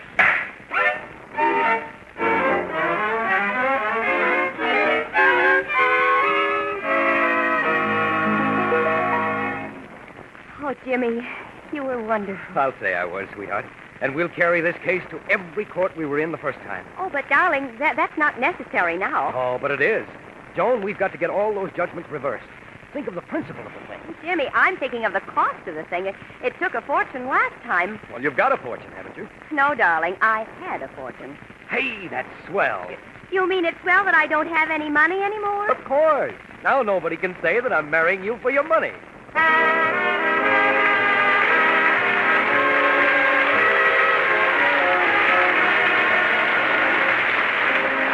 The curtain falls on the last act of Mr. Justice Jimmy, another curtain time play brought to you by the makers of Milky Way candy bars.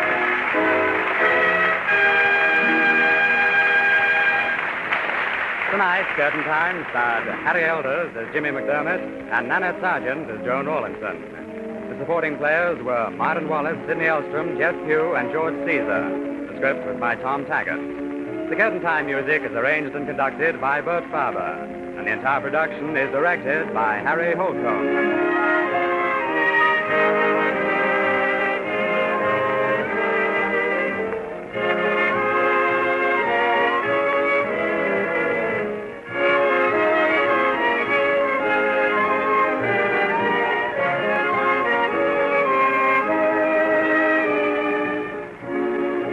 And now, the stars of our program with a word about next week's play. Well, Pat, first of all, on behalf of our sponsor, Mars Incorporated, and the entire cast of Curtain Time, I want to wish all of our listeners a happy, happy Easter. And that goes double for me, too, Harry. And about next week's play.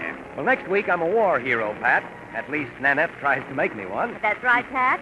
But Harry's very shy about the whole thing. That's why the play is called Reluctant Hero. Well, now, that certainly sounds novel. Thanks and good night, Nanette Sargent and Harry Elders. Good night, Pat. Good night.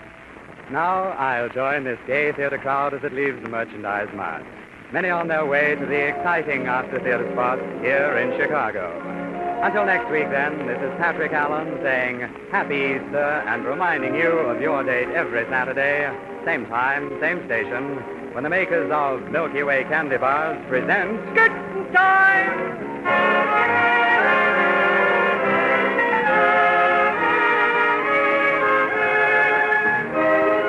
Each week, Mars Incorporated brings you two great shows over NBC. On Monday night, be sure to hear Dr. I.Q., the mental banker.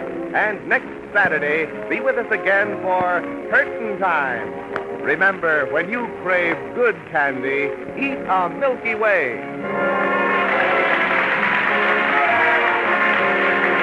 This is NBC, the national broadcasting company.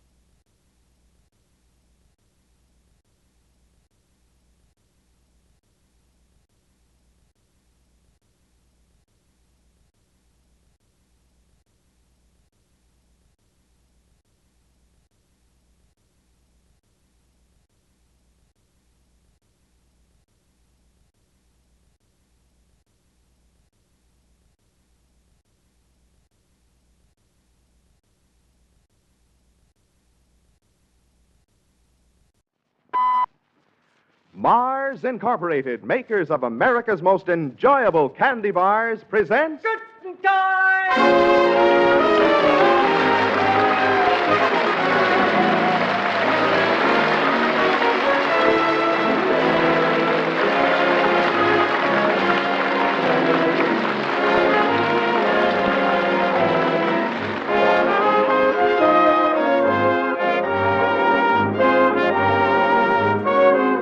The makers of Milky Way candy bars welcome you to Curtain Time. There's great activity in the lobby tonight as showtime approaches. And here, as you might expect at an opening night, is the well-known man about town, your host, Patrick Allen. Good evening. Well, Mr. Allen, let's have a word about tonight's play. Well, it takes more than a word, John, to say, I'm sure you'll like it. But there's the overture, so we'd better hurry inside the theater for tonight's production of Curtain Time. Tickets, please. Thank you, sir.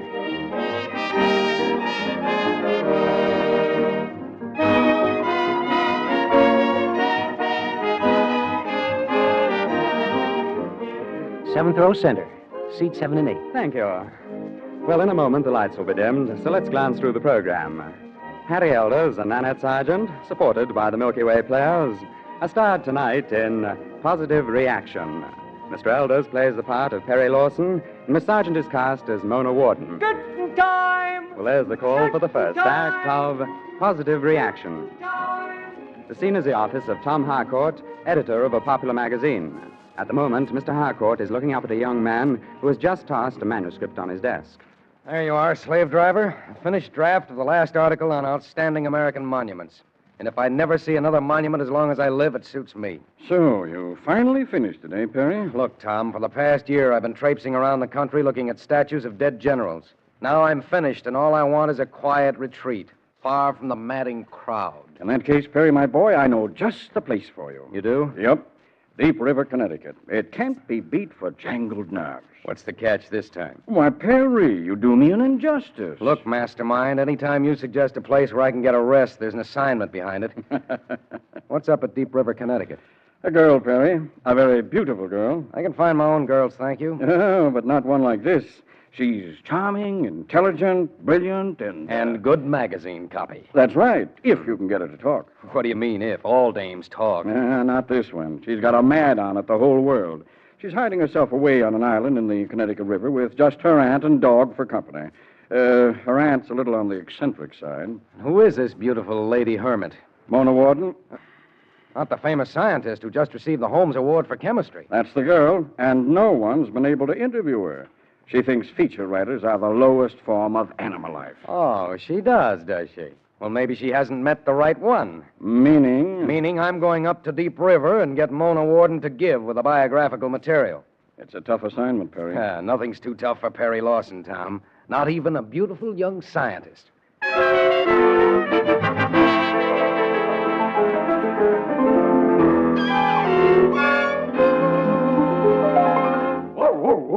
Down, Condor. Down. Now, here, get inside the house. Go on. Thanks for calling him off.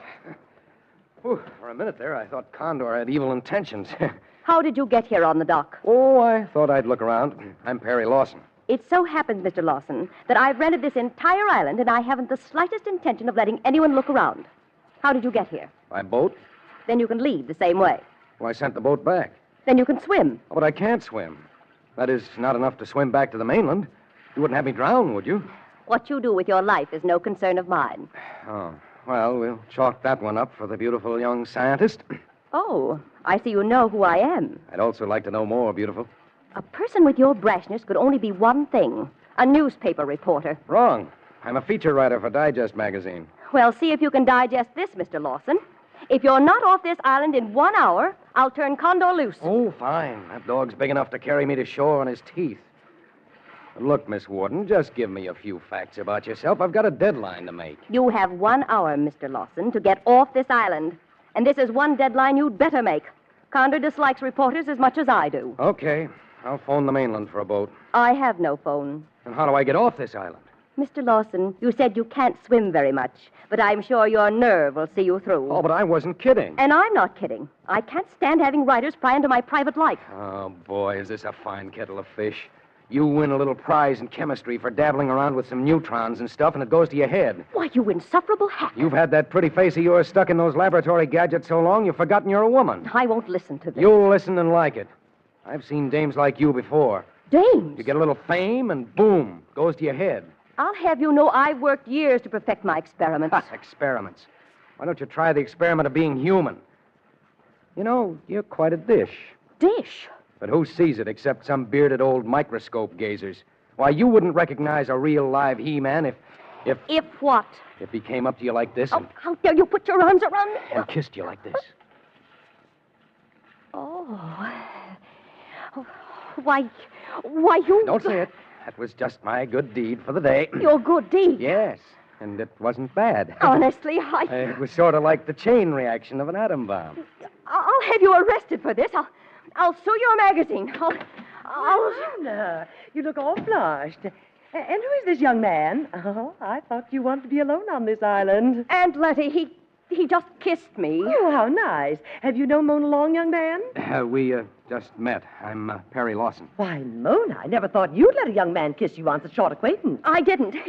He forced me to kiss him. Oh, my. You could have waited until you'd known Mona a little longer, young man. Well, you see, I didn't have much time. I was just going to swim back to the mainland. Oh, then you're out for a swim? Well, in a way, Miss... Miss Foster, I'm Mona's aunt. Oh, yeah. And now that you two are acquainted, Mona, aren't you going to ask Mr. Lawson in? Ask this Neanderthal caveman into my house? Oh, Aunt Letty, you don't understand. No, I don't seem to understand the younger generation. You meet one second, you kiss the next, and then poof, it's all over. I guess it's this scientific age we're living in. You know, Mona is quite a scientist, Mr. Lawson. You don't say. Tell me more. Please, Aunt Letty, would you mind going into the house? I'll be right in. Oh, why, certainly, child. It's almost time for my radio program anyway. Dora Dobbs, girl, D.A. Well, goodbye, Mr. Lawson. You must come again sometime. I'll do that, Miss Foster, but next time I'll bring my water wings. You're getting off this island right now. Look, beautiful, why can't you be hospitable like your Aunt Letty? She's a sweet old kid, too. A little lightheaded, but sweet. If you don't leave here in 1 minute, I'm going down to get Condor. Okay, but think of me when you see those men dragging the river for my body. You mean you really can't make sure? What do you care? What's one life more or less to you, a great scientist? Oh, don't talk like that. Goodbye, Mona Warden. And remember, my last wish is that once in a while, when you look out on that river, you'll think of me. Just a man who had a job to do and failed. Oh, well, of course, the mail boat does come over at sunset. You could wait until then. No, you've given me your ultimatum. I'll just jump off the dock into the angry water. No, wait. The current's too strong. Now, don't jump. Goodbye, Mona Warden. Hail and farewell.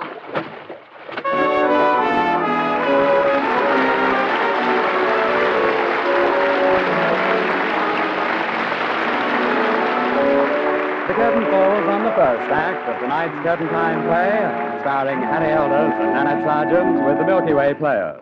And now, John Weigel.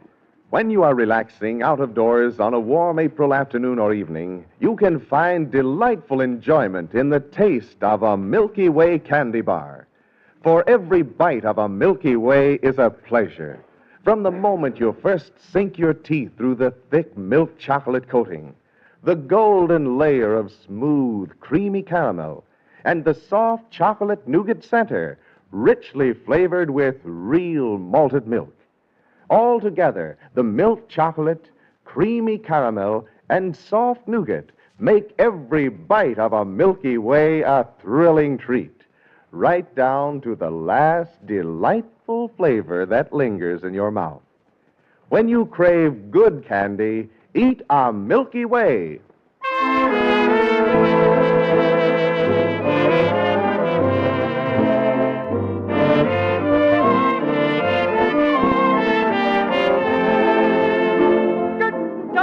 Well, there's the call for the second act of Positive Reaction, brought to you by the Milky Way Players. Perry Lawson, a magazine writer, was sent out to get a story on Mona Warden, a young scientist who hates men and lives on an island with her aunt and a dog. Unable to get a story and ordered off the island after his boat left, Perry jumped into the river and started to swim back to the mainland. Well, now, a few minutes later, Perry, an indifferent swimmer, paddles in the water while Mona in a rowboat catches up with him. Mr. Lawson, Please be sensible. Get out of that water and into this rowboat. Go away. Do I have to hit you over the head with one of these oars and drag you in? And you do it, too. I certainly will. Okay. Guess I haven't any choice. Hold the boat steady. Here, I'll help you. I'll make it by myself. Thank you. Goodness me, look at you. You're all wet. Is that a scientific observation, Miss Warden? Don't most people get wet when they land in the drink? Oh, honestly, you're impossible. Here, let me take those oars. You stay where you are. I said, look. But you upset the boat. Not if you stop being stubborn. Oh, very well. That's a good girl. Mr. Lawson, what's the idea of turning the boat around? I'm taking you back to your island. You're heading straight for the mainland. Oh, all right. You know, Miss Warden, you're a very difficult woman. You're so darn unpredictable. I am not interested in having my personality analyzed. I just want to deposit you on shore and... So you can get back in hiding again. Look, what are you afraid of? I am not afraid of anything. Hey, I know. You're afraid of men. That's not true. You shut yourself away so long with your scientific experiments that the sight of a healthy, normal male frightens you. Oh, good heavens. You're not a woman. You're a formula. Really? I feel sorry for you, Miss Warden. You're missing a lot in life. I never met anyone so... So honest? No, so loathsome. Miss Warden, you look lovely when you're angry. You should get mad more often. Will you kindly row faster? With pleasure, Miss Test Tube of 1947. Oh! The sooner I get away from you, the quicker I can write my article on the famous young scientist, Miss Mona Warden, the molecule's best friend. What? Look, I know enough about you right now to write a dozen articles. You don't dare. I don't. Well... Don't you realize that people are more interested in the life of the person than in anything that person's done? Just the same. You see, the average person is interested in human things. But of course, you're not average. You're too brilliant. And I suppose I'm too brilliant to be human? Could be. Tell me, what reaction did you get when I kissed you a while ago? None whatsoever. See, that bears out my contention. You're all mind and no heart. You've locked up your emotions and thrown away the key. I take pride in the fact that I can govern my emotions, Mr. Lawson. That's something you'll never be able to do. No, and I don't want to. I give them free rein and let the chips fall where they may. Try it sometime. I never stooped to anything so primitive. Well, Adam and Eve were primitive. And what do you suggest? Should I unlock my emotions, as you put it? Yes.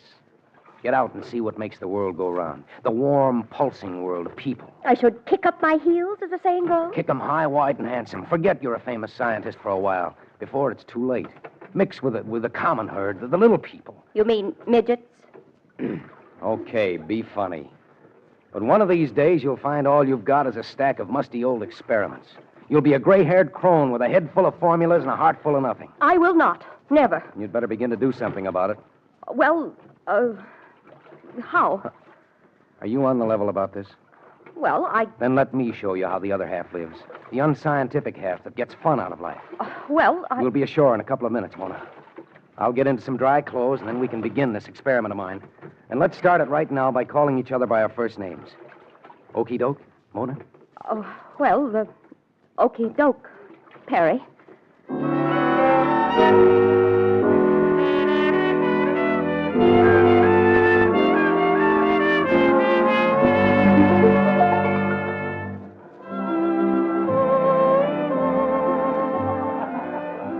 See what I mean, Mona?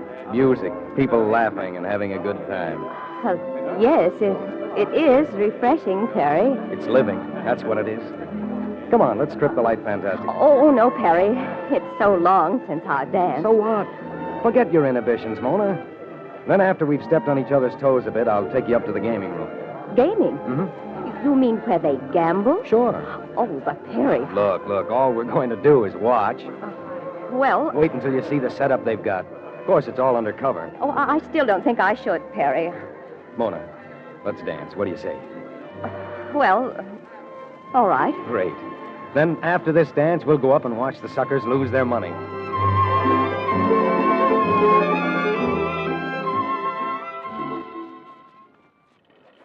Perry, what's that game they're playing there? That's roulette, Mona. Round and round the little wheel goes. Oh, dear me, they look so absorbed in what they're doing. They ought to be. Some of them have quite a bit of change riding on that little black ball. Well, just the same, Okay, everybody. Stop the wheel. Perry, that's the chief of police from town. He's got the whole force with him. Don't anybody try to leave here. This is a raid. A raid? Well, this sort of puts a crimp in our little experiment. Then we're going to be arrested? Okay, you two, start moving with the rest of them. But, Chief, this young lady and I were just watching. I've never gambled in my whole life. Oh, I suppose you were just up here soaking in the atmosphere. Well, it was sort of an experiment. That's a new one. Chief, I'm Mona Warden, the scientist. That's very interesting. Now, if you two will just come along with me. But you don't understand. It's no use, Mona. I'll say it ain't. If you folks figure on doing any scientific experimenting, you can do it at the station house. Now get going.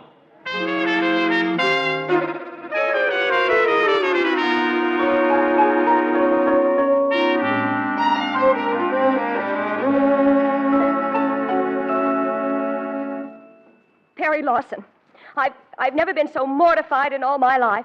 I, Mona Warden, here in jail, like a common criminal. Well, at least we have cells next to each other. Cozy, isn't it? Why did I ever listen to you? You and your experiments. Didn't any of your experiments ever backfire? Oh, you imbecile. How do we get out of here? We've been in here 6 hours now. Well, it's almost morning, and Aunt Letty will be frantic. She'll think I'm dead. Can't you do something? Not until we come up before the judge. You mean a judge is going to pass sentence on us? They haven't kept us here in jail all night to try out these cells for size. But that will mean I'll have a criminal record. What will the International Chemistry Society think? Why, I'll be disgraced for life, and all because of you snooper. Look, if I had the money, I'd bail us out, but I haven't. Oh, that's fine. As a result, we'll just have to let fate and the state of Connecticut take their natural course. Honestly, you're the most helpless man I ever met. I don't know. Got that call through to Tom Harcourt, my editor. And where is he? Well, give him a chance, will you? Maybe he'll be able to... Believe me, if I ever get back to my island, I'll never leave it again.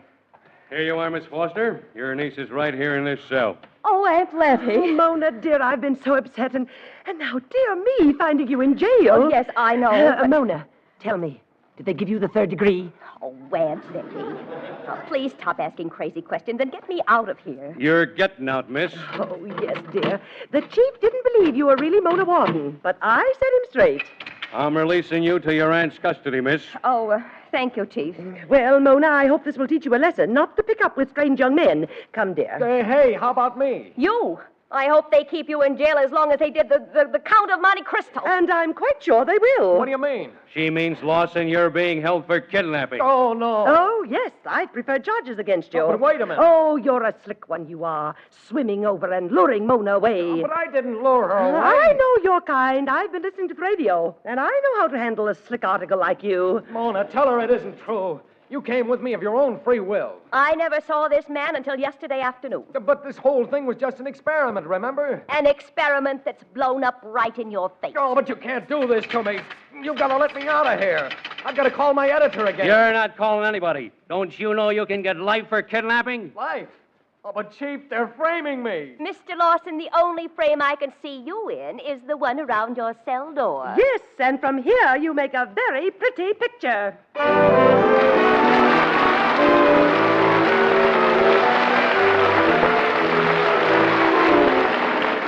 Before we bring you the 3rd act of tonight's Curtain Time play, starring Harry Elders and Nanette Sargent with the Milky Way Players, here is John Weigel.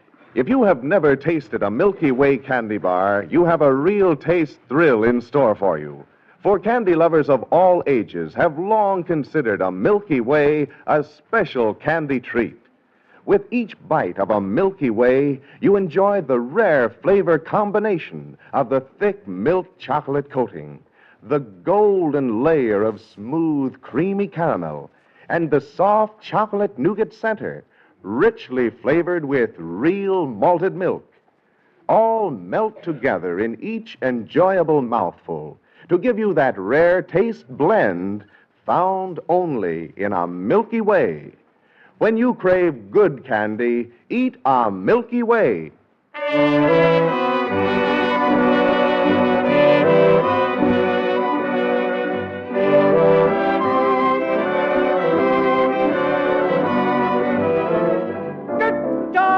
There's the call for the 3rd act of Positive Reaction, brought to you by the Milky Way Players.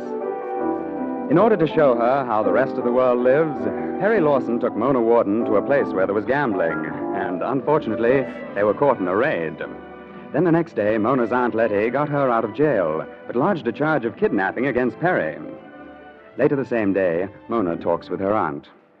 Aunt Letty, I'm sure that Mr. Lawson's learned his lesson. Oh, you are you? Yes, and I think you should drop the whole thing. Mona, I'm going to see this thing through. But that charge of kidnapping's not true. I went with him willingly. Oh, you're just saying that, Mona. You're too soft-hearted. But, Aunt Letty, it's true.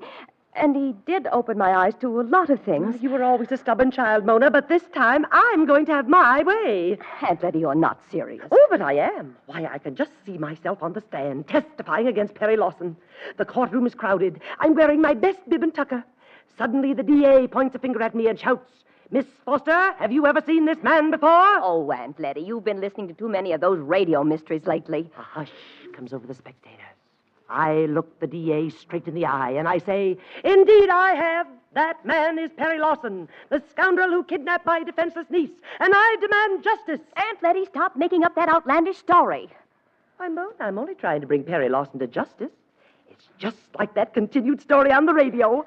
Dora Dobbs, girl, DA. Aunt Letty, this isn't Dora Dobbs' girl, DA. This is serious. Mona, all crimes are serious, and it's the duty of every law-abiding citizen to bring the criminal to justice. But Perry Lawson isn't a criminal. He was just trying to get me out of my shell. You mean he was trying to make you shell out? But that's blackmail. Oh, Aunt Letty, please. Stop raving and let me try to think. I know what, Mona. We'll solve this ourselves. That's what Dora Dobbs would do. Aunt Letty, get your things. We're going back to the police station. Oh, goody. We're going to tell the chief that you made a mistake, that Perry Lawson is innocent of any wrongdoing. Oh, Mona, you're spoiling all my fun. Now, listen to me, darling. You wouldn't want to see an innocent man convicted of a crime he didn't do, would you? Why, certainly not. Well, Perry is innocent, dear, and we've got to clear him of that charge. Just the way Dora Dobbs, girl DA, would do? Yes, dear, just like Dora Dobbs.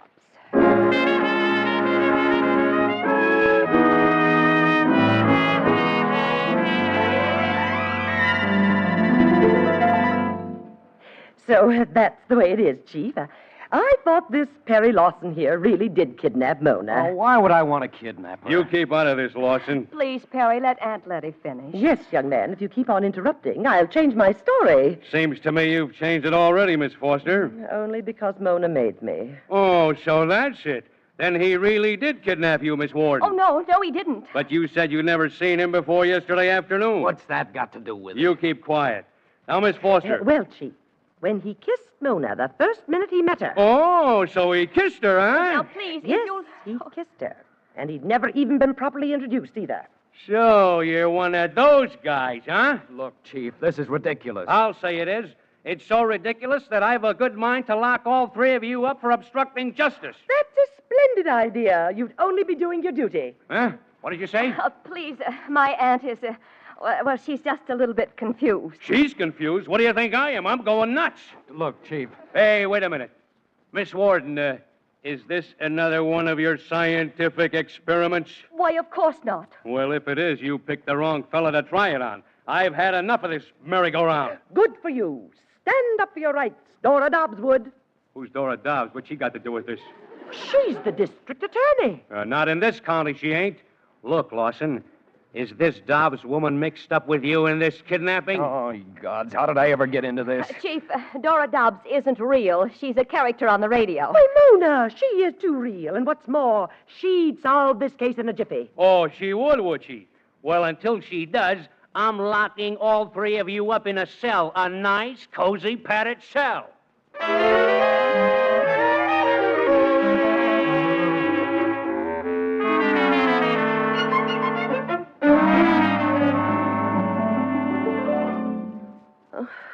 Mona, I'm getting tired of staying here in this cell. I'm bored to tears. Then call that officer and tell him to let us out. It's not that easy, Aunt Letty. Hey, young man, Mr. Lawson. Yes, what is it? Why are you sitting over there in the corner like a bump on a log? Can't you do something? I think you and your niece have taken care of just about everything, Miss Foster. Now, that's not fair, Perry. I did my best to get you out of here. Well, your formula didn't work, Einstein. Aunt Letty, what are you doing? Just trying a little experiment of my own. Oh, for heaven's sake, Mona, get her away from that door. She's trying to pick the lock with her hairpin. Well, Dora Dobbs would get out of here. Oh, Aunt Letty, no. No. No, dear. Just come over here and sit down. Oh, all right. Oh, here comes somebody now. Here you are, Mr. Harcourt, and you're welcome to him. Tom. Well, thank you, Chief. Oh, Tom, am I glad to see you. What goes, Perry? I send you down here on an assignment, and you land the Who's Girl. Okay, you can go, all three of you. Is this on the level, Tom? Yes, the Chief's willing to release you. In fact, I think he's glad to get rid of you. You can say that again. Perry, who is this man? Just my editor, Mona. He's the guy who sent me down here on this dizzy assignment. Then we're really free to go? Yes, ma'am. And if I weren't the gentleman, I'd say where. I still claim Dora Dobbs would have handled this much quicker and much better. Look, Miss Foster, I've had a tough 24 hours, and my patience is just about run out. Now, please go, all of you, before I put you all back in that cell and throw away the key! We're going, Chief, but fast. And Aunt Letty. Yes? If you're a good girl, I'll get you an introduction to Dora Dobbs, girl D.A. You will? Oh, goody. I'll tell her all about this.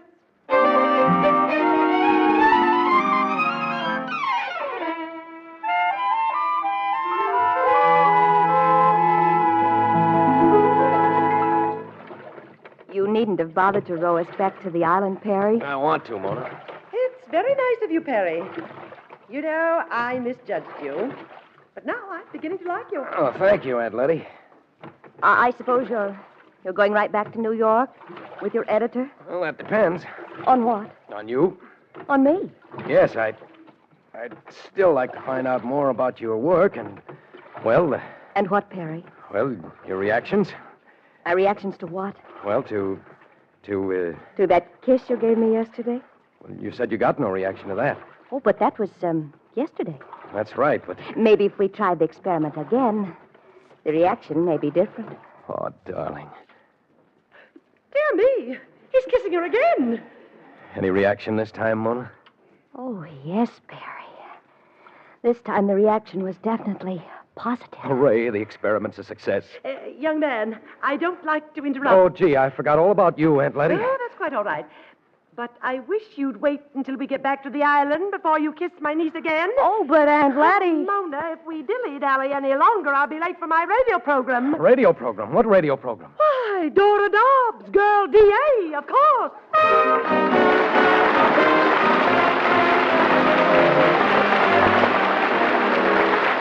The curtain falls on the last act of Positive Reaction, another Curtain Time play brought to you by the makers of Milky Way Candy Bars. Tonight's Curtain Time starred Harry Elders as Perry Lawson and Nanette Sargent as Mona Warden. The supporting players were Viola Berwick, George Caesar, and Sidney Elstrom. The script was by Joseph P. Fox. The Curtain Time music is arranged and conducted by Bert Faber. And the entire production is directed by Harry Holcomb. And now, here are the stars of Curtain Time with a word about next week's play. Well, first, Pat, I'd like to urge our listeners to give generously to the American Cancer Society's drive for funds. Through research, service, and education, the American Cancer Society is conducting an all-out fight against this dreaded killer. To help halt this march of tragedy, give to the American Cancer Society. And that's a must, Harry. But, Nanette, what about next week's play? Next Saturday, Pat, we have a romantic comedy entitled Birds of a Feather. Well, fine, and we'll be waiting for it. Thanks and good night, Nanette Sargent and Harry Elders. Good night, Pat. Good night. Now I'll join this gay theater crowd as it leaves the Merchandise Mart. Many on their way to the exciting after-theater spots here in Chicago. Until next week, then, this is Patrick Allen reminding you of your date every Saturday when the makers of Milky Way Candy Bars present... Daylight saving time is effective in certain areas beginning tomorrow. If your community remains on standard time, tune in Dr. IQ next Monday and Curtain Time next Saturday 1 hour earlier. Better yet, check your local newspaper for the exact time. And remember, when you crave good candy, eat a Milky Way. This is NBC, the national broadcasting company.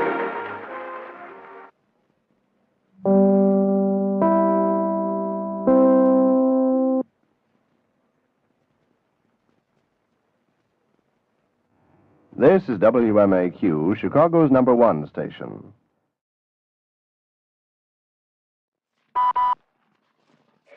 Mars Incorporated, makers of America's most enjoyable candy bars, presents Curtain Time!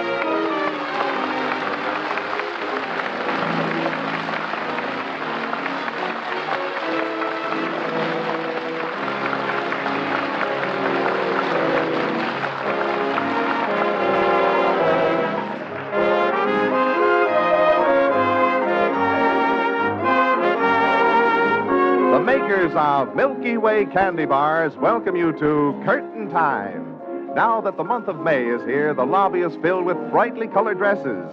And here, almost lost in the crowd, is the well-known man about town, your host, Patrick Allen. Good evening. Well, Mr. Allen, what's tonight's theatrical fare? It's a gay comedy romance, John, and I'm sure you'll like it.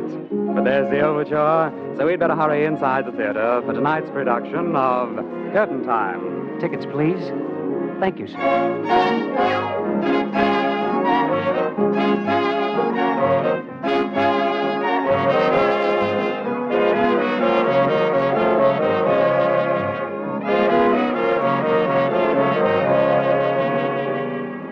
7th row center.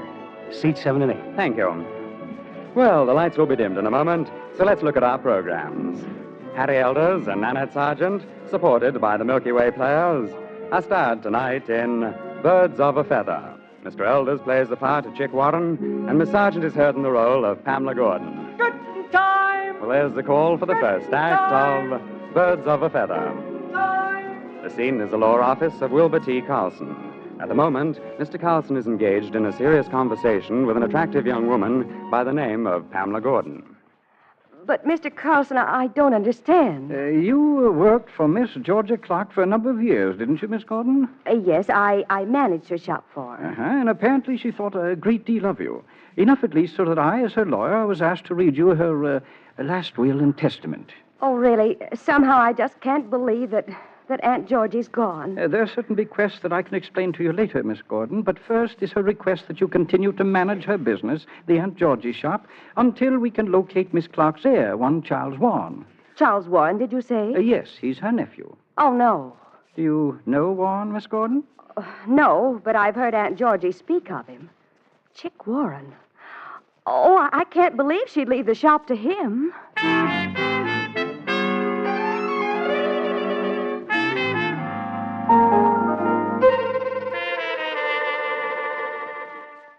Peanuts.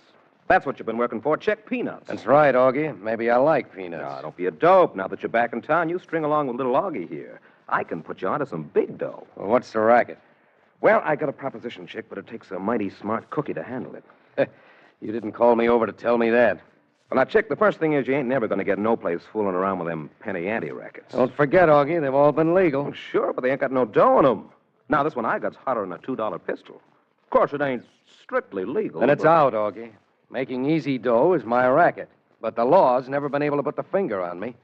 And it's never going to. Look, Chick, all you've been getting sucker money, and I say that's dumb. Maybe so. But I'd rather be dumb on the outside looking in than play it your way and end up in the clink. It, wouldn't be a yellow streak, would it, Chick? Take it easy, Augie. I've whittled down tougher guys than you for making cracks like that. Well, I was only kidding, Chick. Well, see that you keep it that way. Come in. Hi, Augie. Oh, hiya, Donovan. What's on your mind? You cops ain't got nothing on me. Give us time, Augie. We'll get lucky one of these days. You'll need lots of luck, Copper. I'm looking for a guy, Augie. Know a character named Chick Warren? Well, no, I don't know, Donovan. What you want him for?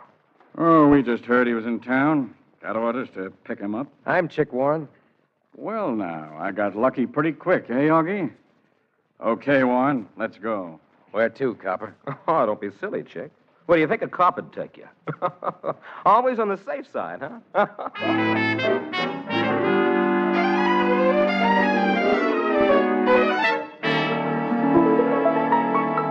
Well, Mr. Warren, I presume you've been wondering why I wanted to see you. You can say that again, Mr. Carlson. First a cop and now a lawyer. I don't get it. Perhaps I'd better explain. I sure wish you would. Yes. Do you know a Miss Georgia Clark? Why, sure. That's my Aunt Georgie. But don't tell me Aunt Georgie's mixed up in anything. How long has it been since you've seen her? Oh, it must be 4 or 5 years now, I guess. The old lady didn't exactly approve of my... well, she was always talking about me going into business or something. I believe you were her only living relative? Say, you talk like she was dead or something. Young man, this paper is her last will and testament. A will? Yes. She leaves her entire business holdings to you. You mean the shop? It was her express wish that you take it over and run it. Now, look, there's a catch in this. Nobody ever gave me something for nothing. Oh, no. There's no catch to it. It's all yours legally. Well, that's swell, Mr. Carlson, but I don't want to run any business. And you can't very well refuse, Mr. Warren. The transfer title has already been made. Well, I'll be. The old girl certainly must have had it in for me. That's the payoff.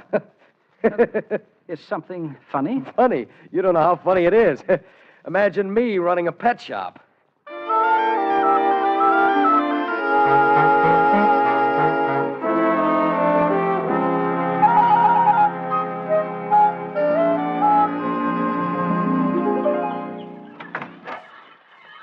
Good afternoon, sir. Hello there. How are you?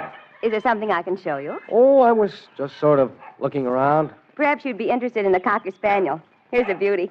Isn't she sweet? Uh-huh. Sure is.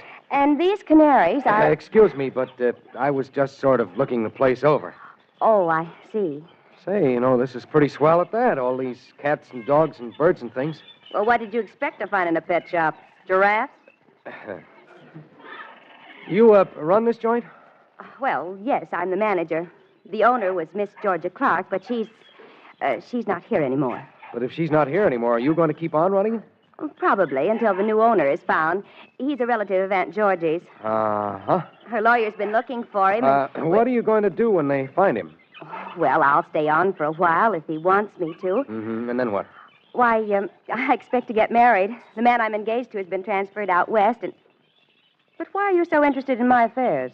You, like all these pooches and pussycats. You'd kind of miss them if you went away, wouldn't you? Oh, yes, I think I would. Well, then you'll just have to stay here and work for me. Work for you? Mm-hmm. Why, I never saw you before in my life. Who are you? Just call me Aunt Georgie. But that... Wait, are you? I'm the long-lost relative. According to everything I've heard, this menagerie belongs to me. Then you're... Chick Warren. What's your name? Why, I'm Pamela Gordon. Well, I'm glad to know you. Well, I suppose you'd like to look over the books. I guess there'll be plenty of time for that. Then there are a number of things you should know about the arrangements your aunt had for Hey, you talk as though I was really going to run this place. Oh, but you have to. What do you mean I have to? It's what your aunt wanted, isn't it? And I can't... You look like you've been doing all right. Why don't you keep on running it? Oh, that's impossible, Mr. Warren. I've really decided to give up working, and I know. You want to get married. Well, I wasn't exactly planning to take over, personally. Oh, well, I suppose I could stay until you learn about taking care of the animals, feeding them and everything. Well, in that case, you better take off your hat and stick around, because that'll take me the rest of my life. Hey! Oh, that's only Susie licking your hand. Susie, huh? Kind of a cute pooch at that. Oh, Susie's adorable. Well, I never went for cats or dogs very much. Oh, look. What's she whining for and scratching on the cage? Why, she wants you to let her out. Here, I'll open the cage. Well, now, There. Isn't she sweet? Here, you hold her. Oh, now, just a second. No, go on, take her. Well, hey, she is kind of cute little devil. Is she always... Oh, come on now. Quit that. Oh, look, you. Stop trying to chew my ear off. She won't hurt you. Okay, but... Gee, is this a laugh? Chick Warren playing patty cake with a Cocker Spaniel. The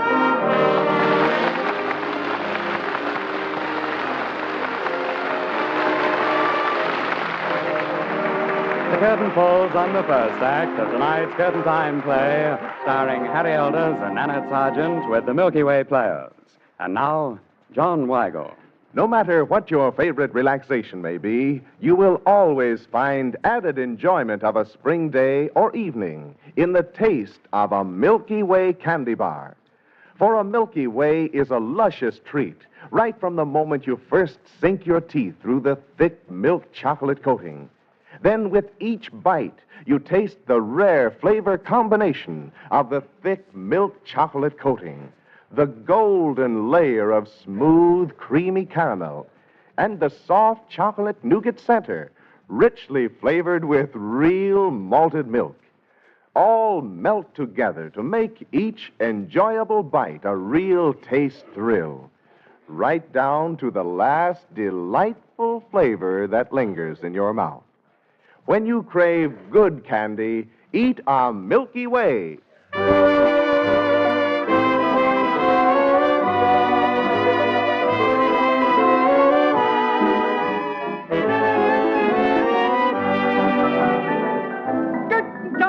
Well, there's the call for the second act of Birds of a Feather, brought to you by the Milky Way Players.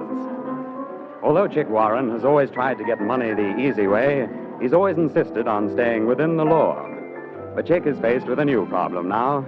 His Aunt Georgie died and left him a pet shop, which Pamela Gordon has been running. Well, it's now a couple of weeks later. Chick has dropped into a pool room, one of his old haunts. Hiya, Chick. Hiya, Butch. How about shooting some pool? Oh, thanks. Hey, fellas, look who's here. Aunt Georgie. Shut up, Butch. I hear you got yourself a pet shop to run, Chick. Who said I was going to run it? Look, you wouldn't be walking out on a gang, would you? Anybody say I was? Maybe I'm saying it. Always thought you was kind of yellow. Lay off, Butch. Hey, look who's telling me to lay off. Now, look, you're... Suppose you just look, Aunt Georgie. Or maybe I ought to call you Boydie. I'm warning you, Butch. Boydie. Hey, that's good. Tweet, tweet, Boydie. Okay, you asked for it.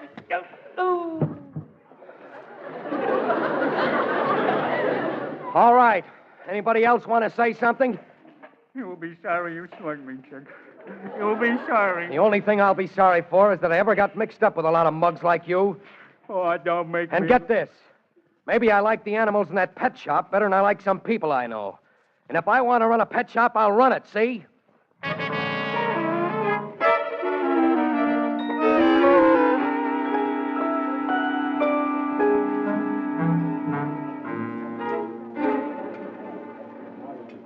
Sugar, Miss Gordon? Thank you. Mr. Warren. What's on your mind? Well, perhaps this isn't the best time to bring it up. We both shouldn't be out to lunch together, and... Didn't we put up a sign on the door saying out to lunch? Well, just the same. What were you going to say? Well, I still haven't decided whether I should stay on at the shop or not. That boyfriend of yours itching for wedding music and old shoes and rice? Well, that's partly it. He's being transferred west, and... Mr. Warren, this isn't very easy to say. Oh? I've heard several things that... Something about me? Well, yes.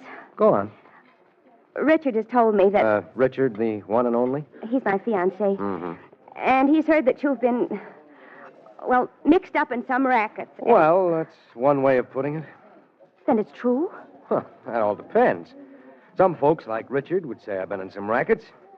On the other hand, except for a couple of parking tickets, I've never broken a law in my life. Oh, I see. Besides, what's that got to do with the pet shop? I made you a business proposition, Miss Gordon. Half the profits if you'll stay and manage the shop. Well, yes, but What's your boyfriend say to that? Well, just that... Come on, I can take it. Well, he says he won't have me working for a hoodlum. You know, that boyfriend of yours sounds just a little damp behind the ears. No, Mr. Warren. But look, you haven't told me what your idea in this whole thing is. Well... What is it? Well, I'm not quite sure, and... Oh, goodness, look at the time. We simply must get back to the shop.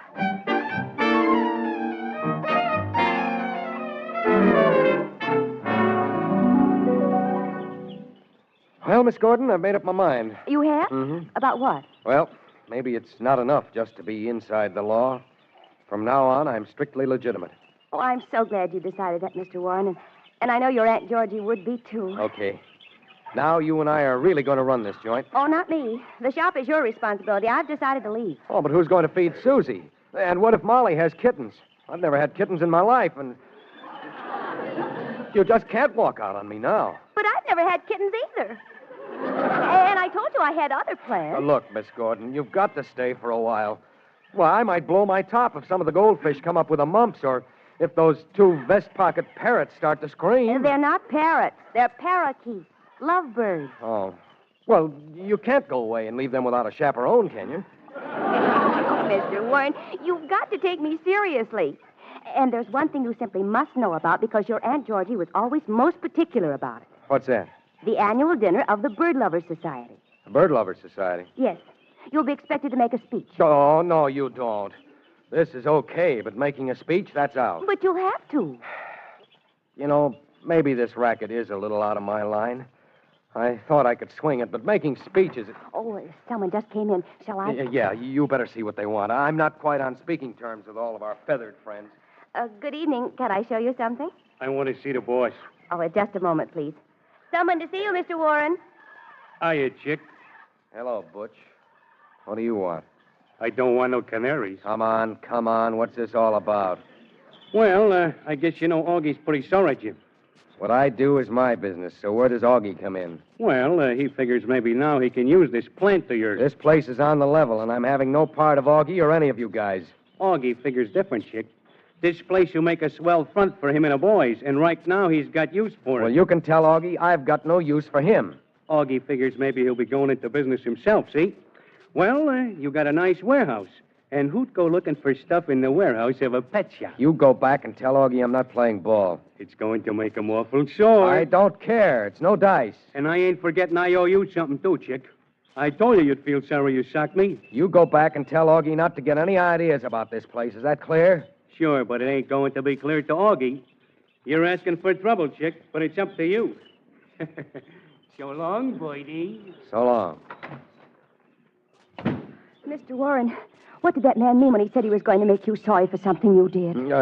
Don't you worry. He didn't mean a thing. But what he said was blackmail. Can they force you to do anything? Nothing I don't want to do. But there are laws against things like that. Sure there are laws, but these boys make up their own rules. Only don't worry. And, say, is it all right for a guy to change his mind again? I don't know what you mean. Well, I've been on again, off again, Finnegan about this pet shop ever since it was dumped in my lap, but if these guys want to play games, I think I'll choose up sides and get into it. Oh, isn't it likely to be pretty tough? It'll be for keeps, but I'm going to see it through. That is, I will if you'll stick around and help. Oh, well, I know. It sounds as though I'm asking you to walk into trouble, but... Well, somebody's got to take care of the pussycats while I take care of these mugs. Well, What do you say? All right, Mr. Warren, I will. Swell. And say, call me Chick. Or even Aunt Georgie. It would sound all right coming from you.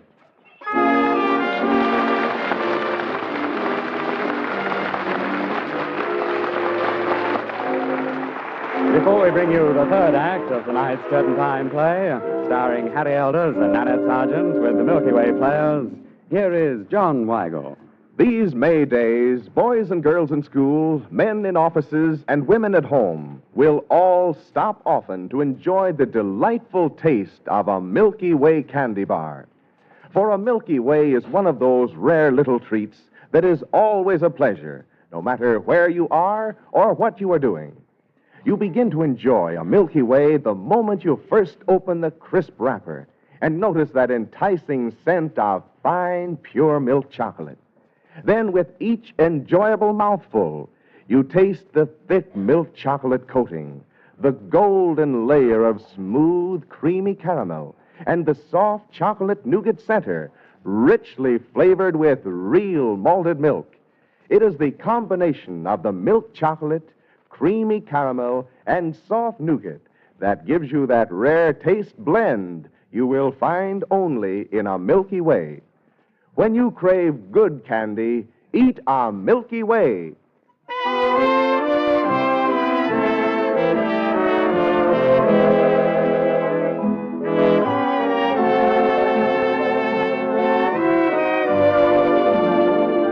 Good time! There's the call for the third act of Birds of a Feather, brought to you by the Milky Way Players.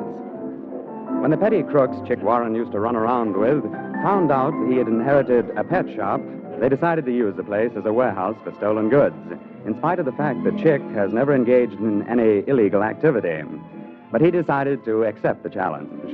And Pam Gordon, well, she's staying on to look after the pets. It's now Monday morning, 3 weeks later. Chick enters the shop. Hiya, Pam. Hello, Chick. How are you? Swell. A great little old Monday morning, too, isn't it? Well, what do we do first? Open up a bale of birdseed? Okay, Susie, okay. I'll come over and say good morning. Well, now, how's my baby, huh? How are you? Chick, I think it's wonderful the way you've taken hold of this place in just 3 weeks. Well, I'm a smart guy. You did pretty well yesterday, as a matter of fact. Yesterday? Oh, you mean that? Yes, I mean that. Well, there's nothing wrong with a guy taking a walk in the park, is there? No, and I'm sure Susie enjoyed her outing, too. Yeah. You and Susie have become pretty good friends, considering you didn't like dogs when you first came here. Well, I guess I've always just sort of been allergic to cages. Oh, say, you haven't forgotten tonight's the night, have you? Tonight? You know, the Bird Lovers Society dinner and your speech. Oh, gee, Pam, do I really have to? Well, you should. Your aunt wouldn't have missed it for anything, and now that you're... Okay, now that I'm Aunt Georgie. Oh, Chick. Now what have you remembered? Chick, last night I happened to walk past the shop, and that man, the one who came here to see you... Butch? Yes. Mm-hmm. He was out in front trying to see through the window. Well, don't worry about him, Pam. Well, just the same... Those guys won't do anything. And if they do, well, I'm set for them.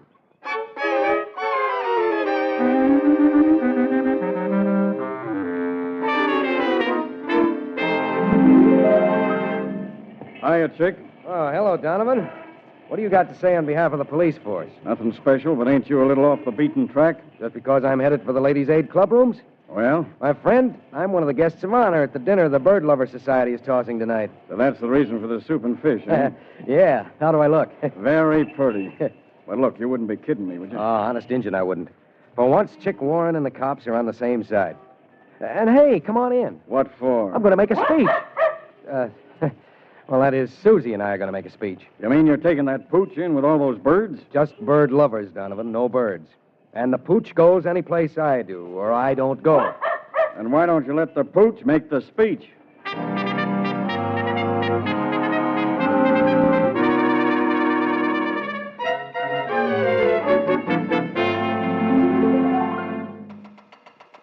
Yes, I'm coming. Chick, is that... Oh, Where's Chick Warren? why, he's not here. Then we'll wait for him. Come on in, boss. Okay. But I don't know when he'll be back. You see, he's... I don't see nothing. All I know is we got business with Chick. That right, boss? That's right. This is Augie, the boss. But he told you he didn't want anything to do with you. When'll he be back? I told you I don't know. Well, it don't matter too much if he don't come back. Didn't I tell you this was a pretty swell layout, boss? Look, sweetheart, what you got stored in the warehouse and back? Oh, why, nothing. But we're You expecting... got a key for it? Yes, we keep it locked. Then give me the key. What do you want it for? Give me the key. I got a few things I want to put in there, that's all. But Chick said you can't use it. Come on, where's the key? I won't give it to you. Look, boss, we can't let that truck sit out in front all night. Okay, we don't need no key. Butch, take the truck around and back, bust the lock in, and unload the stuff inside. Okay, boss. You see, sister? That's the way to do things. Hey, look, sweetheart, where do you think you're going? Why, you've got a gun. Stay away from that phone. But you Just can't... don't do nothing foolish, baby, and you'll be okay. So far, this is just between me and Chick. Well, just the same... You know, you're kind of a cute cupcake, and I'd hate to have to muss up your frosting. But you can't just come here and break into our warehouse and... Oh, what are you putting in there? Just a few little trinkets I want to put away for safekeeping for a while, that's all. Oh, Chick. Well, hiya, Chick. What are you doing here, Augie? What are you holding a gun on her for? She had an idea she wanted to talk to somebody on the telephone. Look, Augie, what's the pitch? I'm using your warehouse, Chick. That other man's out there now, Chick, unloading something. Augie, you're not using the warehouse now or any time. Now, listen, Chick, I'm even willing to cut you in. I don't want any part of it. There's just a few little hot pieces I'm saving for the right market. Got to store them someplace till I can move them, ain't I? No dice, Augie. This is Aunt Georgie's pet shop as long as I'm running it. And it's not going to be a cover joint for you or anybody else. Hey, Chick, I thought maybe you was going to be reasonable. But I see I got to do a little persuading. I'm using the warehouse. No, you're not. Oh? Well, now, maybe a little working over might change your mind, huh? I doubt it. Get up against the wall. Oh, Chick, what's he going to do? You keep out of this, sister. I got all this stuff all in, boss. Okay. Well, now, Chick got back, huh? Hiya, buddy. He ain't playing ball, Butch. Oh, gee, that's too bad. Going to work on him, boss? What do you think? Great. But I owe this punk something. Let me muss him up a little, huh? Oh, Chick, I'll say I am. Why, you... Hey, look at that. That pooch is trying to bite me. Why, Don't you dare hit that dog! I'll beat that cursed brains out. You'll do nothing of the kind. And put that gun down. Aunt Georgie! Oh, but it can't be. She's dead. Young man, I'm the livest ghost you ever laid eyes on. Hey, what is this? What do you mean you're a life ghost? That's none of your business. But it just happens that I've been sitting out in the car with some friends watching this whole thing. What's that got to do with us? My friends are the mayor and 4 policemen. Augie, cops. Come on, Butch, we got to... Not so fast, Augie. I'm sure those coppers would like to see what you got out in the warehouse. Augie, we can't shoot our way out of this. Yeah, Come but on, Augie! Butch, before they take you in, I got something to say to you. It was Bertie you called me, wasn't it? Oh, gee, Chick, I was only kidding. Well, I'm not. And here's a whole fistful of birdies for you to listen to. Charles, that was a beauty.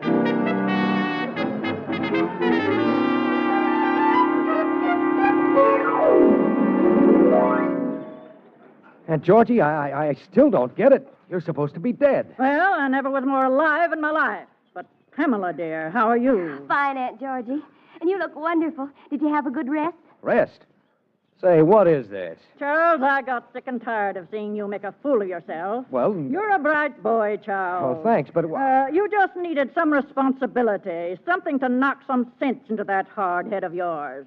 I'm glad to see my plan worked. Then this was all a gag? Well, you might call it that. Of course, Pamela was here to take charge if anything went wrong. But everything worked perfectly. No, I knew that when I heard Charles' speech at the dinner tonight. You heard that? I was in the mayor's box in the balcony. Well, I'll be. I wouldn't miss a bird lover's dinner for anything. Well, I guess that's that. Oh, but look, Aunt Georgie. Yes, Charles? I'm not leaving this pet shop without taking a certain girl with me. Well, now I know you've got some sense. Pamela, you don't know how happy I am to hear you're not going to marry that stuffed shirt Richard. Well, Yes, sir. Susie goes wherever I go. So that's the girl you meant. Charles, you're an idiot. He is not. Well, you are also an idiot, Pamela. That's not true. This is your pet shop, Charles, and you'll have to run it. Oh, but Aunt Georgie, Oh, I knew that if I tried to get you to do it, you wouldn't. That's why I died and willed it to you. And as for you, Pamela... Yes, Aunt Georgie? If you have an ounce of sense, you'll take that cocker spaniel and put it back in its cage. Charles can't hold you both. But he... Goodbye, children. I'm going away on a long vacation. Goodbye, Aunt Georgie. Goodbye. Well, how do you like that? Well, I don't know, but... Come here, Susie. Into your cage, baby. Hey, Pam. Listen to those two... Those, pair of what? They're parakeets, Chick. You know, lovebirds. I'll say I know. And if those birds are really smart, they'll pull up a perch and learn something. Because this, sweetheart, is the way it's supposed to be done.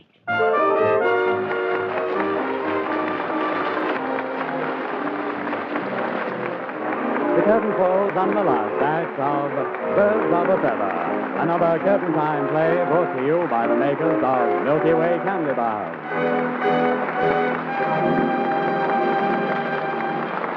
Tonight's curtain time starred Harry Elders as Chick Warren and Nanette Sargent as Pamela Gordon. The supporting players were Martin Wallace, Sidney Elstrom, George Caesar, and Mary McKinley. The script was by Richard Marinas.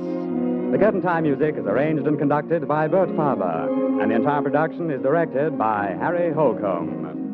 And now, here are the stars of Curtain Time with a word about next week's play. Well, Pat, next week I'm a young movie actor who likes to be romantic. And I'm the girl whose father likes to play the saxophone. And the play's called Casanova on the Mountain. Well, you obviously haven't told me everything, so I'll be here next Saturday when the curtain goes up. Fine. Thanks and good night, Nanette Sargent and Harry Elders. Good night. Now I'll join this gay theater crowd as it leaves the Merchandise Mart. Many on their way to the exciting after-theater spots here in Chicago. Until next week, then, this is Patrick Allen reminding you of your date every Saturday, same time, same station, when the makers of Milky Way candy bars present Good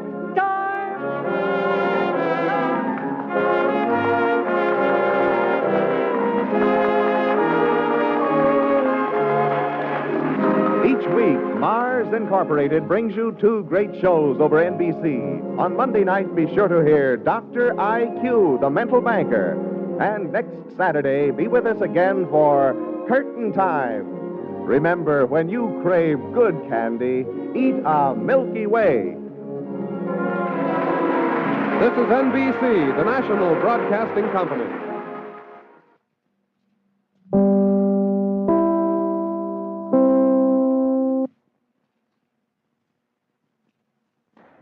This is WMAQ, NBC in Chicago. 7 p.m. BULOVA, Bull of a Watch time. Mars Incorporated, makers of America's most enjoyable candy bars, present Curtain Time!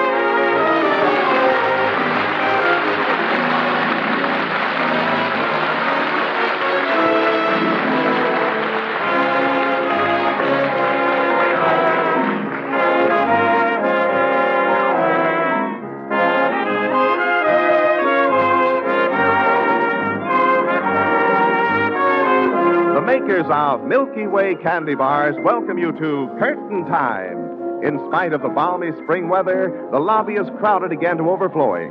And here, as usual at an opening night, is the well-known man about town, your host, Patrick Allen. Good evening. Well, Mr. Allen, have you a word about tonight's play? Yes, John, and that word is amusing.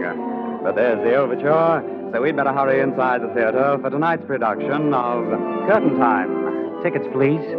Thank you, sir.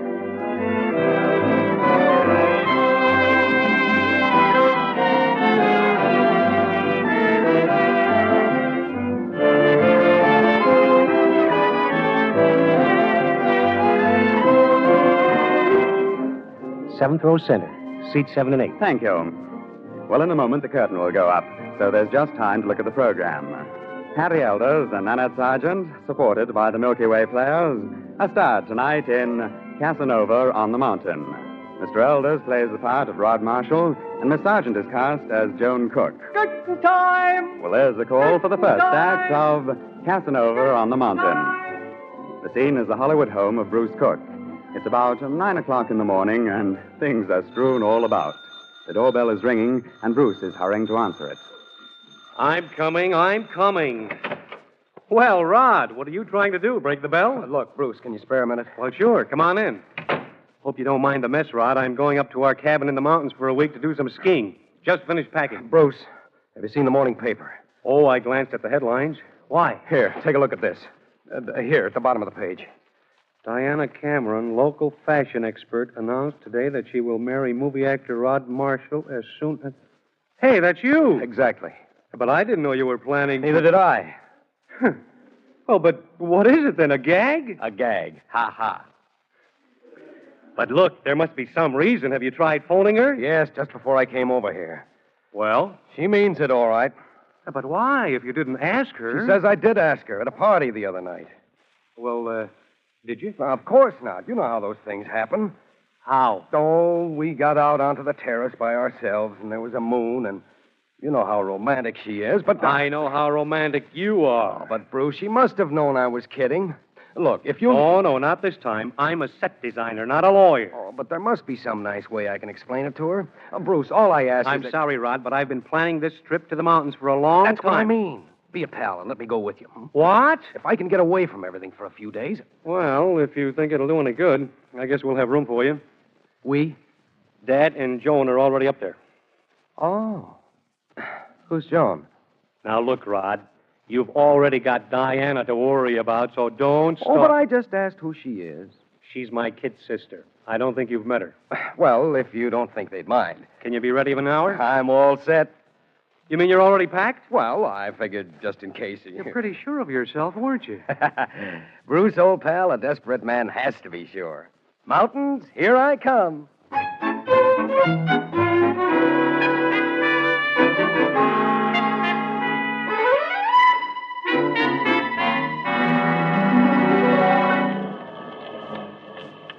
Well, here we are. So this is it. Yep, pile out. All right. Guess the reception committee is up on the mountain somewhere. Oh, no, they're not. Somebody just came out on the porch. Hey, you didn't tell me about her. Now, take it easy, Rod. That's my kid sister. Are you kidding? I am not. Hi, Joan. Hello, stranger. We were afraid you wouldn't make it before dark. And how was... Joan, this is Rod Marshall, a friend of mine from the studio. Oh, yes, I know. I've seen your pictures, Mr. Marshall. Well, I haven't seen yours, but I'm sure they don't do you justice. Joan, you shouldn't be out here without a jacket on. Well, come on, then. Dad's waiting for us. You run along. We'll be in as soon as I drain the radiator. All right. It's nice that you could come up, Mr. Marshall, and don't be long. We won't. You weren't. Huh? I should know you can't open your mouth without having a line from a picture in it, but you might at least try. Well, I had to say hello, didn't I? Look, Rod, you came up here to think about Diana, so don't start playing games with Joan. Oh, Bruce, I never even thought of such a thing. But she is beautiful. Look, Rod, Joan's my kid sister. The love scenes are out. Bruce, I'm beginning to think you don't trust me. Should I? Why, Bruce, old kid, what do you say we drain the radiator?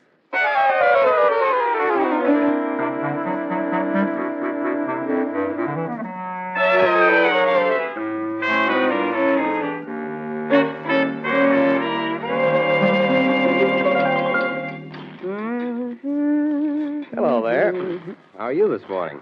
Oh, good morning, Mr. Marshall. Sleep well? It was fine, thanks.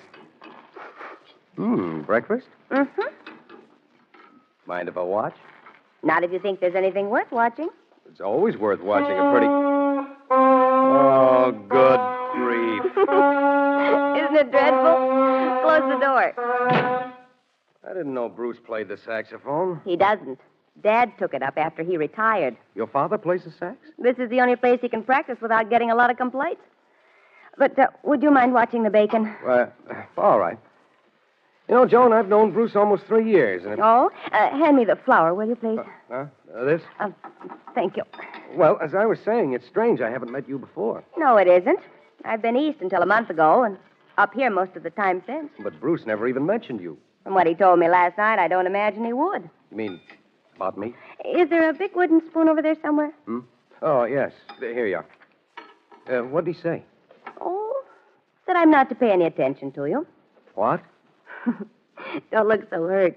He's just protecting his little sister. But do you think you need protection? Well, no. I'm afraid movie heroes don't appeal to me much. Too sleek. Well, I could muss my hair. Who ever heard of a great lover with mussed hair? What do you mean by that great lover crack? Oh, I don't know. This is a rather silly conversation anyway, isn't it? Well, Boy, Dad's sure beating it out. What? Oh, hello, Rod. How long have you been in here? Oh, a few minutes. Why? No reason? He's afraid you've been making love to me. Oh, holy smoke, Bruce. Don't you trust me at all? Relax, will you? She's just kidding. Isn't she? Now, look here, Bruce. If you're going to... Oh, stop it. Both of you. Bruce, you'd think Mr. Marshall was some sort of deep-dyed Casanova. You would? Joan's my sister, Rod, And she's quite capable of taking care of herself. Well, now... And even if Mr. Marshall did have any such silly ideas, there'd still be nothing to worry about. Why not? After seeing you do love scenes in 6 different pictures, Mr. Marshall, I wouldn't believe a word you said.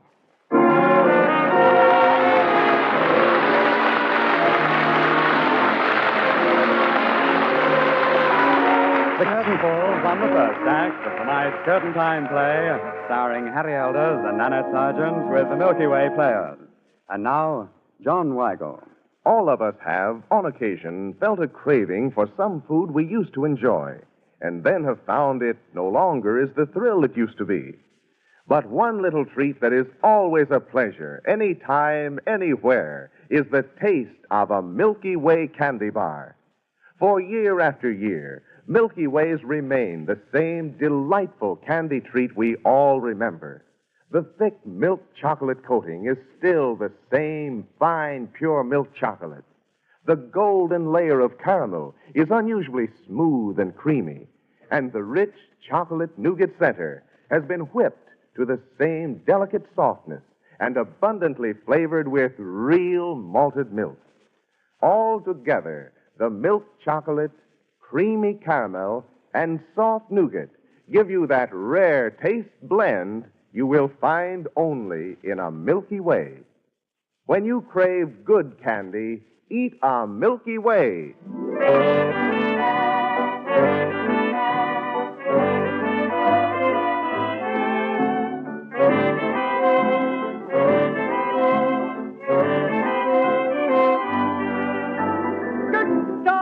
There's the call for the second act of Casanova on the Mountain, brought to you by the Milky Way Players. Running away from one girl, Rod Marshall, the movie actor, has found another, although she doesn't respond to his romantic ways. Up in the California mountains, Rod, his friend Bruce Cook, and Bruce's sister Joan are now out skiing. They've just reached the top of a high peak. Well, we made it, Rod. Oh, welcome to the top of the world. Boy, I feel as though I've been climbing for a week. I told you not to eat so much breakfast. You want me to go first, Rod? Well, might be best. Fine. All set? Whatever you say, Bruce. Well, let's go then. See you at the bottom. You next. Huh? Well, all right. Nice up here, isn't it? A bit windy, I'd say. Nice view, though. You know, you put me at a terrific disadvantage this morning. I have. Uh-huh. Here we are alone on top of a mountain, and, well, if you won't believe anything I say, it's rather wasted, isn't it? It is. Look, suppose I really fall in love with you. It's not very likely, is it? Why not? It's been done. Remember your reputation, Mr. Marshall. You're being terribly difficult. We came up here to ski. Remember? Come on, let's go.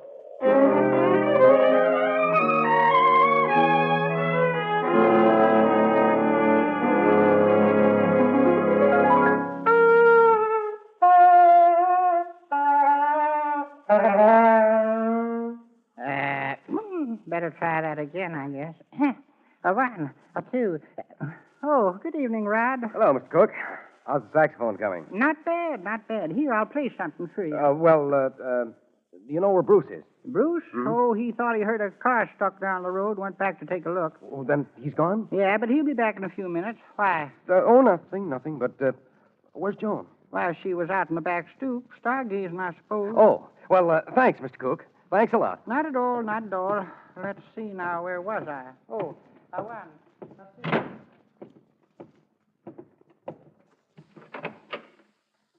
Joan? What? Oh, you startled me. I thought you might be lonely out here by yourself. Did you? Joan, don't you like me at all? Yes. Did you say yes? I've been thinking about it a lot, Rod. I'm afraid I like you more than I should. But, Joan, why didn't you say so? All this time you've been putting me off, and I thought you were serious. I was, Rod. Besides, I said I'd like you. Oh, don't worry about that. We'll give things a little time. And... No, Rod. I don't think it would work. But why not? Am I so horrible?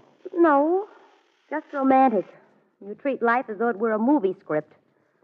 I don't think you'd know a real problem if you saw one. Joan, I've never been more serious in my whole life. Well, I'd like to believe you, Rod. Joan. Yes? Oh, Rod. Now, do you believe me? Rod, I mean, you're not... Joan, can't you understand? But all those other girls, Bruce said... Those girls were just casual acquaintances. Rod, is that you? Oh, nuts. I thought it was about time. Oh, there you are. Rod, look who I found down the road. Rod, darling, I never thought Diana. Oh, no. Darling. Rod, I've had a perfectly dreadful time finding you. Why didn't you let me know? Why, you see... Come on, Joan. I think they want to be alone. Oh, but... I can see that, Bruce. Good night, Mr. Marshall. But, Joan, Why, Rod, aren't you glad to see me?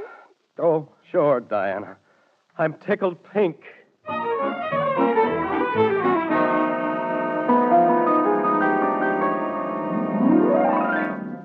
Well, I finally phoned the studio, Bruce, and they said you'd come up here. Swell of you to put me up. Not at all, Diana. I hope the couch was comfortable. Oh, I slept like a log. Of course, I still feel silly barging in, but I didn't get Rod's call. His call? Why, yes. He told me last night he tried to phone before you left. Oh. Is that all he told you? Well, he explained about your rushing him off, and of course I forgive you. Well, yes, we wanted to ask you to come with us, but... Oh, that's all right. I'm here, and, I think it's perfectly wonderful. Well, if we're going to get in a full day skiing, we'd better get started. Rod's in his room, I think. Yes? Said he wanted to lie down. You know, he didn't look very well at breakfast. Well, I'll see if he's ready. Tell him to hurry, will you, Bruce? Oh, the snow is perfectly marvelous. Bruce! Oh. Rod, what's the matter with you? Hello, Bruce. Well, what are you doing in bed? You're not sick, are you? It hit me all of a sudden. Bruce, I feel terrible. Oh, gosh, Rod. Oh. Oh. I get it. Huh? Come on, you'll have to tell her sometime. I don't know what you're talking about. Oh, yes, you do. Hiding in here isn't going to fix anything. Oh, but Bruce, my head, my stomach. Make up your mind. Oh, cut it out. If you had any sense, you'd have told her last night. Unless you've changed your mind. Oh. Changed my mind. You know, Rod, I find it rather attractive myself. Please, Bruce. I know. Marriage isn't romantic enough for you. That's not true. I'd get married in a minute if... If what? Never mind. Well, it's your problem. Come on, we're waiting for you. Oh. Rod, don't be an infant. It won't hurt you to go skiing with us. Oh, I'd like to, Bruce, but after all, the way I feel it... Oh, all right. I'll take her skiing. Thanks, Bruce. You're a real pal. No, shut up. Bruce, is Joan going with you? She said she didn't want to at breakfast. You heard her. I just wondered. Now, look, Rod. If you want to be sick, just be sick all by yourself. Leave Joan alone. Oh, why, of course. And Bruce... Now what? Just tell Diane I'm asleep, will you? I don't want to talk with her just now. Well, that's a surprise. Now, if he and Diana will just get out of the house. Let's see. Maybe it'll look better if I wrap a towel around my head. There. Now. Oh. Say, it's pretty good. I almost feel sick. Well, I may as well give it a try. Joan! Joan! Guess she didn't hear me. Joan! What's the matter, Rod? Holy cow. Hello, Mr. Cook. Bruce said you weren't feeling well. Can I get you something? Why, no, I just wondered if Joan might... Oh, Joan went skiing with Bruce and Miss Cameron. But I thought she said... Well, you know these women. Bruce came out and said you weren't going, and bang, she changed her mind. Oh, fine. But I'll keep you company. I can practice my saxophone in here as well as anywhere else. Oh, but... Oh, no trouble at all. Might be just what you need, a little music. Now then, a one, a two.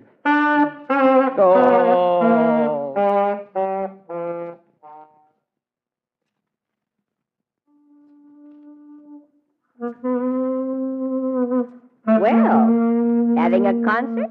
Oh, hello, Joan. I think your audience has gone to sleep, Dad. Huh? I so he has. I thought he was being awfully patient. Well, go on out in the kitchen. I'll fix you some lunch. If he's going to sleep, I'd better pull down the blinds in here. Uh-huh. Are you through skiing? I am. The wind got to be too much for me. But Bruce and Miss Cameron thought they'd keep on a while longer. Wind coming up, is it? Looks bad. Well, it might be tonight, but I guess we'll be snug enough. Now, you run along. All right, Joan. I'll be out in the kitchen. Well, my sleeping Casanova. We'll just pull down the shade. That's awfully nice of you. I thought you were asleep. Not quite. I heard you come in. Well, keep listening, and you'll hear me go out again. Oh, now, please, Joan. I just want to talk to you. No, thanks, Mr. Marshall. You've talked to me all you're going to. Look, I can explain about Diana. But there's nothing to explain. After all, she's just a casual acquaintance of yours. Joan, Diana doesn't mean a thing to me. She just misunderstood something I said. I suppose she made the mistake of taking you seriously. That's it. No. I mean, yes. But, Joan, can't you see it's different with you? I love you. You told me that last night. And I meant it. Suppose we forget it.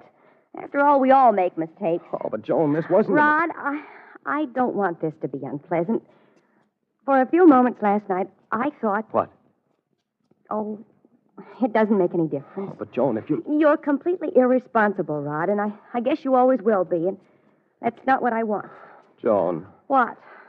Will you get me an aspirin, please?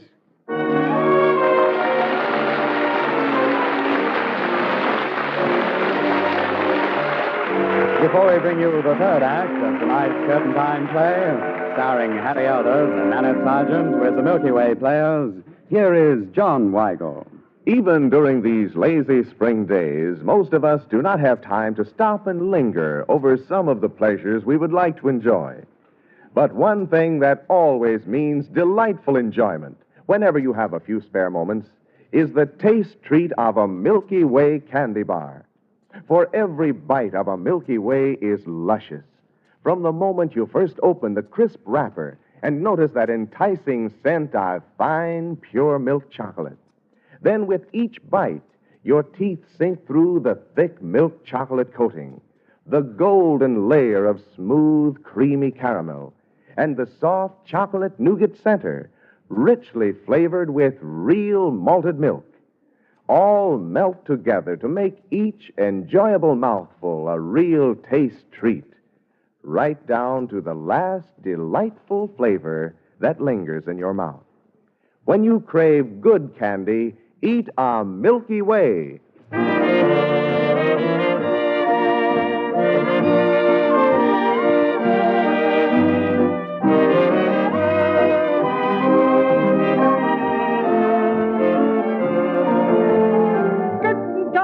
There's the call for the third act of Casanova on the Mountain, brought to you by the Milky Way Players. When Diana Cameron showed up at the cook's place in the mountains, Rod Marshall found himself in a bad predicament. In spite of everything he's tried, Joan refuses to believe a word he says. Well, it's now evening, and Joan's father knocks on the door of Rod's room. Rod, are you in there? Oh, it's open. Say, Rod. What's the matter, Mr. Cook? I guess I fell asleep. Joan wouldn't let me call you, Rod, but now somebody's got to go after her. I'm afraid I wouldn't get very far in this storm. You mean she went outside? Yes. I told her she'd better get you, but she kept saying there wasn't any point in it. But why did she go out? There's a regular blizzard out there. Well, Bruce and Miss Cameron never came back from the mountain. Then the storm blew up, and Joan's gone out to look for him. Holy smoke. Yes, she left just about a minute ago. Don't worry, Mr. Cook. I'll find her. And if you know any hymns on that saxophone of yours, start blowing.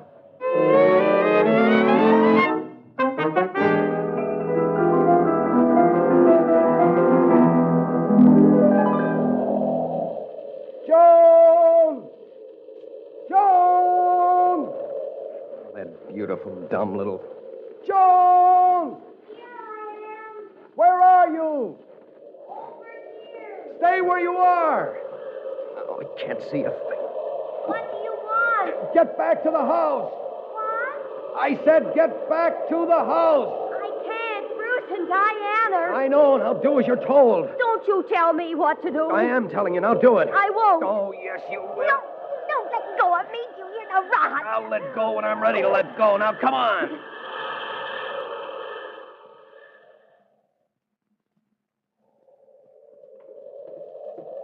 All right, now up the steps.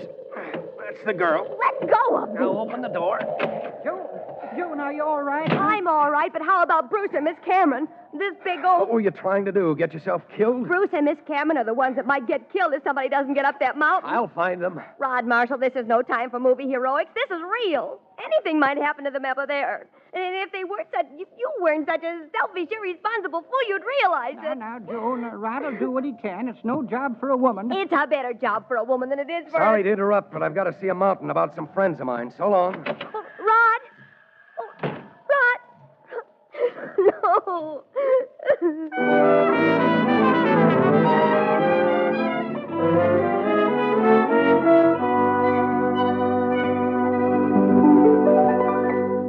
Well, the sun's out. Guess the storm's over. I guess so. Oh, now, dear, don't start worrying again. They'll be all right. But Rod's been gone almost 10 hours. Well, it takes time to climb a mountain, even when there is no storm. Oh, I know, but... We just have to be patient. I've been patient all night. Dad, maybe if I... No, Joan, there's nothing you can do. But Oh, I guess you're right. Well, sure, they'll turn up. You just wait and see. But what if... what if they... Now, don't start imagining things. Why... Rod! Mind if I come in? Thought I'd drop by. Oh, Rod, are you all right? Sure, I'm all right. Well, are they hurt badly? Well, Bruce is in pretty good shape. Oh, what about Diana? I think she cracked a couple of ribs. Well, then we better go... I'll drive them down to the doctor in the village. But, Rod, where are they? Out in the car. I found a sled at the rest hut. And you towed them both down the mountain? Yeah, I guess so. Oh, Rod. Well, what are we standing here for? Let's get them to the doctor. I'll get them there. Then I'm going to sleep for a week. Come on, Joan. Yes, Dad. Oh, Bruce, what happened to you? Now, don't look so worried, Joan. Diana cracked into a tree, and I turned my ankle trying to carry her to the rest hut. Dreadfully clumsy of you. Now, don't try to talk, Miss Cameron. You'll be better before you know it now. That was some job Rod did. When he came stumbling through the storm... Are you up there... comfortable, Diana? I'm fine, darling. Well, then. Now, go easy, Rod. The road will be clogged with snow, you know. Rod, Save it, Joan. I haven't time just now. Well, so long. Good luck.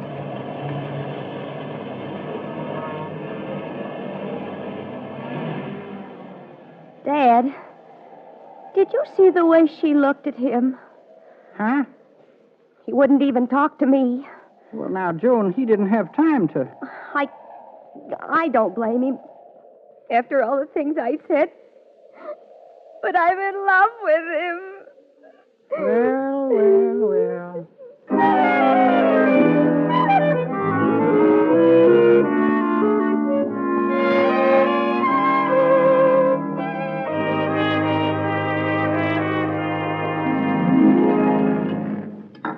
Hello. Breakfast? Oh, Rod. I'm starved. Rod, when did you come back? A few minutes ago. How are they? Fine. Bruce's ankle's all taped up, and Diana wasn't hurt as badly as I thought. I'm awfully glad to hear that. So was I. But say, what did you start to tell me last night before we started for the village? Nothing. Wasn't important. Nothing about my being irresponsible? Oh, Rod, I'm sorry about that. But I am irresponsible and selfish. I'm an oaf. Oh, please, Rod. I said I'm an oaf, and I love you. Oh, Rod, don't say that. Why not? It's true. Now keep right on saying it. But what about Diana? Diana doesn't love me anymore. She loves Bruce. Bruce?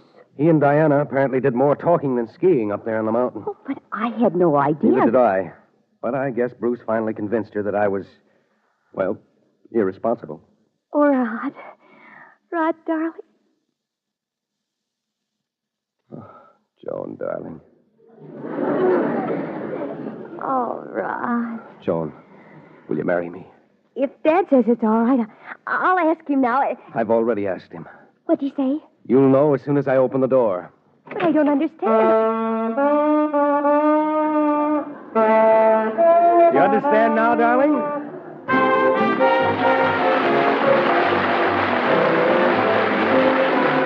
The curtain falls on the last act of Casanova on the Mountain. Another curtain time play brought to you by the makers of Milky Way Candy Bars.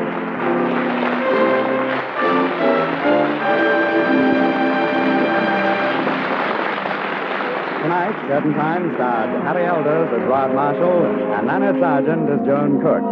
Those in the supporting cast were George Caesar, Sidney Elstrom, and Margaret Kirkwood. The script was by Joe Gresenbach. The Curtain Time music is arranged and conducted by Bert Farber, and the entire production is directed by Harry Holcomb.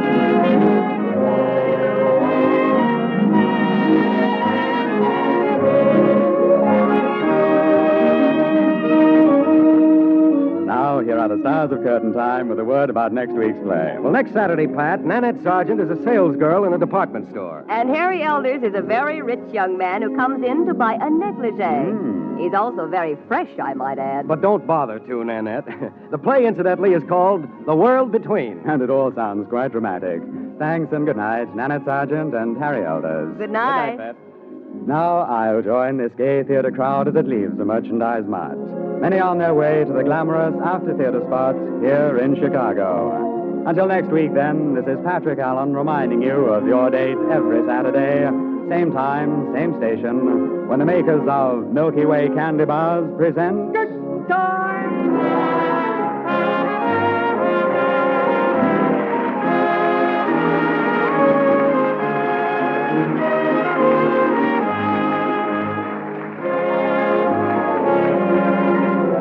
Each week, Mars Incorporated brings you two great shows over NBC. On Monday night, be sure to hear Dr. IQ, the mental banker.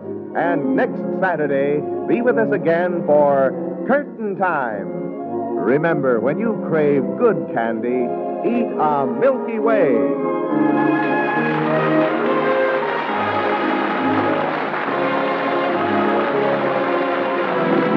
This is NBC, the National Broadcasting Company.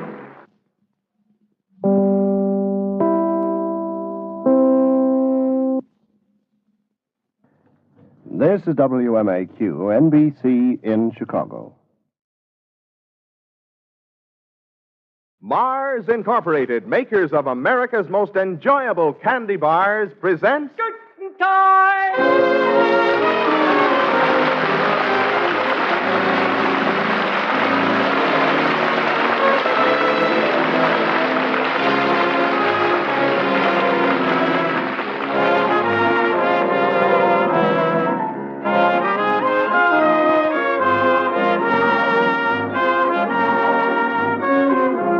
makers of Milky Way candy bars welcome you to Curtain Time. All the new spring styles are in evidence tonight as a capacity crowd fills the theater lobby.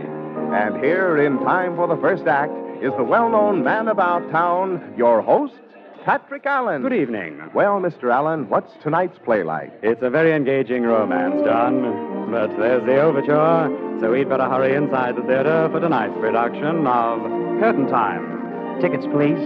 Thank you, sir.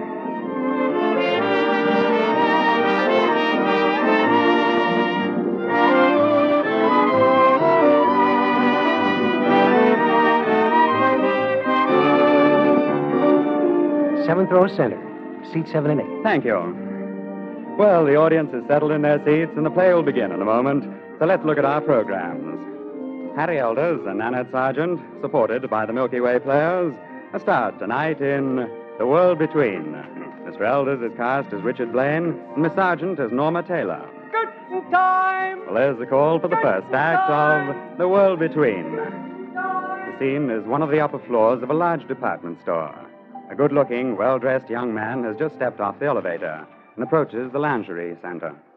Good morning, sir. Is there something I can do for you? Yes. Turn your head just a little more that way. I beg your pardon. Oh, the light's much better on your hair that way. I'm sorry, sir, but if there's something you wish to purchase... No. Remember, the customer's always right. If you came here to buy something... Well, if I did, you've made me forget all about it. Now, really, if you... Now I know how poets get their inspiration. How songwriters... If you please, perhaps someone else can show you what you want. Here, don't go away. I haven't bought anything yet. Very well, if you've made up your mind. Promise you won't walk out on me again? After all, I may be a nice guy. Please, Mr. Mason may hear you. Who's he, the floor walker? Yes.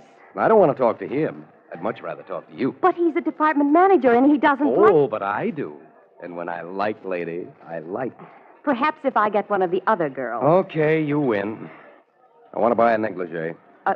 A negligee? Yes, but it's not for me. I want it for my mother. She's taken up convalescing. Oh, I see. What size? You mean they come in sizes? I'm afraid they do. Well, Mother's not exactly Miss America. Well... She's about so high and a little on the plump side. Well, perhaps she'd like this blue velvet. It's very lovely. Yes. So are you. And here's something else that's very nice. Oh, but not for Mother. Well, perhaps... Looks as though it should be in somebody's trousseau. And Mother isn't thinking of matrimony. Well, here's a number that's really quite beautiful. If you say it's beautiful, it's beautiful. Beautiful. How much is it? It's, let me see, $65. Gee, that's a king's ransom. Well, everything's... Okay, wrap it up. It's a lot of dough for something only a doctor and a couple of nurses will see. Is this a charge? No, I'll pay for it. Here, take it out of this. $100 bill? Well, we don't see many $100 bills. You know, now that this little transaction is over, will you have dinner with me tonight? No, thank you. Oh. Well, do you like to dance? Well, I do. Good. As long as you don't get hungry, we can dance. I'm sorry, sir, but I'll have one of the other girls bring you your package and your change. Oh, but look, you don't want to eat, you don't want to dance. I just want you to let me alone. Okay, but I'll be back. One of these days, you may be hungry. I hope I never see you again. Miss Taylor. Oh, yes, Mr. Mason. Miss Taylor, is that any way to talk to a customer? But he... We can't have our sales girls talking back to customers. But, Mr. Mason, you don't understand. Miss Taylor, you're dismissed.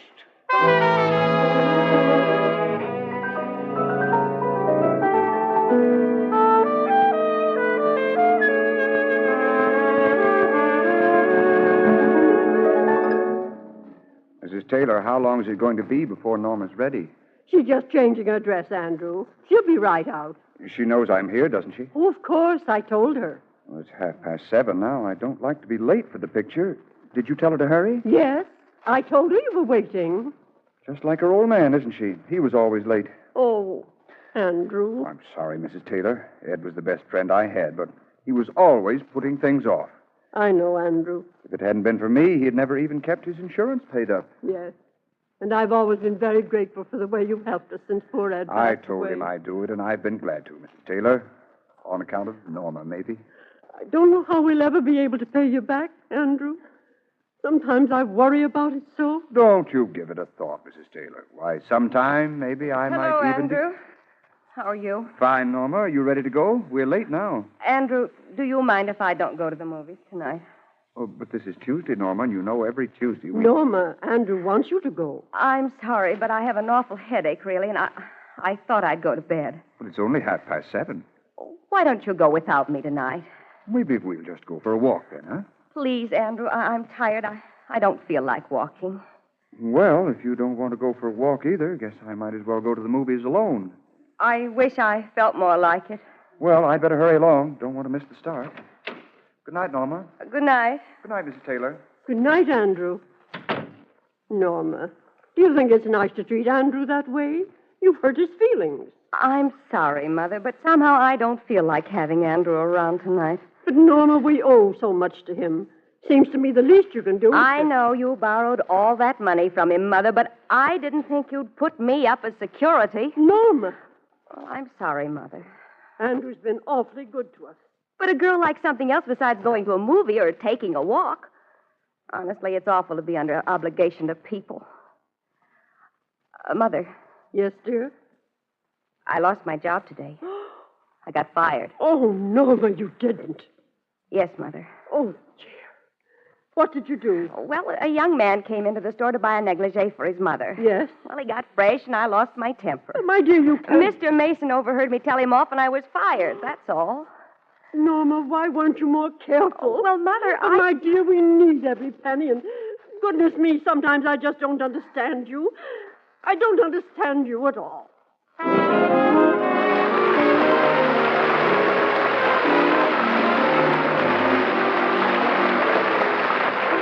The curtain falls on the first act of tonight's Curtain Time play, starring Harry Elders and Nanette Sargent with the Milky Way Players.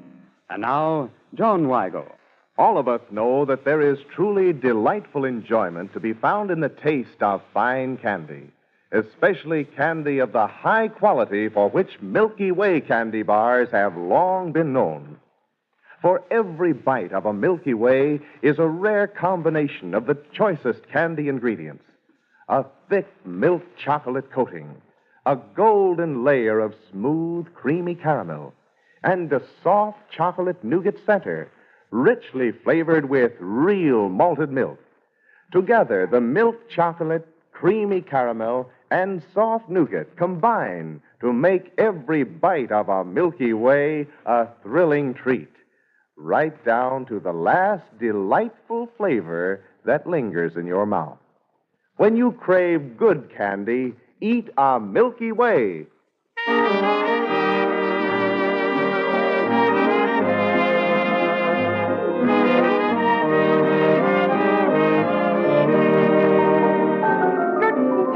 There's the call for the second act of The World Between, brought to you by the Milky Way Players. Richard Blaine went into a department store to buy his mother a negligee. Was waited on by Norma Taylor, whom he tried to date. As a result, Norma walked away from him, and her boss, seeing this, discharged her from a job she needed badly. Well, it's now the next afternoon. Norma is walking along the street when a car pulls up to the curb. Miss Taylor. Oh, Miss Taylor. Well, of all the nerve. I had a hard time catching up with you. I'd like to talk to you. It seems to me you talked enough yesterday. Oh, gee, I don't blame you for thinking I'm an awful heel. Which I do. But, well, I went back to the store to see you again this morning, and I heard what happened. That should make you very happy. Oh, but it doesn't. Now, please let go of my arm. I'm going into the house. Not until I tell you I'm sorry. How did you find your way out here? By one of the girls at the store. You want your job back? I suppose you could arrange it? I already have. What? I went up to see Hal Meade. He's a pal of mine, and his father owns the place. It's all fixed up. You mean you actually... Why not? You lost your job because of me, and the least I could do is to square it. And I'll cross negligees off my shopping list if you'll do me one favor. What is it? Have dinner with me tonight. Oh, is that the price I pay for getting my job back? You don't pull your punches, do you? Well, let's say that is the price. Well... We'll go anywhere you like and do anything you say. How about it? Well, I think it might... Well, I'll be back for you at 7 o'clock. But I don't even know your name. It's Blaine, Richard Blaine. So long. I'll see you at 7. Richard Blaine? Well, now.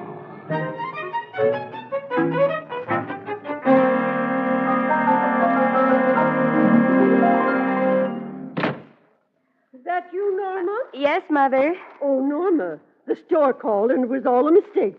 Yes, I know, but, Mother, will you help me put some clean collars and cuffs on my blue dress? Norma, I just don't understand you. Here you get your job back, and all you think about is collars and cuffs. Besides, supper's almost ready. I won't be home for supper, Mother. You won't be home for supper, but Andrew is... I'm going out, and not with Andrew. But Norma... I'm going to the most wonderful place in town. There'll be dancing, and everybody will be gay and laughing. Oh, go get ready for supper. Andrew will be here pretty soon. Andrew. It's always Andrew. My dear... Mother, I'm not going for a walk with Andrew, and I'm not going to a movie with Andrew. Not tonight. I'm going out to dinner, and you know who I'm going with? Richard Blaine, Mother.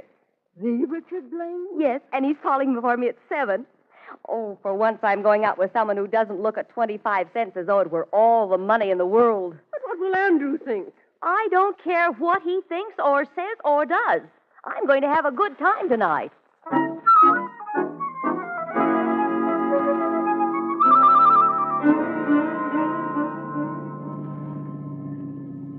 Well, you're the first girl I ever met who was right on time. You hungry? Frankly, I'm starved. Well, so the girl does get hungry. Will you see how much I ordered? You can order everything on the menu. Well, don't think I won't. But, was that your boyfriend you sort of brushed off as we left the house? You mean Andrew? If that's his name. But, isn't he kind of old for you?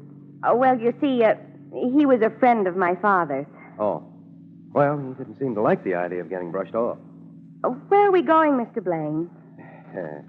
You know, just to make a rough guess, I'd say you were changing the subject. And that reminds me. Yes. From now on, the name is Richard. Dick, that is. All right, Dick.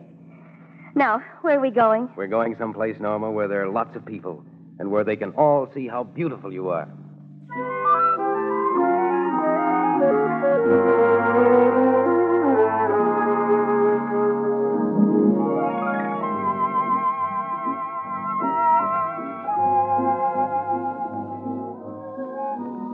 Come on, Norma, just one more dance. Oh, Dick, please, I'd better be getting home. Well, aren't you having fun? Well, Dick, it isn't that, but it is late, and I have to get up so early. Okay, darling. Tomorrow night we'll pick up where we left off. Tomorrow night? Same time, same station.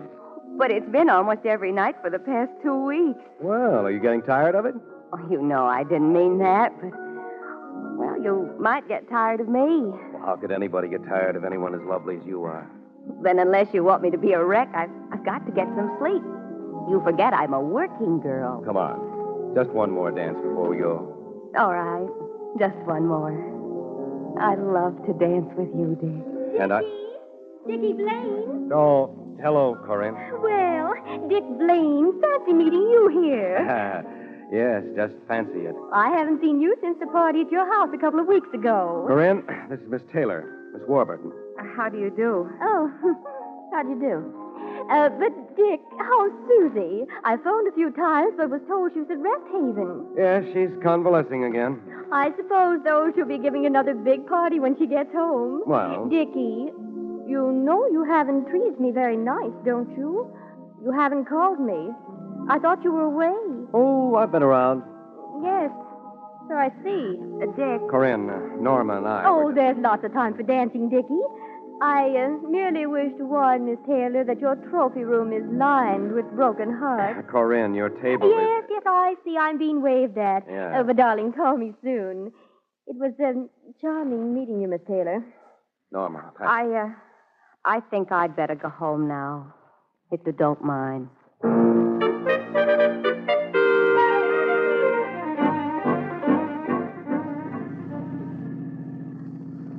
Dick. Who is she? Oh, she's just Corinne Warburton. Girl I used to know. She's so very beautiful. I guess so. She must have a lot of money. It was a beautiful dress she was wearing. You think so? Dick, who's Susie? Oh, that's Mother. Your mother? Sure. The one I bought the negligee for, remember? As a matter of fact, I only have one mother. Oh, Dick. Mother goes in for convalescing. Every few months she has to take a couple of weeks' rest, and then when she gets home, she gives a coming out party. Will I meet your mother sometime? Sure, if you want to.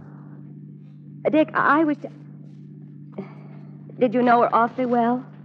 That girl? I used to go out with her. But you don't anymore. You heard what she said, Norm. I haven't seen her for a couple of weeks. But... Oh, darling, she doesn't mean a thing to me. Gee, we got here fast. Well, yes, but... Look, darling, who have I been out with every night for the past 2 weeks? Me. Norma, can't you tell I'd rather be with you than Corinne? Haven't we had fun together? I've never had such good times in all my life. Well, is there any reason they can't continue? No, not that I know of. You know I think you're wonderful, don't you? Norma, Good night, Dick. Don't go in just yet, please, Norma. No, Dick, please. Don't you even like me a little? I like you an awful lot, Dick, but please let me go in now. All right. But, darling... Oh, Norma, darling, you're wonderful. Oh, Dick, I think I've loved you from the very first moment I saw you, but I've got to go in now. It's so late. All right. Tomorrow night, then? Yes, dear. Tomorrow night. Good night, darling. I love you. Good night, sweetheart. Pleasant dreams.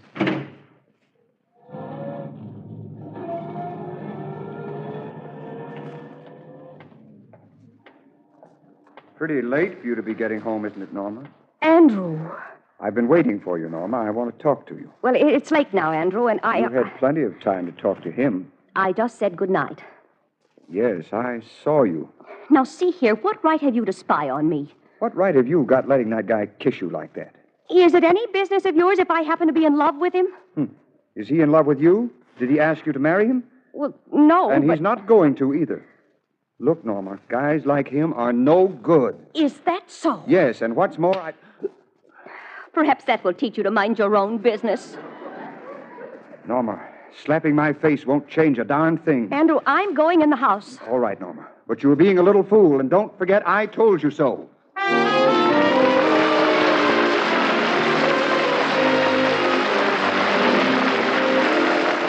Before we bring you the third act of tonight's Curtain Time play, starring Harry Elders and Nanette Sargent with the Milky Way Players, here is John Weigel.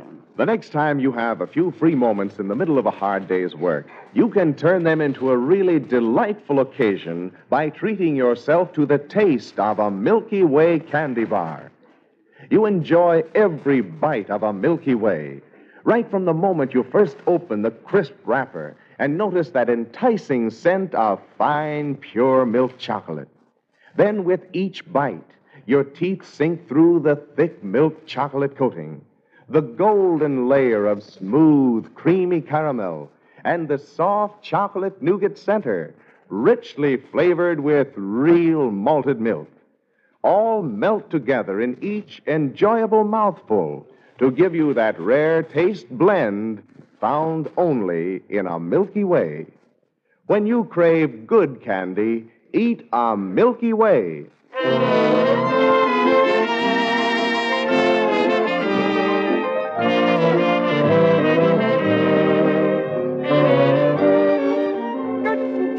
There's the call for the third act of The World Between, brought to you by the Milky Way Players. Norma Taylor had some doubts about Richard Blaine when he introduced her to Corinne Warburton, but she finally confessed she loved him, only to be met by Andrew, who was waiting for her outside her house. Well, Andrew insisted that Richard is no good. Well, it's now the next evening. Norma is alone in the house with her mother. Norma? Yes, Mother? I'd like to talk to you for a few minutes, dear. Oh, please, not now, Mother. You're not going out with that young man again tonight, are you? Yes, I am. Oh, where is that lipstick? But it's every night, Norma. And last night it was after 2 o'clock. I know. Andrew doesn't think it's a good thing for you to be seeing so much of him. He told me about seeing you come in last night. Andrew can't seem to mind his own business, can he? He's only thinking of you, Norma. That young man is rich, and I don't... Mother, I don't see that it makes any difference that Richard has money. If two people... Has he told you he loves you, Norma? Well, not in so many words, but I know that... Do you think he's serious? What do you mean, serious? I mean, does he want to marry you? Oh, Mother, you're rushing things. I still don't understand why you haven't brought him in to meet me. Have you met his family? No, but I'm going to tonight. Oh, dear me, there he is, and I'm not ready. He can wait. Honestly, that's what comes of talking. Seems to me the right kind of man would come in the house and wait until you're ready.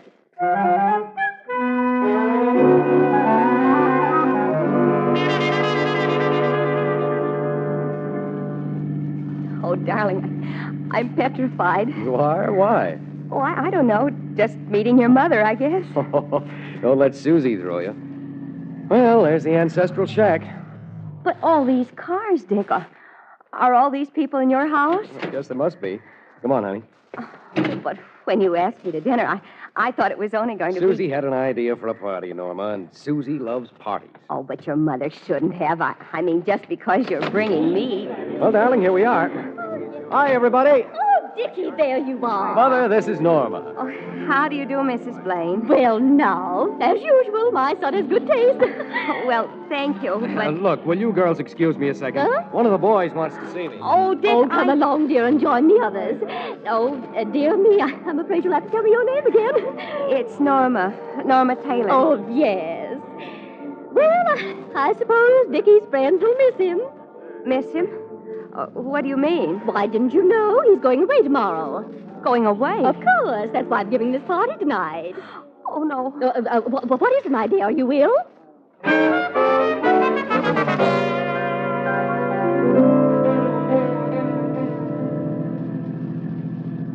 What's the idea of making me take you home so early, Norma?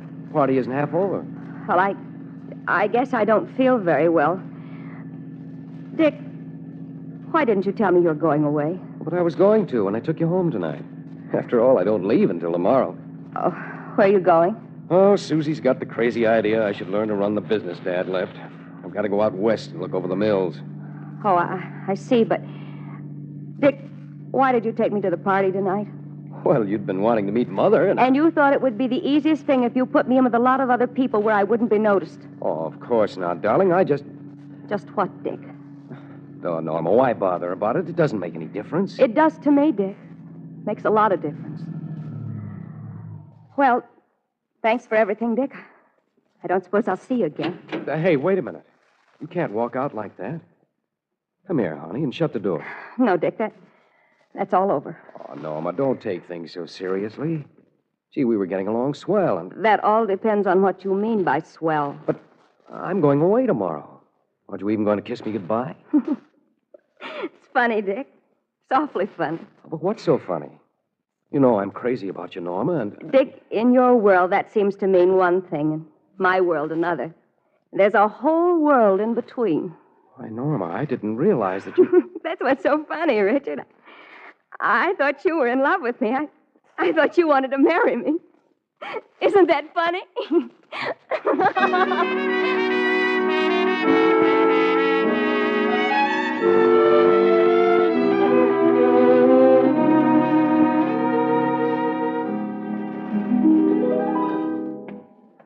Like the picture, Norma? Oh, it was all right. Just all right? Well... Norma. What? Heard from that Blaine guy since you went away? No. Didn't think you would. I guess you were right, Andrew. Sure I was. But, Norma. Yes? Well, that is, I've been thinking that there's not much sense in you and your mother living alone the way you do, and, well... Are you asking me to marry you, Andrew? Yes. Will you? Yes. Well, now that that's settled, I guess I've got a right to kiss you. Yes, Andrew. I guess you have.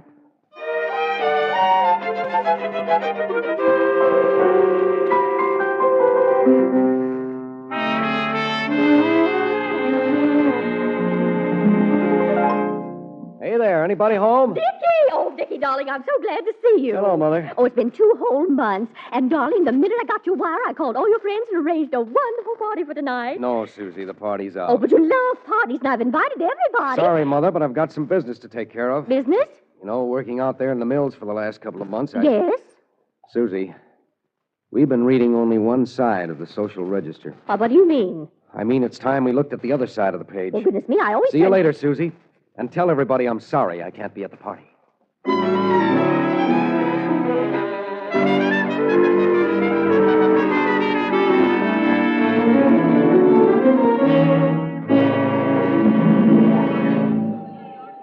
Will you wait on me, please? Dick. Yes, I'm sorry, but I was just leaving. I'll get someone to wait on you. But, Norma, I've got to talk to you now. Oh, very well. I just want you to make one more sale. What is it you want? That blue velvet negligee. Remember it? Yes. Well, I want it wrapped as a wedding present. A wedding present? Didn't I say it belonged in somebody's trousseau? I'm sure she'll look very lovely in it. So am I. It's for you, Norma. For me? But how did you know? Oh, things get around. Oh, but I never expected... Richard, I can't accept. You've got to. I told you to save it for my bride. But I'm going to marry Andrew. Darling, this is no time to kid. I'm not kidding. You can't marry Andrew, Norma, because you're in love with me. Oh, Dick, please. You told me so. You told me about the world between us, Norma, and I've been thinking. But you didn't even write. I was afraid you wouldn't believe me. And I wouldn't have blamed you. Then... I had to wait until I got back to tell you something I should have told you a long time ago. I love you, Norma. You do? Really? With all my heart. I knew it the moment I left. Norma, will you marry me? Oh, Dick, That just about changes everything. Then you will marry me? Oh, yes, darling, yes, I will. It's just that I thought I'd never hear you ask me. You want me to say it again? Mm-hmm. I want you to marry me, darling. And I love you. Oh, Dick, just keep on saying that over and over. Forever.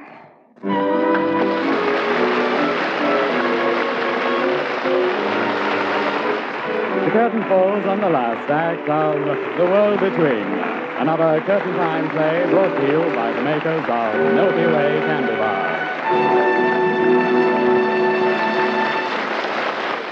Tonight, Curtain Time starred Harry Elders as Richard Blaine and Nanette Sargent as Norma Taylor. The supporting players were Hilda Graham, Maurice Copeland, Elmira Ressler, and George Caesar. The script was by Richard Marinas. The Curtain Time music is arranged and conducted by Bert Farber, and the entire production is directed by Harry Holcomb.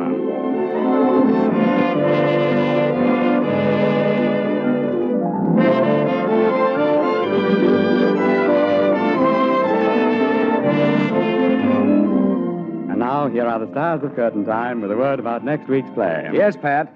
But first, let me remind everybody that next Saturday is also Poppy Day, when the American Legion Auxiliary asks everybody to buy flowers made by our disabled war veterans. So remember, next Saturday, buy your poppy and wear it with pride. Now, about next week's play. Next Saturday, Pat, Harry Elders is a reporter who's looking for a girl just like the girl his mother used to be. And what's more, Nanette Sargent is almost it. I said almost. And the play's called Wanted, an Old-Fashioned Girl. Which seems like a very appropriate title. Thanks and good night, Nanette Sargent and Harry Elders. Good night, Pat. Now I'll join this gay theater crowd as it leaves the Merchandise Mart. Many on their way to the exciting after-theater spots here in Chicago. Until next week, then, this is Patrick Allen reminding you of your date every Saturday, same time, same station, when the makers of Milky Way Candy Bars present Curtain Time!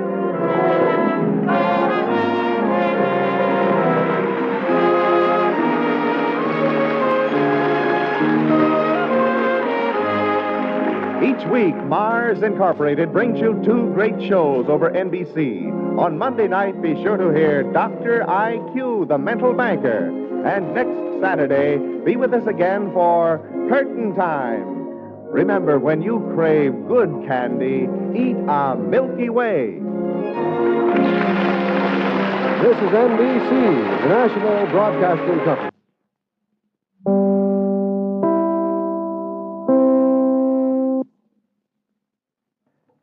This is WMAQ, NBC in Chicago. 7 p.m. BUL OVA Boulevard Watch Time.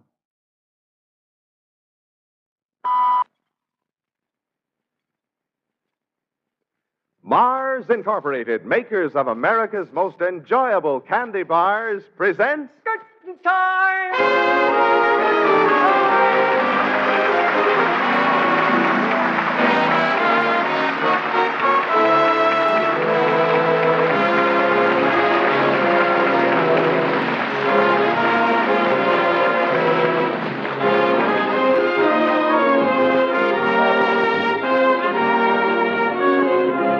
The makers of Snickers welcome you to Curtain Time, A gay, festive crowd hurries through the lobby because in just a moment the play will begin. And here, as always at an opening night, is the well-known man about town, your host, Patrick Allen. Good evening. Mr. Allen, what's tonight's play about? Well, John, it's just a little different slant on the national pastime.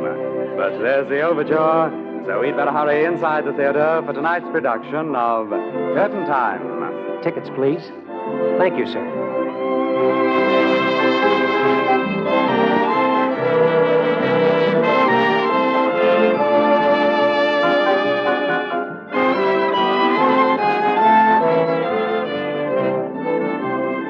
Seventh row center. Seats 7 and 8. Thank you.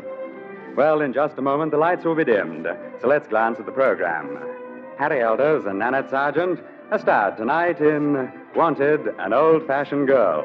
Mr. Elders takes the part of Johnny Hack, and Miss Sargent is cast as Susan Quinn. Good time! Well, there's the call for the first act of Wanted, an Old-Fashioned Girl. The scene is the office of J.B. Reitman, publisher of Pursuit magazine.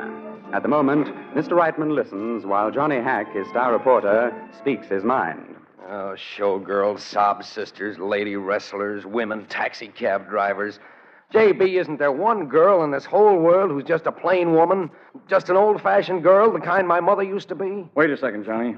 Say that again. I said I'm fed up writing about career women. I'm fed up seeing their faces and stories about them in Pursuit magazine. Johnny, I think you've just hit on something. I have, J.B.? We're going to run a contest. Oh, no, not another contest. We're going to find an old-fashioned girl just like the girl who married dear old Dad. Right. First, of course, you'll write a series of articles getting a lot of beefs off your chest. That'll make me very popular with the gentle sex. But you just said you were disgusted with career women. I know, J.B. We'll start running the articles in our very next issue. I can see it now. Cover spread. Wanted, an old-fashioned girl by Johnny Hack.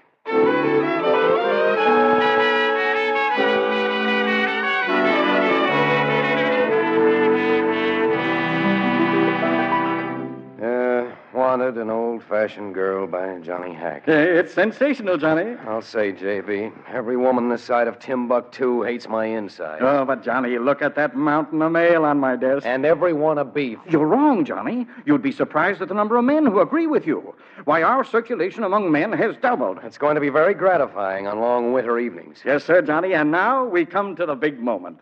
Now we begin our search for an old-fashioned girl.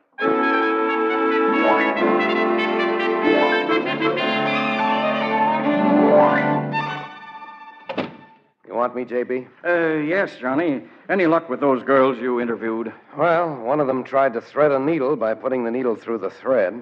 No. Yeah. And another one thought you buy veal birds in a pet shop.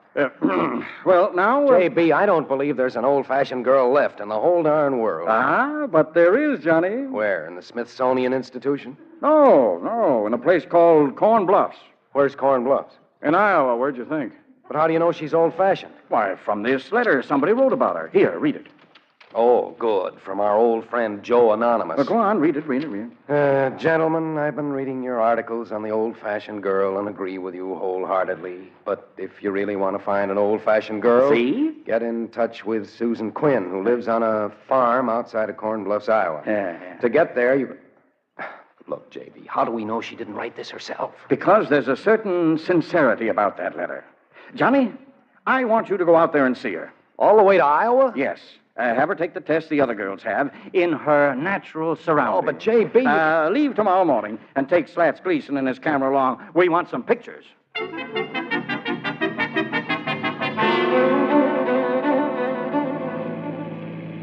Well, Johnny, there's the bridge. Yeah, and the letter says the place is about a stone's throw from the bridge, Slats. You know, I sure wish the guy who throws them stones was pitching for the Dodgers.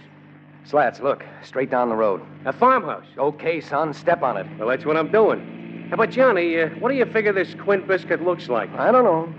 I got my ideas. Oh, that bad, huh? Worse, probably. Well, it's all in the racket. Like they say, you meet such interesting people. Pull up by the mailbox, Slats. Right. No, there's a name printed on it. That's it. Grab your camera, Slats, and come on. Uh-oh. You hear what I hear? Oh, Slats, don't you know a barking dog never bites? Sure, I know, but has Fido been told? Okay, you wait here. I'll go along.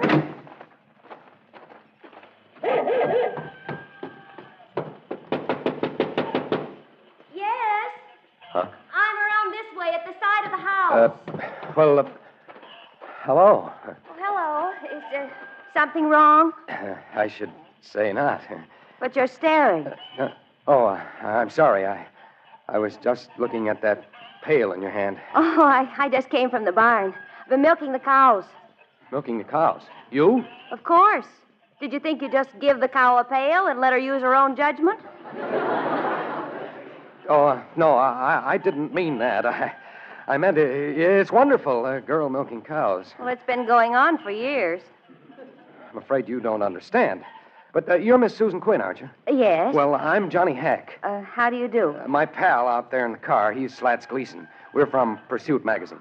Oh, from a magazine. Well, I'm sorry, but I already subscribed but we're not selling subscriptions.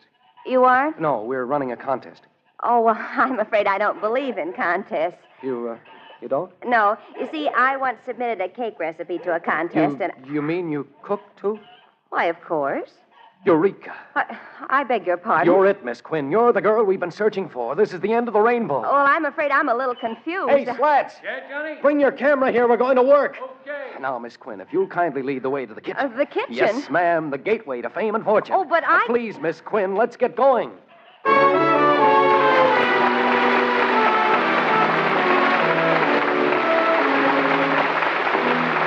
The curtain falls on the first act of tonight's Curtain Time play, starring Harry Elders and Nanette Sargent.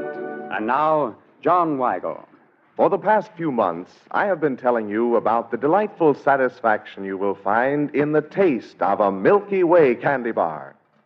Tonight, I would like to remind you of another candy bar, a companion bar to Milky Way, Snickers.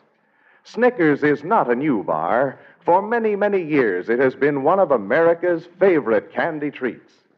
For in every luscious bite of a Snickers bar, you enjoy the rare flavor of the thick milk chocolate coating, the golden layer of smooth, creamy caramel, packed with crisp, whole roasted peanuts, and the soft nougat center, richly flavored with fresh peanut butter and real malted milk. Together, the milk chocolate, creamy caramel, crisp peanuts, and soft nougat combine to give you that rare taste blend found only in Snickers. When you want a special taste delight, have a Snickers.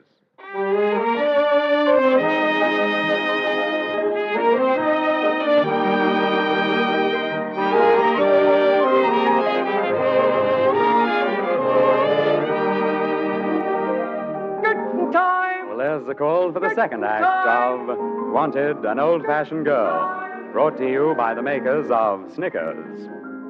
Johnny Hack, along with Slats Gleason, a photographer, was sent out to Corn Bluffs, Iowa, by the publisher of Pursuit magazine. Johnny's assignment was to interview Susan Quinn, reported to be that rarity, an old-fashioned girl. Well, the two men are now seated in Susan's kitchen, gorging themselves on homemade cake. Oh, Miss Quinn, that's the best cake I ever ate. Well, thank you, but... Yes, ma'am. It's just like the cake my mother used to make back in Brooklyn. I still wish one of you would tell me what this is all about. You rush me into the kitchen, take pictures of me cooking dinner, baking a cake. That's right. I got some swell shots of you darning socks and ironing, too. Oh, but I still don't... Ever do any jitterbugging, Miss Quinn? Oh, I think it's terrible. How about lipstick or makeup? Ever use it? Oh, I don't even use powder. That's because you don't need it. What time do you go to bed? Why, at 9. After all, I get up with the chickens and I... Swell! What do you think of women wearing slacks? Well, they're all right for those who like them, but I don't. And you don't have a permanent. Well, I don't need one. My hair's naturally wavy. You also take care of this house and work the farm. Well, is that so amazing? Miss Quinn, you've passed every test. You're the real old-fashioned girl we've been searching for. Well, I don't see anything so remarkable about that. Listen to the lady. Yeah. Pursuit magazine has combed the country from coast to coast for an old-fashioned girl. Why? To prove that even in 1947, it's possible for a girl to be old-fashioned and not want to be a career woman. A career woman? Mm-hmm. What's that? A career woman is a dame that ain't satisfied to stay home. She's got to go out and make with the muscles or the brains. Oh. And now, Slats, we got to get going. Yeah, it's getting late. We got to beat our way back to the hotel in the village. Oh, but you don't have to go all the way back to the village tonight. You can stay here. Oh, we couldn't do that. Oh, but Father will be back home in an hour or so. Father? Well, Mr. Heck, I can hardly manage a big farm like this all by myself. Oh, sure. Just didn't stop to realize. There's a spare room in the attic. Father won't mind your using it. Gee, that's pretty swell of you. It sure is. Also, before I accept any offers, I'd like to have you tell Father about this contest being run by your magazine. What's the name of it again? It's called Pursuit, and enough people read it to make you famous overnight. And that's not all, Miss Quinn. If you win the contest, you win $5,000, and that ain't peanuts.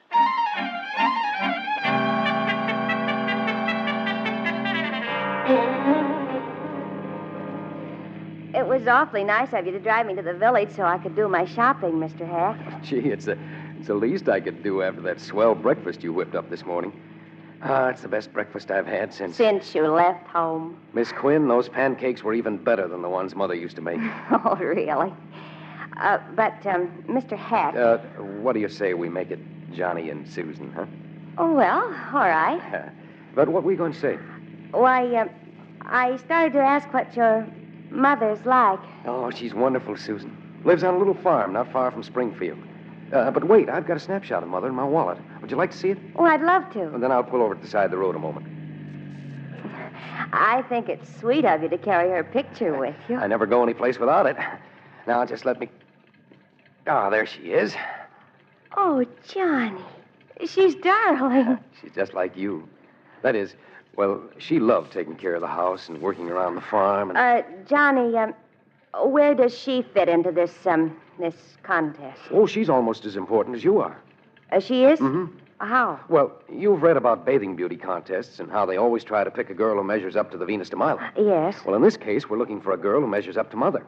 Oh, I see. I have a whole album full of Mother's pictures. We're going to run them in the magazine along with yours. Oh, I didn't know that. No one did. That's one of the surprises we have for the last article when I tell all about you. But, Johnny, comparing someone with your own mother, isn't that a pretty big order? Yes, Susan, it is. That's why I was so careful to choose just the right girl. Oh, Johnny... The moment I saw you coming around the side of the house with that milk pail in your hand, I knew you were the right girl. Oh, Johnny, maybe we'd better start for home. Father will be waiting for lunch. Sure thing, Susan. And Slats and I have to get back to the city with our story about my old-fashioned girl. Come on,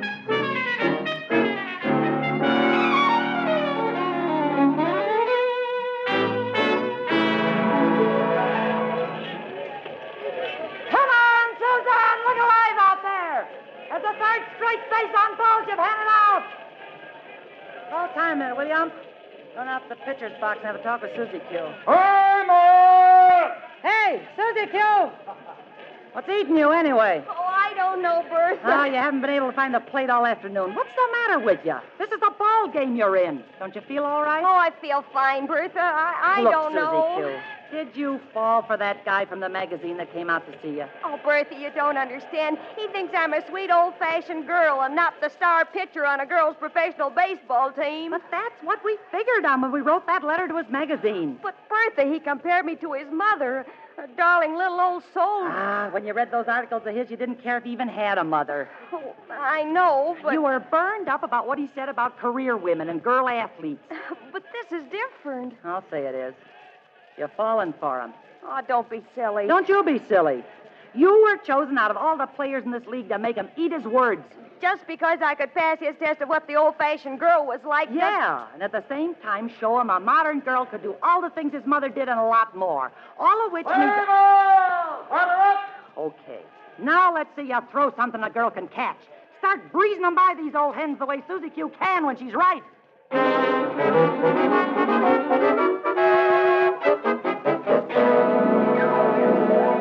Johnny, it's stupendous. It's the greatest stunt any magazine ever dreamed up. Uh-huh. We've tripled our sales. Subscriptions are pouring in from all over there. Say, what's the matter with you?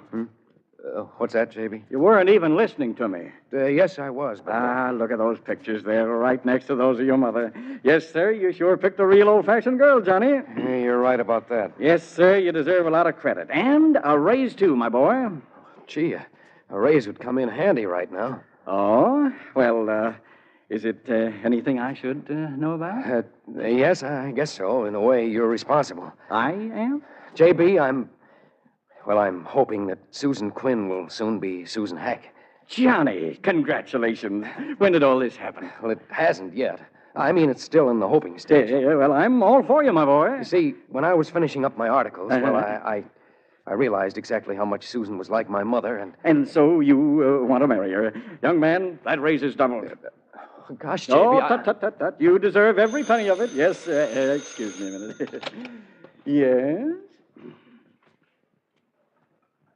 What's that? Repeat that more slowly.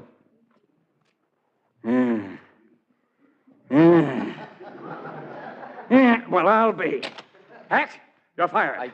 I'm fired. You incompetent nincompoop. You four-flusher. You backstabbing Caesar. Brutus. Don't contradict me. Get out of my office.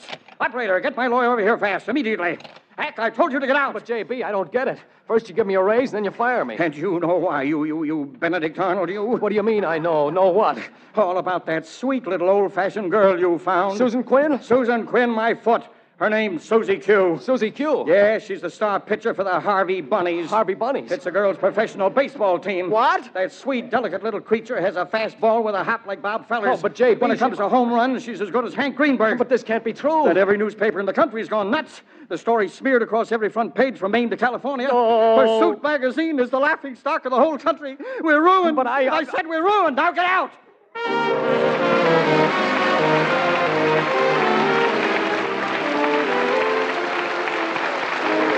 Before we bring you the third act of tonight's Curtain Time play, starring Harry Elders and Nanette Sargent, here is John Weigel.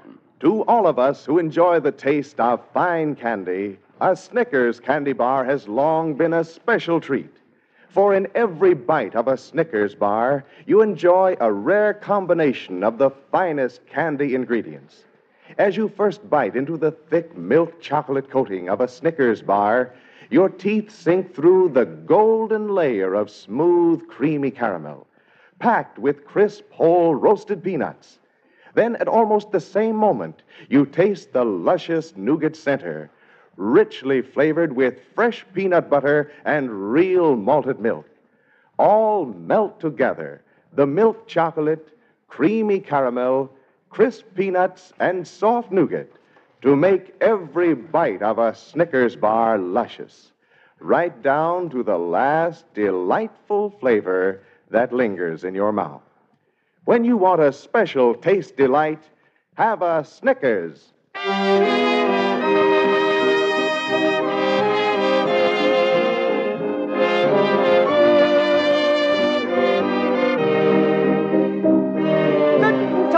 Well, there's the call for the third act of Wanted, an Old-Fashioned Girl, brought to you by the makers of Snickers. In a nationwide contest, Susan Quinn was chosen as the real old-fashioned girl. It turned out, however, that she was the star pitcher of a girls' professional baseball team, and this discovery lost Johnny Hack his job as star reporter for Pursuit magazine. Well, it's now some time later. He and his friend Slats, the photographer, are in Johnny's hotel room. Look, Johnny, just because you got mad at J.B. and Pursuit magazine ain't no reason you... Save it, Slats. If you want to make a speech, go get yourself a soapbox. Okay, but how long do you think you can go without a job? Maybe it'll be fun to find out. But you're a top feature writer. And I'm also eating. Well, like I said, how long do you figure you Slats, why don't you go take a picture? What of? Oh, who cares? Gee, Johnny, I don't get it. Here I try to... Hey. Now what hit you? My friend, it wouldn't be, would it, that you happened to have fallen for a small hunk of fluff with a fast ball? Shut up, Slats. But it was just an idea. And don't get any ideas. And if you mention that... somebody's at the door. I hear it, Slats. And maybe it's a bill collector. My bills are all paid. Mr. Heck, I'm Bertha... The beautiful sewing machine girl? Look, what is this, Allen's Alley? I'm Bertha Morrow. I see. I catch for the Harvey Bunnies. The Harvey Bunnies? You know, sister, I'd have sworn you said you catch for the Harvey Bunnies. Say, what kind of a booby hatch is this? That's what I did say. In that case, I'm scramming before the bloodshed begins. See you, Johnny. So you're one of Susie Q's teammates. That's right. Well, you can go tell Miss Susie Q I'm not interested in anything concerning her. But Susie Q doesn't even know I'm here. Well... And if you aren't interested in her, you might be interested in 96 other girls. It sounds like a harem. It happens to be the number of girls in our baseball league. Do you mind telling... You see, Heck, all this publicity Susie Q's been getting has upped the demand for tomorrow's game. Very interesting. The mob's going to be so big, we're going to play in a big league park. And Susie Q's scheduled to pitch. That's great. Except that As it stands now, she won't be there. What's the matter? Cold feet? No, she left the team yesterday because she thought she'd pulled a dirty trick on a guy named Hack. Now this is getting funny. It's the truth. And Susie Q's our drawing card. So what? Don't you see what tomorrow's game means to girls' baseball? No, why should I? For the past 5 years, we've been trying to interest people with money into financing our league. Well? They said we weren't big time. But tomorrow's game will prove that with the right publicity, we are. You've had the right publicity thanks to me and Pursuit magazine. Sure. People are coming from all over the country to see Susan Quinn, the old-fashioned girl, pitch a baseball game. And? If she doesn't show up, they'll laugh us out of the ballpark. We'll never get any big backing for our league. My heart bleeds for you. Oh, look, tomorrow's game is the last game of the season. If we win it, we win the pennant. Without Susie Q, we don't have a chance. Well, if this game's so important, why did she leave the team? Oh, she doesn't know we have a chance. Oh? We won our last game in the last inning after she left. She beat it back to her farm. And send her a telegram. That won't mean anything. She's too stubborn. Besides, she hasn't won a game since she met you. It's tough. And you're the only person who can convince her that you can help us out. Oh, fine. I should convince her. Then you won't? Not on your life. And if you ever see Miss Susan Quinn again, you can tell her she's going to have trouble collecting that $5,000 prize money. I'll remember. And if I ever keep a prize skunk, I'll call him Johnny Hack.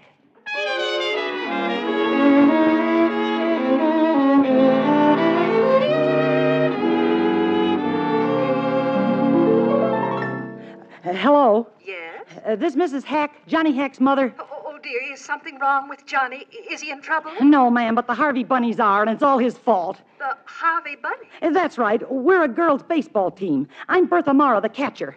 And if you don't do something about that pencil-pushing son of yours... But I'm afraid I don't understand. Look, Mrs. Hack, I hate to take you away from all the cows and the chickens, but... You mean there's something you want me to do? Oh, I'll say there is. Now, just hang on, dearie, and I'll give you an earful.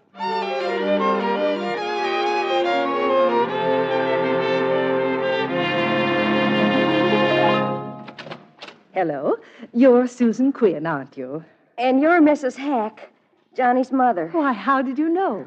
Oh, you look just like your pictures. You're even prettier than yours, Miss Quinn. May I come in? Oh, of course, Mrs. Hack. Now, you want to know what I'm doing here, don't you? Well, I'll explain it in just a moment, my dear. Do sit down, please. Thank you. Perhaps I can get you some tea? Oh, no, nothing, thank you. Now, you just come and sit beside me here on the sofa. I want to talk to you. Well, all right. Susan, may I call you Susan? Of course. Why did you leave your team? Well, Was it because you're in love with my son? In love with your son? Why, I never... Was it, Susan? Well, Yes, I guess it was. It was such a miserable trick we played on him, and on you too, Mrs. Hack. Oh, well, I think it was rather good fun. You do? Really? Yes. And before we're through, I have an idea we're going to make Johnny and his boss, Mr. Reitman, think so, too. Oh, I heard Johnny was fired because of what happened. Oh, he'll get his job back again. And if he doesn't, well, there are lots of other jobs. But there aren't lots of other girls. Not for my Johnny. What do you mean, Mrs. Hack? Don't you know Johnny's in love with you? In love with me? Why, I knew it the moment I read that last article about you. Well, I know he compared me with you, but, well, that was before he found out that I was a baseball pitcher. Oh, but we're going to fix that. We are? How? Now, you leave that to me. I'll tell you all about it on the train. On the train? Yes, dear. We're going to see Johnny.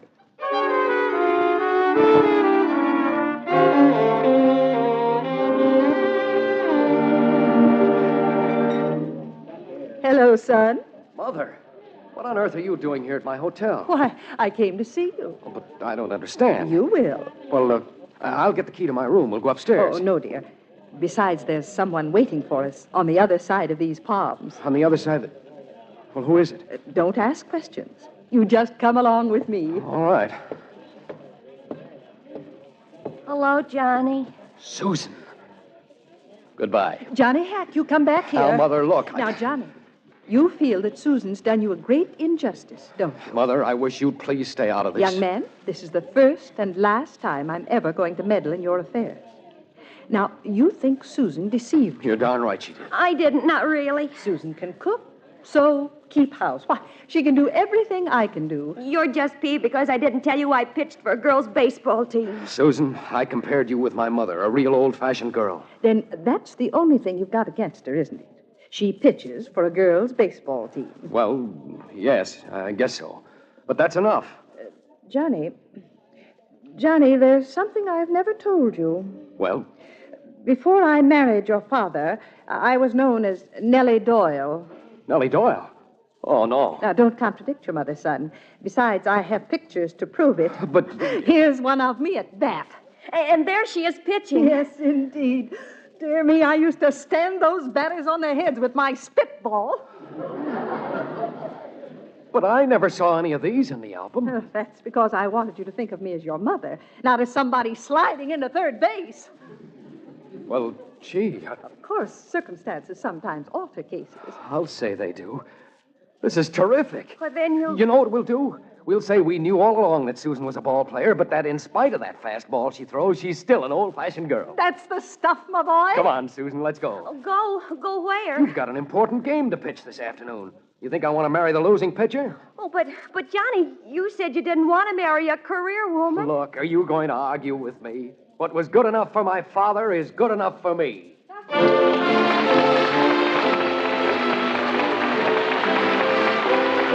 curtain falls on the last act of Wanted, an Old-Fashioned Girl. Another curtain time play brought to you by the makers of Snickers.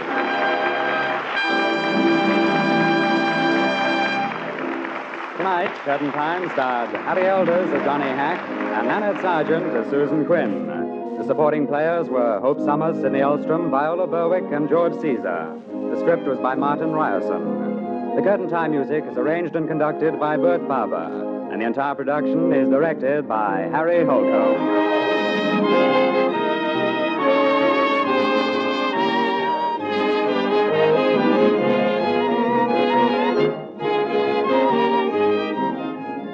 And now, here are the Curtain Time stars with a word about next week's play. Well, next Saturday, Pat, Nanette's a girl who believes in art with a capital A. And Harry plays the part of a pianist. Well, that should be the basis of something. It is. It's the basis of a play called Twice Blessed. A play we all must hear. Thanks and good night, Nanette Sargent and Harry Elders. Good night, Pat. Good night. Now I'll join this gay theater crowd as it leaves the Merchandise Mart. Many on their way to the glamorous after-theater spots here in Chicago. Until next week, then, this is Patrick Allen reminding you of your date every Saturday, same time, same station, when the makers of Snickers present Good Time!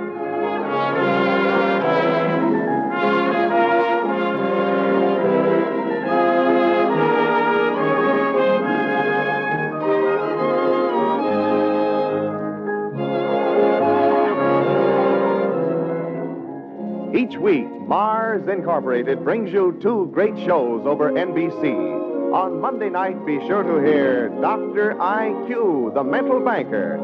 And next Saturday, be with us again for Curtain Time. Remember, when you want a special taste delight, have a Snickers.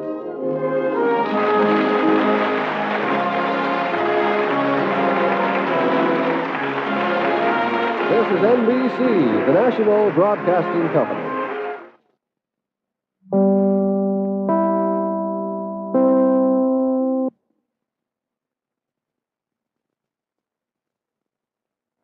This is WMAQ, Chicago's #1 station. Mars Incorporated, makers of America's most enjoyable candy bars, present Curtain Time!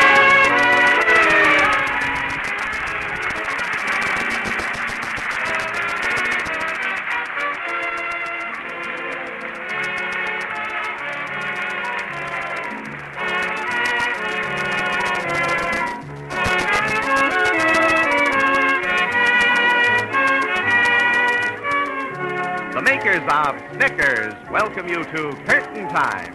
Once again, every seat in the house has been sold, and a capacity crowd jams the theater lobby. And here, as at every opening night, is the well-known man about town, your host, Patrick Allen. Good evening. Well, Mr. Allen, what do the advance notices say about tonight's play? That it's very romantic, John. The kind we all like. But there's the overture. so we'd better hurry inside the theater for tonight's production of Curtain Time. Tickets, please. Thank you, sir.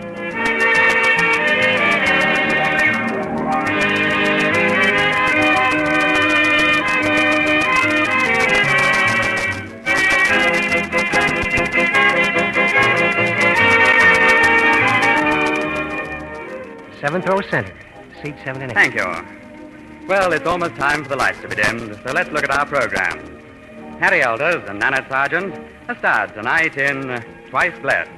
Mr. Elders plays the part of Philip Hayden, and Miss Sargent is heard as Lydia Stevens. Time! Well, there's the call for... Mars Incorporated, makers of America's most enjoyable candy bars, present Curtain Time!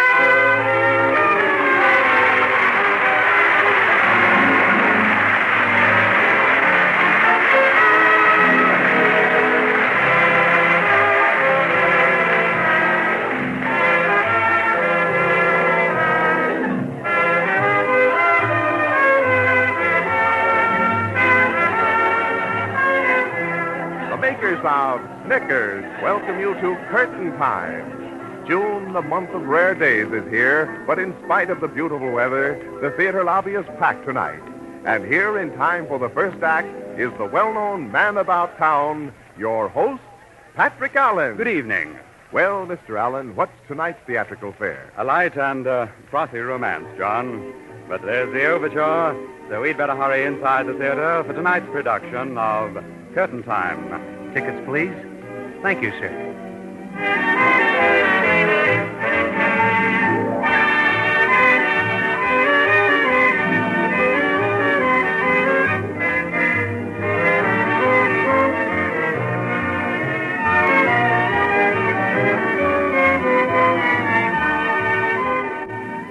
Seventh row center. Seat 7 and 8. Thank you. Well, we've just time enough to glance at the programs before the lights are lowered. Harry Elders and Nanette Sargent are starred tonight in Grasshopper, Jockey. Mr. Elders plays the part of Dave Morrison, and Miss Sargent is cast as Lorna Benson. Curtain Time! Well, there's the call for the first act of Grasshopper, Jockey. The scene is the cockpit of an aeroplane of extremely modern construction. It's about to take off from a private airfield in San Diego. At the controls is Dave Morrison, ace test pilot, who listens to a voice through his headphones. Look, Dave. Pete? Yeah, I just want to break in long enough to tell Come you... on, get off the line, sweetheart. I'm waiting for the takeoff signal. You'll get it okay. I just want to tell You mean you came all the way down here just to wave bye-bye to me? Listen, Dave, be serious, will you? How does it look? Looks great. That's swell. Now, we simply got to take that cross-country record away from Federal Airlines. So they tell me. Davey boy, you get that plane into New York City just 1 second under their time, and Universal Airways will love you forever. How much will they love me? Cut the comedy, Dave. You know what I mean? I sure do, and I'm also thinking that little matter of a 3-week vacation... Anything you say, Dave. Just get to LaGuardia Field with that speed record hanging from your prop. It's a deal, sweetheart. For you, I'll do it. Great. For you, Universal Airways, and a 3-week vacation. So set your stopwatch, baby. We're off.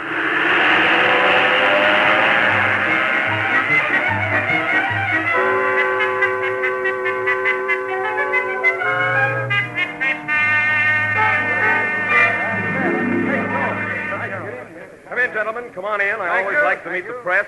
Here, have some cigars. No, go ahead. Take 2. Oh, thanks. Thanks, Mr. Grayson. You must figure this is a red-letter day, Why, eh? it's one of the greatest days in the history of flying. You all got pictures of the takeoff, didn't you? Oh, yeah, sure. That's great. That's great. Mr. Grayson, this Yeah? plane, of course, we could see that it's jet-propelled. Yes, and sir. A turbojet is combined with a high-powered engine of the conventional type. Now, together, they develop enough horsepower to create a maximum speed of, How fast? Well, now, I'm not at liberty to reveal the plane's maximum speed, but we're convinced that Dave Morrison, our ace test pilot, will crack the record Federal Airlines hung up last week. Isn't Morrison the gent Federal tried to steal away from you, Mr. Grayson? Oh, that's nothing but a rumor. Why, you just saw him take off yourself in our I plane. heard they waved a pretty fat check under his nose. They did, huh? That's the story. Well, Universal will top any salary they offer him. Can we quote you on that? Oh, no, but, this is ridiculous. Dave Morrison is the Universal Airways man. He knows that we keep our employees happy. Yes, sir, we're just one big happy family. And wherever Dave Morrison is right now, he's happy. You can quote me on that.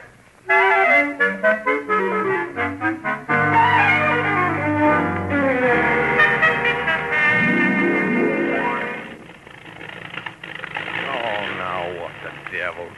XP-86 calling San Diego. Come in, San Diego. Turbojet conked out. I'm losing altitude fast. Can you hear me, San Diego? Oh, nuts. Why don't they answer? It's calling San Diego. I just spotted a small clearing. I say I just spot... Oh, never mind. I'm going downstairs.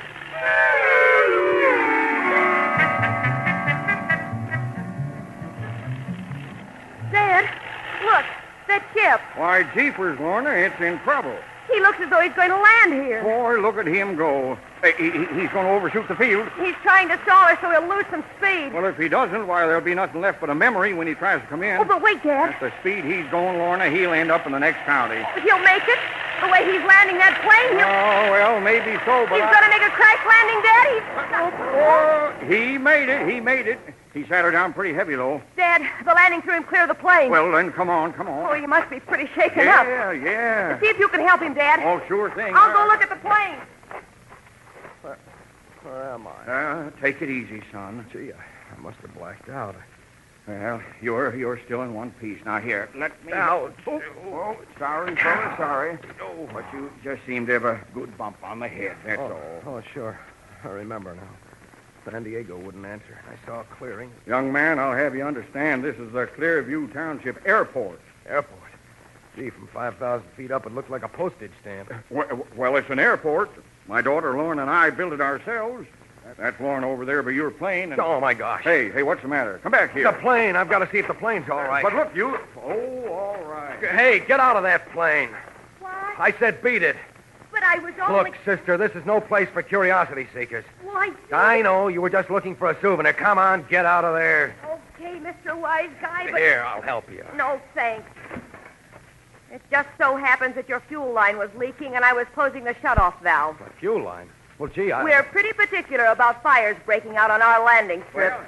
Well, I guess you didn't do very much damage to the plane at that. No, but this girl Well, here... what's the matter, Lorna? You look mad. Nothing's the matter, Dad. Old hotshot Charlie here was just giving me a piece of his mind, and he can't spare it. Look, I tried to tell you I'm sorry. You want me to put it in writing? Don't be silly, little man. You can't write. Why, Lorna. Why, that's no way to talk. I guess it's my fault, Mr. Benson. Benson's the name, Tom Benson. Oh, glad to meet you, Mr. Benson. I'm Dave Morrison, test pilot for Universal Airways. Well, you're a lucky fella, Mr. Morrison. When you zoomed in here, I thought we'd be picking you up in a shovel. I'll say we did. This is my daughter, Lorna. Yes, we've met. I was just trying to thank her for the way she saved the ship with her quick thinking. You're welcome. Oh. Well, I better get out the tractor and tow your plane into the hangar. That's right, Dad. Haul it off the runway. You see, Mr. Morrison, we have planes here at Clearview that can really fly. I'd hate my plane. Hey, do you fly? Of course. Where's your plane? Over there. The ramp in front of the hangar. You don't mean that... that little grasshopper? Grasshopper?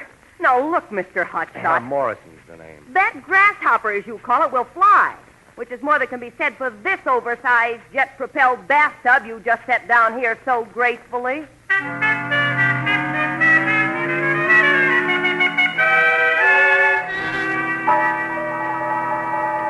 Oh, come on, operator. Get this call through. Well, Mr. Morrison, your ship's in the hangar. Oh, swell. I hope you don't mind my using a phone. I'm reversing the charge. Oh, anything at all, Mr. Morrison. Thanks. But how about calling me Dave? Okay, Dave it is. I'm phoning the boss to let him know what happened. Uh-huh. Oh, for the love of Mike, operator. Is that you, Pete? Dave! Don't tell me you're in New York already. Pete, brother, you really churned up that old air. Well, if you'll just Holy cow, you're only in the air for about... Pete, I'm not in New York. You're not? Well, then where are you calling from? A little place called Clearview. I never heard of it. What's wrong? A turbojet conked out on me. Oh, fine. Here I shot off my face to all the newspapers. I even passed out 2 boxes of my best cigars, and you... Take it easy, sweetheart. I know what's wrong with that jet fuel system now. That's a lot of hell. Look, Pete, we can rework it, and in a couple of days I'll try again. Well, maybe, but you stick tight. I'll have a mechanic down there first thing tomorrow. Roger. And you've practically got that record in your pocket right now.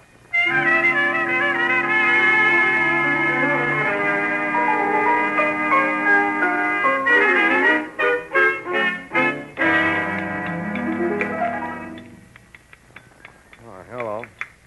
Well, if it isn't the old hotshot in person. Need any help getting that crate of yours in the air? Oh, thanks. company's flying a mechanic down tomorrow morning. Well, in that case, I'd better get back to work. Hey, what's the matter with me? Well, I no. apologized for being so rude, didn't I? And your father, well, he's been kind enough to say I can stay here tonight. I won't hold that against Dad. He's a nice guy. But, look, under the circumstances, can't we be friends? I pick my friends, Mr. Morrison. I'm funny that way. You mean that you... I mean, I didn't like the way you made fun of my plane. Oh, but that... I know it's small, but it has its advantages.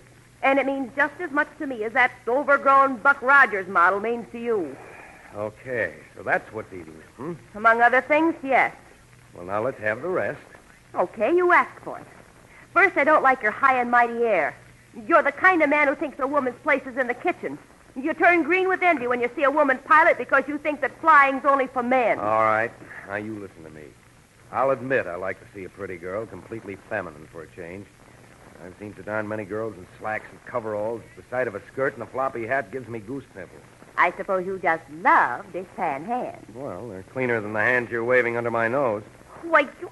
Hold on. Well, what's that on the end of your nose? Never mind the end of my nose. Oh, I see. It's axle grease. Cute nose, though. Oh, honestly.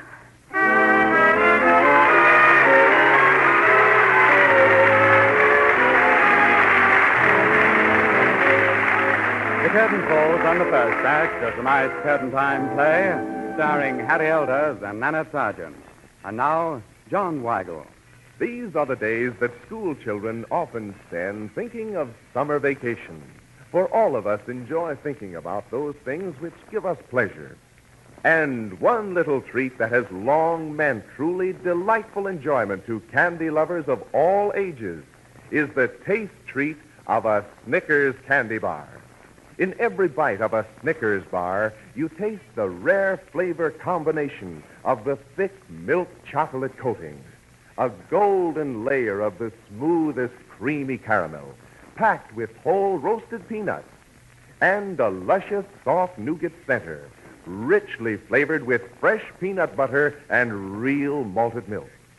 All together, the milk chocolate, creamy caramel, crisp peanuts, and soft nougat make every bite of a Snickers bar a real taste thrill, right down to the last delightful flavor that lingers in your mouth. When you want a special taste delight, have a Snickers.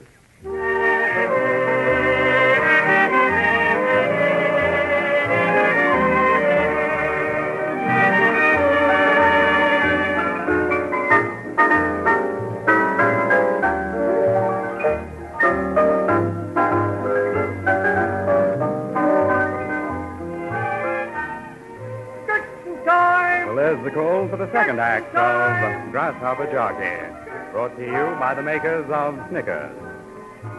When Dave Morrison, ace test pilot, made a forced landing at the Clearview County Airport, Lorna Benson took an immediate dislike to him.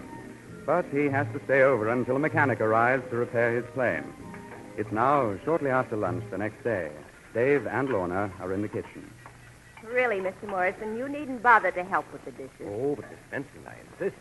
But this isn't the kind of thing for a great big he-man like you. Dishwashing is a woman's job. Remember? Well, I wish somebody had told my sergeant that when I was an air cadet. Then you've had experience? Lady, you've never seen anything so masculine as the KP details I've been associated with. Dear me, how impressive. So hand me that towel. Okay, but be careful. These dishes are part of Grandma Benson's best set. Don't worry about a thing. I want to tell you that... What were you going to say? Just that your cooking was just like the kind I used to get at home. Frankly, I was... Surprised? Mm-hmm. You shouldn't have been. I learned to cook and sew long before I learned to fly. And you're right at home in either kitchen or hangar. I am. I like you this way best. Oh? Mm-hmm. Powder, nail polish, the dress that only you could wear. Oh, well, now... Lorna, I'm just beginning to realize how lovely you are. The dirt and the grease, they hid the real beauty of your hands. And that mechanic's cap covered that taffy-colored hair. And I belong in the kitchen. No, not exactly in the kitchen. But I like to fly. You should understand that. All I understand is that for some unaccountable reason, instead of wanting to be like other women, you're content to be a... Don't say it. You're content to be a grasshopper, Jockey, flitting around like a... Oh, good heavens, you've broken Grandma's sugar bowl. Oh, gee, I'm sorry. I didn't mean to... Honestly, you men. Oh, but Lorna, You're all alike. That's why it's so easy to hate every one of you. Look, Lorna, don't run away. I'm going back to San Diego in a couple of hours. Well, I guess I'm just going back to San Diego, period.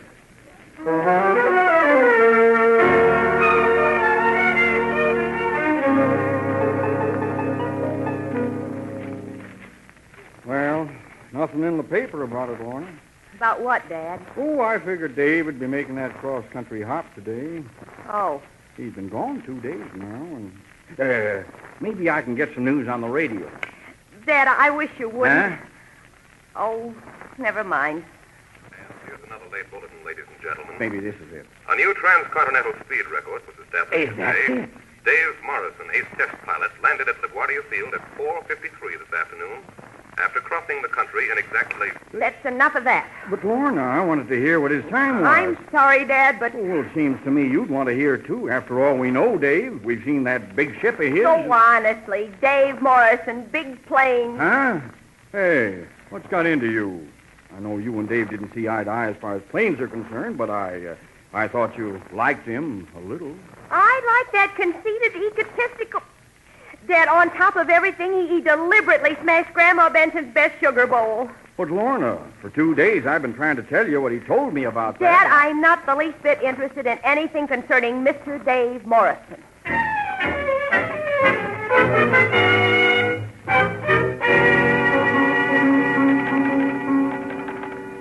Look, operator, on that call to New York, you said you got through. Hello?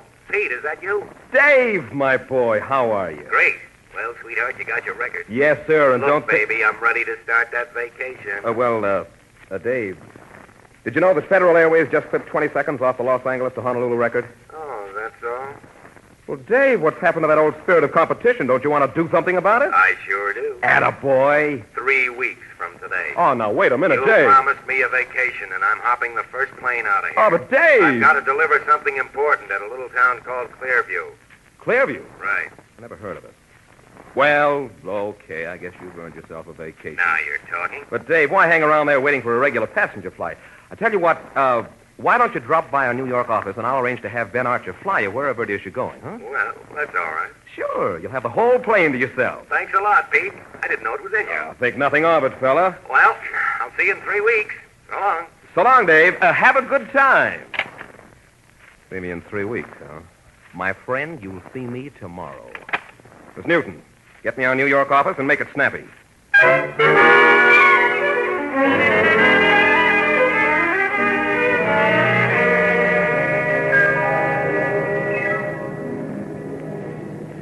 Well, Dave, how's it feel to be a passenger instead of a pilot? Feels great, Ben.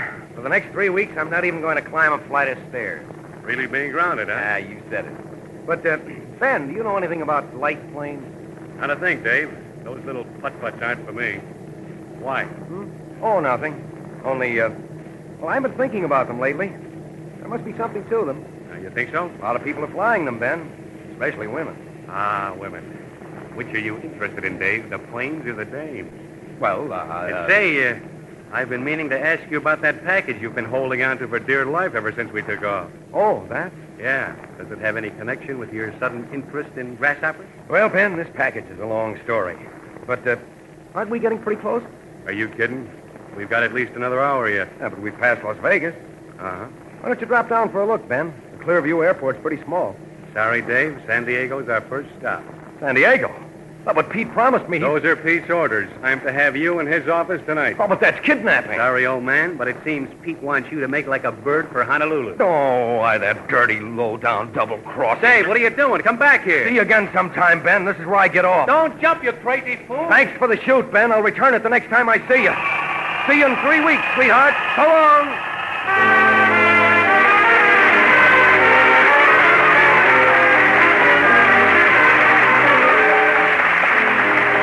Before we bring you the third act of tonight's curtain time play, starring Harry Elders and Nanette Sargent, here is John Weigero. As the days grow warmer, all of us will enjoy stopping in the middle of the afternoon for a few moments of rest and relaxation. And one way that you can always turn a few spare moments into a truly delightful occasion is with the taste treat of a Snickers candy bar. You begin to enjoy a Snickers bar the moment the crisp wrapper first crackles open in your hand and you see that thick, fine milk chocolate coating. Then, with your first bite, your teeth sink through the thick milk chocolate coating, the golden layer of smooth, creamy caramel packed with crisp, freshly roasted peanuts, and the soft nougat center abundantly flavored with fresh peanut butter and real malted milk. All melt together in each enjoyable mouthful to give you that rare taste blend you will find only in a Snickers bar. When you want a special taste delight, have a Snickers.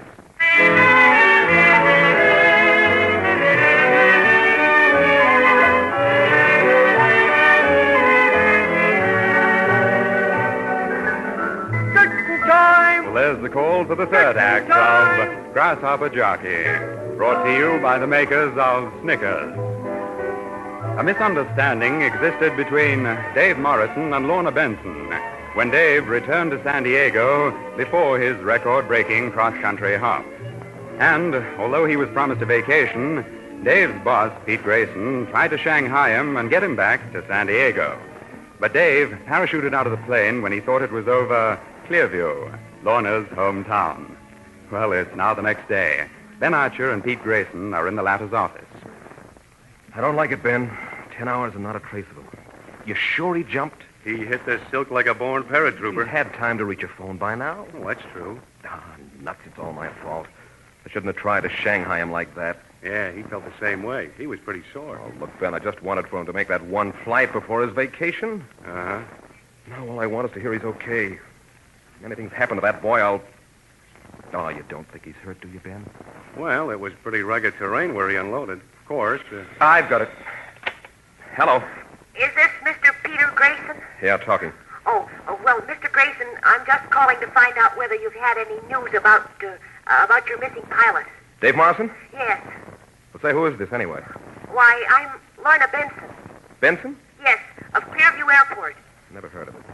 Hey, did you say Clearview? Pete, that's the place Dave said he was going. Look, Miss Benson, if Dave Morrison's double-crossing me and hiding out there, I'll... But he's not.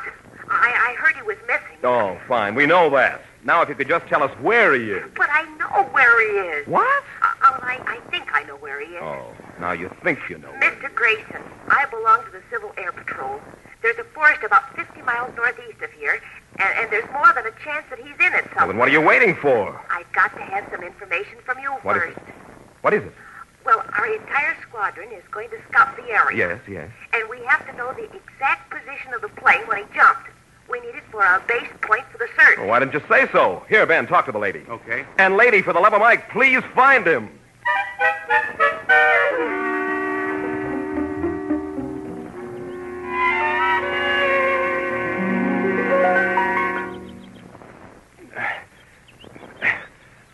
Nope, I guess I can't make it any farther.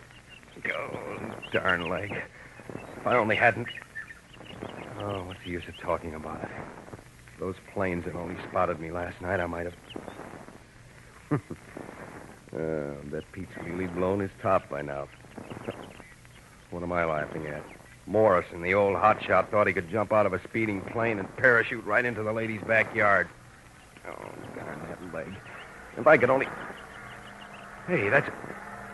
Here I am! Can't you see the parachute spread out in the clearing? Oh, nuts. Even if they saw me, they couldn't land in a space about the size of a dime.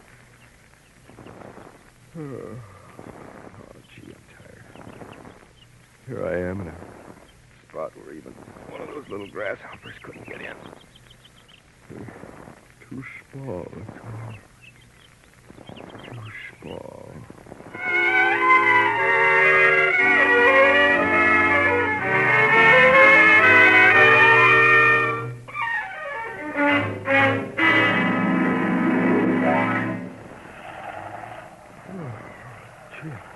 Fell asleep.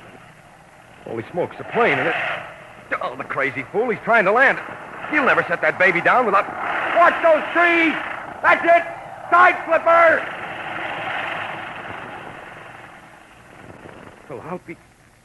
The son of a gun made it. Hey, here I am over here. Dave, where are you, Dave? Why, that's...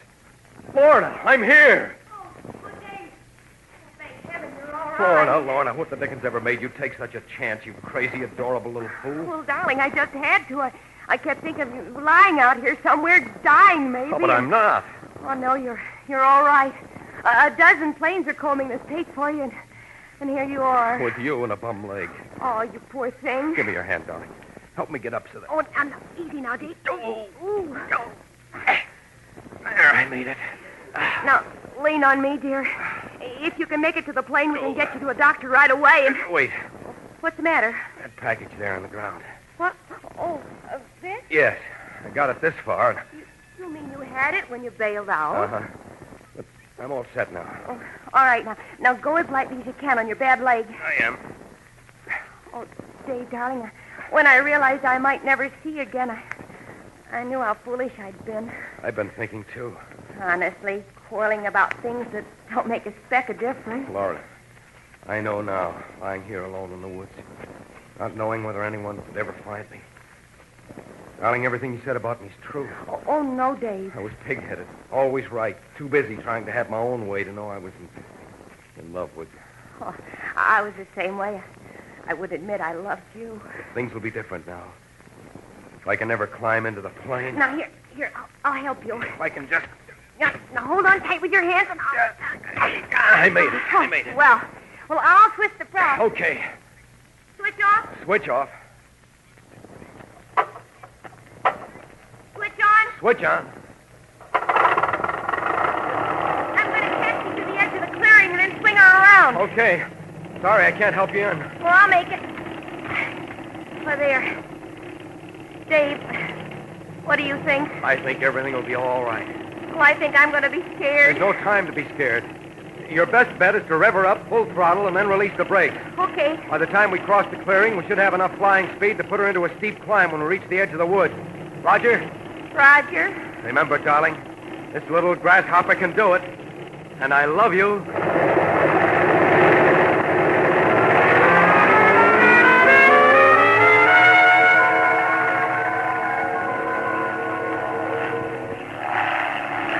Well, we made it. Yes. But did you notice I had my eyes closed when I pulled back on the stick? How could I? Mine were closed, too. But, darling... What is it, dear? I guess I can give this to you now. Why, it's Grandma Benson's sugar bowl. It's all in one piece again. I had it mended in New York. Oh, that's sweet. That's why I bailed out. Pete had orders to take me to San Diego. But I had to get the sugar bowl to you. Well, was that the, only reason? Well, I also wanted to see whether things between us could be fixed up. You think they can? Oh, I wouldn't be surprised. Of course, it will take about 3 weeks.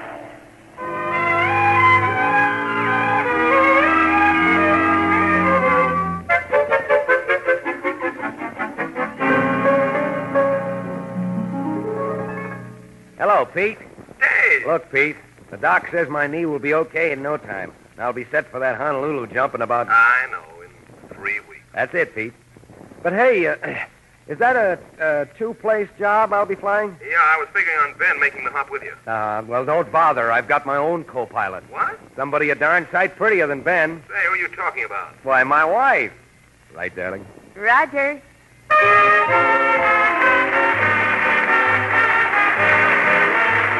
The curtain falls on the last act of Grasshopper Jockey. Another curtain time play brought to you by the makers of Snickers.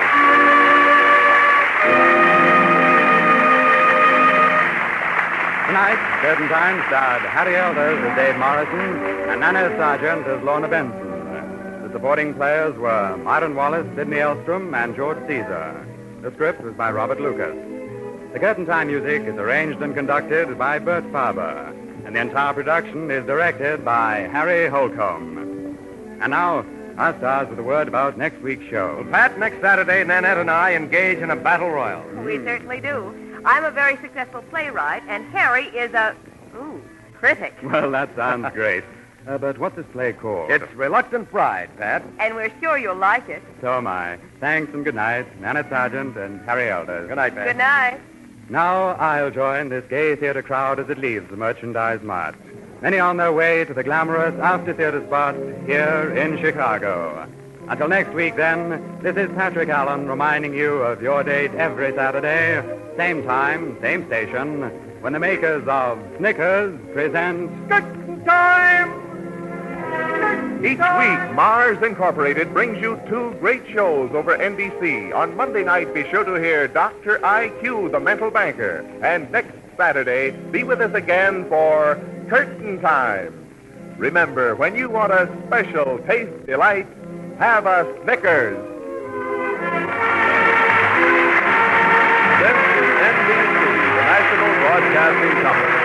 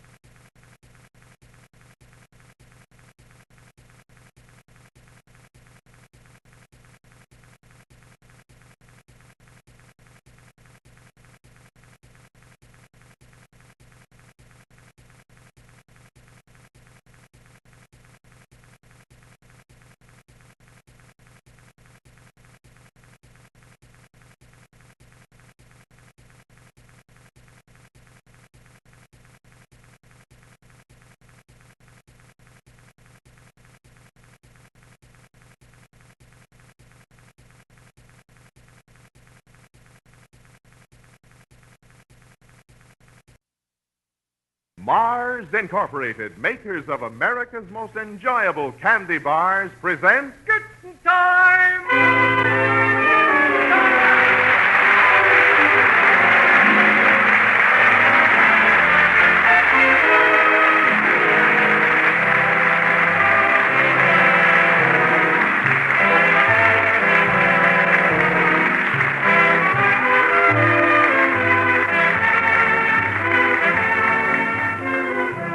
Makers of Snickers welcome you to Curtain Time. The theater lobby is abuzz tonight with another capacity crowd.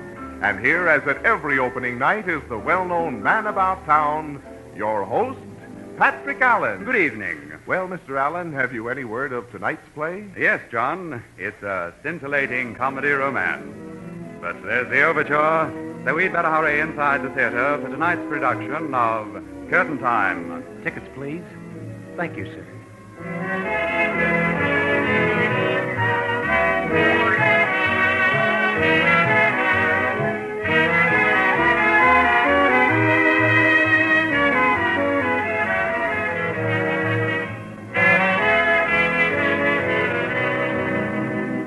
Seventh row center. Seat 7 and 8. Thank you. Well, it's almost time for the play to start, so let's glance at the program.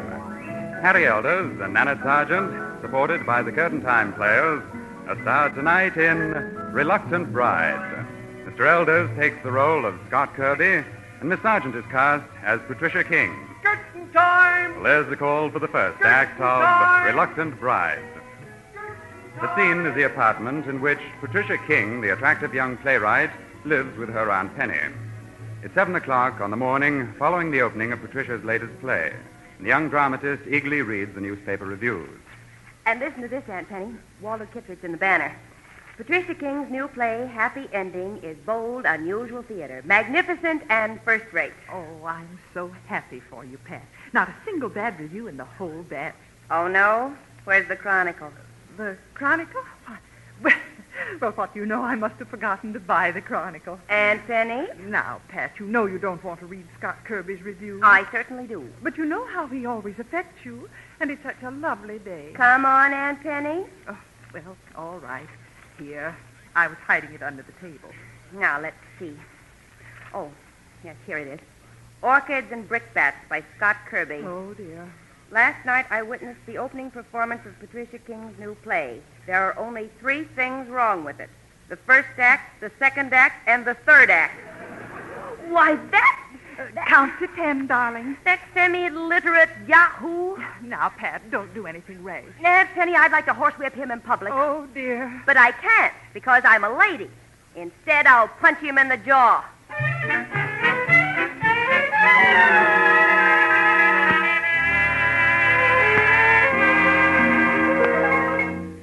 Are you the managing editor of this paper? Why, yes, I'm Walter Nash.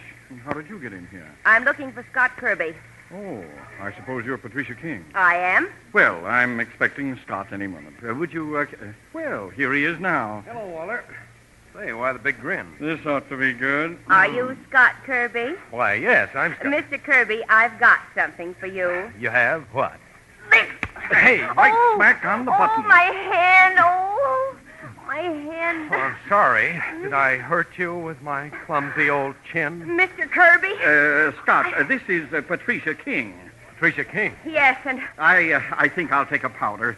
If you two like, you can stay here instead of going to Madison Square Garden. Mr. Kirby, I despise you. I detest you. You do? What makes you think you're qualified to be a critic anyway? What makes you think you're qualified to write plays? For your information, all the other critics were very enthusiastic about my new play. That 3-act sleeping pill? Of course, I realize it's much too deep for your shallow, superficial mind. It's a play with a message. Yeah, and I found out what the message was in the first act. You did? It's don't waste your time seeing the other 2 acts. Oh, very clever. Frankly, I don't see how anybody could stomach your heroine, Calliope Collins, for more than 1 act. She's just a hunk of wood in a dress. She is not. She's intensely real because she's a composite of all types. She's the average American woman. If she's average, Miss King, I'll eat my column word by word. And poison yourself? In fact, if you can show me just one woman who will do what she did, I'll retract every nasty thing I've ever written about you. Do you really mean that? Of course I do. According to your very implausible play, Calliope Collins met a man. 5 minutes later, he proposed to her. She promptly said yes, and 4 days later, she married him. It's absurd. I'll have you know there are lots of women who do exactly the same thing. I don't believe it. If a man asked one of them, will you marry me, just like that? She'd say yes, just like that. Nonsense. How would you know? Have you ever tried it? All right. Will you marry me? Yes. Oh, now, just a minute. You're bluffing. Am I? Why, sure you are. You'd never have the nerve to go through with it. Oh, no? You just set the date for the wedding, and I will. Okay. Today's Thursday. Let's have this showdown, the wedding next Monday afternoon. Say 2 o'clock? 2 o'clock at my home. Right. And, Mr. Kirby, you can start writing that retraction for your column right now. I'm not worried. Well, you'd better start worrying. I won't back out, but I bet you will. If I do, I'll gladly acknowledge defeat. And I'll get my retraction? Yes, if I back out. But I won't. Well, I'll be waiting for you, Mr. Kirby, all dewy-eyed and smothered in orange blossoms. I can hardly wait, Miss King. I can hardly wait.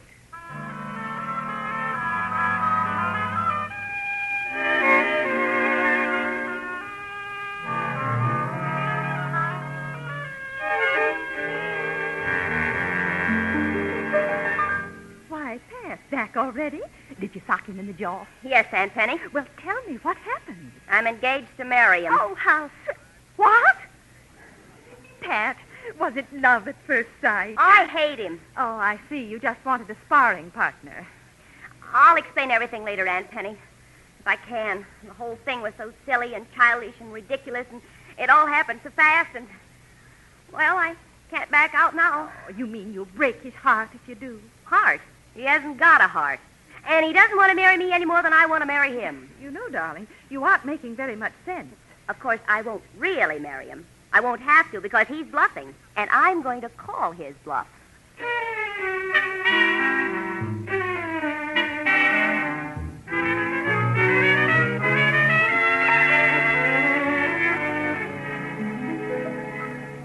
Listen, Walter, I was just talking. Oh, sure. How was I to know she'd take me up on it? Anyway, she's bluffing. Well, I hope she is, because you can't afford to print a retraction. You can't afford such a blot on your reputation. My reputation? You know that as a critic, you're famous for being sarcastic and bitter. Why, the Playwrights Club just voted you the critic we'd most like to take into a dark alley. They have? Oh, fine. And that's why you just can't retract anything. What would people say if overnight your fangs start dripping honey, huh? Yes, I see what you mean. Scott, you can't take any chances with Miss King. Obviously, she's bluffing. Obviously. And you've got to outbluff her. Throw a scare into her. Sure, but how? Why, just make her think you've fallen in love with her. How, may I ask? By making love to her, of course. But I hardly know the girl. You're engaged to her, aren't you? Yes, but I can't... All right, then. Tomorrow, call her and make some excuse to see her. For instance? I know. You got to get the marriage license. She'll play along with that. Go on. Then, after you take her home, you play your big scene. Grab her in your arms and kiss her. You really think it'll work? It can't miss. After such a horrible shock, she's bound to drop the whole thing. The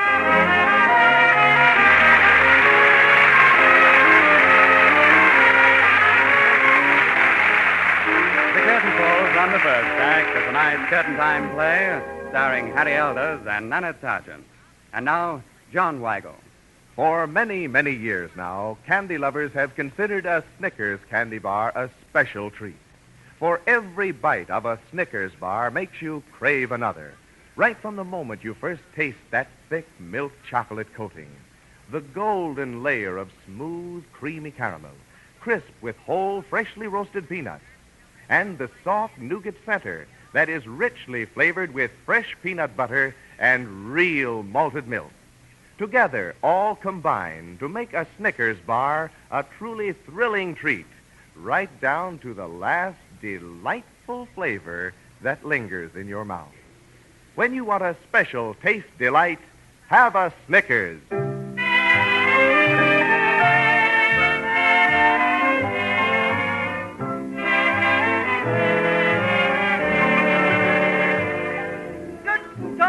Well, there's the call for the second act of Reluctant Bride, brought to you by the makers of Snickers. Scott Kirby, the critic, insisted no girl would accept a man who proposed at first sight, as the heroine of Patricia King's new play did. To prove it, he proposed to Patricia, who accepted, although they hate each other. Well, each, of course, thinks the other is bluffing. Well, now, the following night, Scott calls on the attractive dramatist. Pat, Miss King, you're still determined to go through with it, aren't you? I certainly am. Oh, gee, I'm glad. You're glad? I've been worried. I'm so much in love with you, and I so desperately want you to marry me. But this is ridiculous. I lay awake all last night thinking about you. I couldn't sleep a wink. Good. And then this morning when I woke up, this morning, I realized I loved you. Oh, go away and leave me alone. Oh, but I can't. You give me that all-gone feeling inside. You make my head spin. You send me. Yes, I know, but you won't go. Look, my pulse races when I'm near you. My senses are intoxicated with the perfume of your hair. Now, you stop that. Oh, darling, I can't resist you. Now, Mr. Kirby, don't look at me like that. But you bewitched me. And now at last we're alone. Now, stay where you are. Don't you dare come any closer. Oh, but darling, I'm drawn towards you. I can't help it. Don't do that. I've been longing to crush you in my arms. Now, let me go. And kiss you. Kiss you. Kiss you. There. Well? Well, what? Well, aren't you sore? Why? Why? Because I made love to you. Because I kissed you. Kiss me? Why, I've seen people put a postage stamp on a letter with more feeling. You have?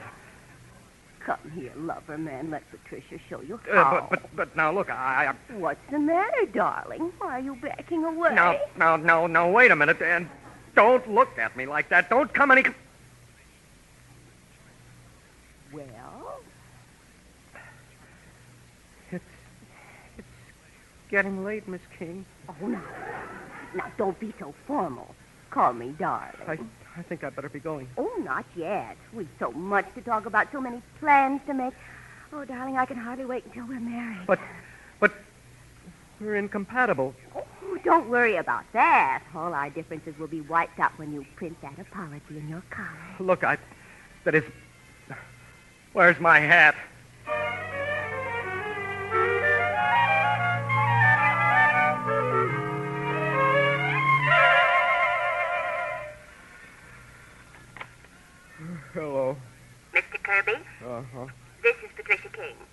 Did I wake you up? You certainly did. I just got to sleep. Good. There are a few things I want to get off my mind. Well, it's a little late, but... First of all, Casanova, I suppose you thought you fooled me with that act of yours tonight, but you didn't. I've been in the theater all my life, and I can spot a ham a mile away. Oh, but look, Furthermore, if you think I care 2 cents about you, you're crazy. I was just giving you a taste of your own medicine. I wouldn't fall in love with you if you were the last man on earth. Well, And one more thing. As far as the wedding's concerned, you can start planning your retreat right now, because I'm not budging 1 inch.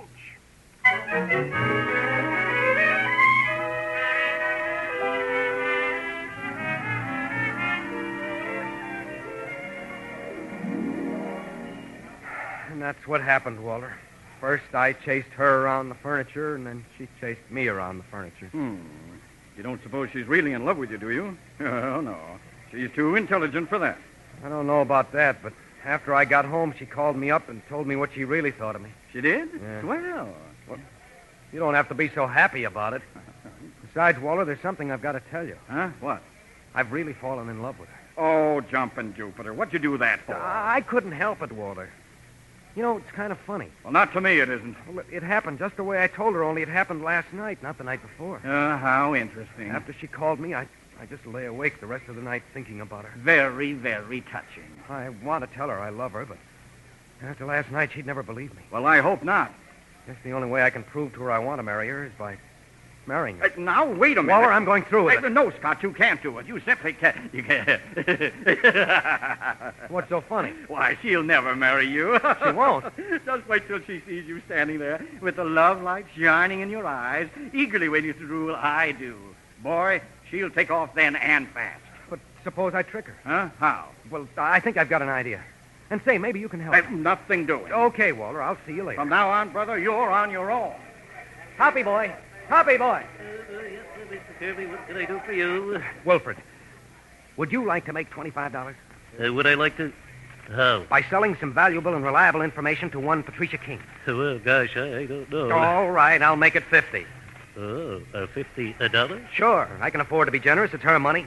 Mr. Kirby, I'm your boy. Now, what's this reliable information? I'll tell you in a minute, Wilfred, as soon as I make it up.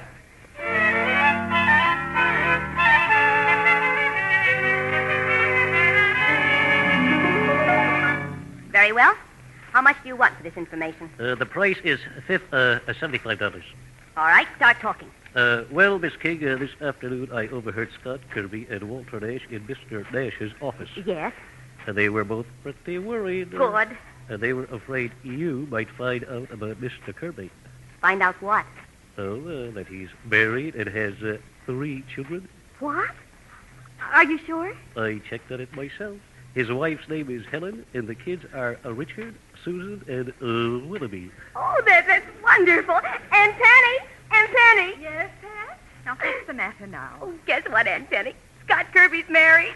Are you laughing or crying? I'm laughing. Oh, I wasn't sure. Oh, don't you realize what this means? What? I won. I'll get my retraction. He doesn't dare go through with the wedding or they'll arrest him for bigamy. Why, that's right. I'll bet he won't even show up. Oh, he'll show up, but I'll be ready for him. I'll have the minister waiting. He's pretty stubborn, and he'll bluff until the very last minute. But then he'll back out. Say, Miss King... Well, I hope so. Well, he'll have to, because I won't. But, Pat, suppose something goes wrong. Miss King... Aunt Penny, I'm not taking any unnecessary chances. You see, the minister is not going to be a real minister. Oh? Oh, I catch on. Whom did you get? Well, nobody yet. Say, Miss King... Oh, yes, you want your money. I'll let... Say, I know what. Huh? You're an enterprising young man. Well... I'll bet you could locate an elderly, unemployed actor to play the part of a minister. It will mean $50 for him and... And 50 for me? And 50 for you.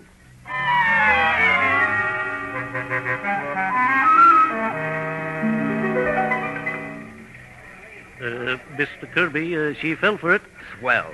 She thinks it's all over but the shouting. Nice going, Wilfred. Oh, by the way, I found out something I think you'd like to know. You did? What?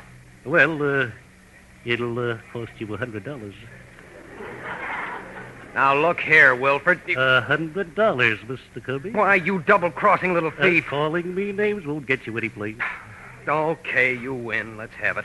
All sales are strictly cash, Mr. Kirby. Well, my boy, it looks as though you've really got me. Here you are. 20, 40, 60, 80, 100. Now, what'd you find out? When you get to the place where you're going to get married, there'll be a minister there. Couldn't she make it a bishop? Sure she could, because this minister isn't going to be the real McCoy. He isn't going to be the... How do you know? Because she paid me $50 to hire an actor. Well, I'll be...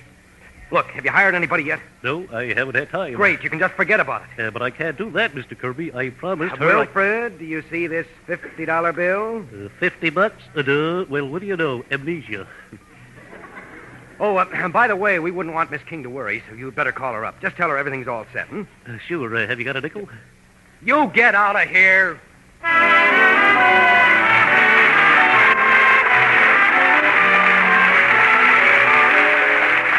Before we bring you the third act of tonight's Curtain Time play, starring Harry Elders and Nanette Sargent, here is John Weigel. June is a month that means summer to all of us, a time to think about relaxation and pleasure. And one little treat that always means certain satisfaction and delightful enjoyment is the taste treat of a Snickers candy bar. For every bite of a Snickers bar is luscious, from the moment you first open the crisp wrapper. Then, with each bite, you enjoy the rare flavor of a thick milk chocolate coating, a golden layer of smooth, creamy caramel, packed with whole, freshly roasted peanuts, and a luscious nougat center, richly flavored with fresh peanut butter and real malted milk. It is the combination of the milk chocolate, creamy caramel, crisp peanuts, and rich nougat that gives you that rare taste blend you will find only in a Snickers bar. When you want a special taste delight, have a Snickers.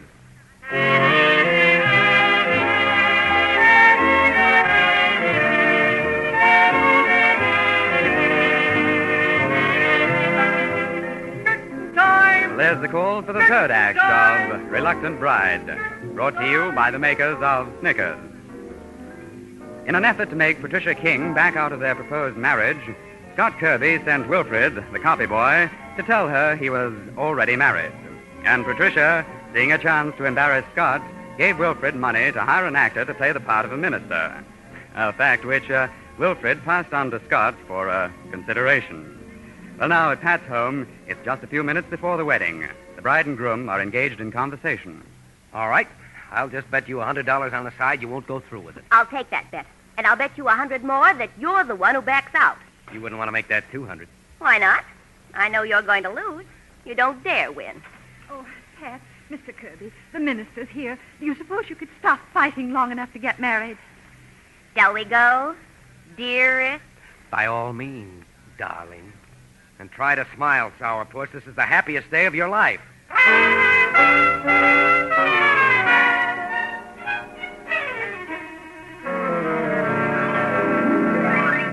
And now, by the authority invested in me, I hereby pronounce you man and wife.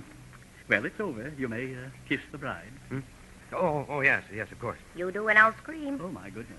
Oh, you will you?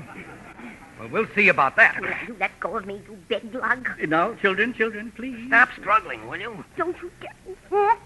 Oh, isn't that sweet? There. I'll go ahead and scream. Oh, I hope you choke. I hope I never see you again as long as I live. Oh, dear. Marriages just don't seem to last very long these days. You'd better come with me, Dr. Fribble. I'll make you a cup of hot coffee. Oh, yes, thank you. I certainly need it. Now, you look here, Mrs. Kirby. Don't you, Mrs. Kirby, me, you bigamist. Does Helen, your wife, Helen, know you got married today? Sure. She doesn't care, just so I'm home in time for dinner. Well, of all the brazen nerves... Listen, Pat, I want to tell you something, and I can prove this. I'm not married to anyone except you. You aren't? You aren't? No, there is no Helen, and there's no Richard, Susan, or Willoughby. I just told Wilfred to tell you that. But I don't understand. Well, you see, I wanted this to happen. You wanted it to... I love you, Pat. I'm sorry I had to trick you into marrying me, but it seemed like the only way. Well, I hope you won't be too angry. Angry? Why should I be angry? Then you aren't? Of course not. After all, the joke's on you. It is? I suppose you thought that minister was real. Why, yes, Dr. Fribble, I understand. Is it? Well, he isn't. I had Wilfred hire an actor for this happy little occasion. You did? Well, that's on me. And if you think that's funny, just listen to this. This will kill you. It will. I stopped Wilfred in time and got a minister. A real minister.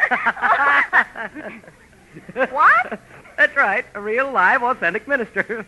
We're really married? Yes, darling. Oh, how could you do this to me? Oh, now, Pat. Don't you dare touch me. Oh, but sweetheart, Just get out of here. I never want to see you again as long as I live. Never. Honey, I hate you. I hate you. I hate you.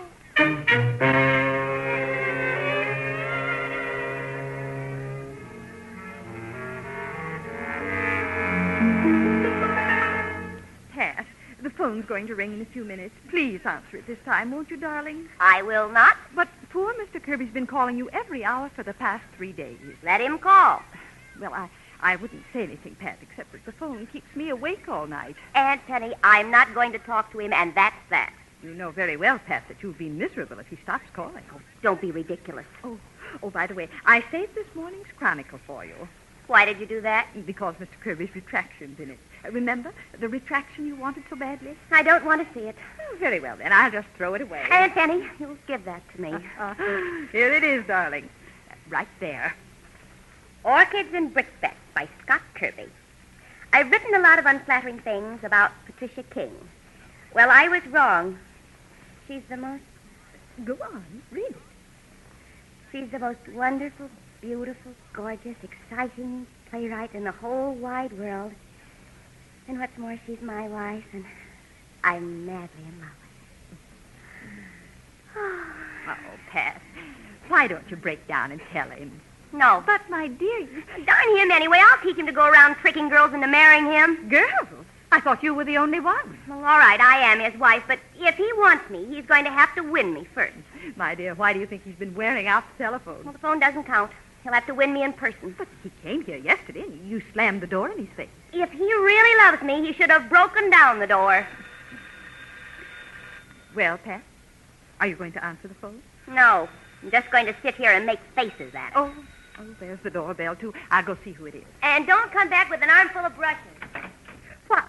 Hello, Aunt Penny. Young man, come in, come in. Thank you.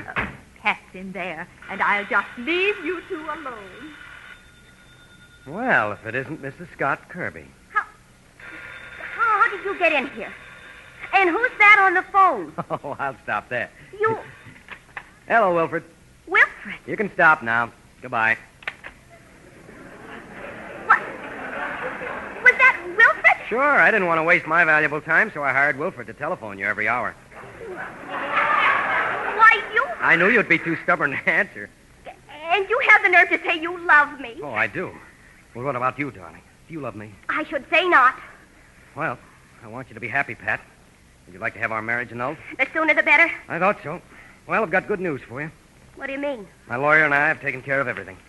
Just sign these papers and you'll be a free woman again. I should sign... Here's a pen. But Scott, maybe we shouldn't rush into this so blindly. I mean... It's all settled, Pat. You know what you want, don't you? Well, yes, but Very well, then. Just take this pen and sign. Well, all right. Don't rush me. Oh, I dropped your pen. I'll pick it up. Oh, no, don't bother. I'll get it. Oh, dear, I'm afraid I stepped on it. Well, that's too bad. It's all right. I've got another pen. Oh, Scott, I can't go through with it. I can't sign your way. Why, Pat. I love you, darling. I love you. Well, at the risk of repeating myself, I love you, too. Oh, darling, please kiss the bride. With pleasure, Mrs. Kirby.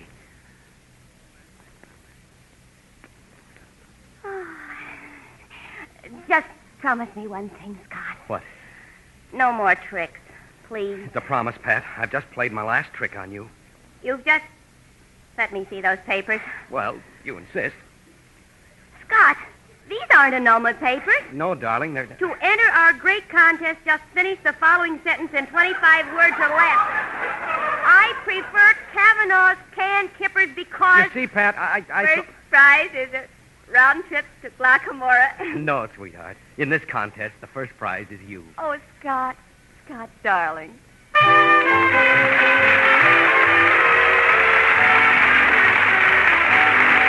curtain falls on the last act of Reluctant Bride, another curtain time play brought to you by the makers of Snickers.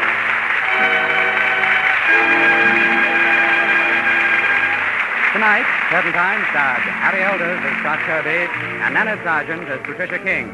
The supporting players were Hope Summers, Sidney Elstrom, and George Caesar. The script was by Bob Kieran.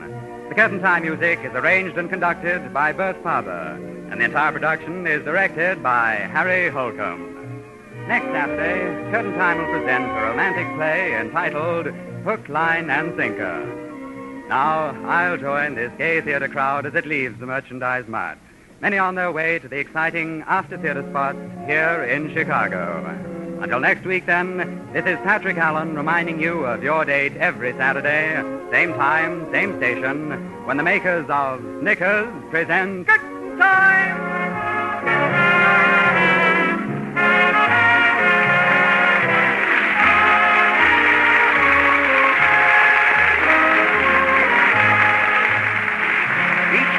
Mars Incorporated brings you two great shows over NBC. On Monday night, be sure to hear Dr. IQ, the mental banker.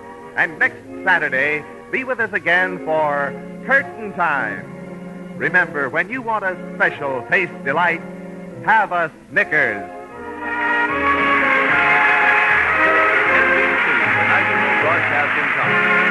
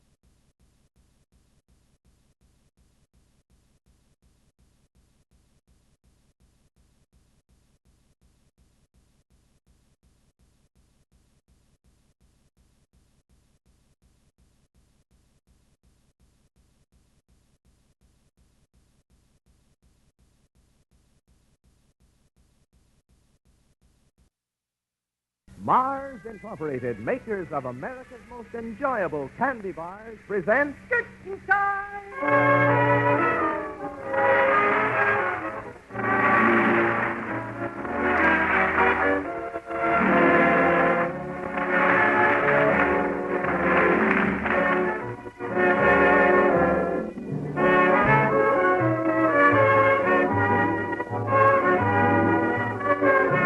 Makers of Snickers welcome you to Curtain Time. Theatergoers dressed in bright summer clothes fill the lobby again tonight. And here, as at every opening night, is the well-known man about town, your host, Patrick Allen. Good evening. Mr. Allen, I'm told there's something fishy about tonight's play. Is that right? Well, it all depends upon what you mean, John. But there's the overture. So we'd better hurry inside the theater for tonight's production of Curtain Time. Tickets, please. Thank you, sir.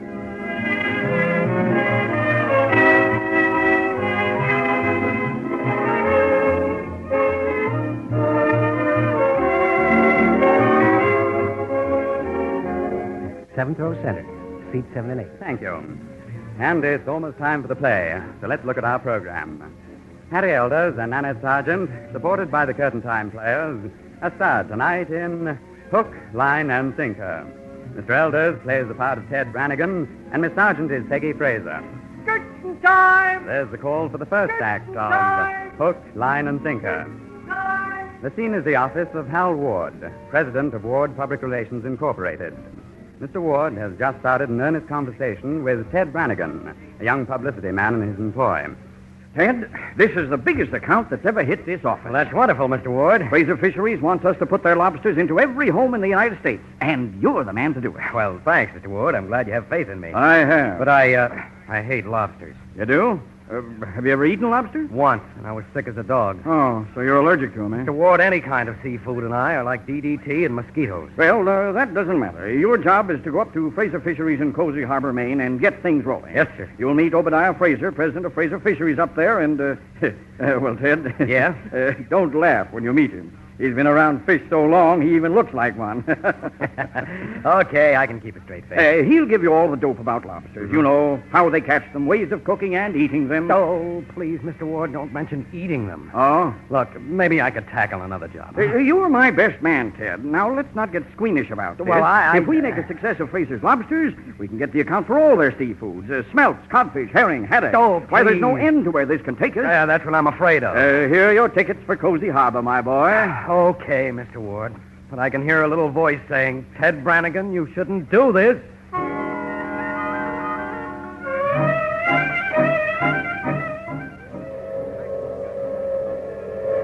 Excuse me, please. Oh, I'm sorry. Here, I'll take my hat off the seat. I didn't know it was occupied. I was in the dining car. I just came back from there myself. Oh, you did? I thought I saw you. You were eating that Grilled fin and hattie. fin and hattie. Looked more like an elephant cutlet to me. Well, I guess you were brought up in the city. I was. And you? I was born and raised in Cozy Harbor, Maine.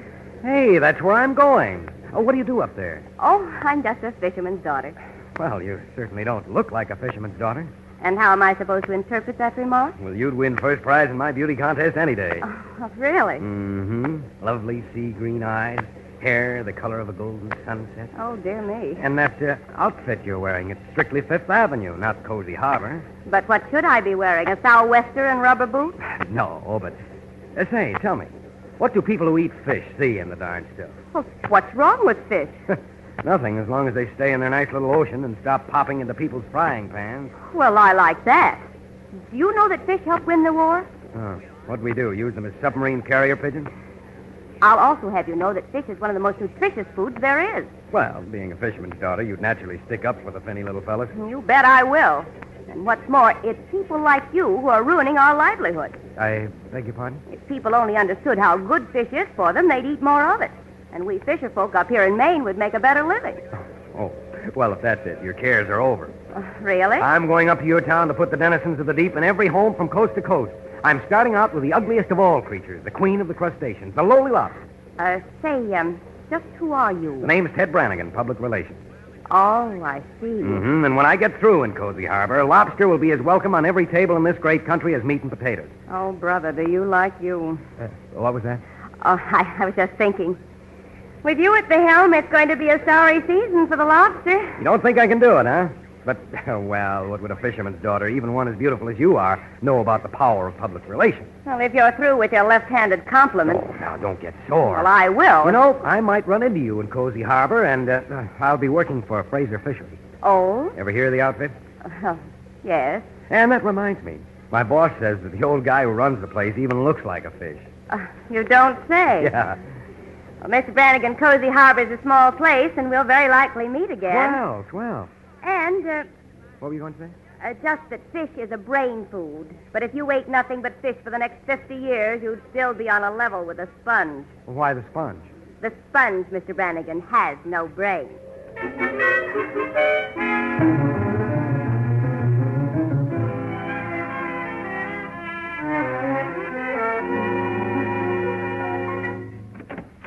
Good morning, Mr. Fraser. I'm Ted Brannigan from Ward Public Relations. Yeah, I know. I've been expecting it. Take care. Thank you, Mr. Fraser. Brannigan, I want to be perfectly honest with you. Oh? I don't give a hoot about public relations. Well, now, What's more, I don't approve of this business of trying to glamorize the lobster. It wasn't my idea. It was a partner's. Mr. Fraser, when I get through with my campaign, both you and your partner will be glad you retained my firm. I doubt it. Oh, but we've been in I've been selling seafood for over 30 years. I made more money on lobsters than anything else. Now, Fraser Fisheries is about to double its income from lobsters, perhaps triple it, by making the American public lobster conscious. Now, the first thing I'm going to do is to go out and find the most beautiful girl of Cozy Harbor. Why? Why, in order to make her Miss Lobster of 1947. Lobster? I even have a girl in mind. I suppose you're going to put claws on her and parade her around the country in an oversized lobster pot. Well, now, I can see you have a sense of humor, Mr. Fraser. If I have, you're wearing it pretty thin. Miss Lobster of 1947. Ah, but... You better talk to my partner. I'd be happy to. Through that door there, in the next office. Kindly close the door quietly behind you. Yes, sir. See you later, Mr. Fraser. Oh, pardon me, miss, but I'm... Yes, I know who you are. Why, Remember? On the train. well, if it isn't the fisherman's daughter. You work here? I do. Well, that makes it perfect. You know what I'm going to do for you? I suppose you tell me. I'm going to make you Miss Lobster of 1947. No, not really. If I weren't so busy, I'd swoon. First, of course, I have to talk to your boss. My boss? Yeah, Mr. Fraser's partner. Old Fishface said I'd find him in here. He said you'd find him in here? Well, him, her, or... Hey, don't tell me that you're... Oh, no. Oh, yes, Mr. Brannigan. I am Mr. Fraser's partner. Oh. And I persuaded him that we should get a public relations firm to boost our lobster sales. But it seems I made a mistake. Now, no snap judgment. Anyone who finds seafood as distasteful as you do. Now, wait a minute. I was just kidding on the train about not liking seafood. I love it. It's no use, Mr. Brannigan. You apparently have no faith in the lobster. Oh, but I've never broken faith with a lobster yet. Good day, Mr. Brannigan. I'll phone your firm and let them know that we no longer require your services. Oh, but you can't do that. I'll lose my job. Oh, look, Miss... Fraser. Peggy Fraser. Miss Fraser, you've just got to... Did you say Fraser? I did. And then you're... Yes, Mr. High Pressure. I'm the daughter as well as the partner of old Fishface, whom you just talked to in the next office. Holy haddock. This shouldn't happen to a dogfish.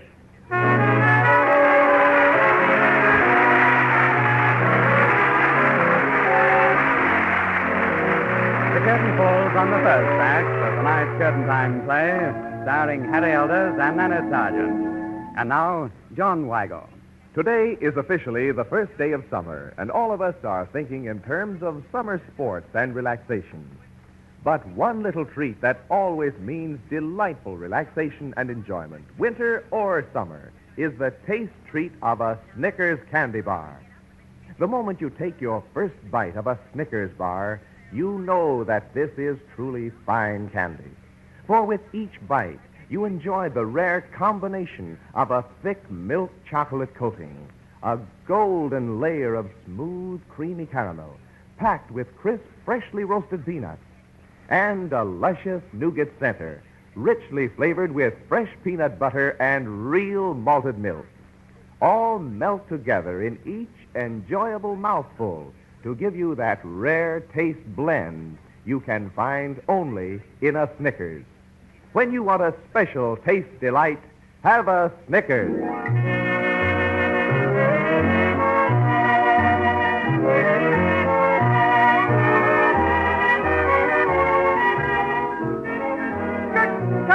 There's the call for the second act of Hook, Line, and Sinker, brought to you by the makers of Snickers.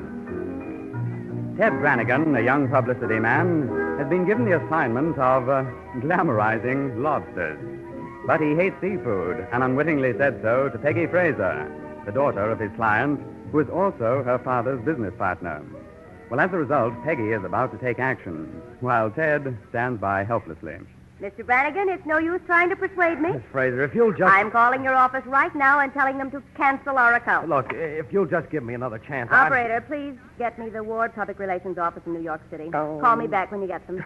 Miss Fraser, I'll admit I was wrong in saying your old man... I mean, your father looked like a fish. He doesn't. Honest, he doesn't. Please stop groveling, Mr. Brannigan. It's not becoming to one as brash as you are. But, Miss Fraser, even if you don't care about me, think of... Think of what? Think of what will happen to my wife and children if I lose my job. Your wife and children? Of course. Here, I've got a snapshot of them in my wallet. Here, take a look. Oh, good heavens. 5 of them. 5 of the sweetest little tykes you ever laid eyes on. Well, aren't you rather young to have so many children? Well, Daisy and I married in our teens. That's Daisy at the extreme right. She's grown a little fat lately. A little fat? She's immense. Ah, yes, but Daisy's the salt of the earth. I just couldn't face her and the kids if I lost my job again. Again? Yes. So you're used to losing jobs. Well, I shouldn't wonder. But you will give me another chance, for their sake. Well... Oh, thank you, Miss Fraser, thank you. You won't regret it. There's one condition, Mr. Brannigan. You'll obey my orders to the letter. I'll be your slave, I promise. Well, I could kiss you for being so kind. That's hardly necessary. And now I suggest you go down to the docks and try to absorb some of the atmosphere. Yes, ma'am. Later, we'll go out in one of the boats, and you can see just how the men bring the lobsters in. You mean on the water? Don't tell me you're afraid of the water. Miss Fraser, I used to get seasick in a rowboat in Central Park. But, well, if you say so. And I do. That's all for now, Mr. Brannigan. Yes, ma'am. And remember, I'm doing this for your wife and kiddies. Thank you. Daisy, the children, and I will never forget this. Never. Miss Fraser speaking. Oh, operator, I meant to cancel that call to New York, but as long as you put it to... hello? Oh, Mr. Ward, I just called to say that Mr. Brannigan arrived and we're beginning our campaign. Well, I think he's going to be all right if he doesn't worry too much about his wife and children. What's that? You say Mr. Brannigan isn't married? Oh, well, I'll call you, Mr. Ward, if I need anything. Goodbye. Why, that's phony. All right, Mr. Brannigan. If that's the way you want to play, I'll teach you a lesson you'll never forget.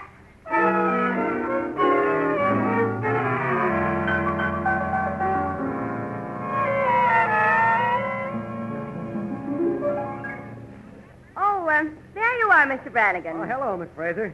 I thought I'd come down to the docks to see how you're getting along. Ah, I love the smell of the salt air, the sound of the waves washing against the dock. The odor of freshly caught fish. Yeah. Let's say those lobster boats bounce around in the water like corks, don't they? In a choppy sea like this, yes. But they're seaworthy, as you'll find out. As I'll find out. We're going out in one of those boats right now. Oh, but those waves look like mountains. Oh, you'll get used to them. Let's take this small lobster smack the squid. Look, Miss Fraser, I just thought of something. I've got to call my office right away. Business, you know. Your business is right here, Mr. Brannigan. Get aboard. But remember our agreement. And also think of your wife and kiddies. Okay, but something tells me I'm not going to like this, even if it is for the wife and kiddies.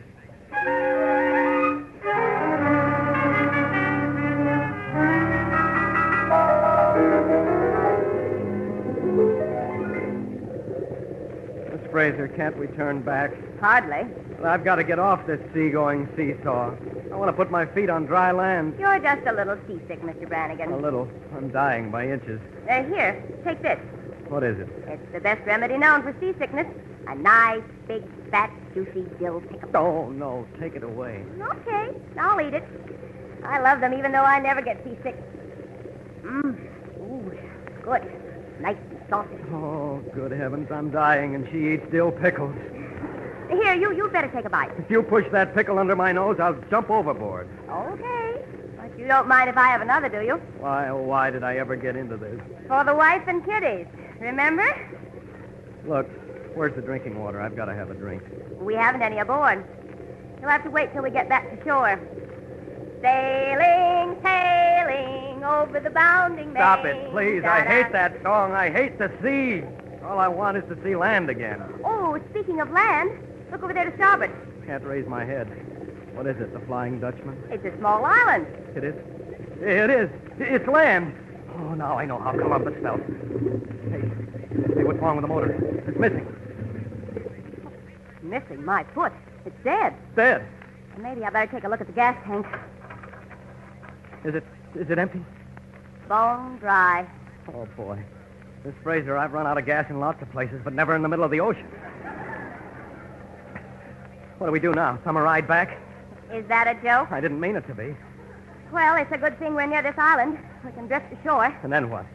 Well, Mr. Brannigan, it looks as though you and I will have to play Swift Family Robinson until help arrives. If it does arrive in time. What do you mean, in time? I mean, there's no drinking water on that island. Have you ever been thirsty, Mr. Brannigan? Real thirsty? Well, There's also a nor'easter blowing up. Might last for days. Oh, good grief. If it does, no boats will leave the mainland. And with no drinking water on that island, well... And you've been eating dill pickles. You'll be so thirsty. I know. I wish I'd been born a camel. Well, at least we won't starve. Not for a while. What do you mean? Well, there are 4 baskets of lobsters up forward. Lobsters? Oh, no. We can eat those as long as they hold out. No. Oh, great jumping filly of soul. He's fainted.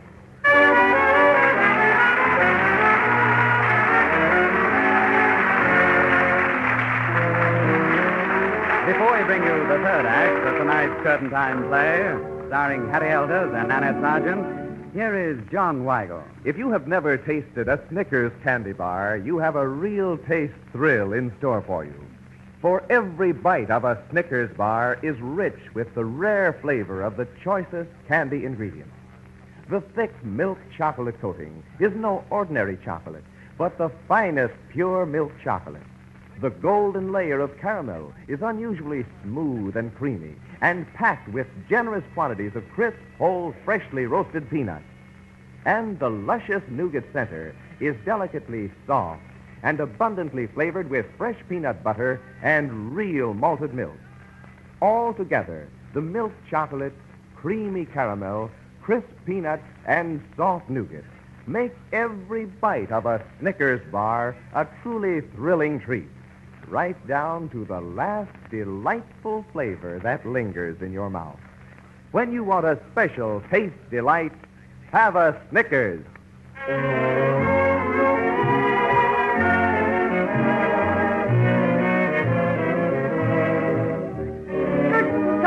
There's the call for the third act of Hook, Line, and Sinker, brought to you by the makers of Snickers.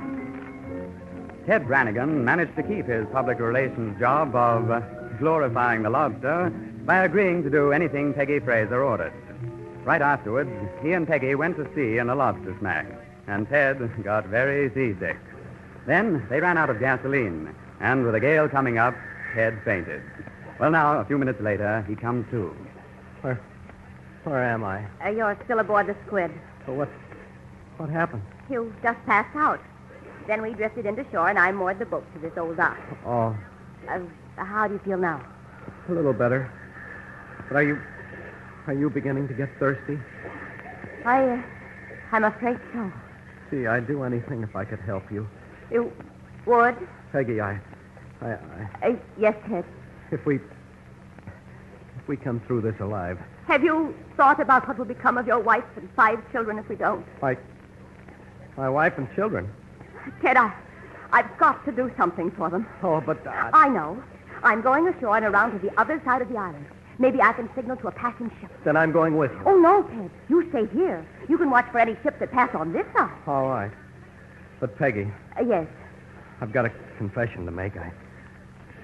I'm not married. But those 5 children. And your outsized wife. They're my brother's wife and kids. Oh, I'm sorry. So is he. But, Peggy, please forgive me. It wasn't that I was afraid of losing my job. Oh? I wanted to be near you. Ever since I met you on the train. You've done nothing but insult me and everything I stand for. Peggy, that's not... You've treated all us fisher folk as though we were savages. Peggy, I assure you I certainly hope you've enjoyed your laugh, Mr. Brannigan, because it looks like the last laugh you'll ever have.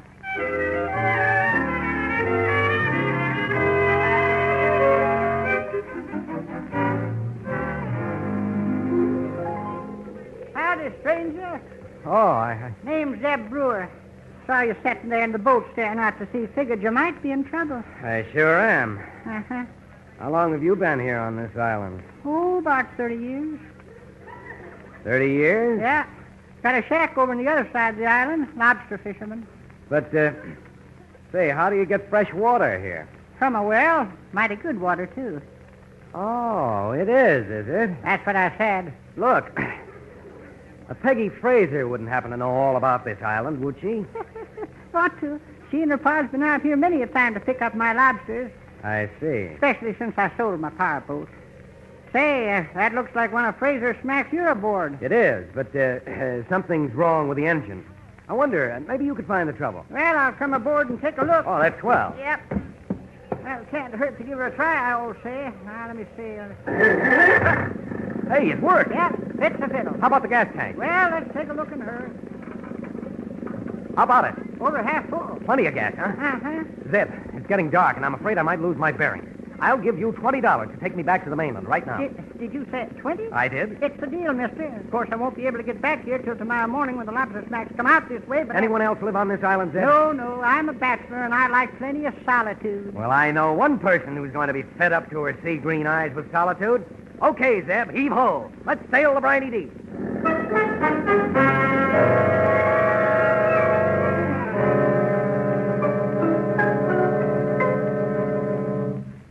Father. Oh, good morning, Peggy. Father, where is he? Where's who? And stop gritting your teeth. Where is that snake in the grass, Ted Brannigan? Oh, him. Haven't seen hide nor hair of him. He's your problem, not mine. Well, believe me, I'll take care of that problem when I get my hands on him. Young lady, what's got your dander up? Do you know where I spent the night? Peggy, you know I went to Portland yesterday and just got back. I was marooned on Horseshoe Island all last night. I never spent such a miserable night in all my life. Oh, that's stupid. Hey, wait a minute. Yes? One of our lobster smacks is missing since yesterday afternoon. Which one? Squid, eh? The squid? Yes. I'll come right down to the dock, Jonathan. Goodbye. Father, I took the squid out to Horseshoe Island yesterday afternoon with Ted Brannigan. Then where is it now? Well, I don't know. But didn't you bring it back? No. Well, then it's at Horseshoe Island. No, it isn't. Then how'd you get back? One of our other lobster smacks brought me home this morning. That's so. Well, now, what I'd like to know is... I left Ted Brannigan in the squid while I went around to the other side of the island. Go on. When I got back, Ted and the squid had disappeared. Peggy, this is a case for the police. It's piracy on the high seas. But, Father, Ted's lost. He better stay lost. Oh, but, Father... Hand me my hat. Go down to the constable's office. Oh, no, Father. This was all my fault. That's your fault. We've got to try and find Ted if it's not too late. Oh, that's the way it is. Well, all right, but... There's not a minute to lose. All right. But when they find him, he'd better do some tall talking.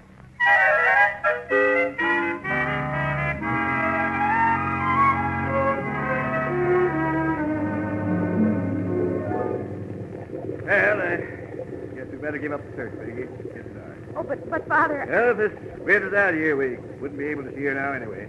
Oh, I guess you're right. All right, I'll bring her about. Oh, Father, look. Look over there to port. By gum, it's the squid. She's wallered in the waves. And there's Ted in the bow. He's waving to us. Oh, thank goodness. And that's Zeb Brewer sitting in the stern. Oh, that's right. And, well, it looks as though we'll have to tow them in. It does. And believe me, Mr. Brannigan and I are going to have a little talk. And it won't be about Miss Lobster of 1947.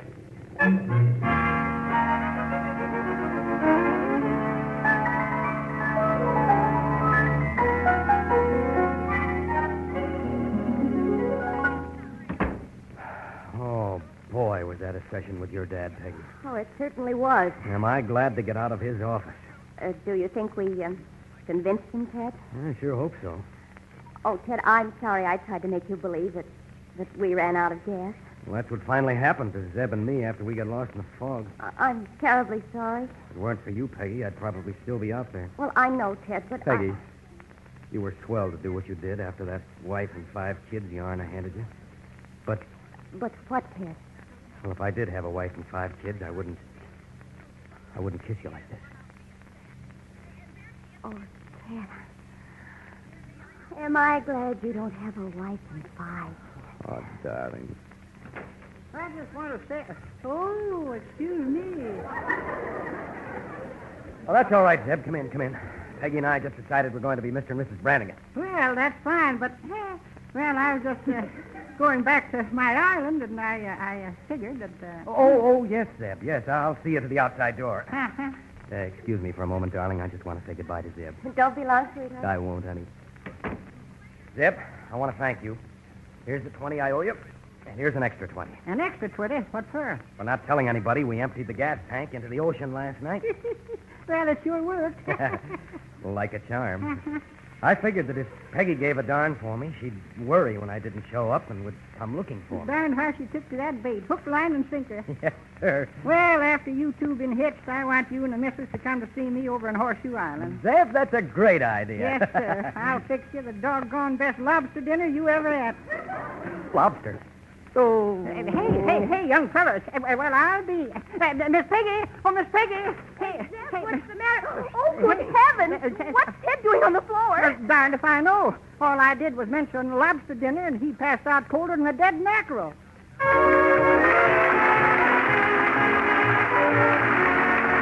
The curtain falls on the last act of Hook, Line, and Sinker. Another curtain time play brought to you by the makers of Snickers.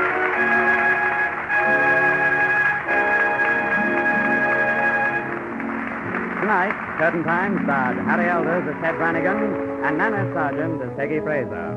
The supporting players were Jess Pugh, Sidney Elstrom, and George Caesar. The script is by Joseph T. Fox.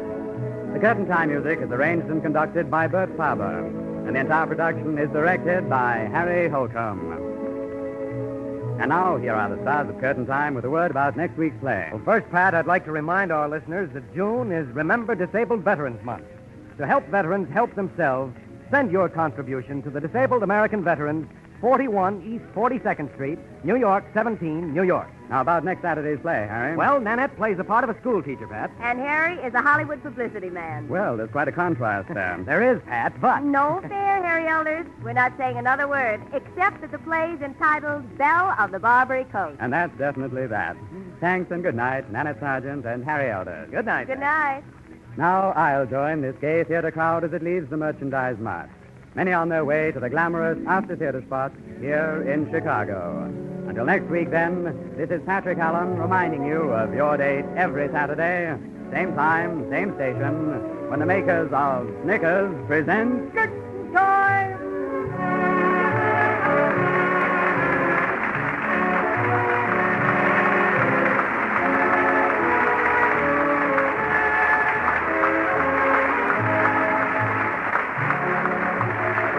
This is NBC, the national broadcasting company.